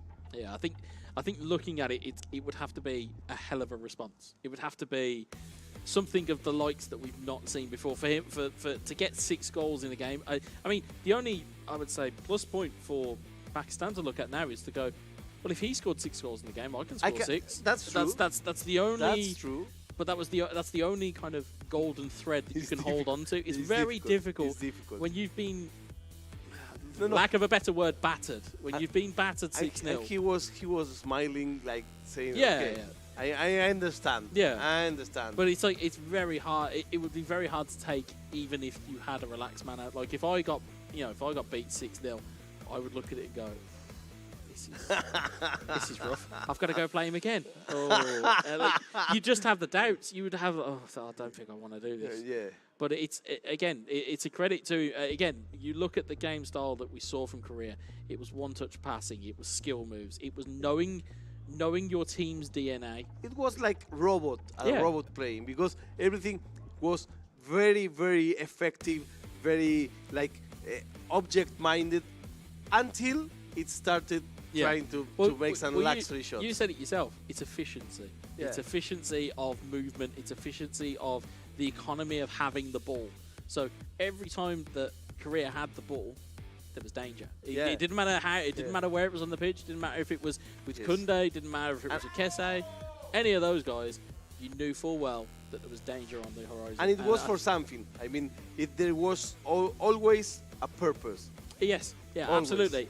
And some of the passing sequences that we saw, it was between 5 or 6 players. Yeah. It was one touch. It was so good. And again, that's why I mentioned it on commentary. It's high-level play of eFootball. It's not just, oh well, do you know what? I've pulled my controller out from behind my sofa and I've picked it up. That's well drilled and that is well formatted and well sequenced. So this is the time for the second game. Remember, the format of this tournament is best of 2 games that get added. On the right, we have the Korean player. On the left, with the mustache, the Pakistan one. And let's see what he can do. He's 6 goals behind. And let's play devil's advocate here. If some of the teams that we have saw today go through to the elimination stage, where it's best of 3, do they still have that same game style? Do they carry it through to be, okay, well, we're Iran, and we can score. Excellent question. We can score, at will. Are you, Slovakia? Are you, Argentina? Do you carry that same mentality in, or do you have a game plan for all seasons? If it's a very tight game, I don't anticipate that Korea, if it's a tight game, will be doing half of the things that we're seeing them do. Of course. But they are clearly in the ascendancy here. They've clearly, unless, by some almost miracle that we see, that there's a 6-goal swing, that they drop points here. But they are very much in control. But I don't know whether we see that same gameplay from them if the chips are down, so to speak. If the chips are down, are they still trying skill moves? Are they still trying one-touch passing? Are they still trying all these things? But I'd like to see these types of players under pressure just to see what they do. That's an excellent question. He's Wetsa. You know him. If you like eFootball, you know who's talking, of course. And of course, if you know English, you know it's not my native language. I enjoy very much. I think you've done very well. Thank you very much. I think you've done very well. Thank you very much. And I've also appreciated the slight influx of Spanish as and when it's required. I had to let you run for that Argentina goal. I had to just let you go. I had to let you go. Thank you very much, and thank you very much for the fans who support us, the great commentaries that we're having on social media. Thank you very much. We really appreciate. We're reading all and every one of them. So he starts. Barcelona is by the Korean guy. Bayern Munich by the Pakistan player. You can see build-up starting once more here. It's interesting, though, the deployment of 2 or 3 or 4 kind of traditionally centre midfielders from Barcelona. I feel as though there's been almost a deployment of putting players slightly out of position, but it's working very well. Frankie de Jong is taking up kind of residency and left midfield, and Kese is starting to drift out to the right-hand side. It shows an IQ that knows how these players will behave. As we see Kese shrugging off Kingsley Coman. Kingsley Coman going for the takedown, doesn't get there. It's Lewandowski! And here comes the first one. We start as we finished. It is Robert Lewandowski, it's Barcelona, and more importantly, it's Korea extending their lead. We are on 7 goals ahead. Typical goal. The center goes to the back of the box. Defender has nothing to do. Goalie has nothing to do. And Korea starts winning the second game. 1-0. Yeah, they've done very well here just to pick up where they left off. And again, talk about strong runners, Frank Kese, Pedri, you can see them all just running at will here. Kese across the box to De Jong. Oh. I don't know whether do we count that as a mistake? I think we do, considering what we've seen from Korea so far. But I mean, he tried to be so precise, to choose the exact spot where that ball should end. Oh, it's a poor giveaway here by Pakistan. It's Pedri. And it's Lucas Hernandez that will take it away. But yeah, just tried a little bit too hard to find the corner of the net. Could have easily just tapped it in instead.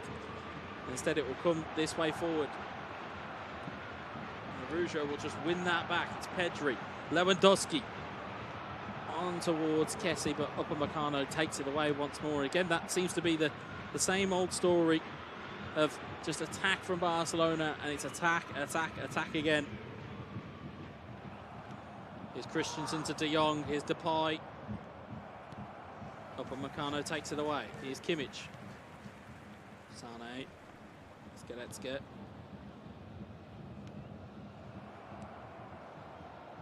Ball comes clear. Lewandowski.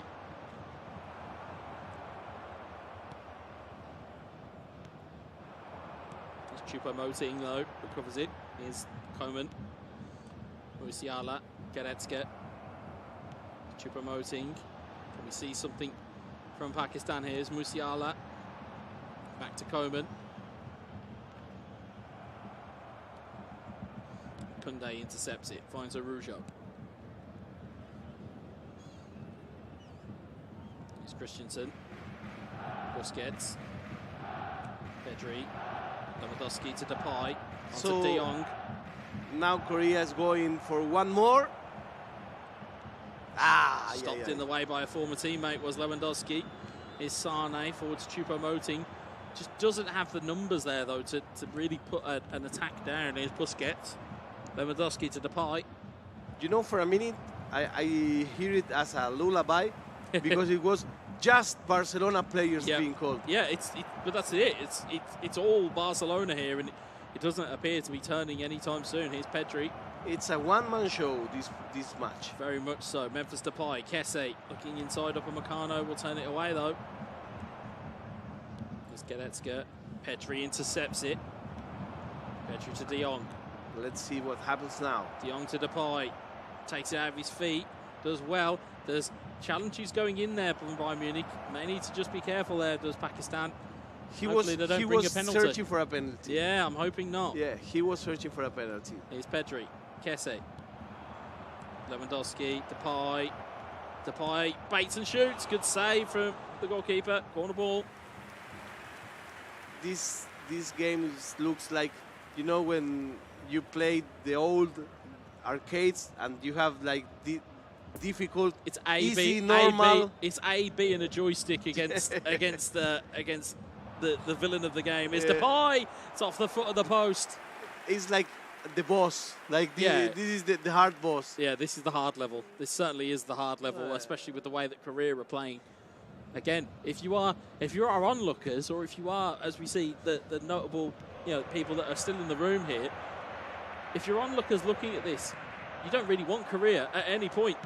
As Depay scores again, you don't want them because they're just irresistible at this moment in time. It's unbelievable gameplay. And with this, we come to 8 goals ahead. What a difference. Do you think this will be the record for this tournament? I think it's it'll be the record so far, most definitely. So far? So far, yeah, absolutely. And from what we've seen today is, as you alluded to beforehand, every game we've saw more and more goals. Yes. And it's almost as though it's a challenge of everybody going, well, I've scored 8, you go score 9. Yeah. But Korea don't look done here. It's almost that the job's not finished until that they have. Argentina scored 7 goals and Korea already has 8. Yeah. So that just shows you it's constantly being upped here, and the level that Korea are showing here. And we're still one half of the game away. I said 2 digits. Will we arrive to 2 digits? We'll see. I think there's enough time for that to happen, and I think the way that Korea are playing, absolutely. I can't see any reason why they won't. It's into the box, it goes all the way through and goes all the way out of play, and he's out for a goal kick. And again, it's a poor giveaway again from Pakistan. They passed it out of goal and they just picked it up and tried to take a shot there to Barcelona, but there is half time. Whew, I'm tired as if I was playing. This is terrible lesson. It's a workout. It is a workout. As people will laugh at us and go, can't get tired, commentate. You absolutely can. But again, when the game is as furious in tempo as this game has been, as the game previously been, is there no surprise that the players will be fatigued, Of course. Cameramen will be fatigued, of course. the audio guys will be fatigued. Like there's a complete fatigue of woof. But this is amazing. We are here for one of the best matches that we've seen today in the start of this tournament. We are here in Bali, Indonesia. If you just tuned in, this is the first day of this tournament, the IESF. We have $25,000 in the prize pool just for this game. This tournament is really big, 6 games at least, with heavy competition. Yeah, and this goes to show just how heavy the competition is. Lewandowski's in again, good save from the goalkeeper. There's De Jong, just gets his feet set, and again, Pavard leaving his foot in. We were expecting a penalty. A penalty did not come, but this free kick is dangerous. Yeah, and it does also go to show that. Oh, it's a save. Ooh. It's a big save for Neuer. I was just about to say, it helps, or it shows you that the nations that you may not be familiar with at home or with us in the commentary the desk. It doesn't matter anything. You'll soon find out about how good they are as Lewandowski makes his way in again. Deflected. Good save for the keeper. It's finally scrambled away by Kimmich. Wouldn't you exchange Lewandowski for another player at this point? Because he looks like tired. No, because of the role that Lewandowski plays for this type of team, there isn't another forward within Barcelona ranks that I would suggest can come on and mirror what he can do. So, for example, as an advanced tactic, you may set him as a counter-target, which basically means that his stamina doesn't deplete half as much as it should do, and which means that you'll have loads of game time with him. As De Jong gets in again, and there it is. That's the third. I think we may just be heading to that double digits. I think we may be. Again, that sequence there, it shows you the importance of that role, of that player, is that you have to, as I keep saying, you have to have a focal point. And Lewandowski is up there with the best. You know, of years gone past, it used to be, you know, Aubameyang, for example, yes, was a potent threat because it was speed and it was pace, but it was also power and the ability to finish. Lewandowski has all 3 of those, or 4 of those attributes as well. That's what makes him so dangerous. So it all depends on your play style. If you just use the player for what you need to use him, you can pass on the stamina thing. Yeah, so if you have a specific advanced instruction, which is counter-target, it basically encourages that player to stay forward, but as such, it doesn't drain their fatigue. Normally, you'll find that players will have half fatigue left by the time you get to the end of 90 minutes. So, but also, you'll notice kind of in the bottoms of your screens, just underneath the players, you'll see them as they go here. Kesse is out of energy pretty much, but he's still on the field. As Depay gets in, and there it is. 10 of the best. As 4 promised. of them in this game. As promised. Korea have absolutely walked away with this. We said this on the first 5 virtual minutes of the first match, that we were going to a 2-digit games, and here we are.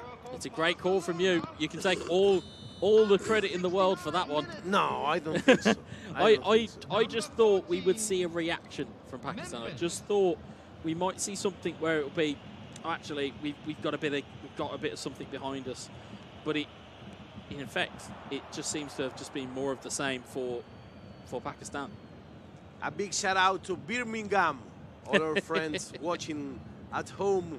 Cold, we are here at beautiful Bali. Don't rub it in on them. I have to go back to these people. Yeah, but you know, after the matches, I think we deserve the pool. Yeah, well, maybe. I think at that stage, we might just. I think Yeah, I think looking at this at the moment, it's what more can you say at this point? It's a one-player wrecking crew, and I don't mean that as the players on the pitch. It's the guy with the controller in his hand. Yes, it's been fantastic. Of course. And again, you can only play, as the old adage goes, you can only play what's in front of you. Yes. So as much as I'm sitting here going, I'd love to see him tested, we're going to have to see him be tested. Yes. We're going to have to see him potentially come through the group and then get to the latter stages and then go on and maybe play a harder game, and then again even in a different format as well, with it being best of 3 instead of best of 2.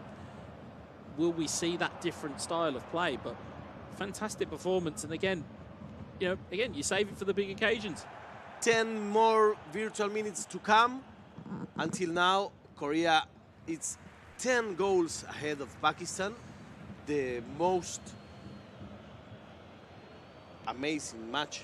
Yeah, I'm looking for words. Yep. I don't know if it's amazing, if it's the broader, if it's the more different level match that we had. I think he's just found a different. I think he's just found a different gear. I don't doubt for a second that Pakistan have got the ability, but at the moment, one, they haven't showed it, and two, they're just getting picked apart by Korea, left, right, and centre. It's very, very unbalanced. Oh Very yeah, unbalanced absolutely. But it's not through a. One team on the virtual field is better than the other. No. It's the control. It's your players in front of the controllers, and certainly Korea have been absolutely well worth the price of admission for this. Yes. You can just see just how much room they have to play in as well. You can see in terms of the pressure, there's just no pressure really in and around what's going on here. You can see Depay, Pedri, Lewandowski. 2 added minutes. Tries to get it forward. Neuer. There's Kimmich. It's going to be, I think it will be the final whistle very shortly, but the result has been academic, arguably since the first game, and it is Korea coming away with a massive victory. 10-0. 10. Look. He's like he hasn't played. He's like he hasn't played. I have always noticed that about players from Korea or like Japan. They're always very chill, regardless of what the result is. You'd have to ask him what the result was. Yes. To know what the result was. Yes. Because you couldn't tell from his face. There was no pump fist. There was no emotional animation. Again, we saw it from Argentina in terms of jumping up and down and very, very, very animated. But you wouldn't know that from Korea. You would have no idea. You'd have to ask them what the result was. Concentration. But it's that. It's concentration, focus. Exactly. It's knowing the job and getting it done. And hopefully we will see more of that, because I very much enjoyed the game style of Korea, and I'd like to see a bit more of it. And I'd like to see them in a best-of-3 format. Okay, let's see the highlights. I think it's 2 hours, more or less, the highlight reel for this game. I think I've seen movies that have had a lesser runtime here. But again, it was all Barcelona. It was all Korea. And again, you just see the passages of play here. It's the passes. And again, this one here for me, it was that slight presence of mind to just take the extra touch with Pedri and just allow him the idea of playing that pass. Incredible match, incredible plays. This one was very nice, and you let us know that it's a very good shot. Yeah, the stunning strikes there. Again, you even said it in the first game. I may have been looking for highlight reels or for show goals. I think there was a little bit of that in game one, but I think he realised. Yes. I think he realised. Okay, let me make sure it's absolutely clear that I'm ahead of this, because again, you wouldn't like to have the proverbial egg on your face if you've gone 3-0 up, you've started clowning about, and then all of a sudden you lose the lead. Yes. Because then you'd be like, oh, I had all these chances and I was just playing about. But I think that this wasn't the case. Yeah. In fact, he was very respectful for his opponent. I don't know if I could keep the respect with this kind of scoring. Yeah. You know? But it was free. It was free scoring. It was just goals everywhere, and it was a danger. As we said, every time Korea got the ball, it was just danger. Yes. Every single time. Ball, whether it was tap-ins, whether it was curling strikes, whether it was controlled shots, whether it was anything, they just had control of the game everywhere. Well, this was the incredible game won by Korea. Korea 10, Pakistan 0. It was really, really incredible. We have some more matches ahead. Yep, we still got some more. Plenty of things to do here. We are live from Bali in Indonesia. This is the IESF tournament, more than 100 countries represented, and we are very happy that you are with us. We are live, and we will continue after this little break.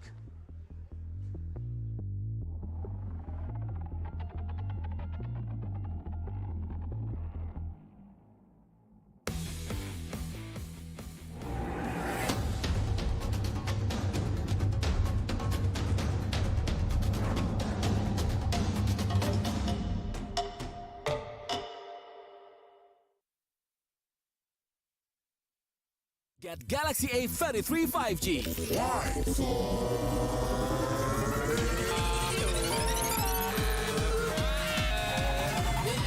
Galaxy A33 5G with awesome battery. Buy now. Get Galaxy A53 5G. Why? Because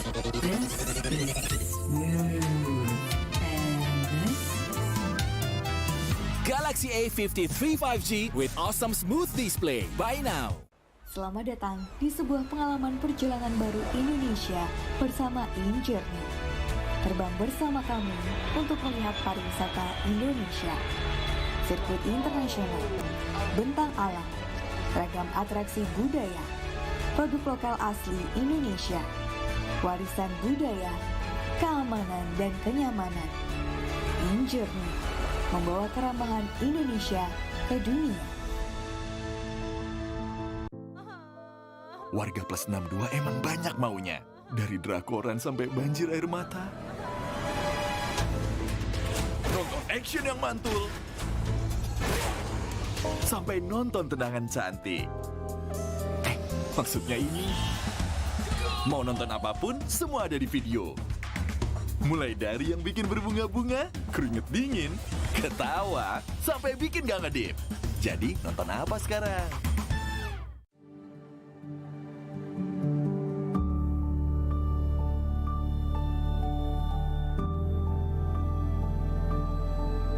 All it takes is one dream. One dream that becomes a journey. To drive an ambition. Believing in yourself. Persevering challenges. Always focused on the dream. To grow aspirations. Having the will to keep going. Building a future with a legacy. Knowing dreams can come true. Over 11 years of growth. The spirit of entrepreneurship. Created possibilities.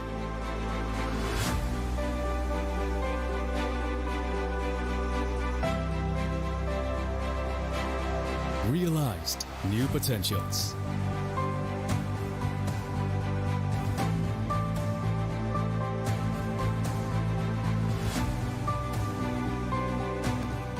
Innovate for the better.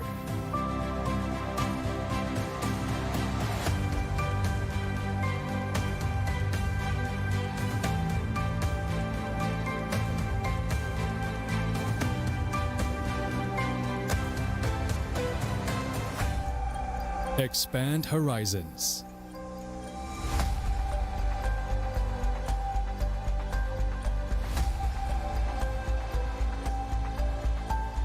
To change lives.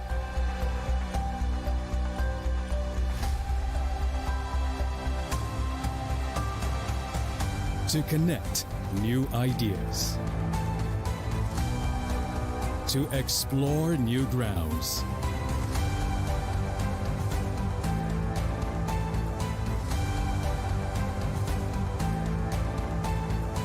With the future in sight.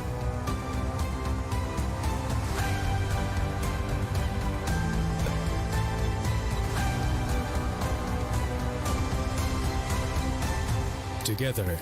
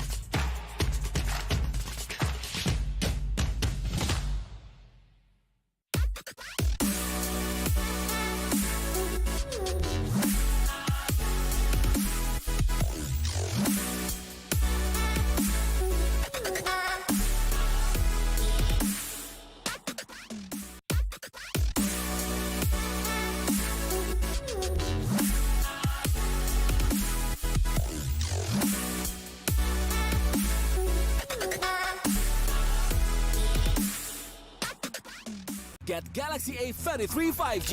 Why? Because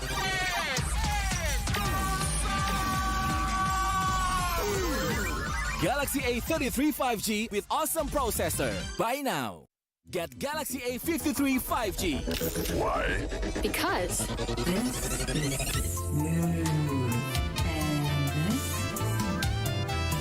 Galaxy A53 5G with awesome smooth display. Buy now. Selamat datang di sebuah pengalaman perjalanan baru Indonesia bersama InJourney. Terbang bersama kami untuk melihat pariwisata Indonesia. Sirkuit internasional, bentang alam, ragam atraksi budaya, produk lokal asli Indonesia, warisan budaya, keamanan dan kenyamanan. InJourney membawa keramahan Indonesia ke dunia. Warga plus 62 emang banyak maunya. Dari drakoran sampai banjir air mata. Nonton action yang mantul. Sampai nonton tendangan cantik. Maksudnya ini. Mau nonton apapun, semua ada di video. Mulai dari yang bikin berbunga-bunga, keringet dingin, ketawa, sampai bikin gak ngedip. Jadi nonton apa sekarang?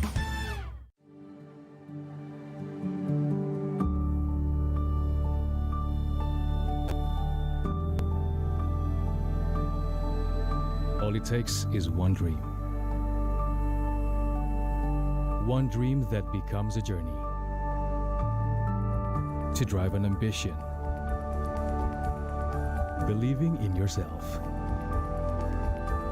Persevering challenges. Always focused on the dream. To grow aspirations. Having the will to keep going. Building a future with a legacy. Knowing dreams can come true. Over 11 years of growth. The spirit of entrepreneurship. Created possibilities.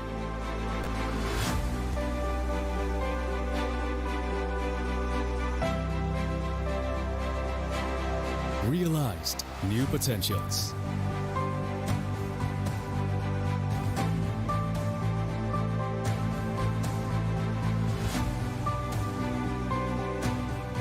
Innovate for the better.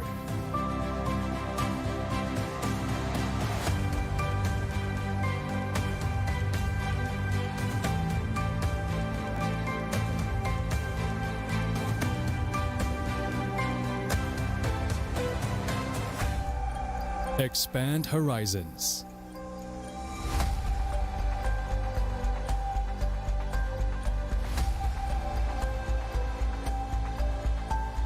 To change lives.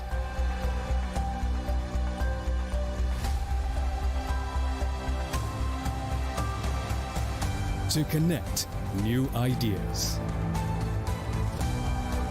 To explore new grounds.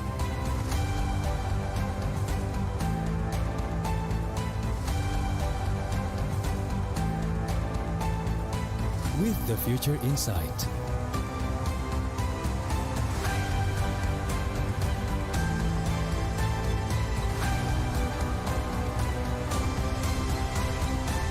Together.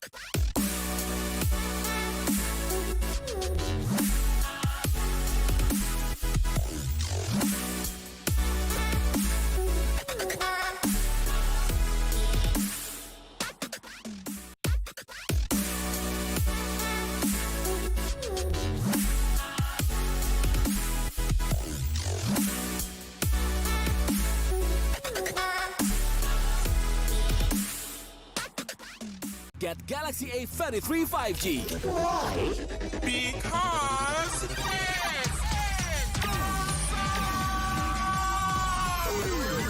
Galaxy A33 5G with awesome processor.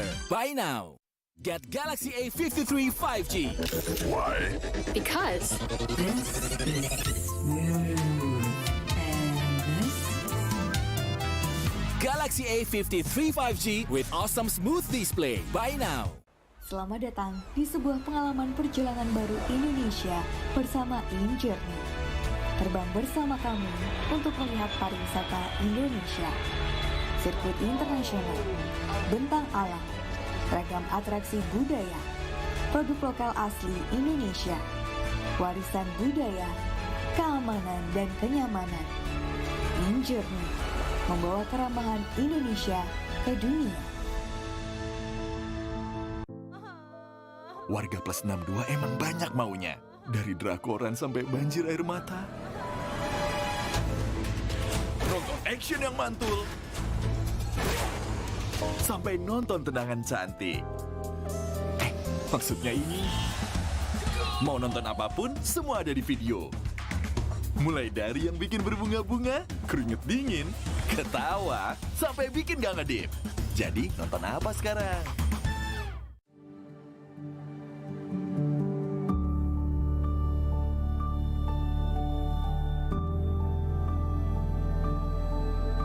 All it takes is one dream. One dream that becomes a journey. to drive an ambition. Believing in yourself. Persevering challenges. Always focused on the dream. To grow aspirations. Having the will to keep going. Building a future with a legacy. Knowing dreams can come true. Over 11 years of growth. The spirit of entrepreneurship. Created possibilities.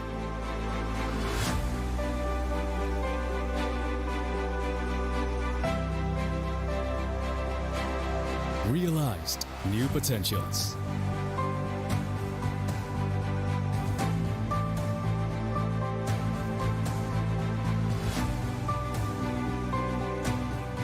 Innovate for the better.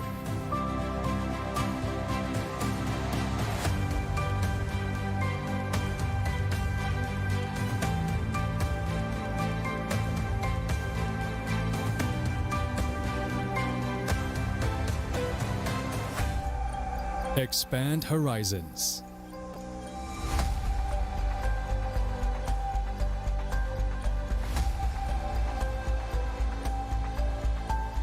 To change lives.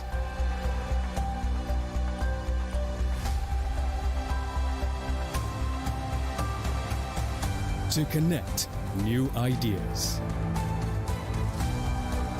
To explore new grounds.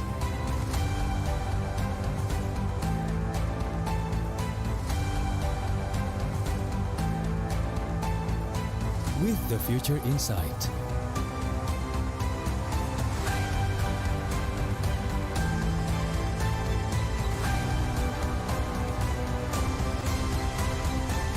Together.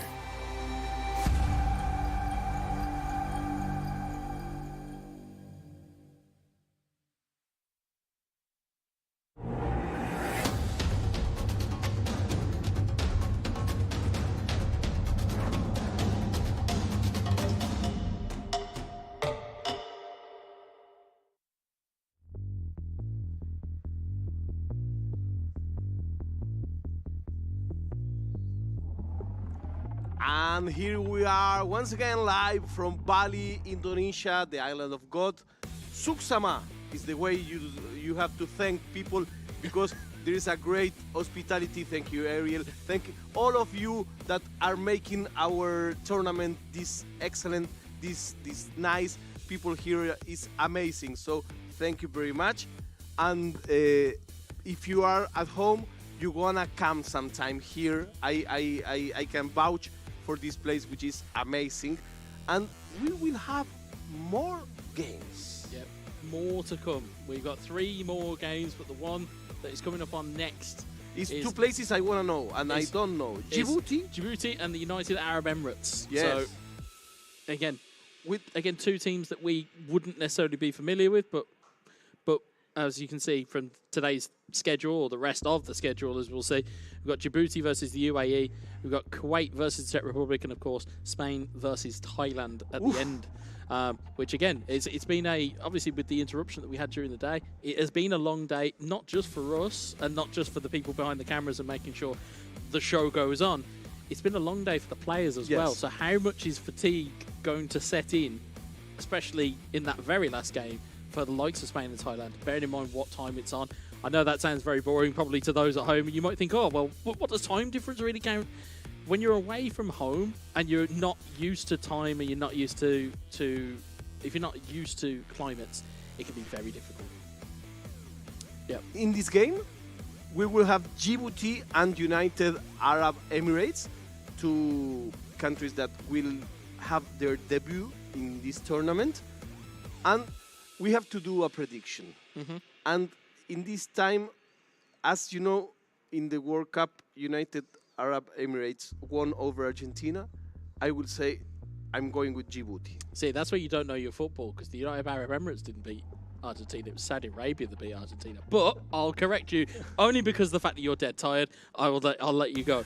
But in terms of underdogs and places, again, for the likes of a country like Djibouti. In fact, in the friendly game, we made in the six games. Well, there you go. Yeah. So I think with Djibouti, based on the fact of, and as we said before, the amount of nations that are at this tournament, are at the World Esports Championships, there are so many different nations that you've never heard of. There's so many nations that you may never know.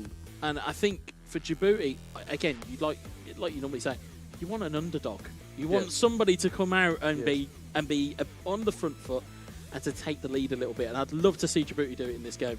Okay, so the prediction is there. I go with Djibouti. You go with United Arab Emirates. Oh, I want Djibouti as well. I think we're both on there. Okay. We are going to the game. Let's see. Which teams did they pick? We have Man United. And we have Barcelona. Yeah, interesting choices. Again, as we saw how much damage Barcelona can do not too long ago with Korea versus Pakistan. Will we see the same story here? I'm not too sure. I'm not sure what to expect from both of these teams. But again, as we talk about personal pride and national pride, you're representing your country at the World Esports Championships. You're going to want to perform for your nation. And, again, we talk about skill level and things of that nature. We could see anything here. We could literally see anything. Because, obviously, the only results that we are getting through on the casting side of things is from what we see on the stream. I'm not too sure of how Djibouti have been getting on, or the United Arab Emirates, or how important this game could be to them. No, and we are only on the first stage. So, passing the days, we will be seeing also the mood of the players, which is very important. Yeah, massively important. Mentality, mood, emotion. Fatigue. Again, fatigue is massive. Again, for example, if we're looking at latter stages, if not the final stage, I know you alluded to earlier, we're not going to spoil it for the good people at home, but there may be just a little bit more that you've got to think about in terms of conditions and things of that nature and how much that's going to play a part. But as we can see here, it's a front three, I believe that was, of Ferran Torres, Memphis Depay and Robert Lewandowski. Again, we'll have to see who is picking what team here. We'll look at just both the game plans. Both very narrow. Both very narrow. Narrow was the word. I love the fact that we both went to that same word because that's exactly what I thought. Yes. Very narrow, very down the middle, and almost mirroring each other. And arrow-shaped. Yes, yeah, the old bow and arrow, as it used to be called. But so it's Manchester and Barcelona. Djibouti goes with Man United. Arab Emirates go with Barcelona. Yeah, it's interesting some of the team selection here. Anthony, who we've not seen a lot of from Manchester United, or players or representatives that have used Manchester United, not seen a lot of Anthony today. Not seen a lot of Donny van der Beek, who's on the field as well. So interesting to see that those have been deployed. Of course, with Barcelona, we've got a little bit more to learn. We've only got the Korean gameplay to go off of. And again, if that's the case, then we're in for 12 goals. And the Djibouti player has sunglasses on? Yep. Whoa, like a poker player. Do you know? And sometimes, you find people go, well, why have you got glasses on inside? It's exactly that. You don't want to give your game away to anyone. As Lewandowski finds his way in. Good save from David De Gea. And it's cleared away by Rafael Varane. Are you old enough to have kicked penalties covering the joystick? Oh, yeah, all the time. With a cloth? My brothers were well versed in the turning your back method rather than covering anything. Here is Lewandowski into Ferran Torres, looking across the way. Wan-Bissaka gets the clearance, though. And it is out for a Barcelona throw. A big high five for all the players that made this game so huge around the years. You are the ones that keep the flame going. Here we go again. Oh, speaking of flame going again, it's one-touch passing there from UAE. Very nice. Very nice. Just not quite finding the finish at the end. But again, we talk about skill levels. We talk about what we're expecting. We didn't know what to expect. We're certainly getting it in the early going that both these teams know their way around a game of eFootball. So this should be very entertaining. There's Lewandowski into Depay. Back to Busquets. Back to Lewandowski. Ferran Torres. Busquets. It's blocked away by Casemiro. Pedri recovers it though. Busquets. Depay. Back to Torres! Ferran Torres with his first appearance today. And within 15 minutes of his first appearance, it's his first goal. And I think we're starting to see the levels. The UAE is the owner of the match. Djibouti almost didn't cross the midfield in the minutes that we have. It was all proposed by Barcelona/UAE. And of course, when you keep shooting a target, it ends this way. Yeah, absolutely. The more you knock on the door, the more likely somebody is going to answer. And again, we talked about this earlier. We talked about cold hands and hot hands. Yes. These later games, as we've noticed as the games have gone on, as you mentioned about the pattern, we've seen more and more goals. That's later in the day. Your hands are now warm. Your hands are now involved in the game. Now, all of a sudden, you can probably put your game to good use. Yes. And as a result, this started with a bad clearance.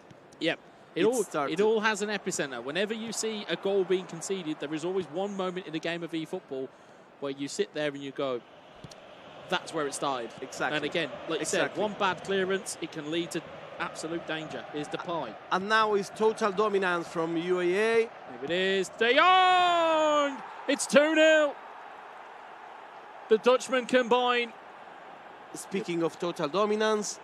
It's total dominance and total football. They're all one and the same. A monologue starting, you know. We were pushing for the underdog, but this will be really steep. Yeah, it's going to be difficult. Got to get themselves back into the game.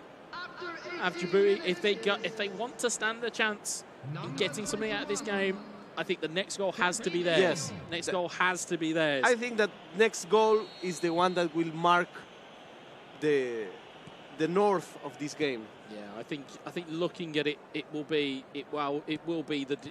a deciding factor here.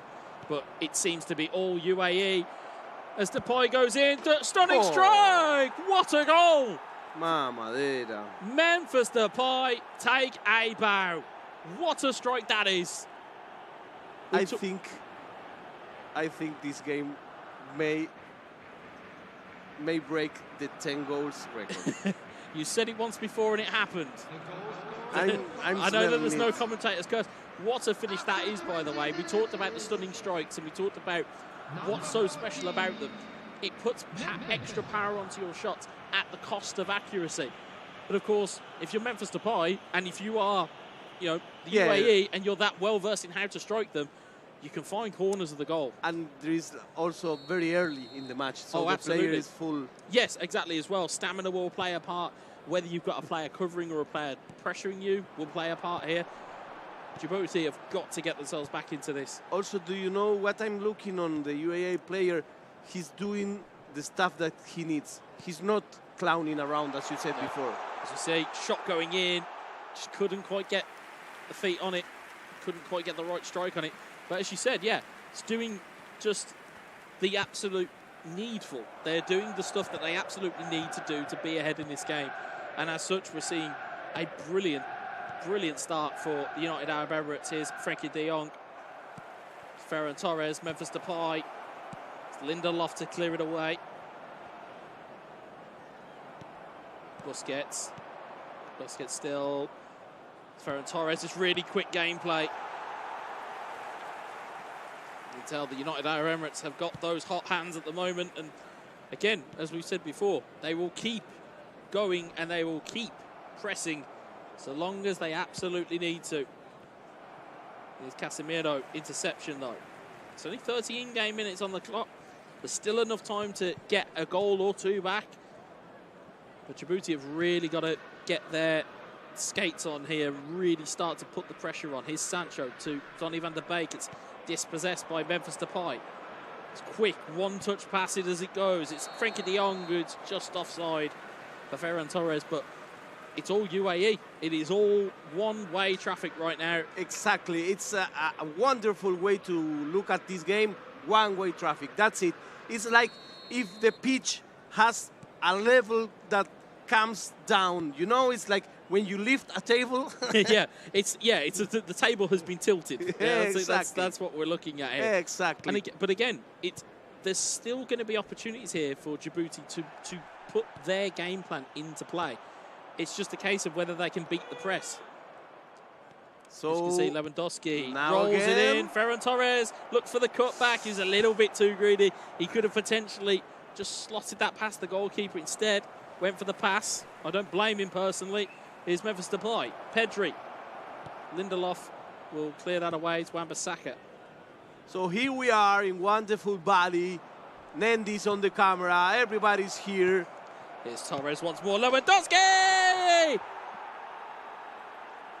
And for it goes. Liquid football. Liquid football. It's so slick that this gameplay is happening here. And again, it's just quick. Every time that ball is retained or is regained, the ball movement, and again, it's not necessarily the awareness of knowing what you want to do. It's having the awareness of the players moving around you.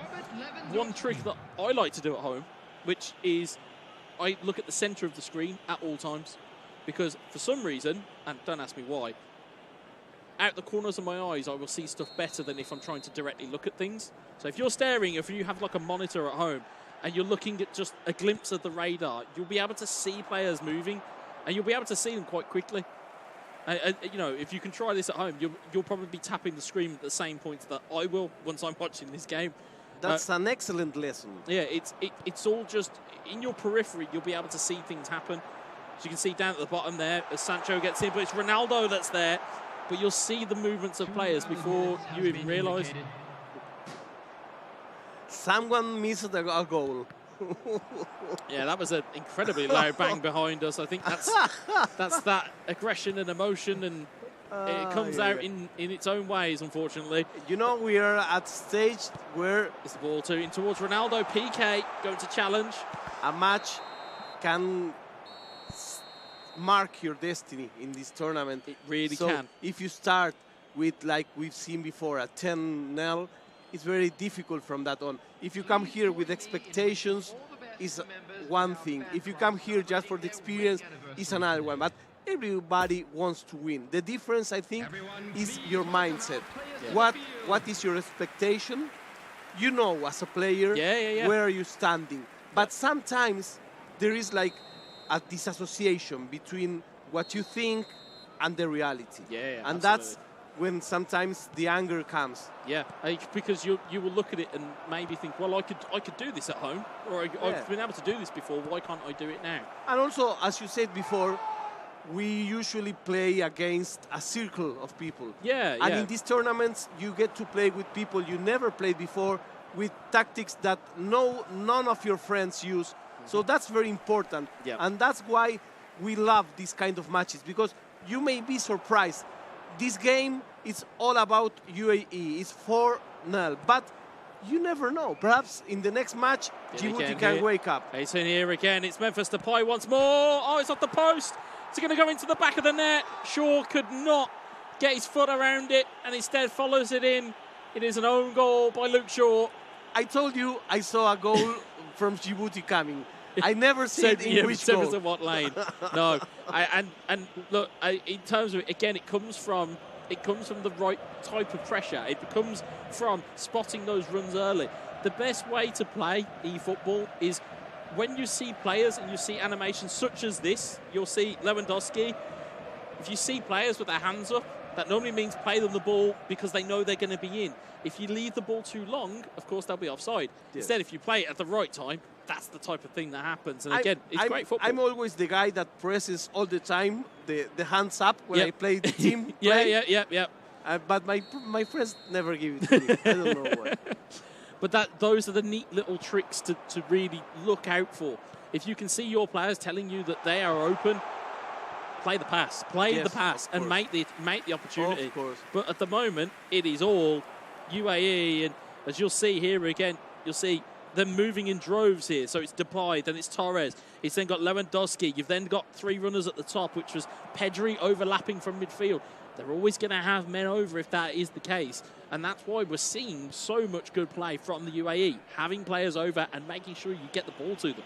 If we go purely mathematical, we have chances, big chances, of breaking the record of this tournament in this game. Because this game is already 5-0, and we still have almost a full half and another full game. Yeah, I think so.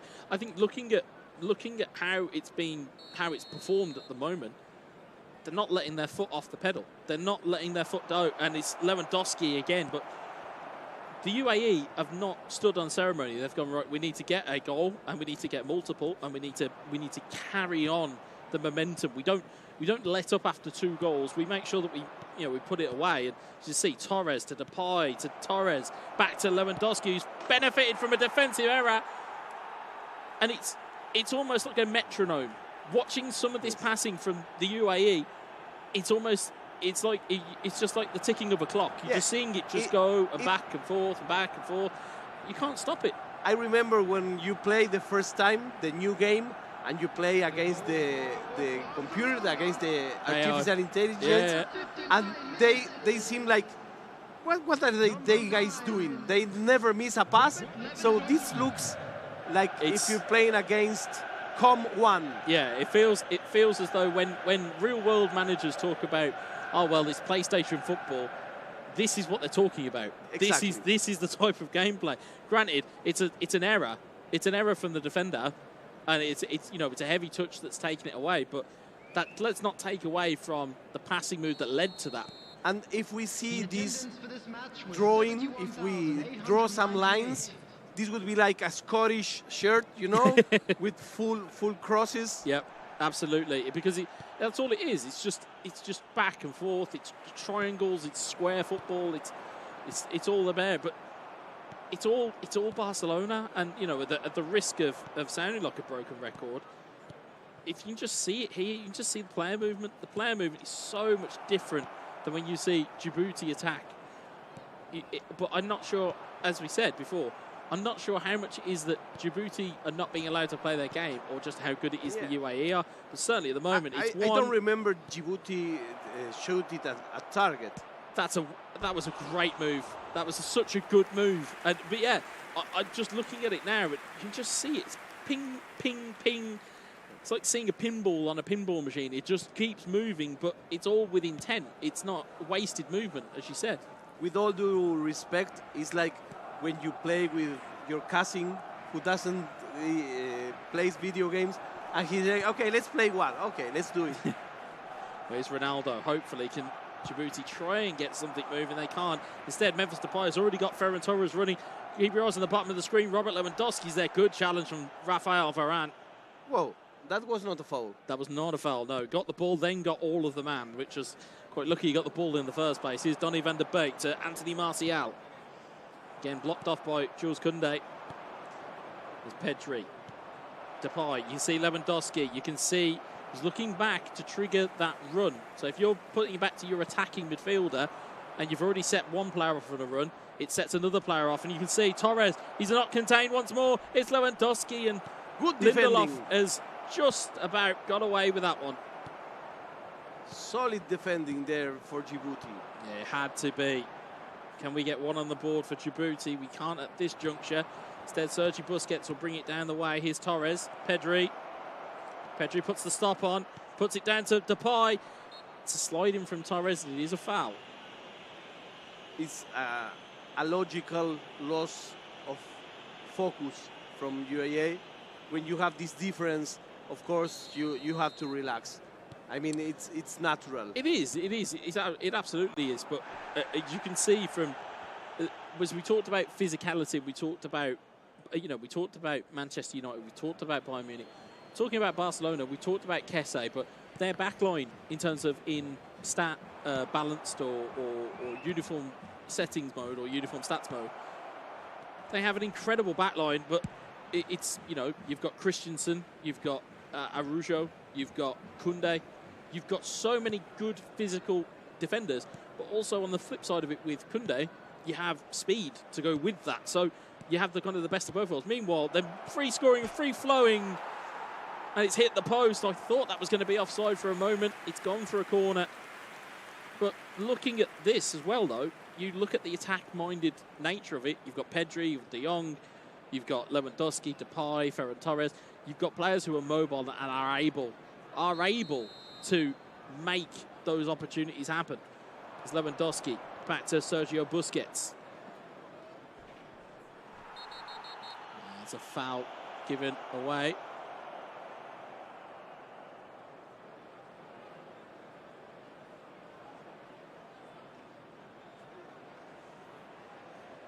You see there, just a replay. Just Wan-Bissaka just wrapping his legs around Sergio Busquets.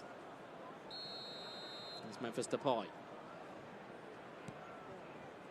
6-0 for UAE, who's playing with Barcelona. If you just tune in, we are at the group stage. We still have 2 more matches today. We're playing at the best of 2 matches. At my left, Mr. Gueza, eFootball legend. Some people may say legend, others may disagree with you. No. You know this game as few people know this game. Well, there's certainly a couple of other characters that could happily be sat in this seat, but I'm very happy to be in this seat. As we see, it's Memphis Depay. Finish it off. Oh, it's been dispossessed, but not been given as a foul, so it's just a coming together. If you were racing, it's a racing incident, and that's about as much as it is. Well, to see poor ball given away, Torres. It's wide. So this kind of shot is the one you make when you're losing, not the one you make when you're winning. Well, actually, you say that, but I think it was the third goal from Barcelona was that stunning strike. But I mean, it was like in a rush. Yeah. So it's almost like you've pre-programmed it. As you can see, 6-0. 6-0. Whoa, that's amazing. But look at the chill of these players. They know they have what it makes to be here. They are the best in the world. But of course, as in all the competitions, you have different levels, you have different days. Perhaps you're a great player, but you don't have a good day on the first match. You can keep it up on the second one. It's difficult. It's 6 goals. It's a lot. Yeah, it's a lot to make up. And as we saw, I think it was earlier on today, we saw 6 goals. I believe it was from Korea in the first game.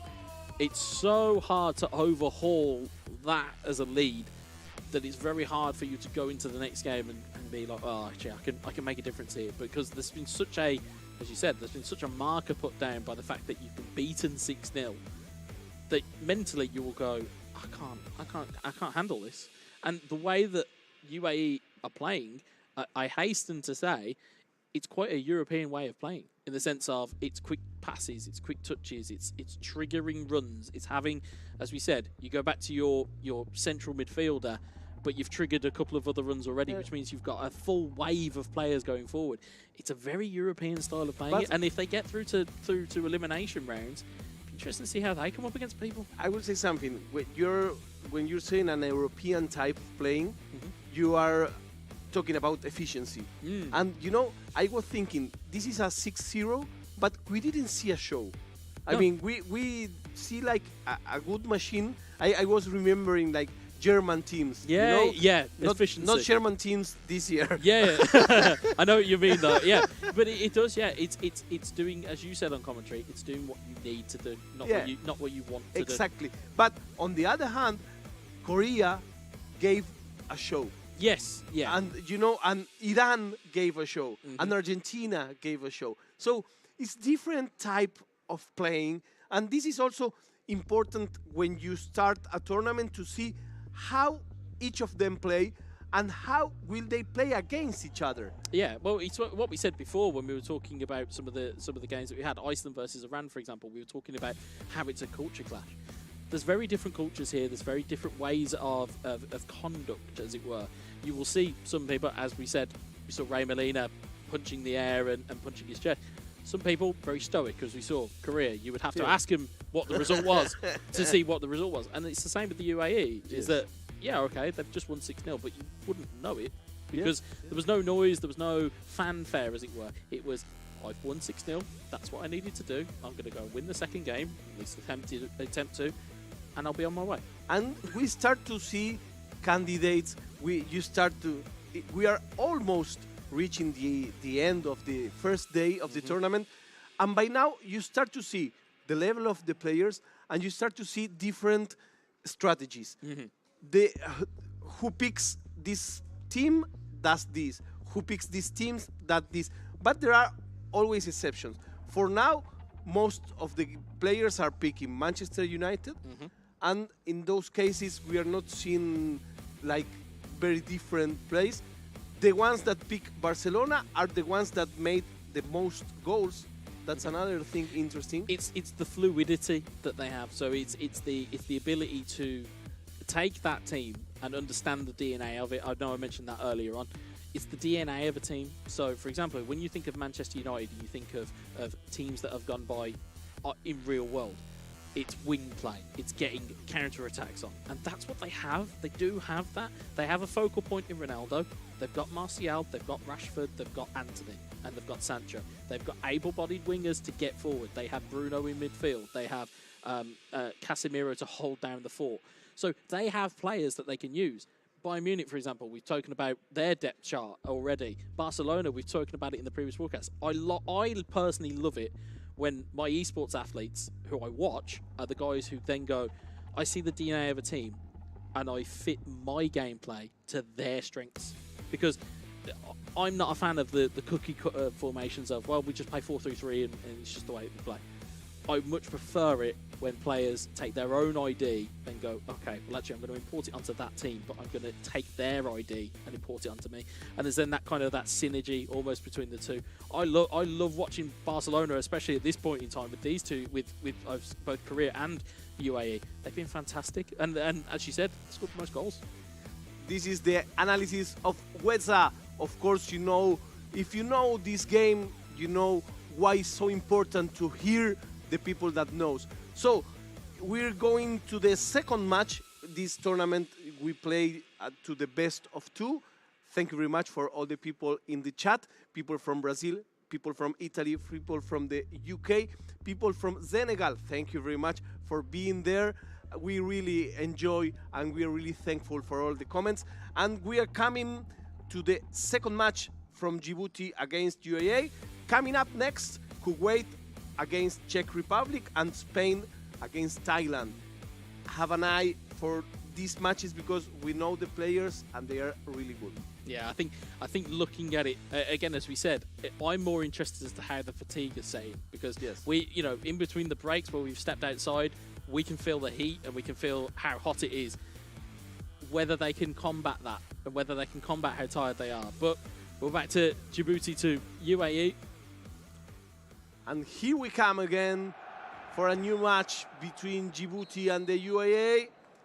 It's 6 goals difference right now.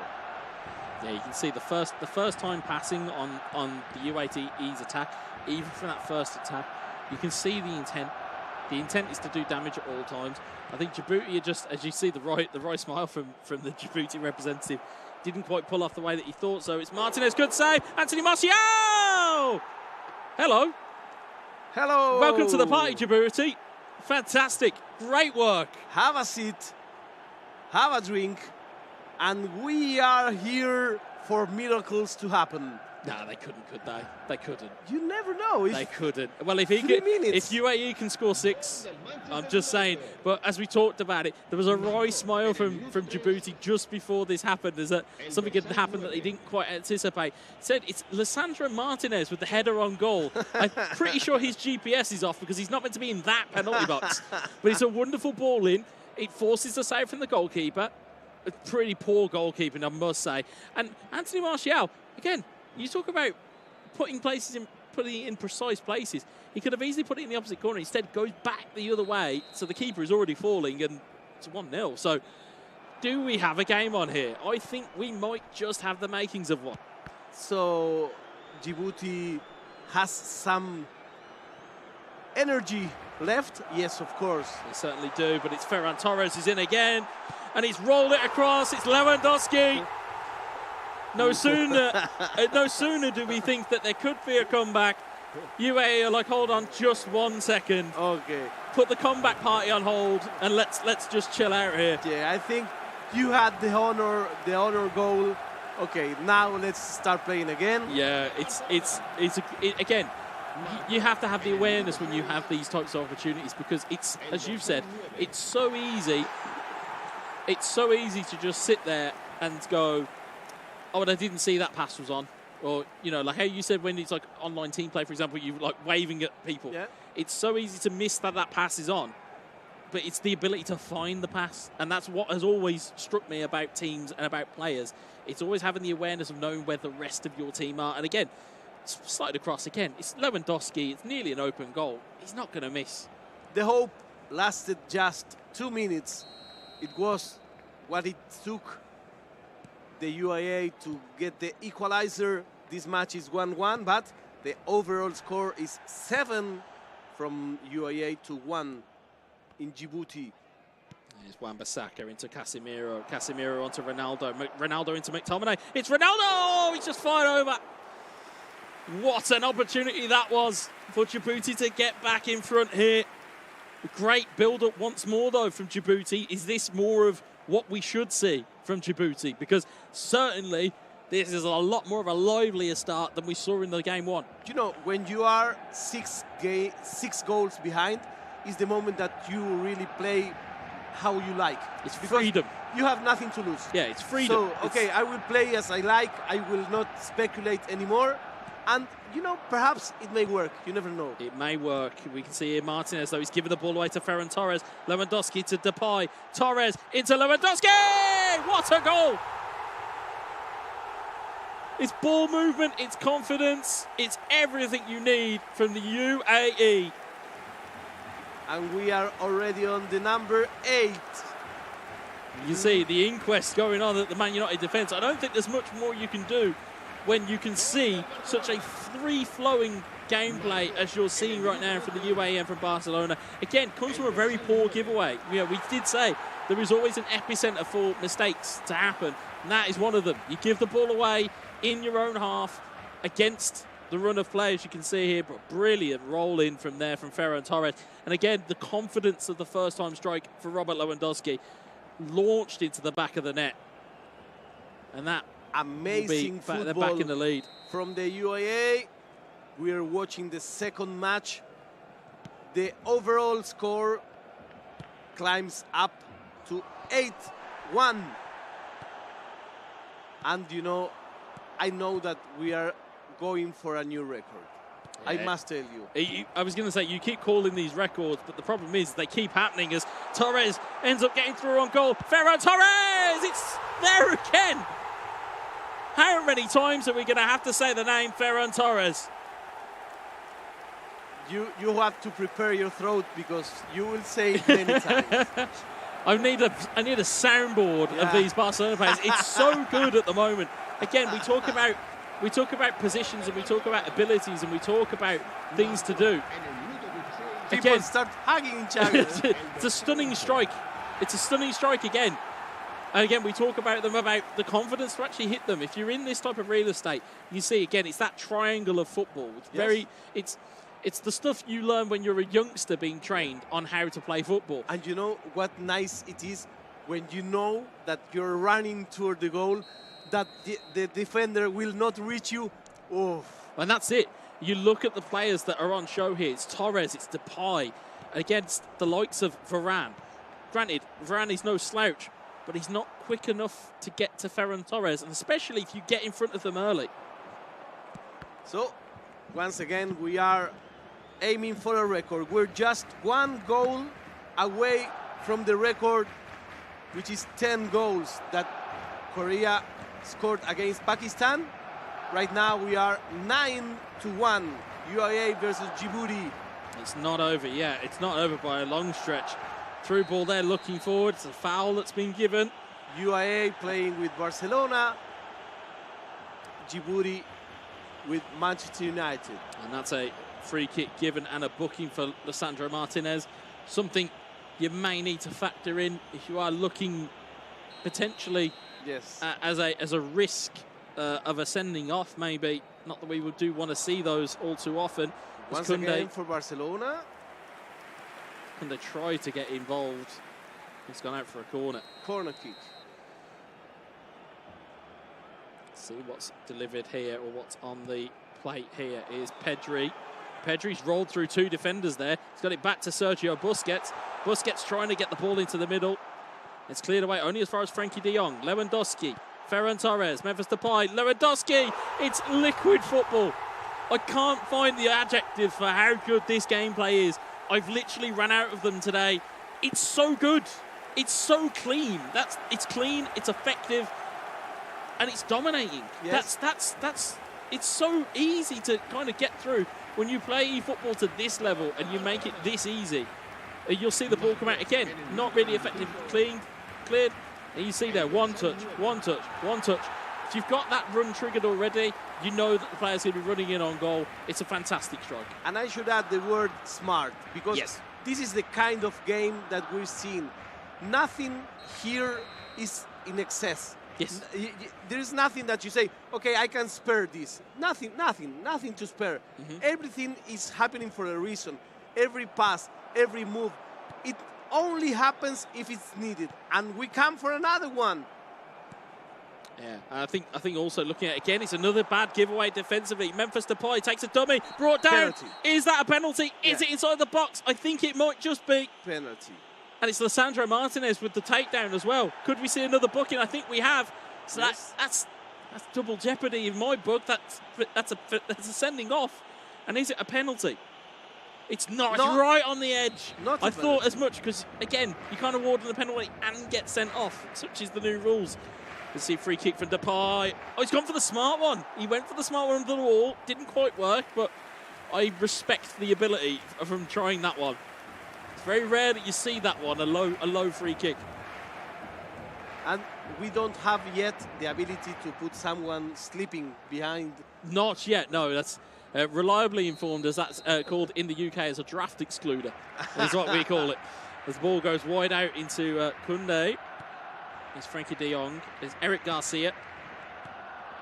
Again, another one of those physical occupants that we expect from this Barcelona side. But Lewandowski just trying to wriggle through, but it's fallen out to Marcus Rashford. Again, the 10 men of Djibouti have not made any changes from what I understand. So if Barcelona are not careful with this here, there's a defensive hole to exploit here. As you can see, 3 players running on, one of them being Pedri. He's robbed the ball off Rafa Varane's feet. It's Pedri, taken down by the keeper. It's a penalty again. Now we have a penalty. Well, I say it's a penalty again. What am I talking about? It's our first penalty. You can see the team remonstrating with the referee.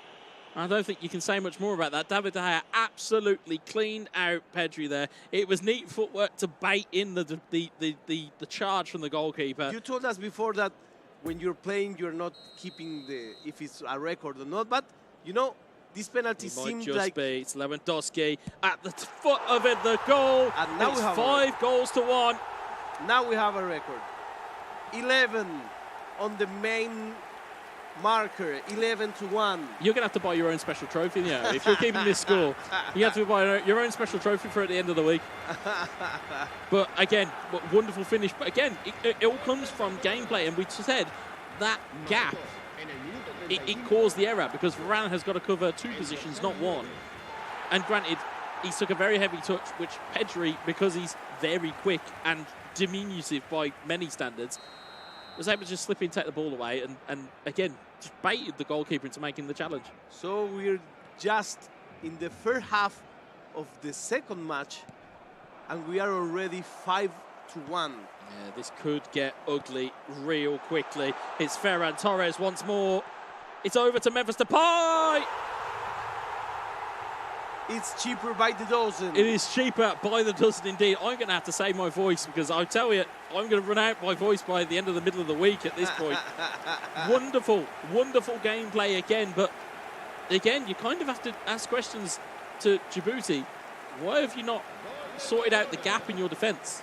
Because I understand the whole mindset might be, well, the game's already gone, so I don't need to fix it.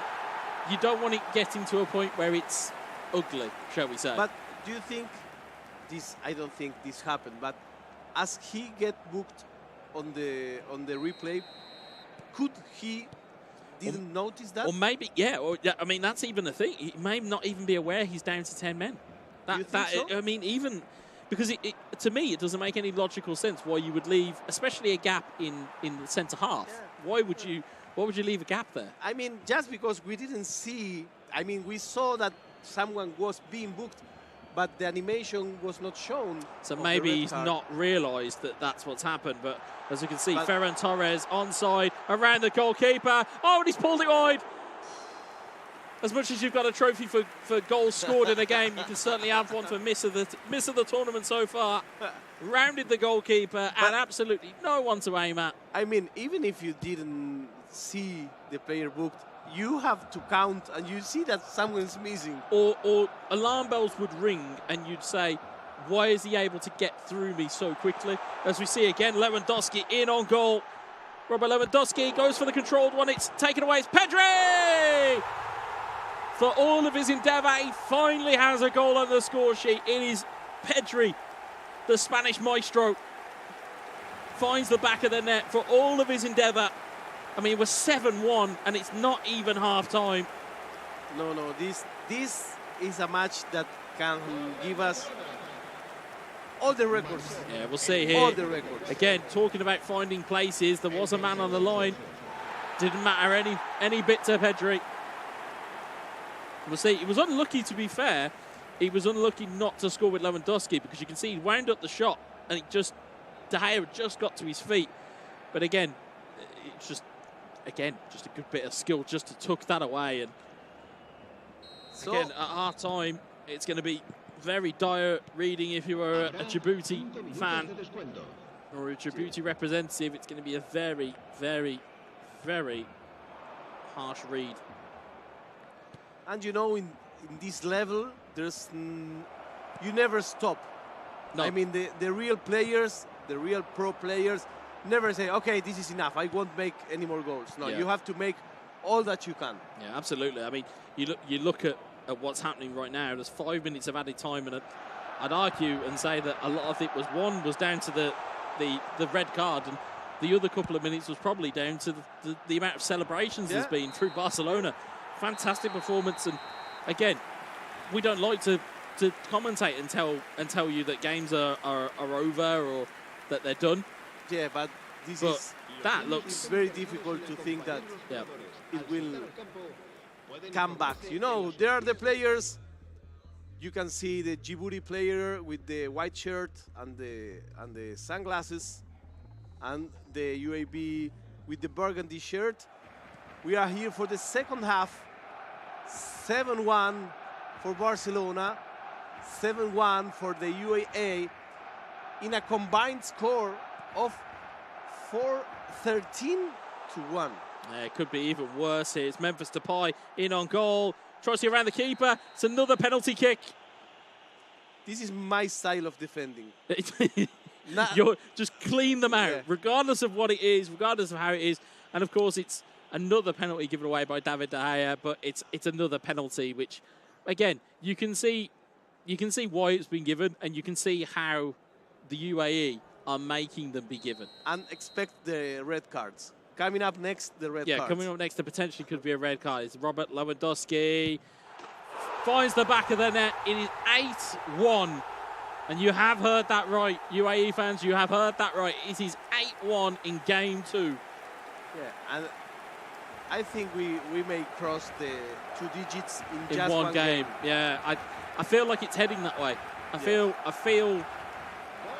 I mean, you run out of things to kind of to say here. We were very much similar kind of feeling to when we were watching Korea versus Pakistan in terms of but when you saw so many goals. Yeah, I feel like this is worse, but I feel like this is worse more so.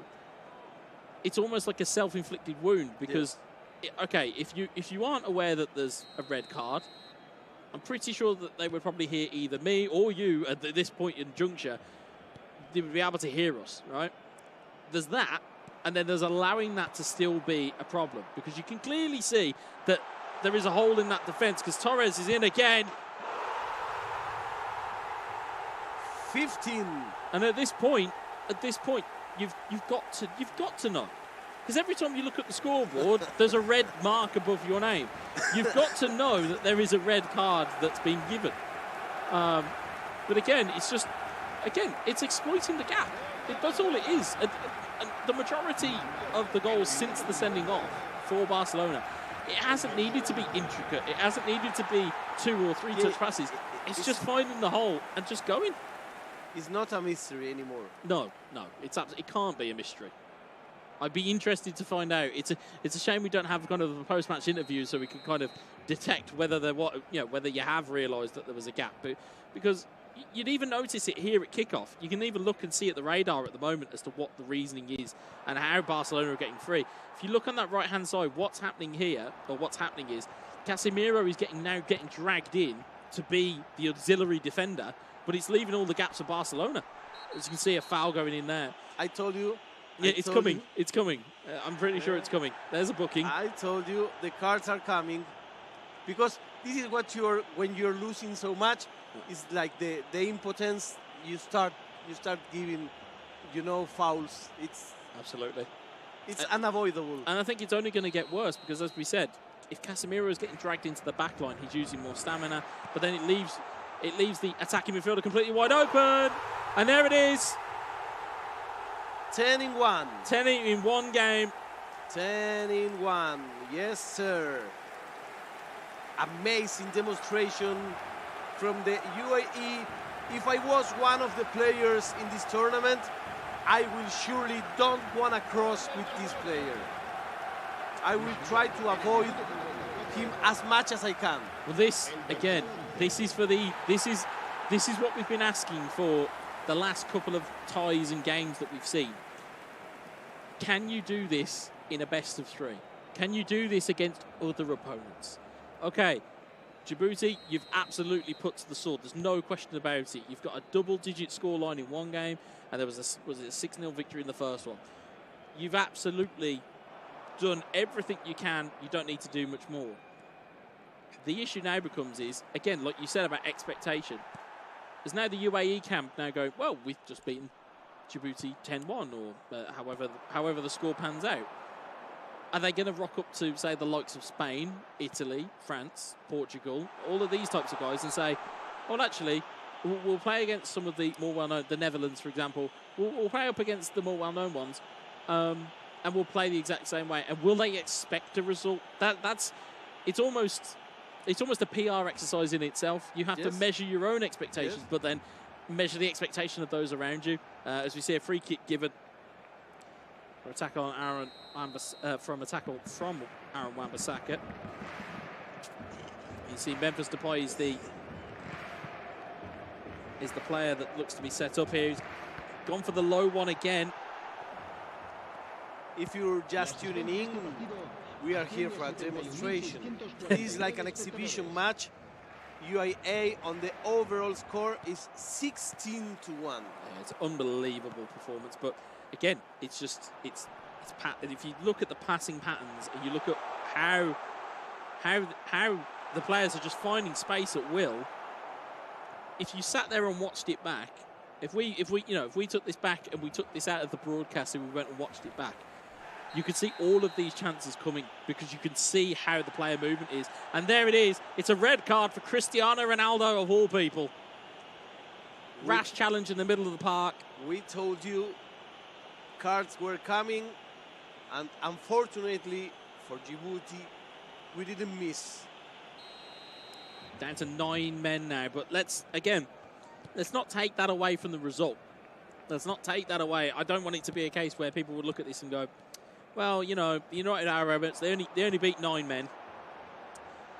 They've been in the ascendancy. As you see again, big save on that time. It's Pedri this time to recover the ball. Pedri out to Frankie de Jong, Depay, de Jong, Lewandowski, Depay. And that passage of play is exactly why I don't want it taken away from the UAE. Exactly. Because, again, that type of play and that style of play, again, is incredibly European in its approach. It's almost, I would say, borderline South American in terms of the aggression. Yeah, but it's more like utilitarian, Yes. Nothing is a decoration. Yeah. Everything serves a purpose. Yeah. There's no accidental passes here. No, in fact, if I was winning with these numbers, I will start doing fantasy. Yeah. But he's doing none. No. He's just doing what he needs to do. And as we said, and as you pointed out, which I didn't really kind of take into account here, goal difference may play its part.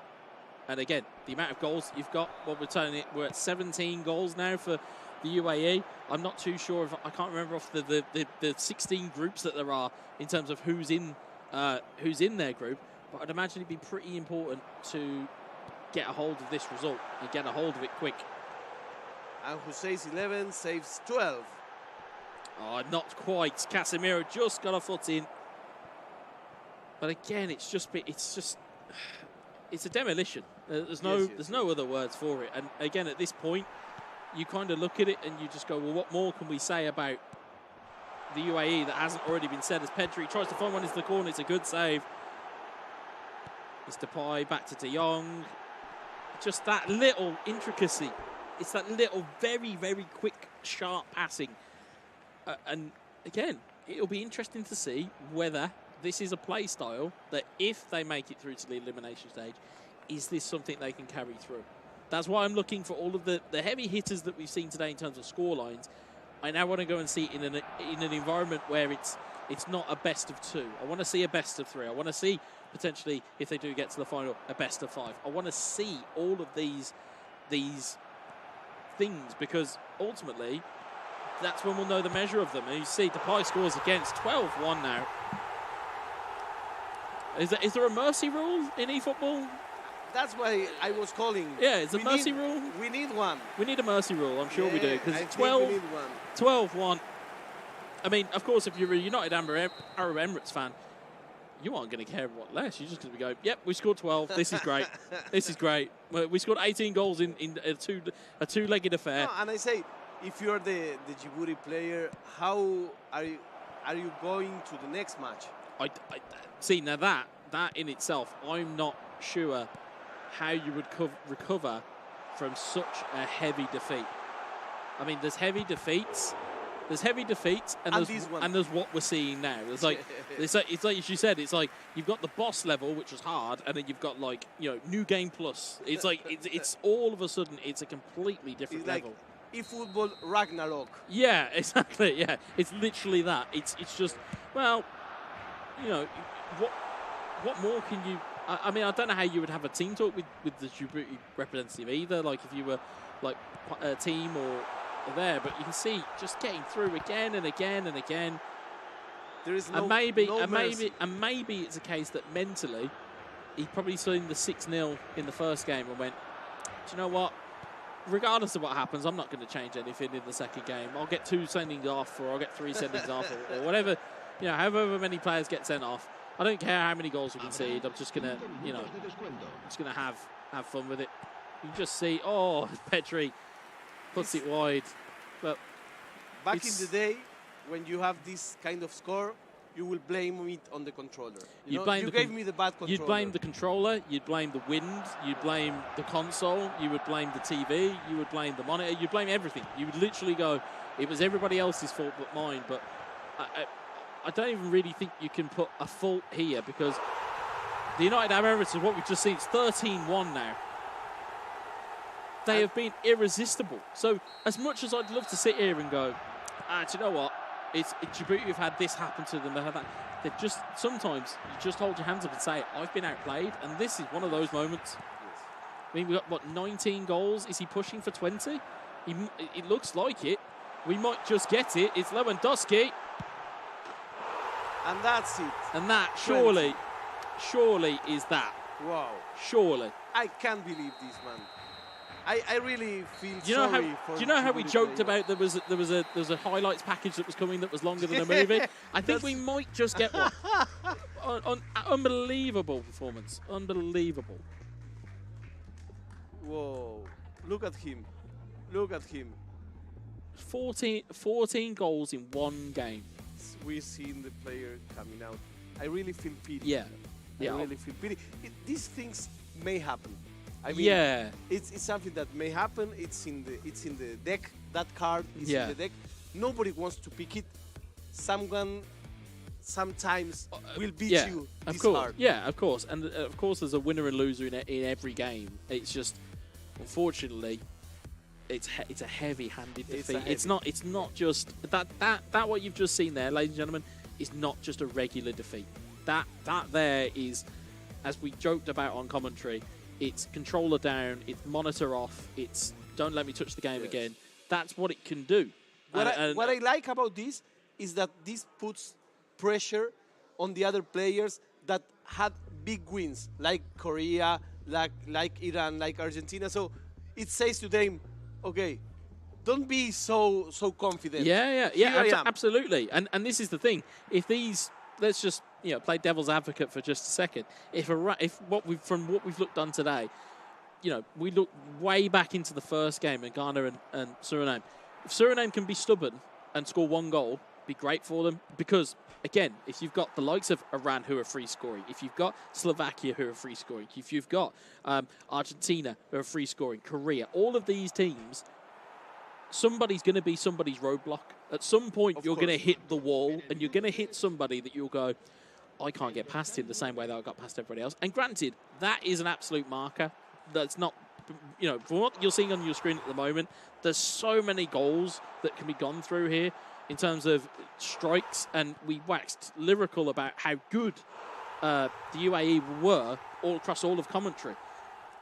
But I want to see them tested now. Yes, that's the curious, almost the curious George in me wants to go, okay, I've seen you do that against Djibouti. Go and do it against the Netherlands. Go and do it against Argentina. Exactly. Go and do it against Brazil. But again, take nothing away from the performance, because again, as much as we pointed out the sendings off, as much as we pointed out the red cards, that wasn't the integral reason as to why the game was lost. The game was lost because the UAE were better. That's of it. course. I mean, and the bookings happened because of the score, and not the other way around. Yeah, absolutely. I mean, there was, 2 penalty awards. There was all types of goals that we saw. There was tiki-taka. There was one touch. There was, beautiful pieces of play. And there was even chances they even missed as well. Exactly. There was the open goal, and there's that one. But, of course... If I tell you how many balls get on the post, and almost, we were talking about 30. Yeah, it could have been any amount that the UAE wanted it to be. And that's the scary part for it, realistically. Is how good they were. You could have just done whatever you wanted. So this is an excellent tournament that we're having. We're having a lot of goals. We're having different styles of playing. We have the great Wesa analysis, and we have still more matches to come. We're looking forward to Kuwait, Czech Republic, and Spain. Will close today's lineup with a very important game against Thailand. Jose is the player from Spain. We all know him. It's a big player with big titles in the Europeans, in the World Championships. So please stand by, be here. This is the IESF tournament in Bali. We are with the great Wesa, and we're very happy to be with you.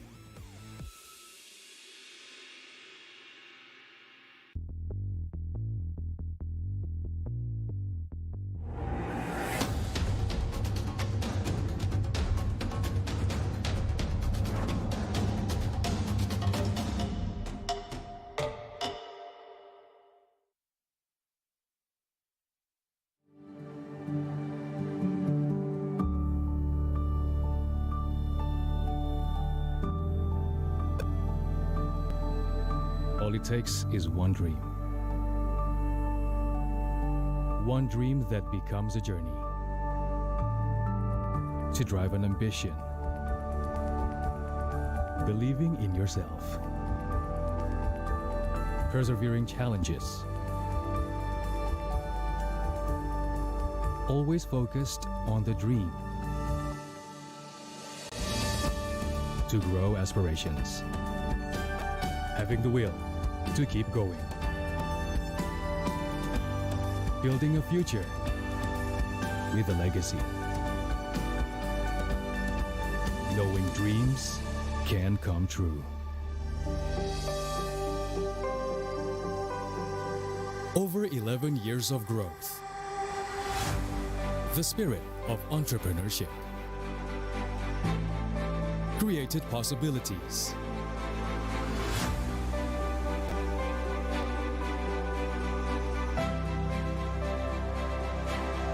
Realized new potentials.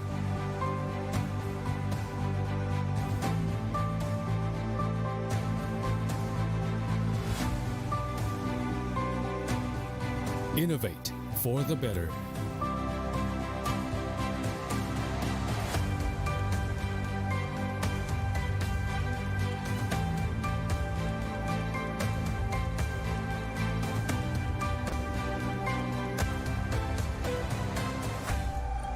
Expand horizons.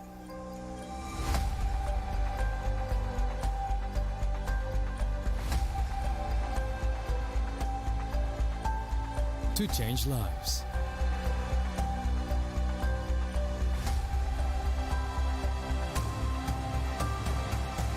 To connect new ideas. To explore new grounds.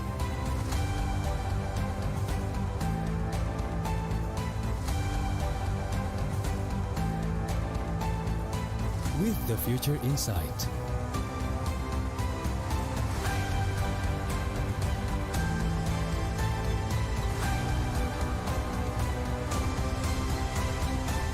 Together.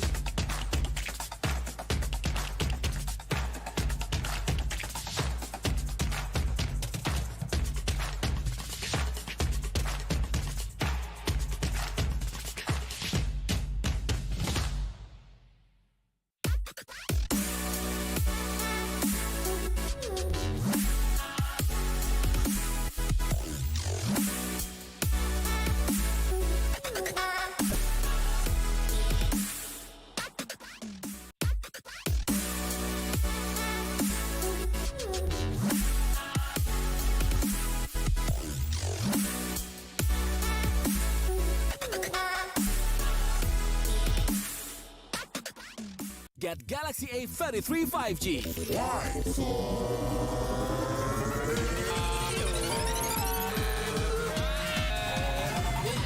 Galaxy A33 5G with awesome battery. Buy now.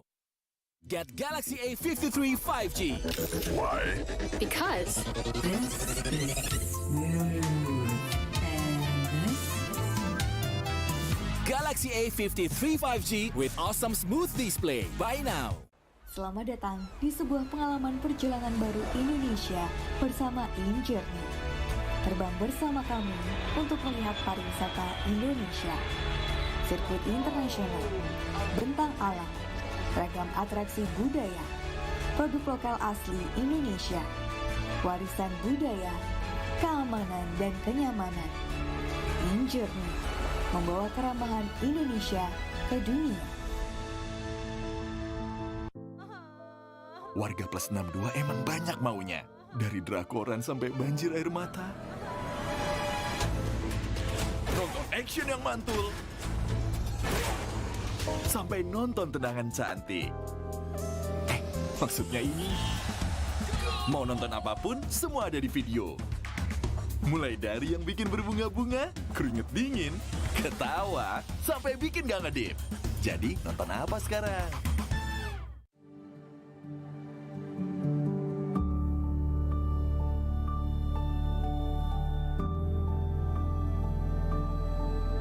All it takes is one dream. One dream that becomes a journey. to drive an ambition. Believing in yourself. Persevering challenges. Always focused on the dream. To grow aspirations. Having the will to keep going. Building a future with a legacy. Knowing dreams can come true. Over 11 years of growth. The spirit of entrepreneurship. Created possibilities.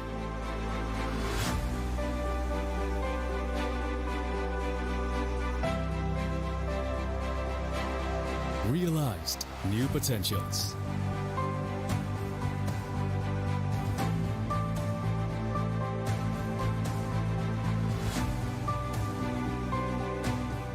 Innovate for the better.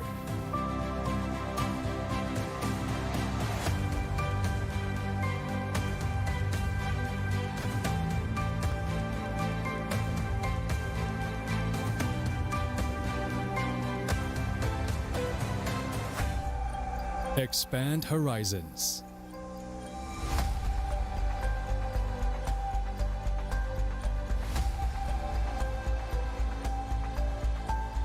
To change lives.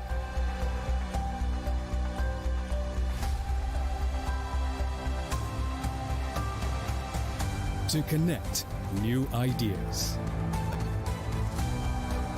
To explore new grounds.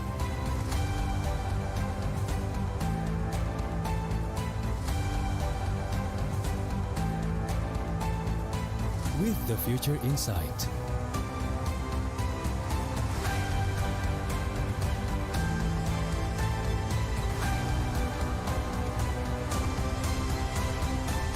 Together.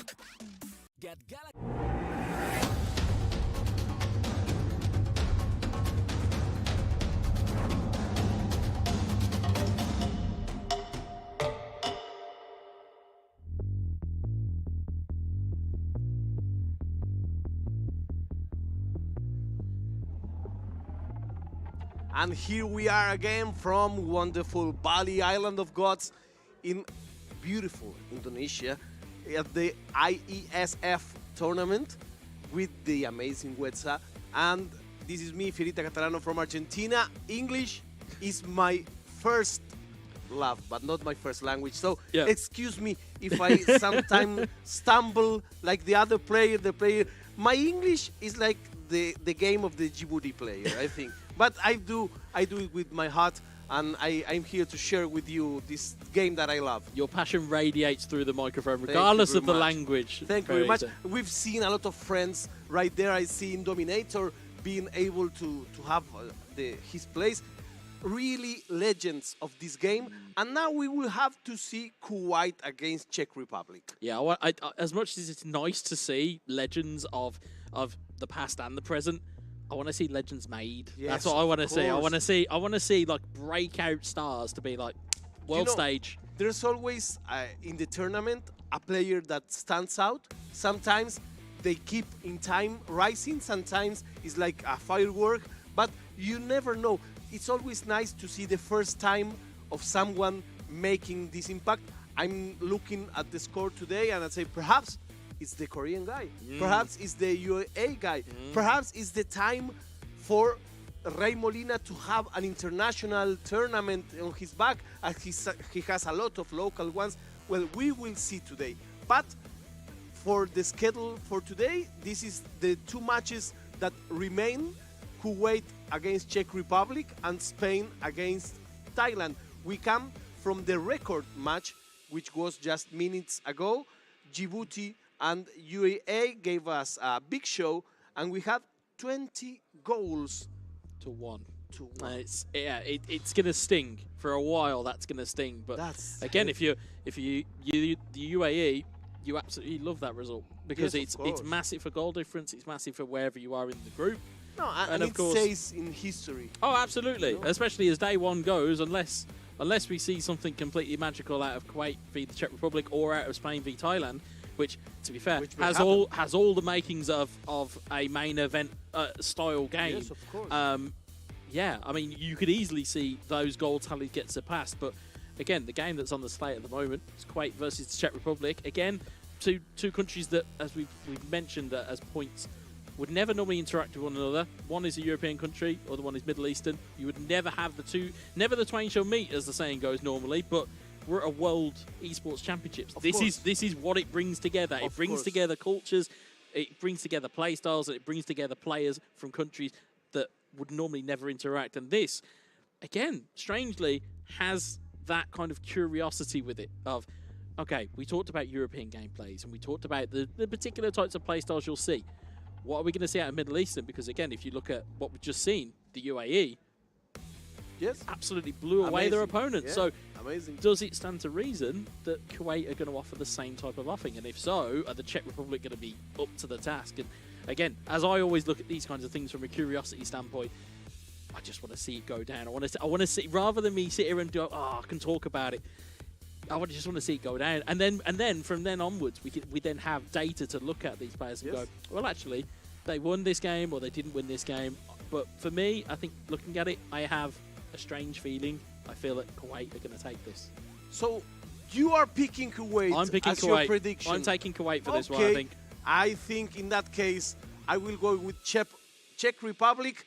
In order, Czech Republic for me with the pivo.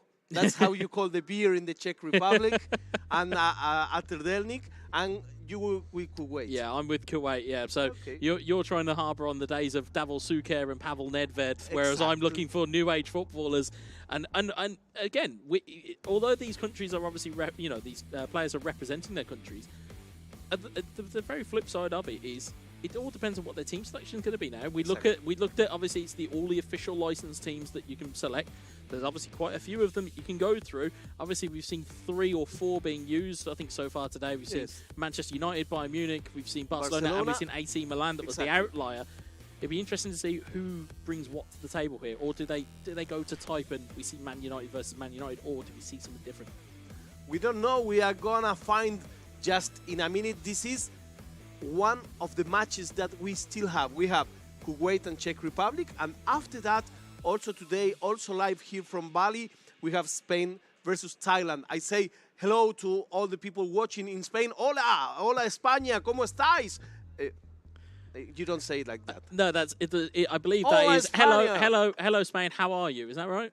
Hola España, ¿cómo estáis ustedes? No, I was Now I'm confused. Hola españoles, bienvenidos españoles, bienvenidos europeos.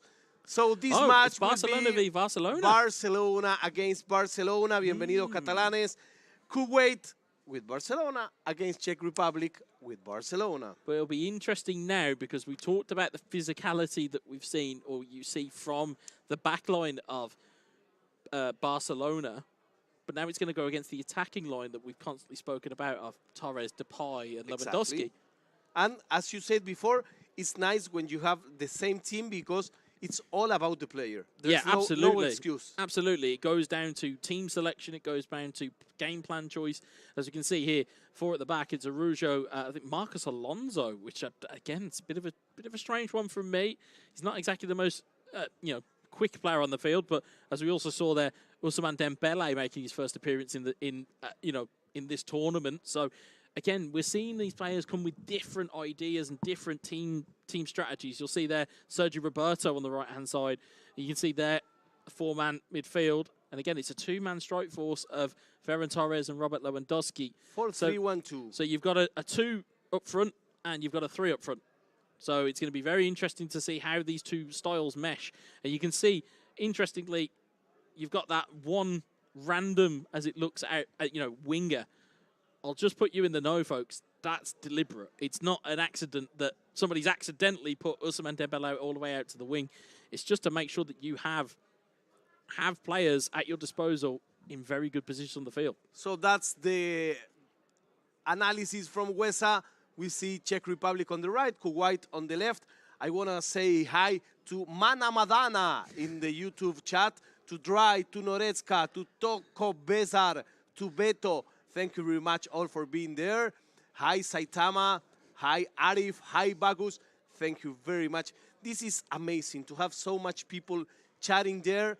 Let us know on the chat who do you think is going to win this. Yeah, and interestingly, you talk about play styles and things.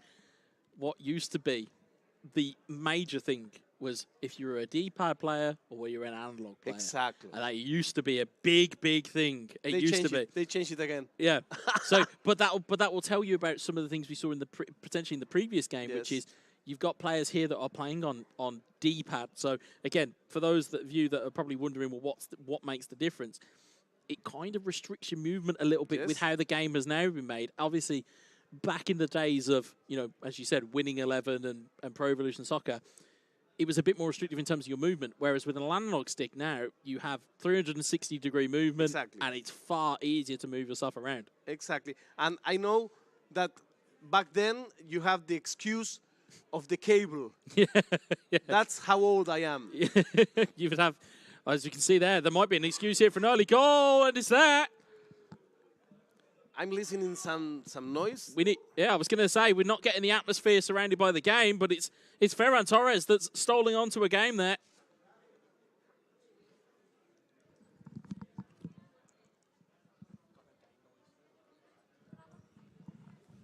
You can see Ferran Torres is the guy that has given, it's Kuwait with the early lead. Kuwait goes ahead on the marker. Yeah, you'll see the goal back here again. Routine kind of gameplay. Just cleared. Tried to be cleared by Marcos Alonso on his weak foot. Ricocheted into the back of the net. Amazing. The first opportunity, the game has just started. And they were... It's very early on. It's, 4 minutes in? That's it? Just 4 minutes. About 4 minutes. As you can see, Ferran Torres trying to sort out his putting game as his celebration there, but again, very early lead.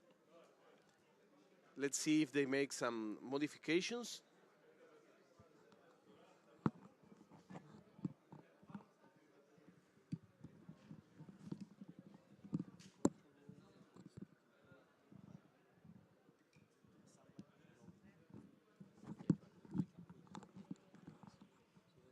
Okay, now we're coming here again. Let's see what they're doing. Players changing their conditions for this game. Potentially, yeah. I mean, for such a long pause, again, it might just be a case that they're just double checking things and making sure that everything is connected up correctly, or they might even potentially be checking. I think if I've just had a look around there, I think we're checking on monitor settings and things like that, just to make sure. I will get the chance to greet more people in the chat. Indeed. Ade Fitra, thank you for being there. Lukman Hakim, thank you very much. Perfectly. Now we have the ambience of the game. We have the spirit of this game. It just doesn't hit the same when you can't hear the crowd. No, of course. It's a crazy thing to have. But speaking of crazy things, you see a ball going into the box. It's a corner ball for the Czech Republic. The Czech Republic is with the champagne shirt. Indeed. As the ball goes flying into the box, it's cleared away. And Sergio Busquets to Ferran Torres. Torres into Pedri. Pedri looking forward again, just can't get past that last man. Instead, the ball will fall kindly into the path of the Czech Republic. Here's Kessie to Pedri. So Pedri. Right now, for the predictions, is Huesa the one? At the moment, it may, but it could still change. It's only one goal so far, and as we've seen from previous games, there's a lot of goals that can be scored in one game. True. That's true. One goal is not advantage in this game. No, one goal is probably 1-0 is probably the worst result that you want. No, at least this early on. No, it's the worst result is if you're 0-1, not 1-0. No, I mean as in via risk. I know. But you know, every time they say no, 1-0 is a bad result. 2-0, no. Well, certainly from a risk standpoint, you don't want to then, you don't want to have that confidence going into the game. As Torres goes for the header, Steiger makes the save. I will take the 1-0. You can keep the 0-15. Well, certainly from a next goal standpoint, you're going to have the confidence of taking the lead, which obviously we see a lot from players. But you can see here just controlling or trying to start to control the ball, but. Again, Czech Republic with some good pressure. Is Kessie. Kessie regains the ball. Pedri into De Jong. Back to Marcus Logan. He's trying to... Just trying to get something going. And again, it was that early cross of Marcus Alonso. That kind of makes sense now as to why he's playing. Because, again, left-footed, left-back, being able to whip the ball in with an early cross. You may get some dividends at the end of it. But at the moment, not a lot. Again, 20 minutes... in-game gone, it's not really too much to speak about in terms of big chances apart from the goal. And even that came from a mistake. The more matches that you see, the more that you understand the game and that you understand why the players make the things they make. Absolutely, absolutely. The more you will watch characters and players of these qualities, and the more you get to understand the personal sides of things and again, the intangible qualities that these players possess, the more you'll understand why, I'm probably sat here and they're sat there with a controller. Great ball into the box, and it's just wide of the post. You can see at the moment, it appears to be the Czech Republic who are just trying to get back in the ascendancy here. We're having a great crowd over YouTube. Big shout for all of them. Hopefully they can be rewarded with a Czech Republic goal. Driven cross into the box. Oh, it's off the bar. What a big chance that was. Ball still not cleared. It's Kessie and he can't get it under his belt. That was amazing. Big opportunity there for the Czech Republic, but instead the ball comes the other way. It wouldn't be the first time today that we've seen woodwork be hit and then the opponent then score. Here's Frankie de Jong. On to Koundé. Back to Torres. Back to Koundé. You see ball being driven. Marcus Alonso to whip that ball in. Ball is still there to be won. It's Busquets who challenges up against it. You can see a defensive line push from Kuwait just to try and create a bit of pressure going forward and potentially catch an offside. Here's De Jong. It's through to Ferran Torres. Big manual save in. Although goalkeeper has nearly caused an error. Oh la la. It almost made an own goal. That is almost an own goal. But Kuwait live to fight another day. They are still 1-0 up, but pressure is mounting here as the header comes in. It was cleared away, but there's only one man up, and as you can see at the radar at the bottom of your screen, it's that Ousmane Dembele that's on the right wing, but it won't matter anyway at the moment as Marcus Alonso goes back in, looking for the cross. It was deflected. You know, the marker says that Kuwait is winning, but the last 30 virtual minutes everything was in the hands of the Czech Republic. Yeah, it's what we call against the run of play. And that's what it certainly feels like. It feels like, oh, well, there's a goal that's gone in, but it was a mistake.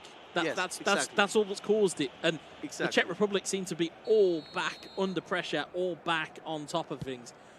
They just haven't got a goal to show for it yet. And I say yet because, again, looking at the pressure and looking at how well the Czech Republic are playing at the moment, you back them to score next. And is Marcos Alonso onto Sergio Busquets, who can't find a ball through. Instead, it's Pedri on the attack. It's potentially a man down the bottom of your screen. If you can see him, he's out of shot at the moment. It wasn't Lewandowski. It's that Dembele that's loitering on that wing. And again, I would say to yourselves, if you've got a player to keep an eye on, it's Kuwait's Dembele. Keep an eye on where his positioning is, because at all times he will provide an option. But all of a sudden, it's broken out into a really tight game, which is what we kind of want. Nothing to do with the other games. Yeah, compared to what we've seen, this is a tactical game, and it's a balanced game. Oh, absolutely. The level of the two players is really comparable. Absolutely. I think the balance between two players, obviously we're seeing a balance between lineups as well, because they're both Barcelona. We're seeing a balance of everything. So again, like I said, if you look back at the highlights, which I'm sure we will after the second game is concluded, the goal was just a nothing goal. Yes. If you conceded it at home, you would be livid. You'd be so angry. Yes. Because you just look at it. It was a mistake. It's a mistake. It's playing it across the back. Well, it's not even a mistake. He's tried to clear the ball. Yes. It's been charged down. It's ricocheted into the path of I think it was Torres. And now it's the Czech Republic that takes the intent of the game. Absolutely. It goes. Big shot. Big shot in, but ter Stegen was equal to it. Is Pedri. As we said, it's all been the Czech Republic at the moment. It's Frankie de Jong out wide to Ousmane Dembele.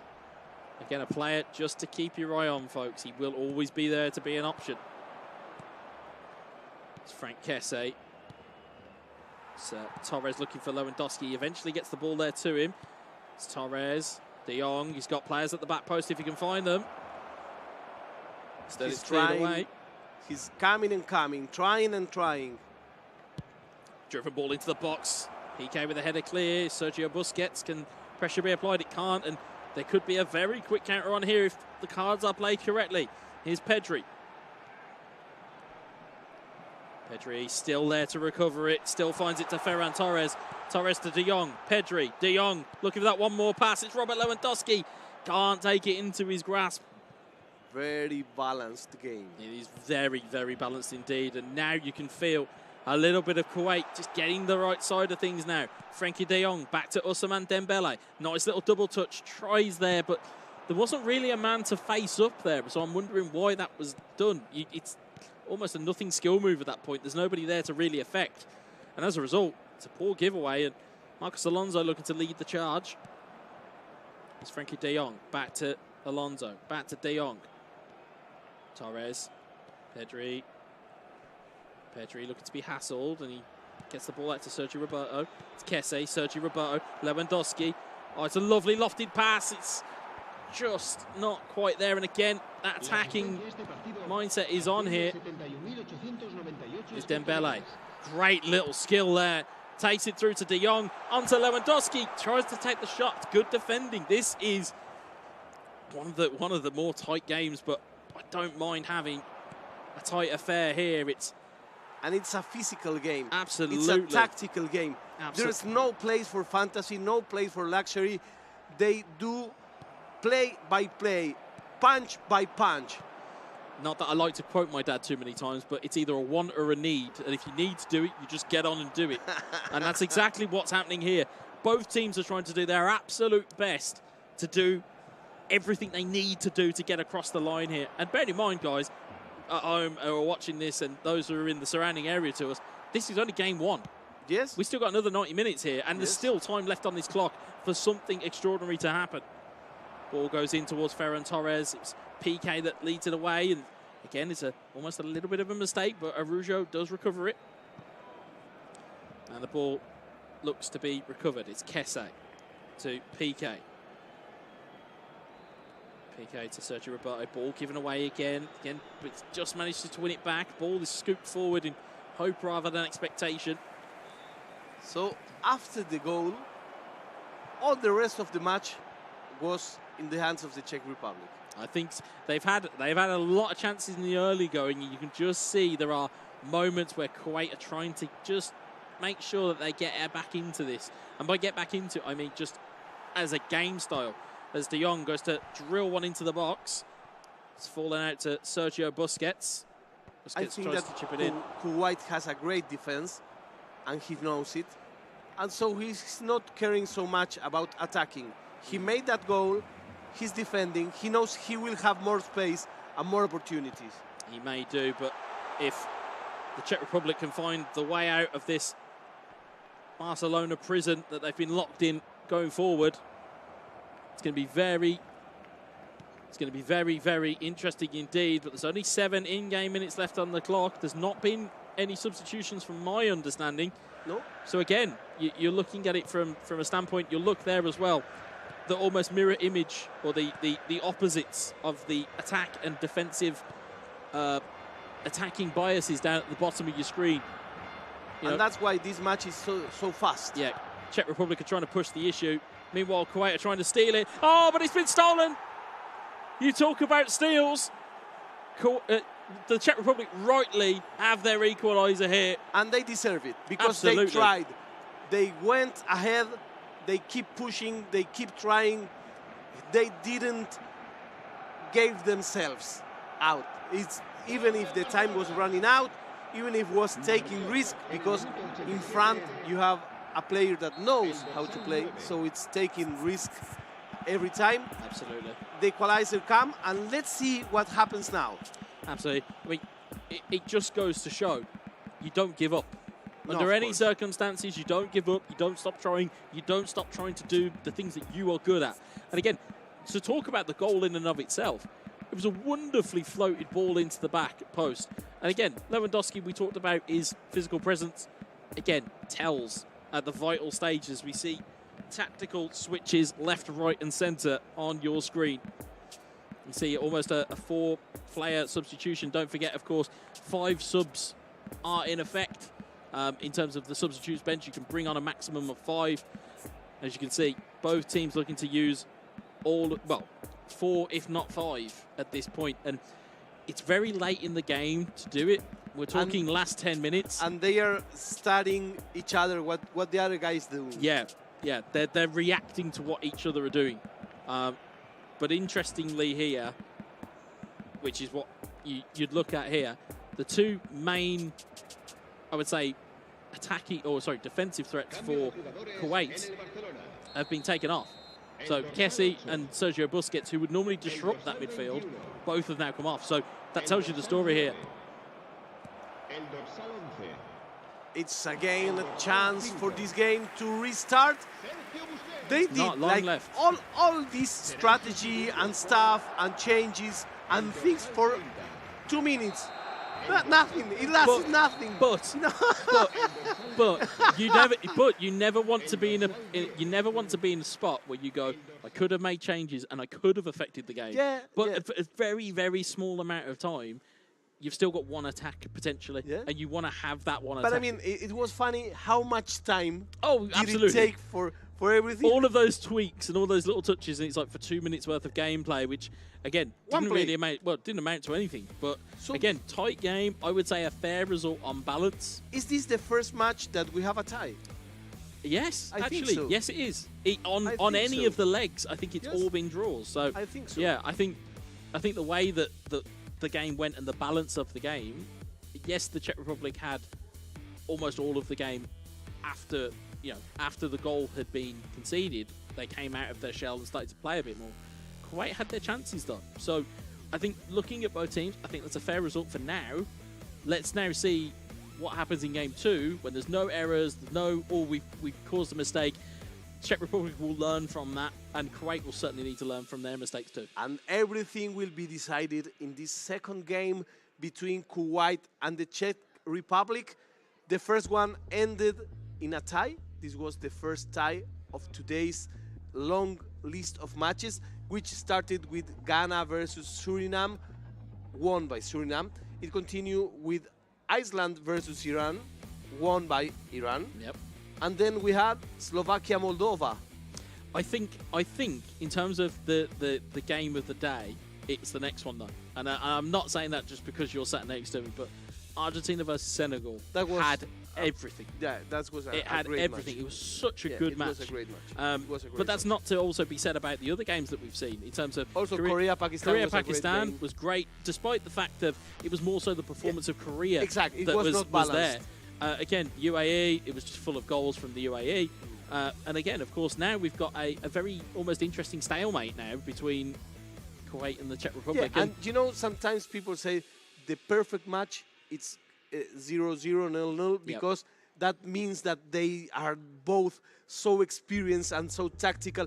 I don't like that idea very much, but I may concede that 1-1, it's because they both played well, in this case. I have used the analogy, or I've used the saying before, it's the best 0-0 I've ever watched in terms of some games because of that reason. It's that tactical mindset of you know, if you're all about goals in football, if you're all about, you know, brilliant passes, stunning strikes, all of those things, that's well and good.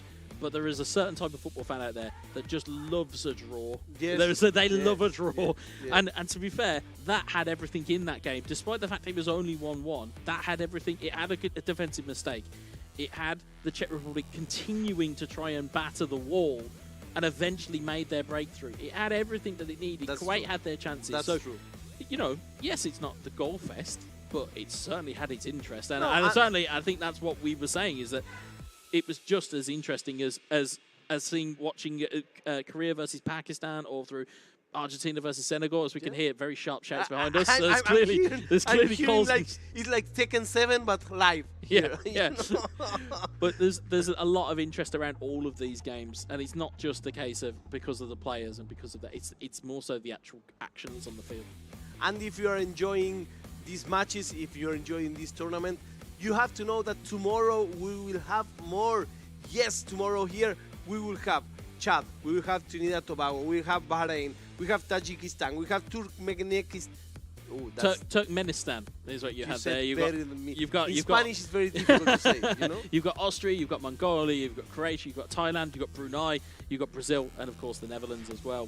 Which again, there's a lot of games on deck tomorrow. Yes, not to say that we have obviously going to overlook the two games that we've got left today, but saying what we've got on deck tomorrow, again, it's like you said, we've got all continents pretty much covered. Yes. There is for every taste we have here. Of course, more than 100 countries represented in different delegations, in different games.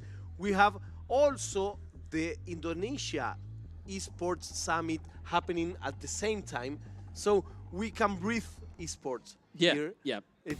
Everything. If you cross someone, if you're in Bali and you cross someone on the street, don't ask to play games because you're gonna lose.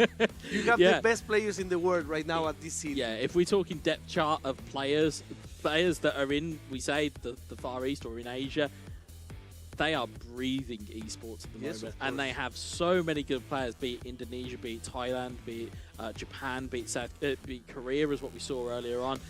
They breathe it, and it's great to see that passion, especially again, as for myself, for being a mainland European, to come across to Bali and to come across to Indonesia and see it firsthand. Like, I always knew that it existed, but to see it live and to see the passion that's behind it, it's wonderful. No, and so yesterday we have the opening ceremony. It was really crowded. A lot of people clapping and dancing and taking pictures. And, it was a great show. And we had a culture show. So this is an amazing event. And you are living it live with us. Please stand by there. Subscribe to the channels. Chat on the channels. Say hello on social media. Because this gets bigger and bigger and bigger because of you. Yeah. If you are not there, this will not happen. Absolutely, and again, it's for the fans. We've seen him in the live chats that we've seen across Twitch and across YouTube today. We've seen how much energy is there for when nations are playing, and we know about fan bases and how passionate they can be. And again, we just see it across the board. So we thank you for the fact that you chose the time today to come and watch us. But right now, we're going to go back to Kuwait versus the Czech Republic. It is Barcelona v Barcelona. But again, that kind of proves to be its own chess match, especially as it was in game one. And this is the most important match because this will bring who wins this best of two bracket. It's 1-1 for the first time. Kuwait against Czech Republic. Yeah, it's going to be interesting now to see what do you do as a player if you're.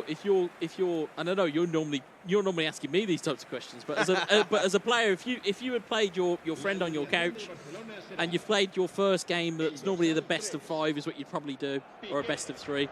If you've drawn the first game, how do you combat the second one? Because I know how I would, but I'd like to know from a lay person almost, is what would you do? Well, I think that I have, on the first half, I want to put the record straight. I want to make all the goals I can on the first half.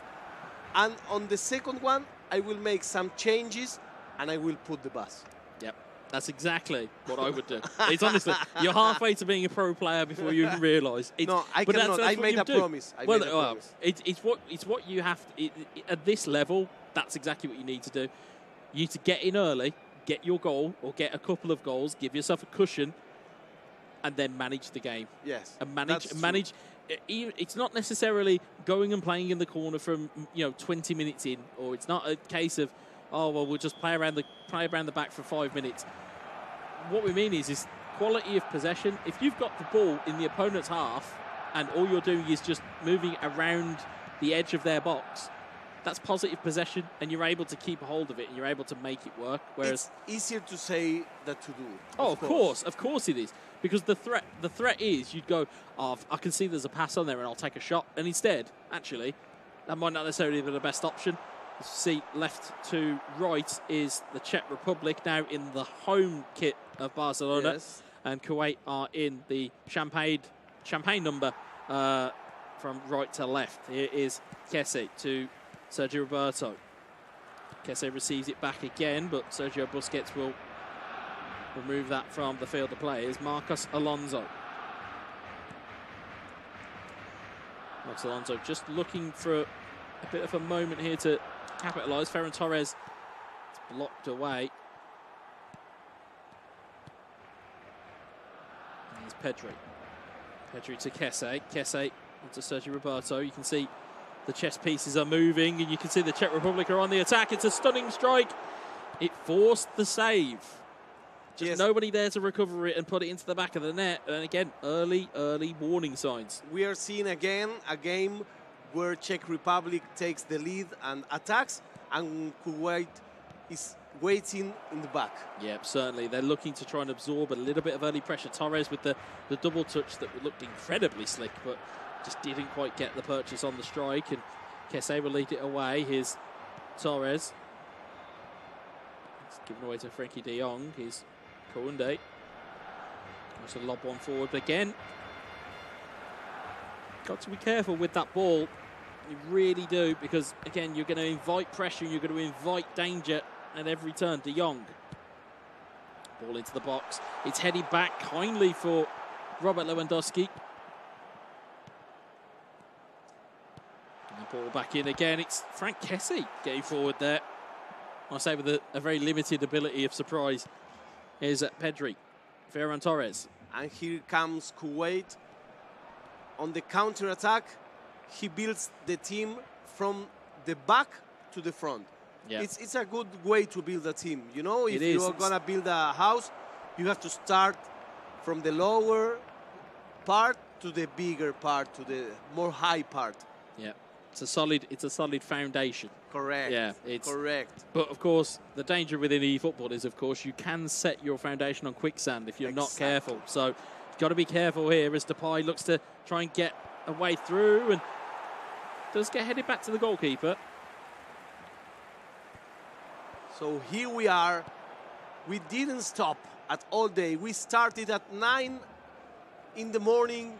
It's 7:40 in the afternoon, non-stop live action from Bali, Indonesia. the IESF tournament. It comes live in the voice of Mr. Wetza. There's Frankie de Jong looking to try and probe and find a way through, but again, this is looking relatively stalemate, I hate to say, because it doesn't. It looks like They're not on a rush. Both defenses are quite, and I use the word stubborn. They're very just tough. And again, as we've said, how as Barcelona against a Barcelona, if it's an attack, almost an attack v defense drill, is what you can see here. How do they nullify? And you can see their runner there. You can see a runner in the middle of the box as well. There's now two at the back post. Ball into the box. Header on. Oh, big post off the save, and it's a goal. So in these kind of matches, you have to break the lock. Absolutely. Once you break the lock, the rest is easy. But the difficult part is to take the ball out of the middle field, because when it's on the middle field, you cannot move it from there, you know? Yeah, absolutely. I mean, you looked at the first option, or the first opportunity was brilliant in terms of the stunning cross into the box. Beautiful right option. We've seen it done so many times today. It's the right option. It gives you that purchase to get a header on. And as you called it, you can see two players just running in at the back post. Beautiful ball in from Sergio Roberto. De Jong didn't even have to move. No. That was so pinpoint. He was like, I'll just stand there and let it hit me.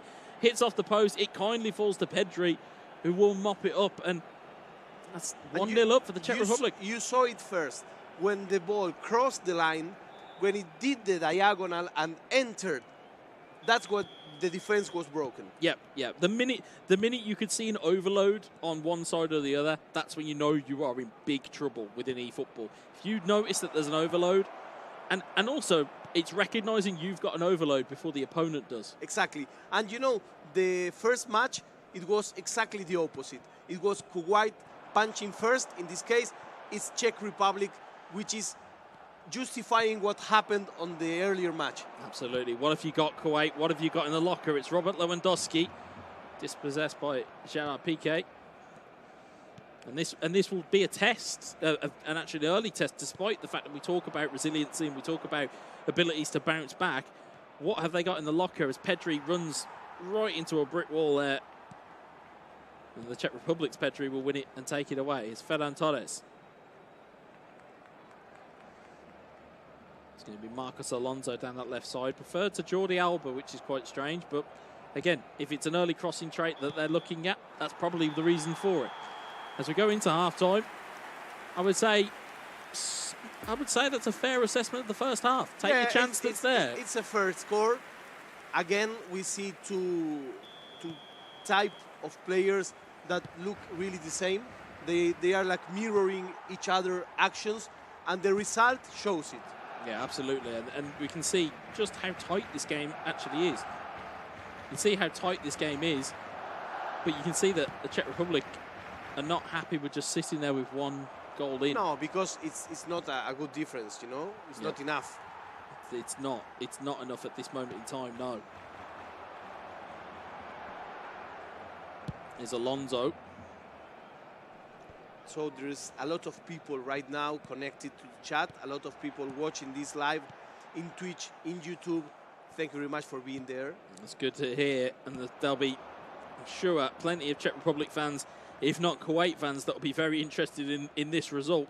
There's Lewandowski to De Jong. Back to Lewandowski, takes the strike, pulls it wide. It's not what you'd normally expect from Robert Lewandowski, but needs must at this point in time. I see Saitama, I see Rinaldi Daniel. Thank you very much for your tuning, for choosing us with all these special games, all these special cast. Thank you for all and every one of you watching this live stream from Bali, Indonesia. It's been a long day for viewers at home. It's been a long day for us here. We appreciate your time that you've spent, whether it's a minute, or an hour, or a second. We appreciate it. Of course. As you see, get better when you study the game. Oh, absolutely. When you enjoy the game. Absolutely. Free kick given here in a pretty good location here.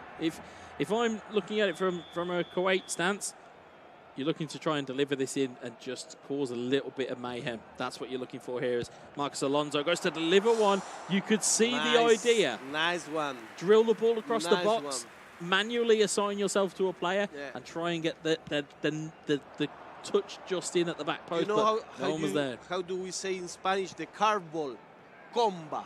Comba. Oh, okay. Yeah. The carve ball. Yeah, the carve ball. Yeah, that would. Yes, I get what you're saying. Yeah, I mean that would have carved open a lot of defenses there. The effect, you know, when you sliced, would have gone completely through everyone, but there was nobody there to profit. But here's Robert Lewandowski again, just slightly too eager to make that pass.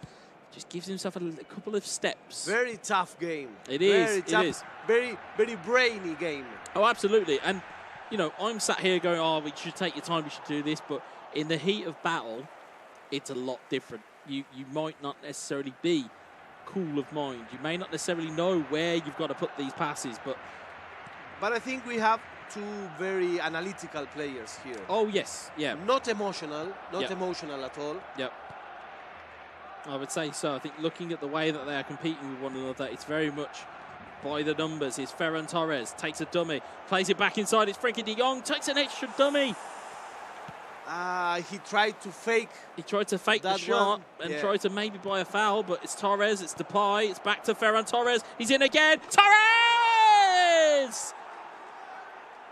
And you can see what that means. Equaliser for Kuwait. Exactly. People here are celebrating the friends of this player, of course.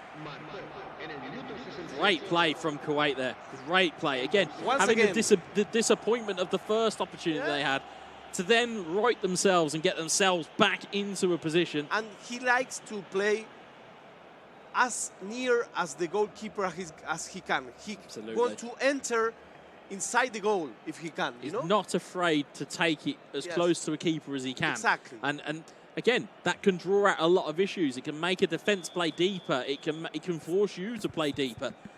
And as a result, we're back to square one again. We're back to 2-2. And this is like the perfect match because on the first match, Kuwait came before and Czech Republic got the equalizer. Yep. And here's the other way around. Yeah, absolutely. And it's a perfect match in the sense of scorelines are even, chances have been even, mistakes have been even. Exactly. The teams that are being used have been even. The only dividing stat are the people on the sticks. Exactly. And that is what we are looking for here in the last 20 or so in-game minutes. Who can execute? Who's going to be able to get that last chance and execute? And I think this will define, this bracket will be defined on the last 10 virtual minutes. I think so. I think it will go, because obviously we're seeing substitutes now. We'll probably see them start to take proper effect in that time frame. And it will be those key moments. Well, in fact, it's just 22 minutes. Yeah, so it's in and around that period, anywhere between 60 and 70 minutes. If you're playing online at home or if you're playing competitions, it's almost that kind of that magical period where substitutes will come on and they can really change a game. Yeah. But it's another one evaded for Kuwait. Here's Ansu Fati. We've not seen a lot of. He's got a lot of pace in his legs. First time we see it. You can see there's a slight change in the way that teams have been formed up as well. Pedri's now come off and Kessie's now come on. I don't know whether that lends it to being more of a defensive stance or where actually, more importantly, you're just looking to add physicality to your team. Here's Gerard Piqué. So if you're just tuning in for the last minute, the Kuwait player is on the left, the Czech Republic player is on the right. Yeah. So Kuwait are going left to right as you're on your screens, and the Kuwait are going from left to right, and the Czech Republic are going right to left. As you can see, just the ball giving away at vital moments there. And Sergio Busquets. Gavi onto Jordi Alba. Alba to Sergio Busquets. Casado. To Pablo Torre. Just see, it's a very, looking for very that one strategically moment. Played match. It really is. Ball playing at its finest here, but It doesn't result in a chance. Not straight away, though. We've still got time on the clock here. There's And nobody, 8 minutes. Nobody wants to take attention from their defense, you know? Yeah. I think if you're both players here, you want the last chance on the game. Exactly. Because, again, if you can sink somebody with the last chance, they've got no time to recover. Exactly. And they are like clockwork players. Yeah, very much so. As we can see, ball getting moved around with no real wastage here. It's Jordi Alba to Gavi. Casado looks long and forward. Can't get the ball to him. What are we looking at here? 2 minutes plus stoppage time. Ball's going to be kicked long. That's a very high punt, as we see there, but it's cleared away. Jordi Alba, Busquets, Gavi, Torre. We're into injury time here. Last chance could be with the Czech Republic, but it's going to go back the other way. This will look to be the last chance of the game here. It's Ansu Fati into Lewandowski. How vital could this be? It proves to be nothing. At the moment, though, ball comes back. Is Ansu Fati? Oh, he's miscontrolled. That miscontrol was the end of the match. It's painful, but it is our first draw on the stream. Exactly. And it was not just a draw on the score, but I think it was the first draw on a match level. Yeah, there absolutely. Were exact mirrors, one of another. The first match, Kuwait coming up first. Second match, Czech Republic coming up first. Exactly the same match. The other one comes, makes the equalizer, the match is closed. Nothing more to do. Yeah, and that was how close it was. I mean, I'm sure we'll see it in the highlights in just a second, but that's how close it was. There wasn't that many chances. There wasn't that many errors, but the errors that were there were incredibly costly. Exactly. And you know, most of the match was played on the midfield, and the defenses made a great work in both teams. Oh, I think the defenses were better than the attack in both teams. Yep. Yeah, I mean, if you were looking like an MVP of those games, exactly, you're looking at Gerard Piqué, because, quite frankly, snuffed out everything bar a goal each side. And as we'll see in the highlights here, this first goal, it's not even a user input error. It's literally just tried to clear the ball. He's got closed down. And again, we talk about taking chances. That there, if that gets saved, it completely changed the game. Exactly. And as we talk about there, almost that own goal that we looked at, an error. That would have been an error. But then you look at the gameplay, you look at the way the ball gets moved through. Wonderful ball into the back post. It's a great finish. And again, Czech Republic were well worth that equaliser again. We looked here, Czech Republic again benefited in game 2.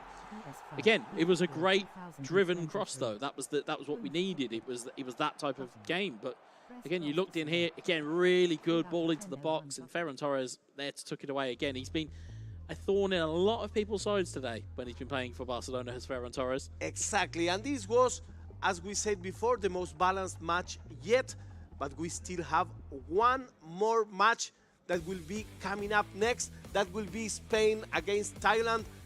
I know you may be tired, or you may be just arriving. Well, we are live here from Bali, Island of Gods, Indonesia, beautiful Indonesia, and we have one more match to close the day. I can't wait. Okay, but this you is will everything. have I to have wait to. It's a patience. little bit, just Patience. a little bit. We're coming back in just some minutes.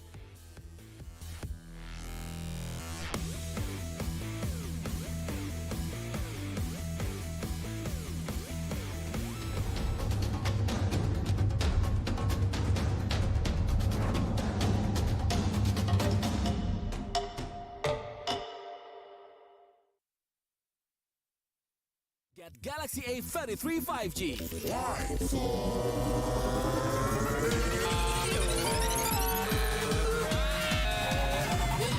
Galaxy A33 5G with awesome battery. Buy now. Get Galaxy A53 5G. Why?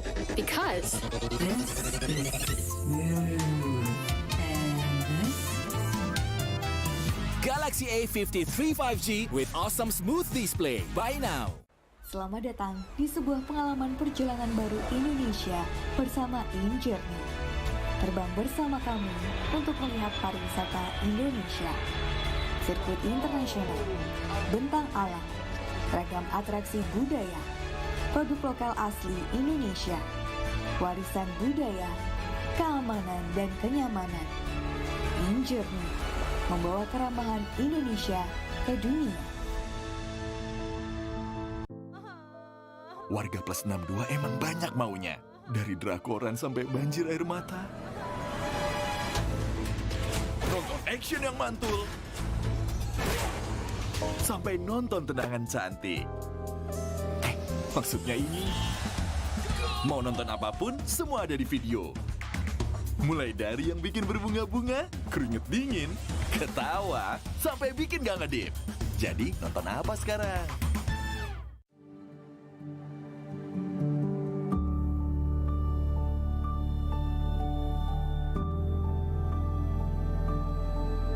All it takes is one dream. One dream that becomes a journey. To drive an ambition. Believing in yourself. Persevering challenges. Always focused on the dream. To grow aspirations. Having the will to keep going. Building a future with a legacy. Knowing dreams can come true. Over 11 years of growth. The spirit of entrepreneurship. Created possibilities.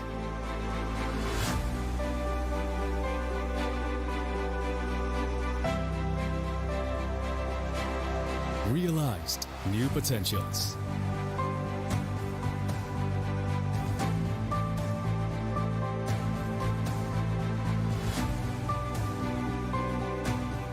Innovate for the better.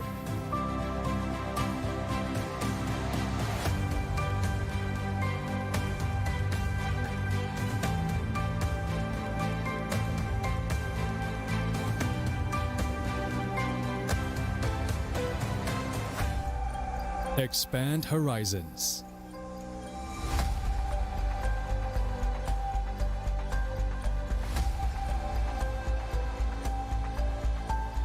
To change lives.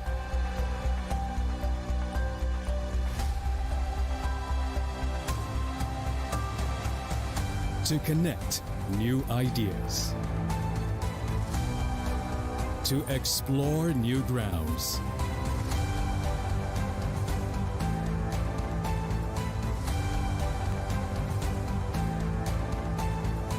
With the future in sight.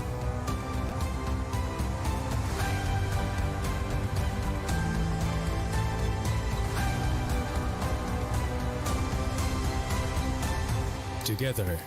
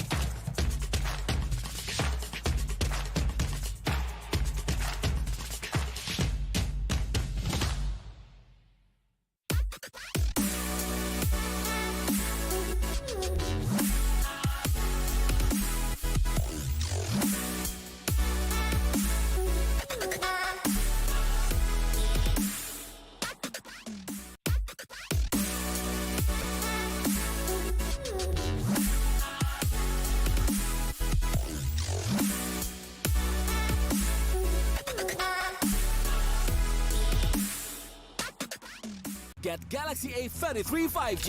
Why? Because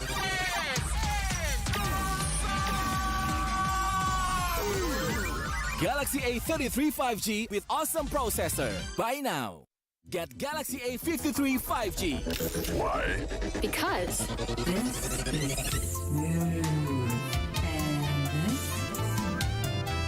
Galaxy A53 5G with awesome smooth display. Buy now. Selamat datang di sebuah pengalaman perjalanan baru Indonesia bersama InJourney. Terbang bersama kami untuk melihat pariwisata Indonesia. Sirkuit internasional, bentang alam, ragam atraksi budaya, produk lokal asli Indonesia, warisan budaya, keamanan dan kenyamanan. InJourney membawa keramaian Indonesia ke dunia. Warga plus 62 emang banyak maunya.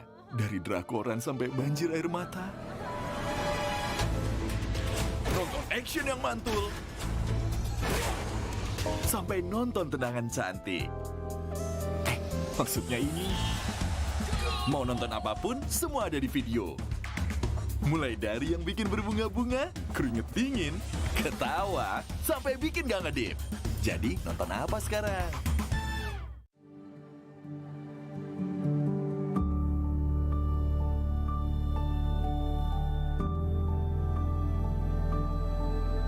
All it takes is one dream. One dream that becomes a journey. To drive an ambition. Believing in yourself. Persevering challenges. Always focused on the dream. To grow aspirations. Having the will to keep going. Building a future with a legacy. Knowing dreams can come true. Over 11 years of growth. The spirit of entrepreneurship. Created possibilities.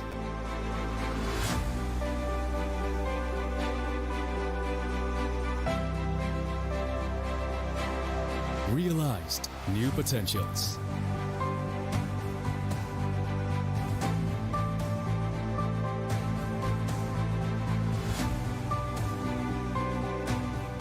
Innovate for the better.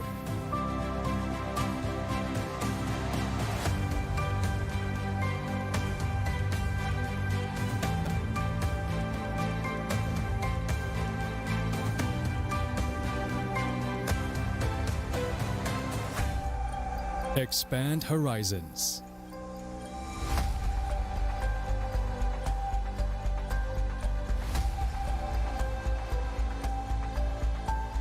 To change lives.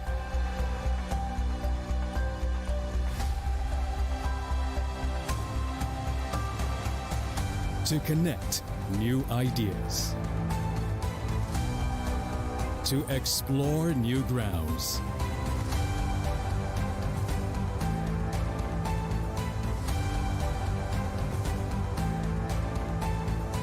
With the future in sight.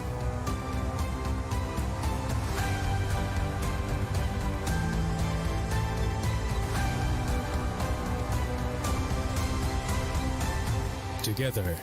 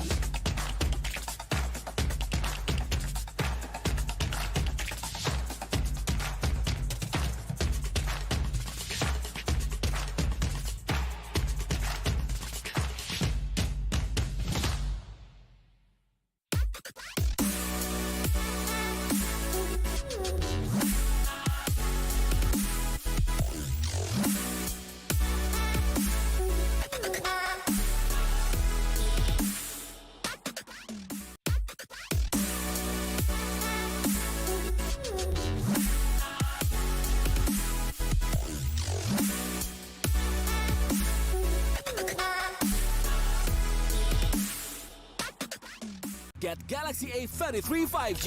Why? Because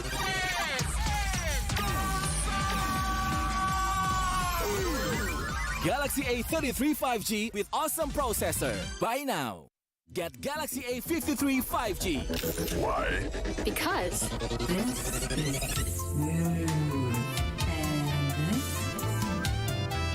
Galaxy A53 5G with awesome smooth display. Buy now.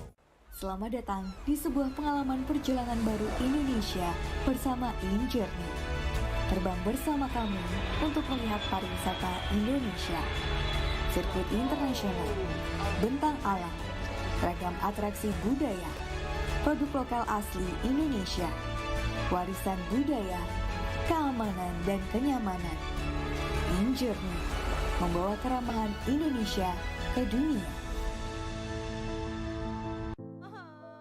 Warga plus 62 emang banyak maunya. Dari drakoran sampai banjir air mata. Nonton action yang mantul. Sampai nonton tendangan cantik. Maksudnya ini, mau nonton apapun, semua ada di video. Mulai dari yang bikin berbunga-bunga, keringet dingin, ketawa, sampai bikin gak ngedip. Jadi nonton apa sekarang?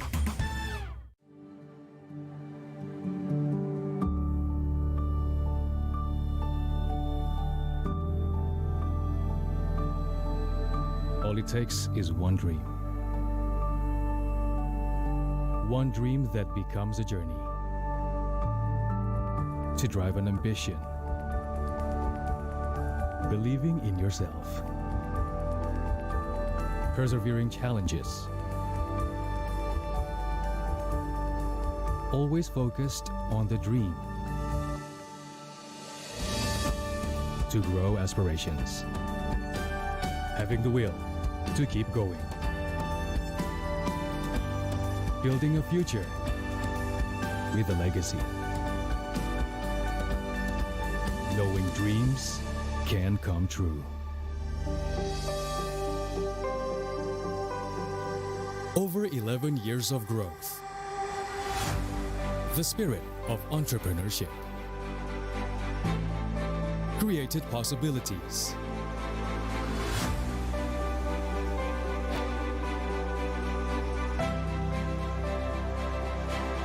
Realized new potentials.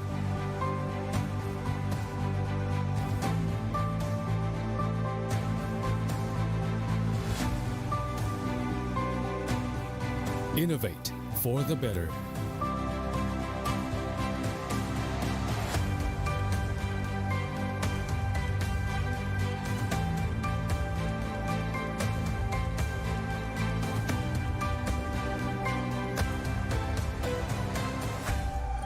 Expand horizons.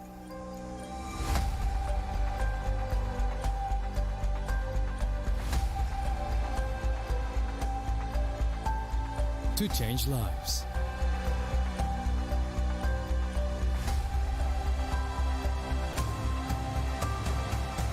To connect new ideas. To explore new grounds.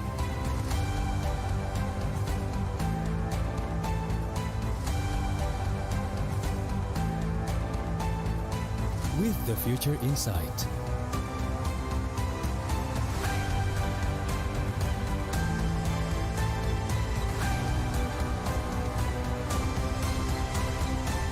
Together.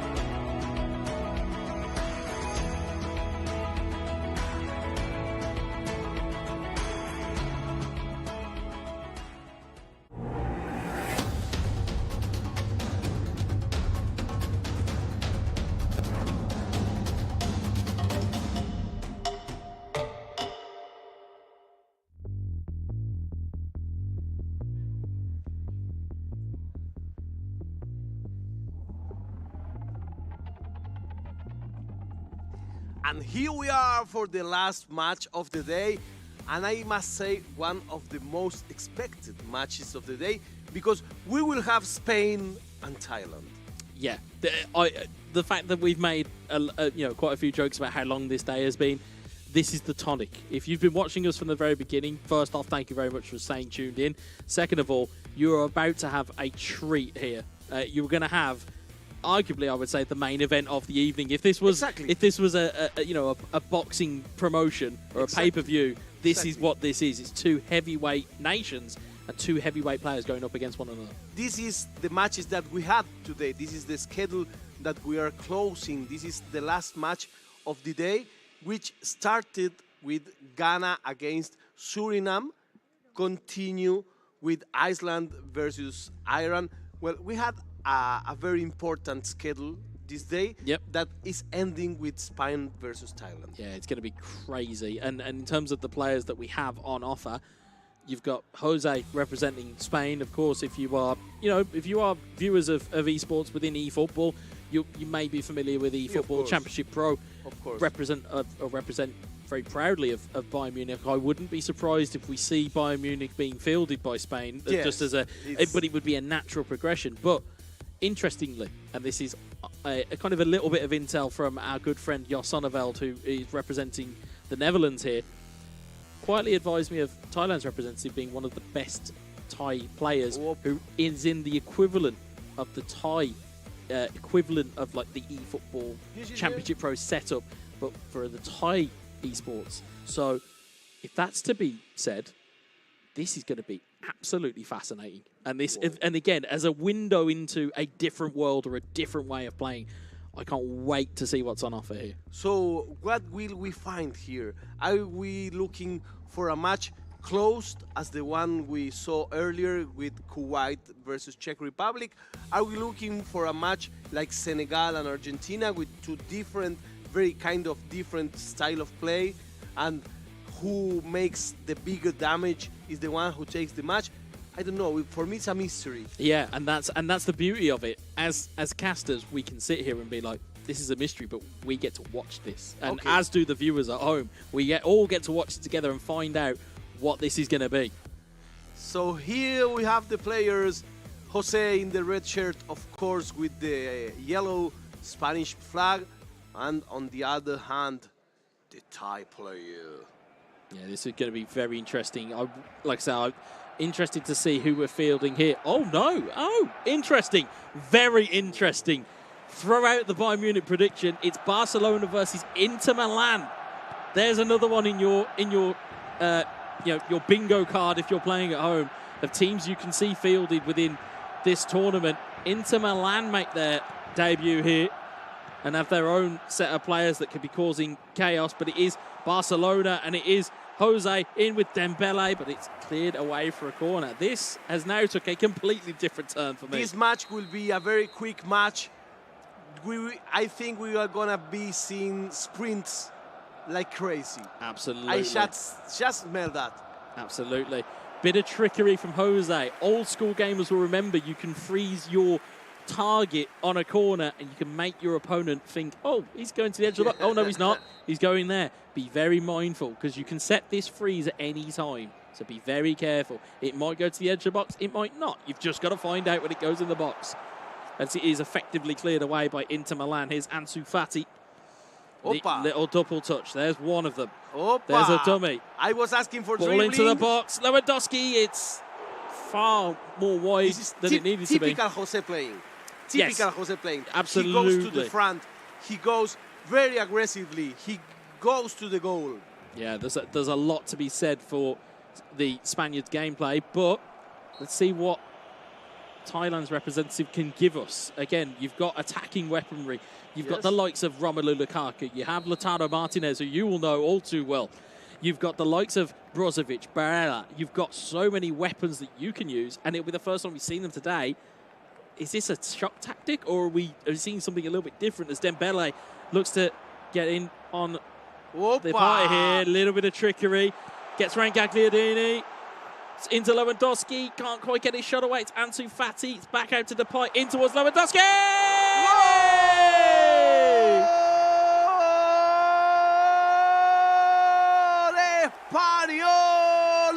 Yo soy español, español, español. Canta José. José makes the first goal on this important match. We were asking for goals. We were asking for precision, and precision it is. He has absolutely delivered. And again, we talk about staying cool under pressure, staying cool underneath kind of fight and against kind of a battle that is going on right now. The chance looked like it had gone because Ansu Fati was blocked off. The defender had got too close, but he managed to recycle the ball, gather his thoughts, and find the finish. Brilliant That's play. the experience on the player, not Absolutely. to give any ball as a lost ball. Indeed not. Here's Lautaro Martinez looking for his teammate Romelu Lukaku. It's a free kick on the edge of the box. This could be very dangerous. We've seen them be dangerous here already today. Who's it going to be standing over this? It's going to be the right boot of Hakan Çalhanoğlu. Is he going to play the pass? Is he going to shoot? We are going to find out right now. He's going to take the shot! And it's a goal. It's another goal for Thailand. The free kick went straight to the net. Wetsa warned you. He said, be on this free kick. Got to be tricks. It's tricks. It's fooling your opponent into thinking you're doing something different and completely leaving open the ability for a low free kick. We saw it attempted earlier to not a lot of effect. That, on the other hand, absolutely perfect from Thailand. 1-1. Well, this is a very interesting match. We're here for a delightful game ahead. Just 16 virtual minutes, 1 goal for each. Both showed that they know what they're playing. Absolutely, and that just shows you that, as the saying goes at the moment, there's levels to these things, and this is certainly showing their level. Here's Martinez onto Lukaku. That's a Çalhanoğlu. Just couldn't get it through, and Araujo will get it clear. Here's Pedri looking forward. Lewandowski. He has to build the play again. He has to start from scratch. He has got to. I mean, essentially, we've gone back to a draw scenario. So now you've got to go again, and you've got to find that level again as Dembele is fouled. You've got to find your level. And I tell you, there's two players on the planet that you'd back to find their level. One of them is Jose, as the neat trickery finds there. Memphis Depay into Pedri. Just wide. Just wide. That was close. From Pedri. This is a blackboard play. Yeah, it's the X's and O's, as they call it in American football. It's the basics of eFootball 2023. As Frenkie de Jong looks to go forward. Darmian intercepts. It's on to Çalhanoğlu. Brozovic. Brozovic forward to Çalhanoğlu. Lukaku onto Martinez, onto Gagliardini. That was close. Very close indeed. Just kept away from him though, but Lukaku's recovered it. It's the Belgian into the Argentine, but Martinez just can't quite get his feet out from under him. 2 non-forced errors on the defense. Most definitely, and as that error has led to an attacking ability here for Lewandowski. Cutbacks on. Skriniar will clear it away though, only as far as Frenkie de Jong. The last pass is the most important one, you know, and it was the one that failed. It absolutely is, as Ansu Fati tries to get inbound.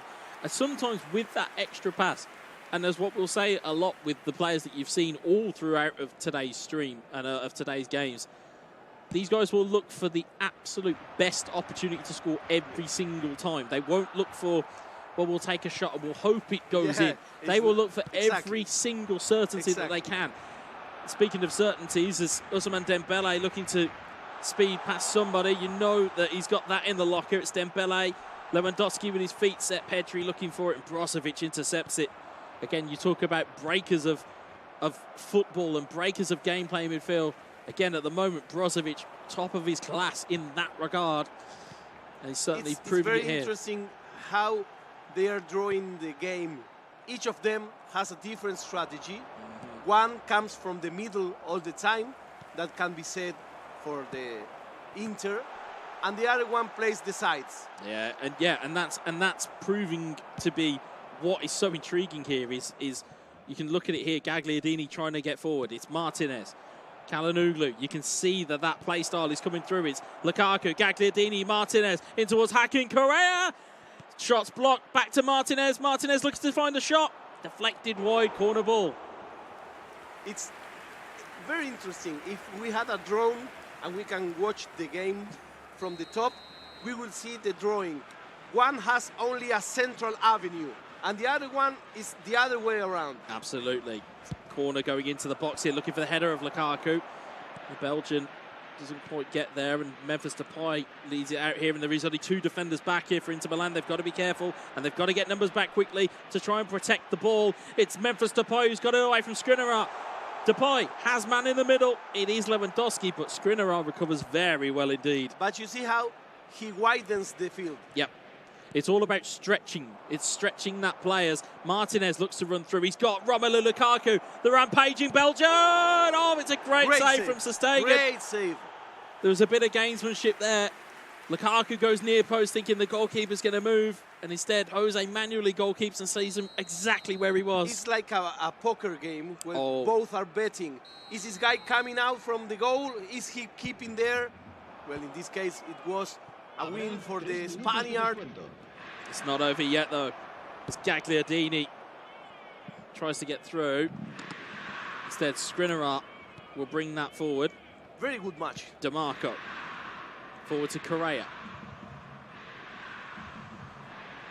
Correa looking to just find a gap here, potentially have the last chance of the half. Koundé, though, will steal it. If he can get the ball forward right away here, he may just get the last chance. We're in added time here. Ansu Fati rolls it into Memphis Depay. Manual goalkeeping on. Brilliant save from Onana. Wonderful gameplay here. Incredible game. Because you have, in this match, strong attacks and very strong defense. Absolutely, absolutely. And it brings together 2 play styles that, again, wouldn't normally clash with one another. And the difference between this match and the one before was a lot more defensive play. Yeah, absolutely. These guys have a lot of forward power. They have a lot of skill. They have a lot of skill going forward. And to your point, what you were mentioning earlier about what you'd picked up through the gameplay, you can actually see it in the way that they've moved. Yes, you can now see exactly. Inter Milan now have moved to being a more central gameplay because they've gone, well, we can't match them toe for toe on the wing. So what we'll do, we'll focus on where we are strong, exactly. which is exactly what you need to do when you are competing. If you're competing or if you're playing at home, you play to your strengths. You don't play to your opponents. And as such, we'll see it leading off here by Joaquin Correa. It's Gagliardini. Ball's going through. Lukaku, Martinez nearly there, nearly gets through. But nearly is not close enough. Here's Depay to Ansu Fati to Robert Lewandowski. Ansu Fati recovers the ball. It's in towards Memphis Depay. Depay, can he get the ball clear? He can't. It's Damian that will block it. Couldn't get a clear shot on goal. And again, we talk about physicality. It's none more so than Romelu Lukaku. If you're talking about physical presences in a game of football, that is not a man that I would want to go toe-to-toe with, let alone virtually. But certainly, there is a lot to be said. There's a lot riding on this game in terms of perceptions, in terms of the live audience at home, but in terms of perceptions across the tournament as well. And I think that on the second half, the Thai player is getting better. Yeah, absolutely. Seems to be growing into the game. And that appears to be exactly what it is. It looks like there was a card produced there. It was a yellow, thankfully, for Barcelona and for Spain. But here's Lautaro Martinez. Lines up to Gagliardini. Beautiful threaded ball. Correa! And it's another goal in this case for Thailand. We said it just seconds ago. The Thai game was climbing, was getting bigger and bigger, was growing in intensity and in precision. And in the 3 touches, the goal is kissing the net. It definitely is. It definitely is kissing the net at this point in time. And again, it's a vital goal. As you rightly said, second half, first virtual 10 minutes, it's been Inter Milan growing into the game. But we know that there is danger coming in the way of Ansu Fati. Double touch around the corner, nearly there. Dembele just kisses the side netting and not the real netting, and as a result, it stays 2-1 to Inter Milan, and Thailand have got their tails up. Yes. Good response from Jose. Yeah, needed good it. Response. Needs it. It needs that confidence to say, I can still put my game plan on this guy. He doesn't seem mashed, but by the earlier punch.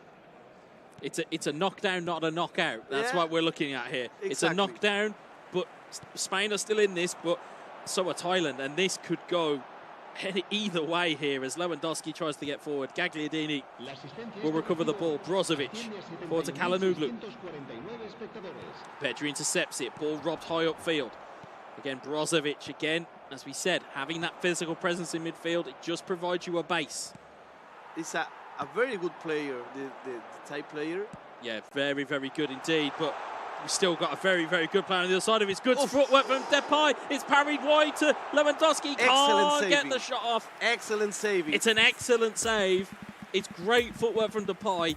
But Lewandowski just couldn't find his feet that time to get the ball in. We saw for the second time in a row excellent manual goalie abilities on the Thai player. Absolutely. And as I've said before, I have called it out in many tournaments here, past and present, in terms of, that's a terrible manual goalkeeping.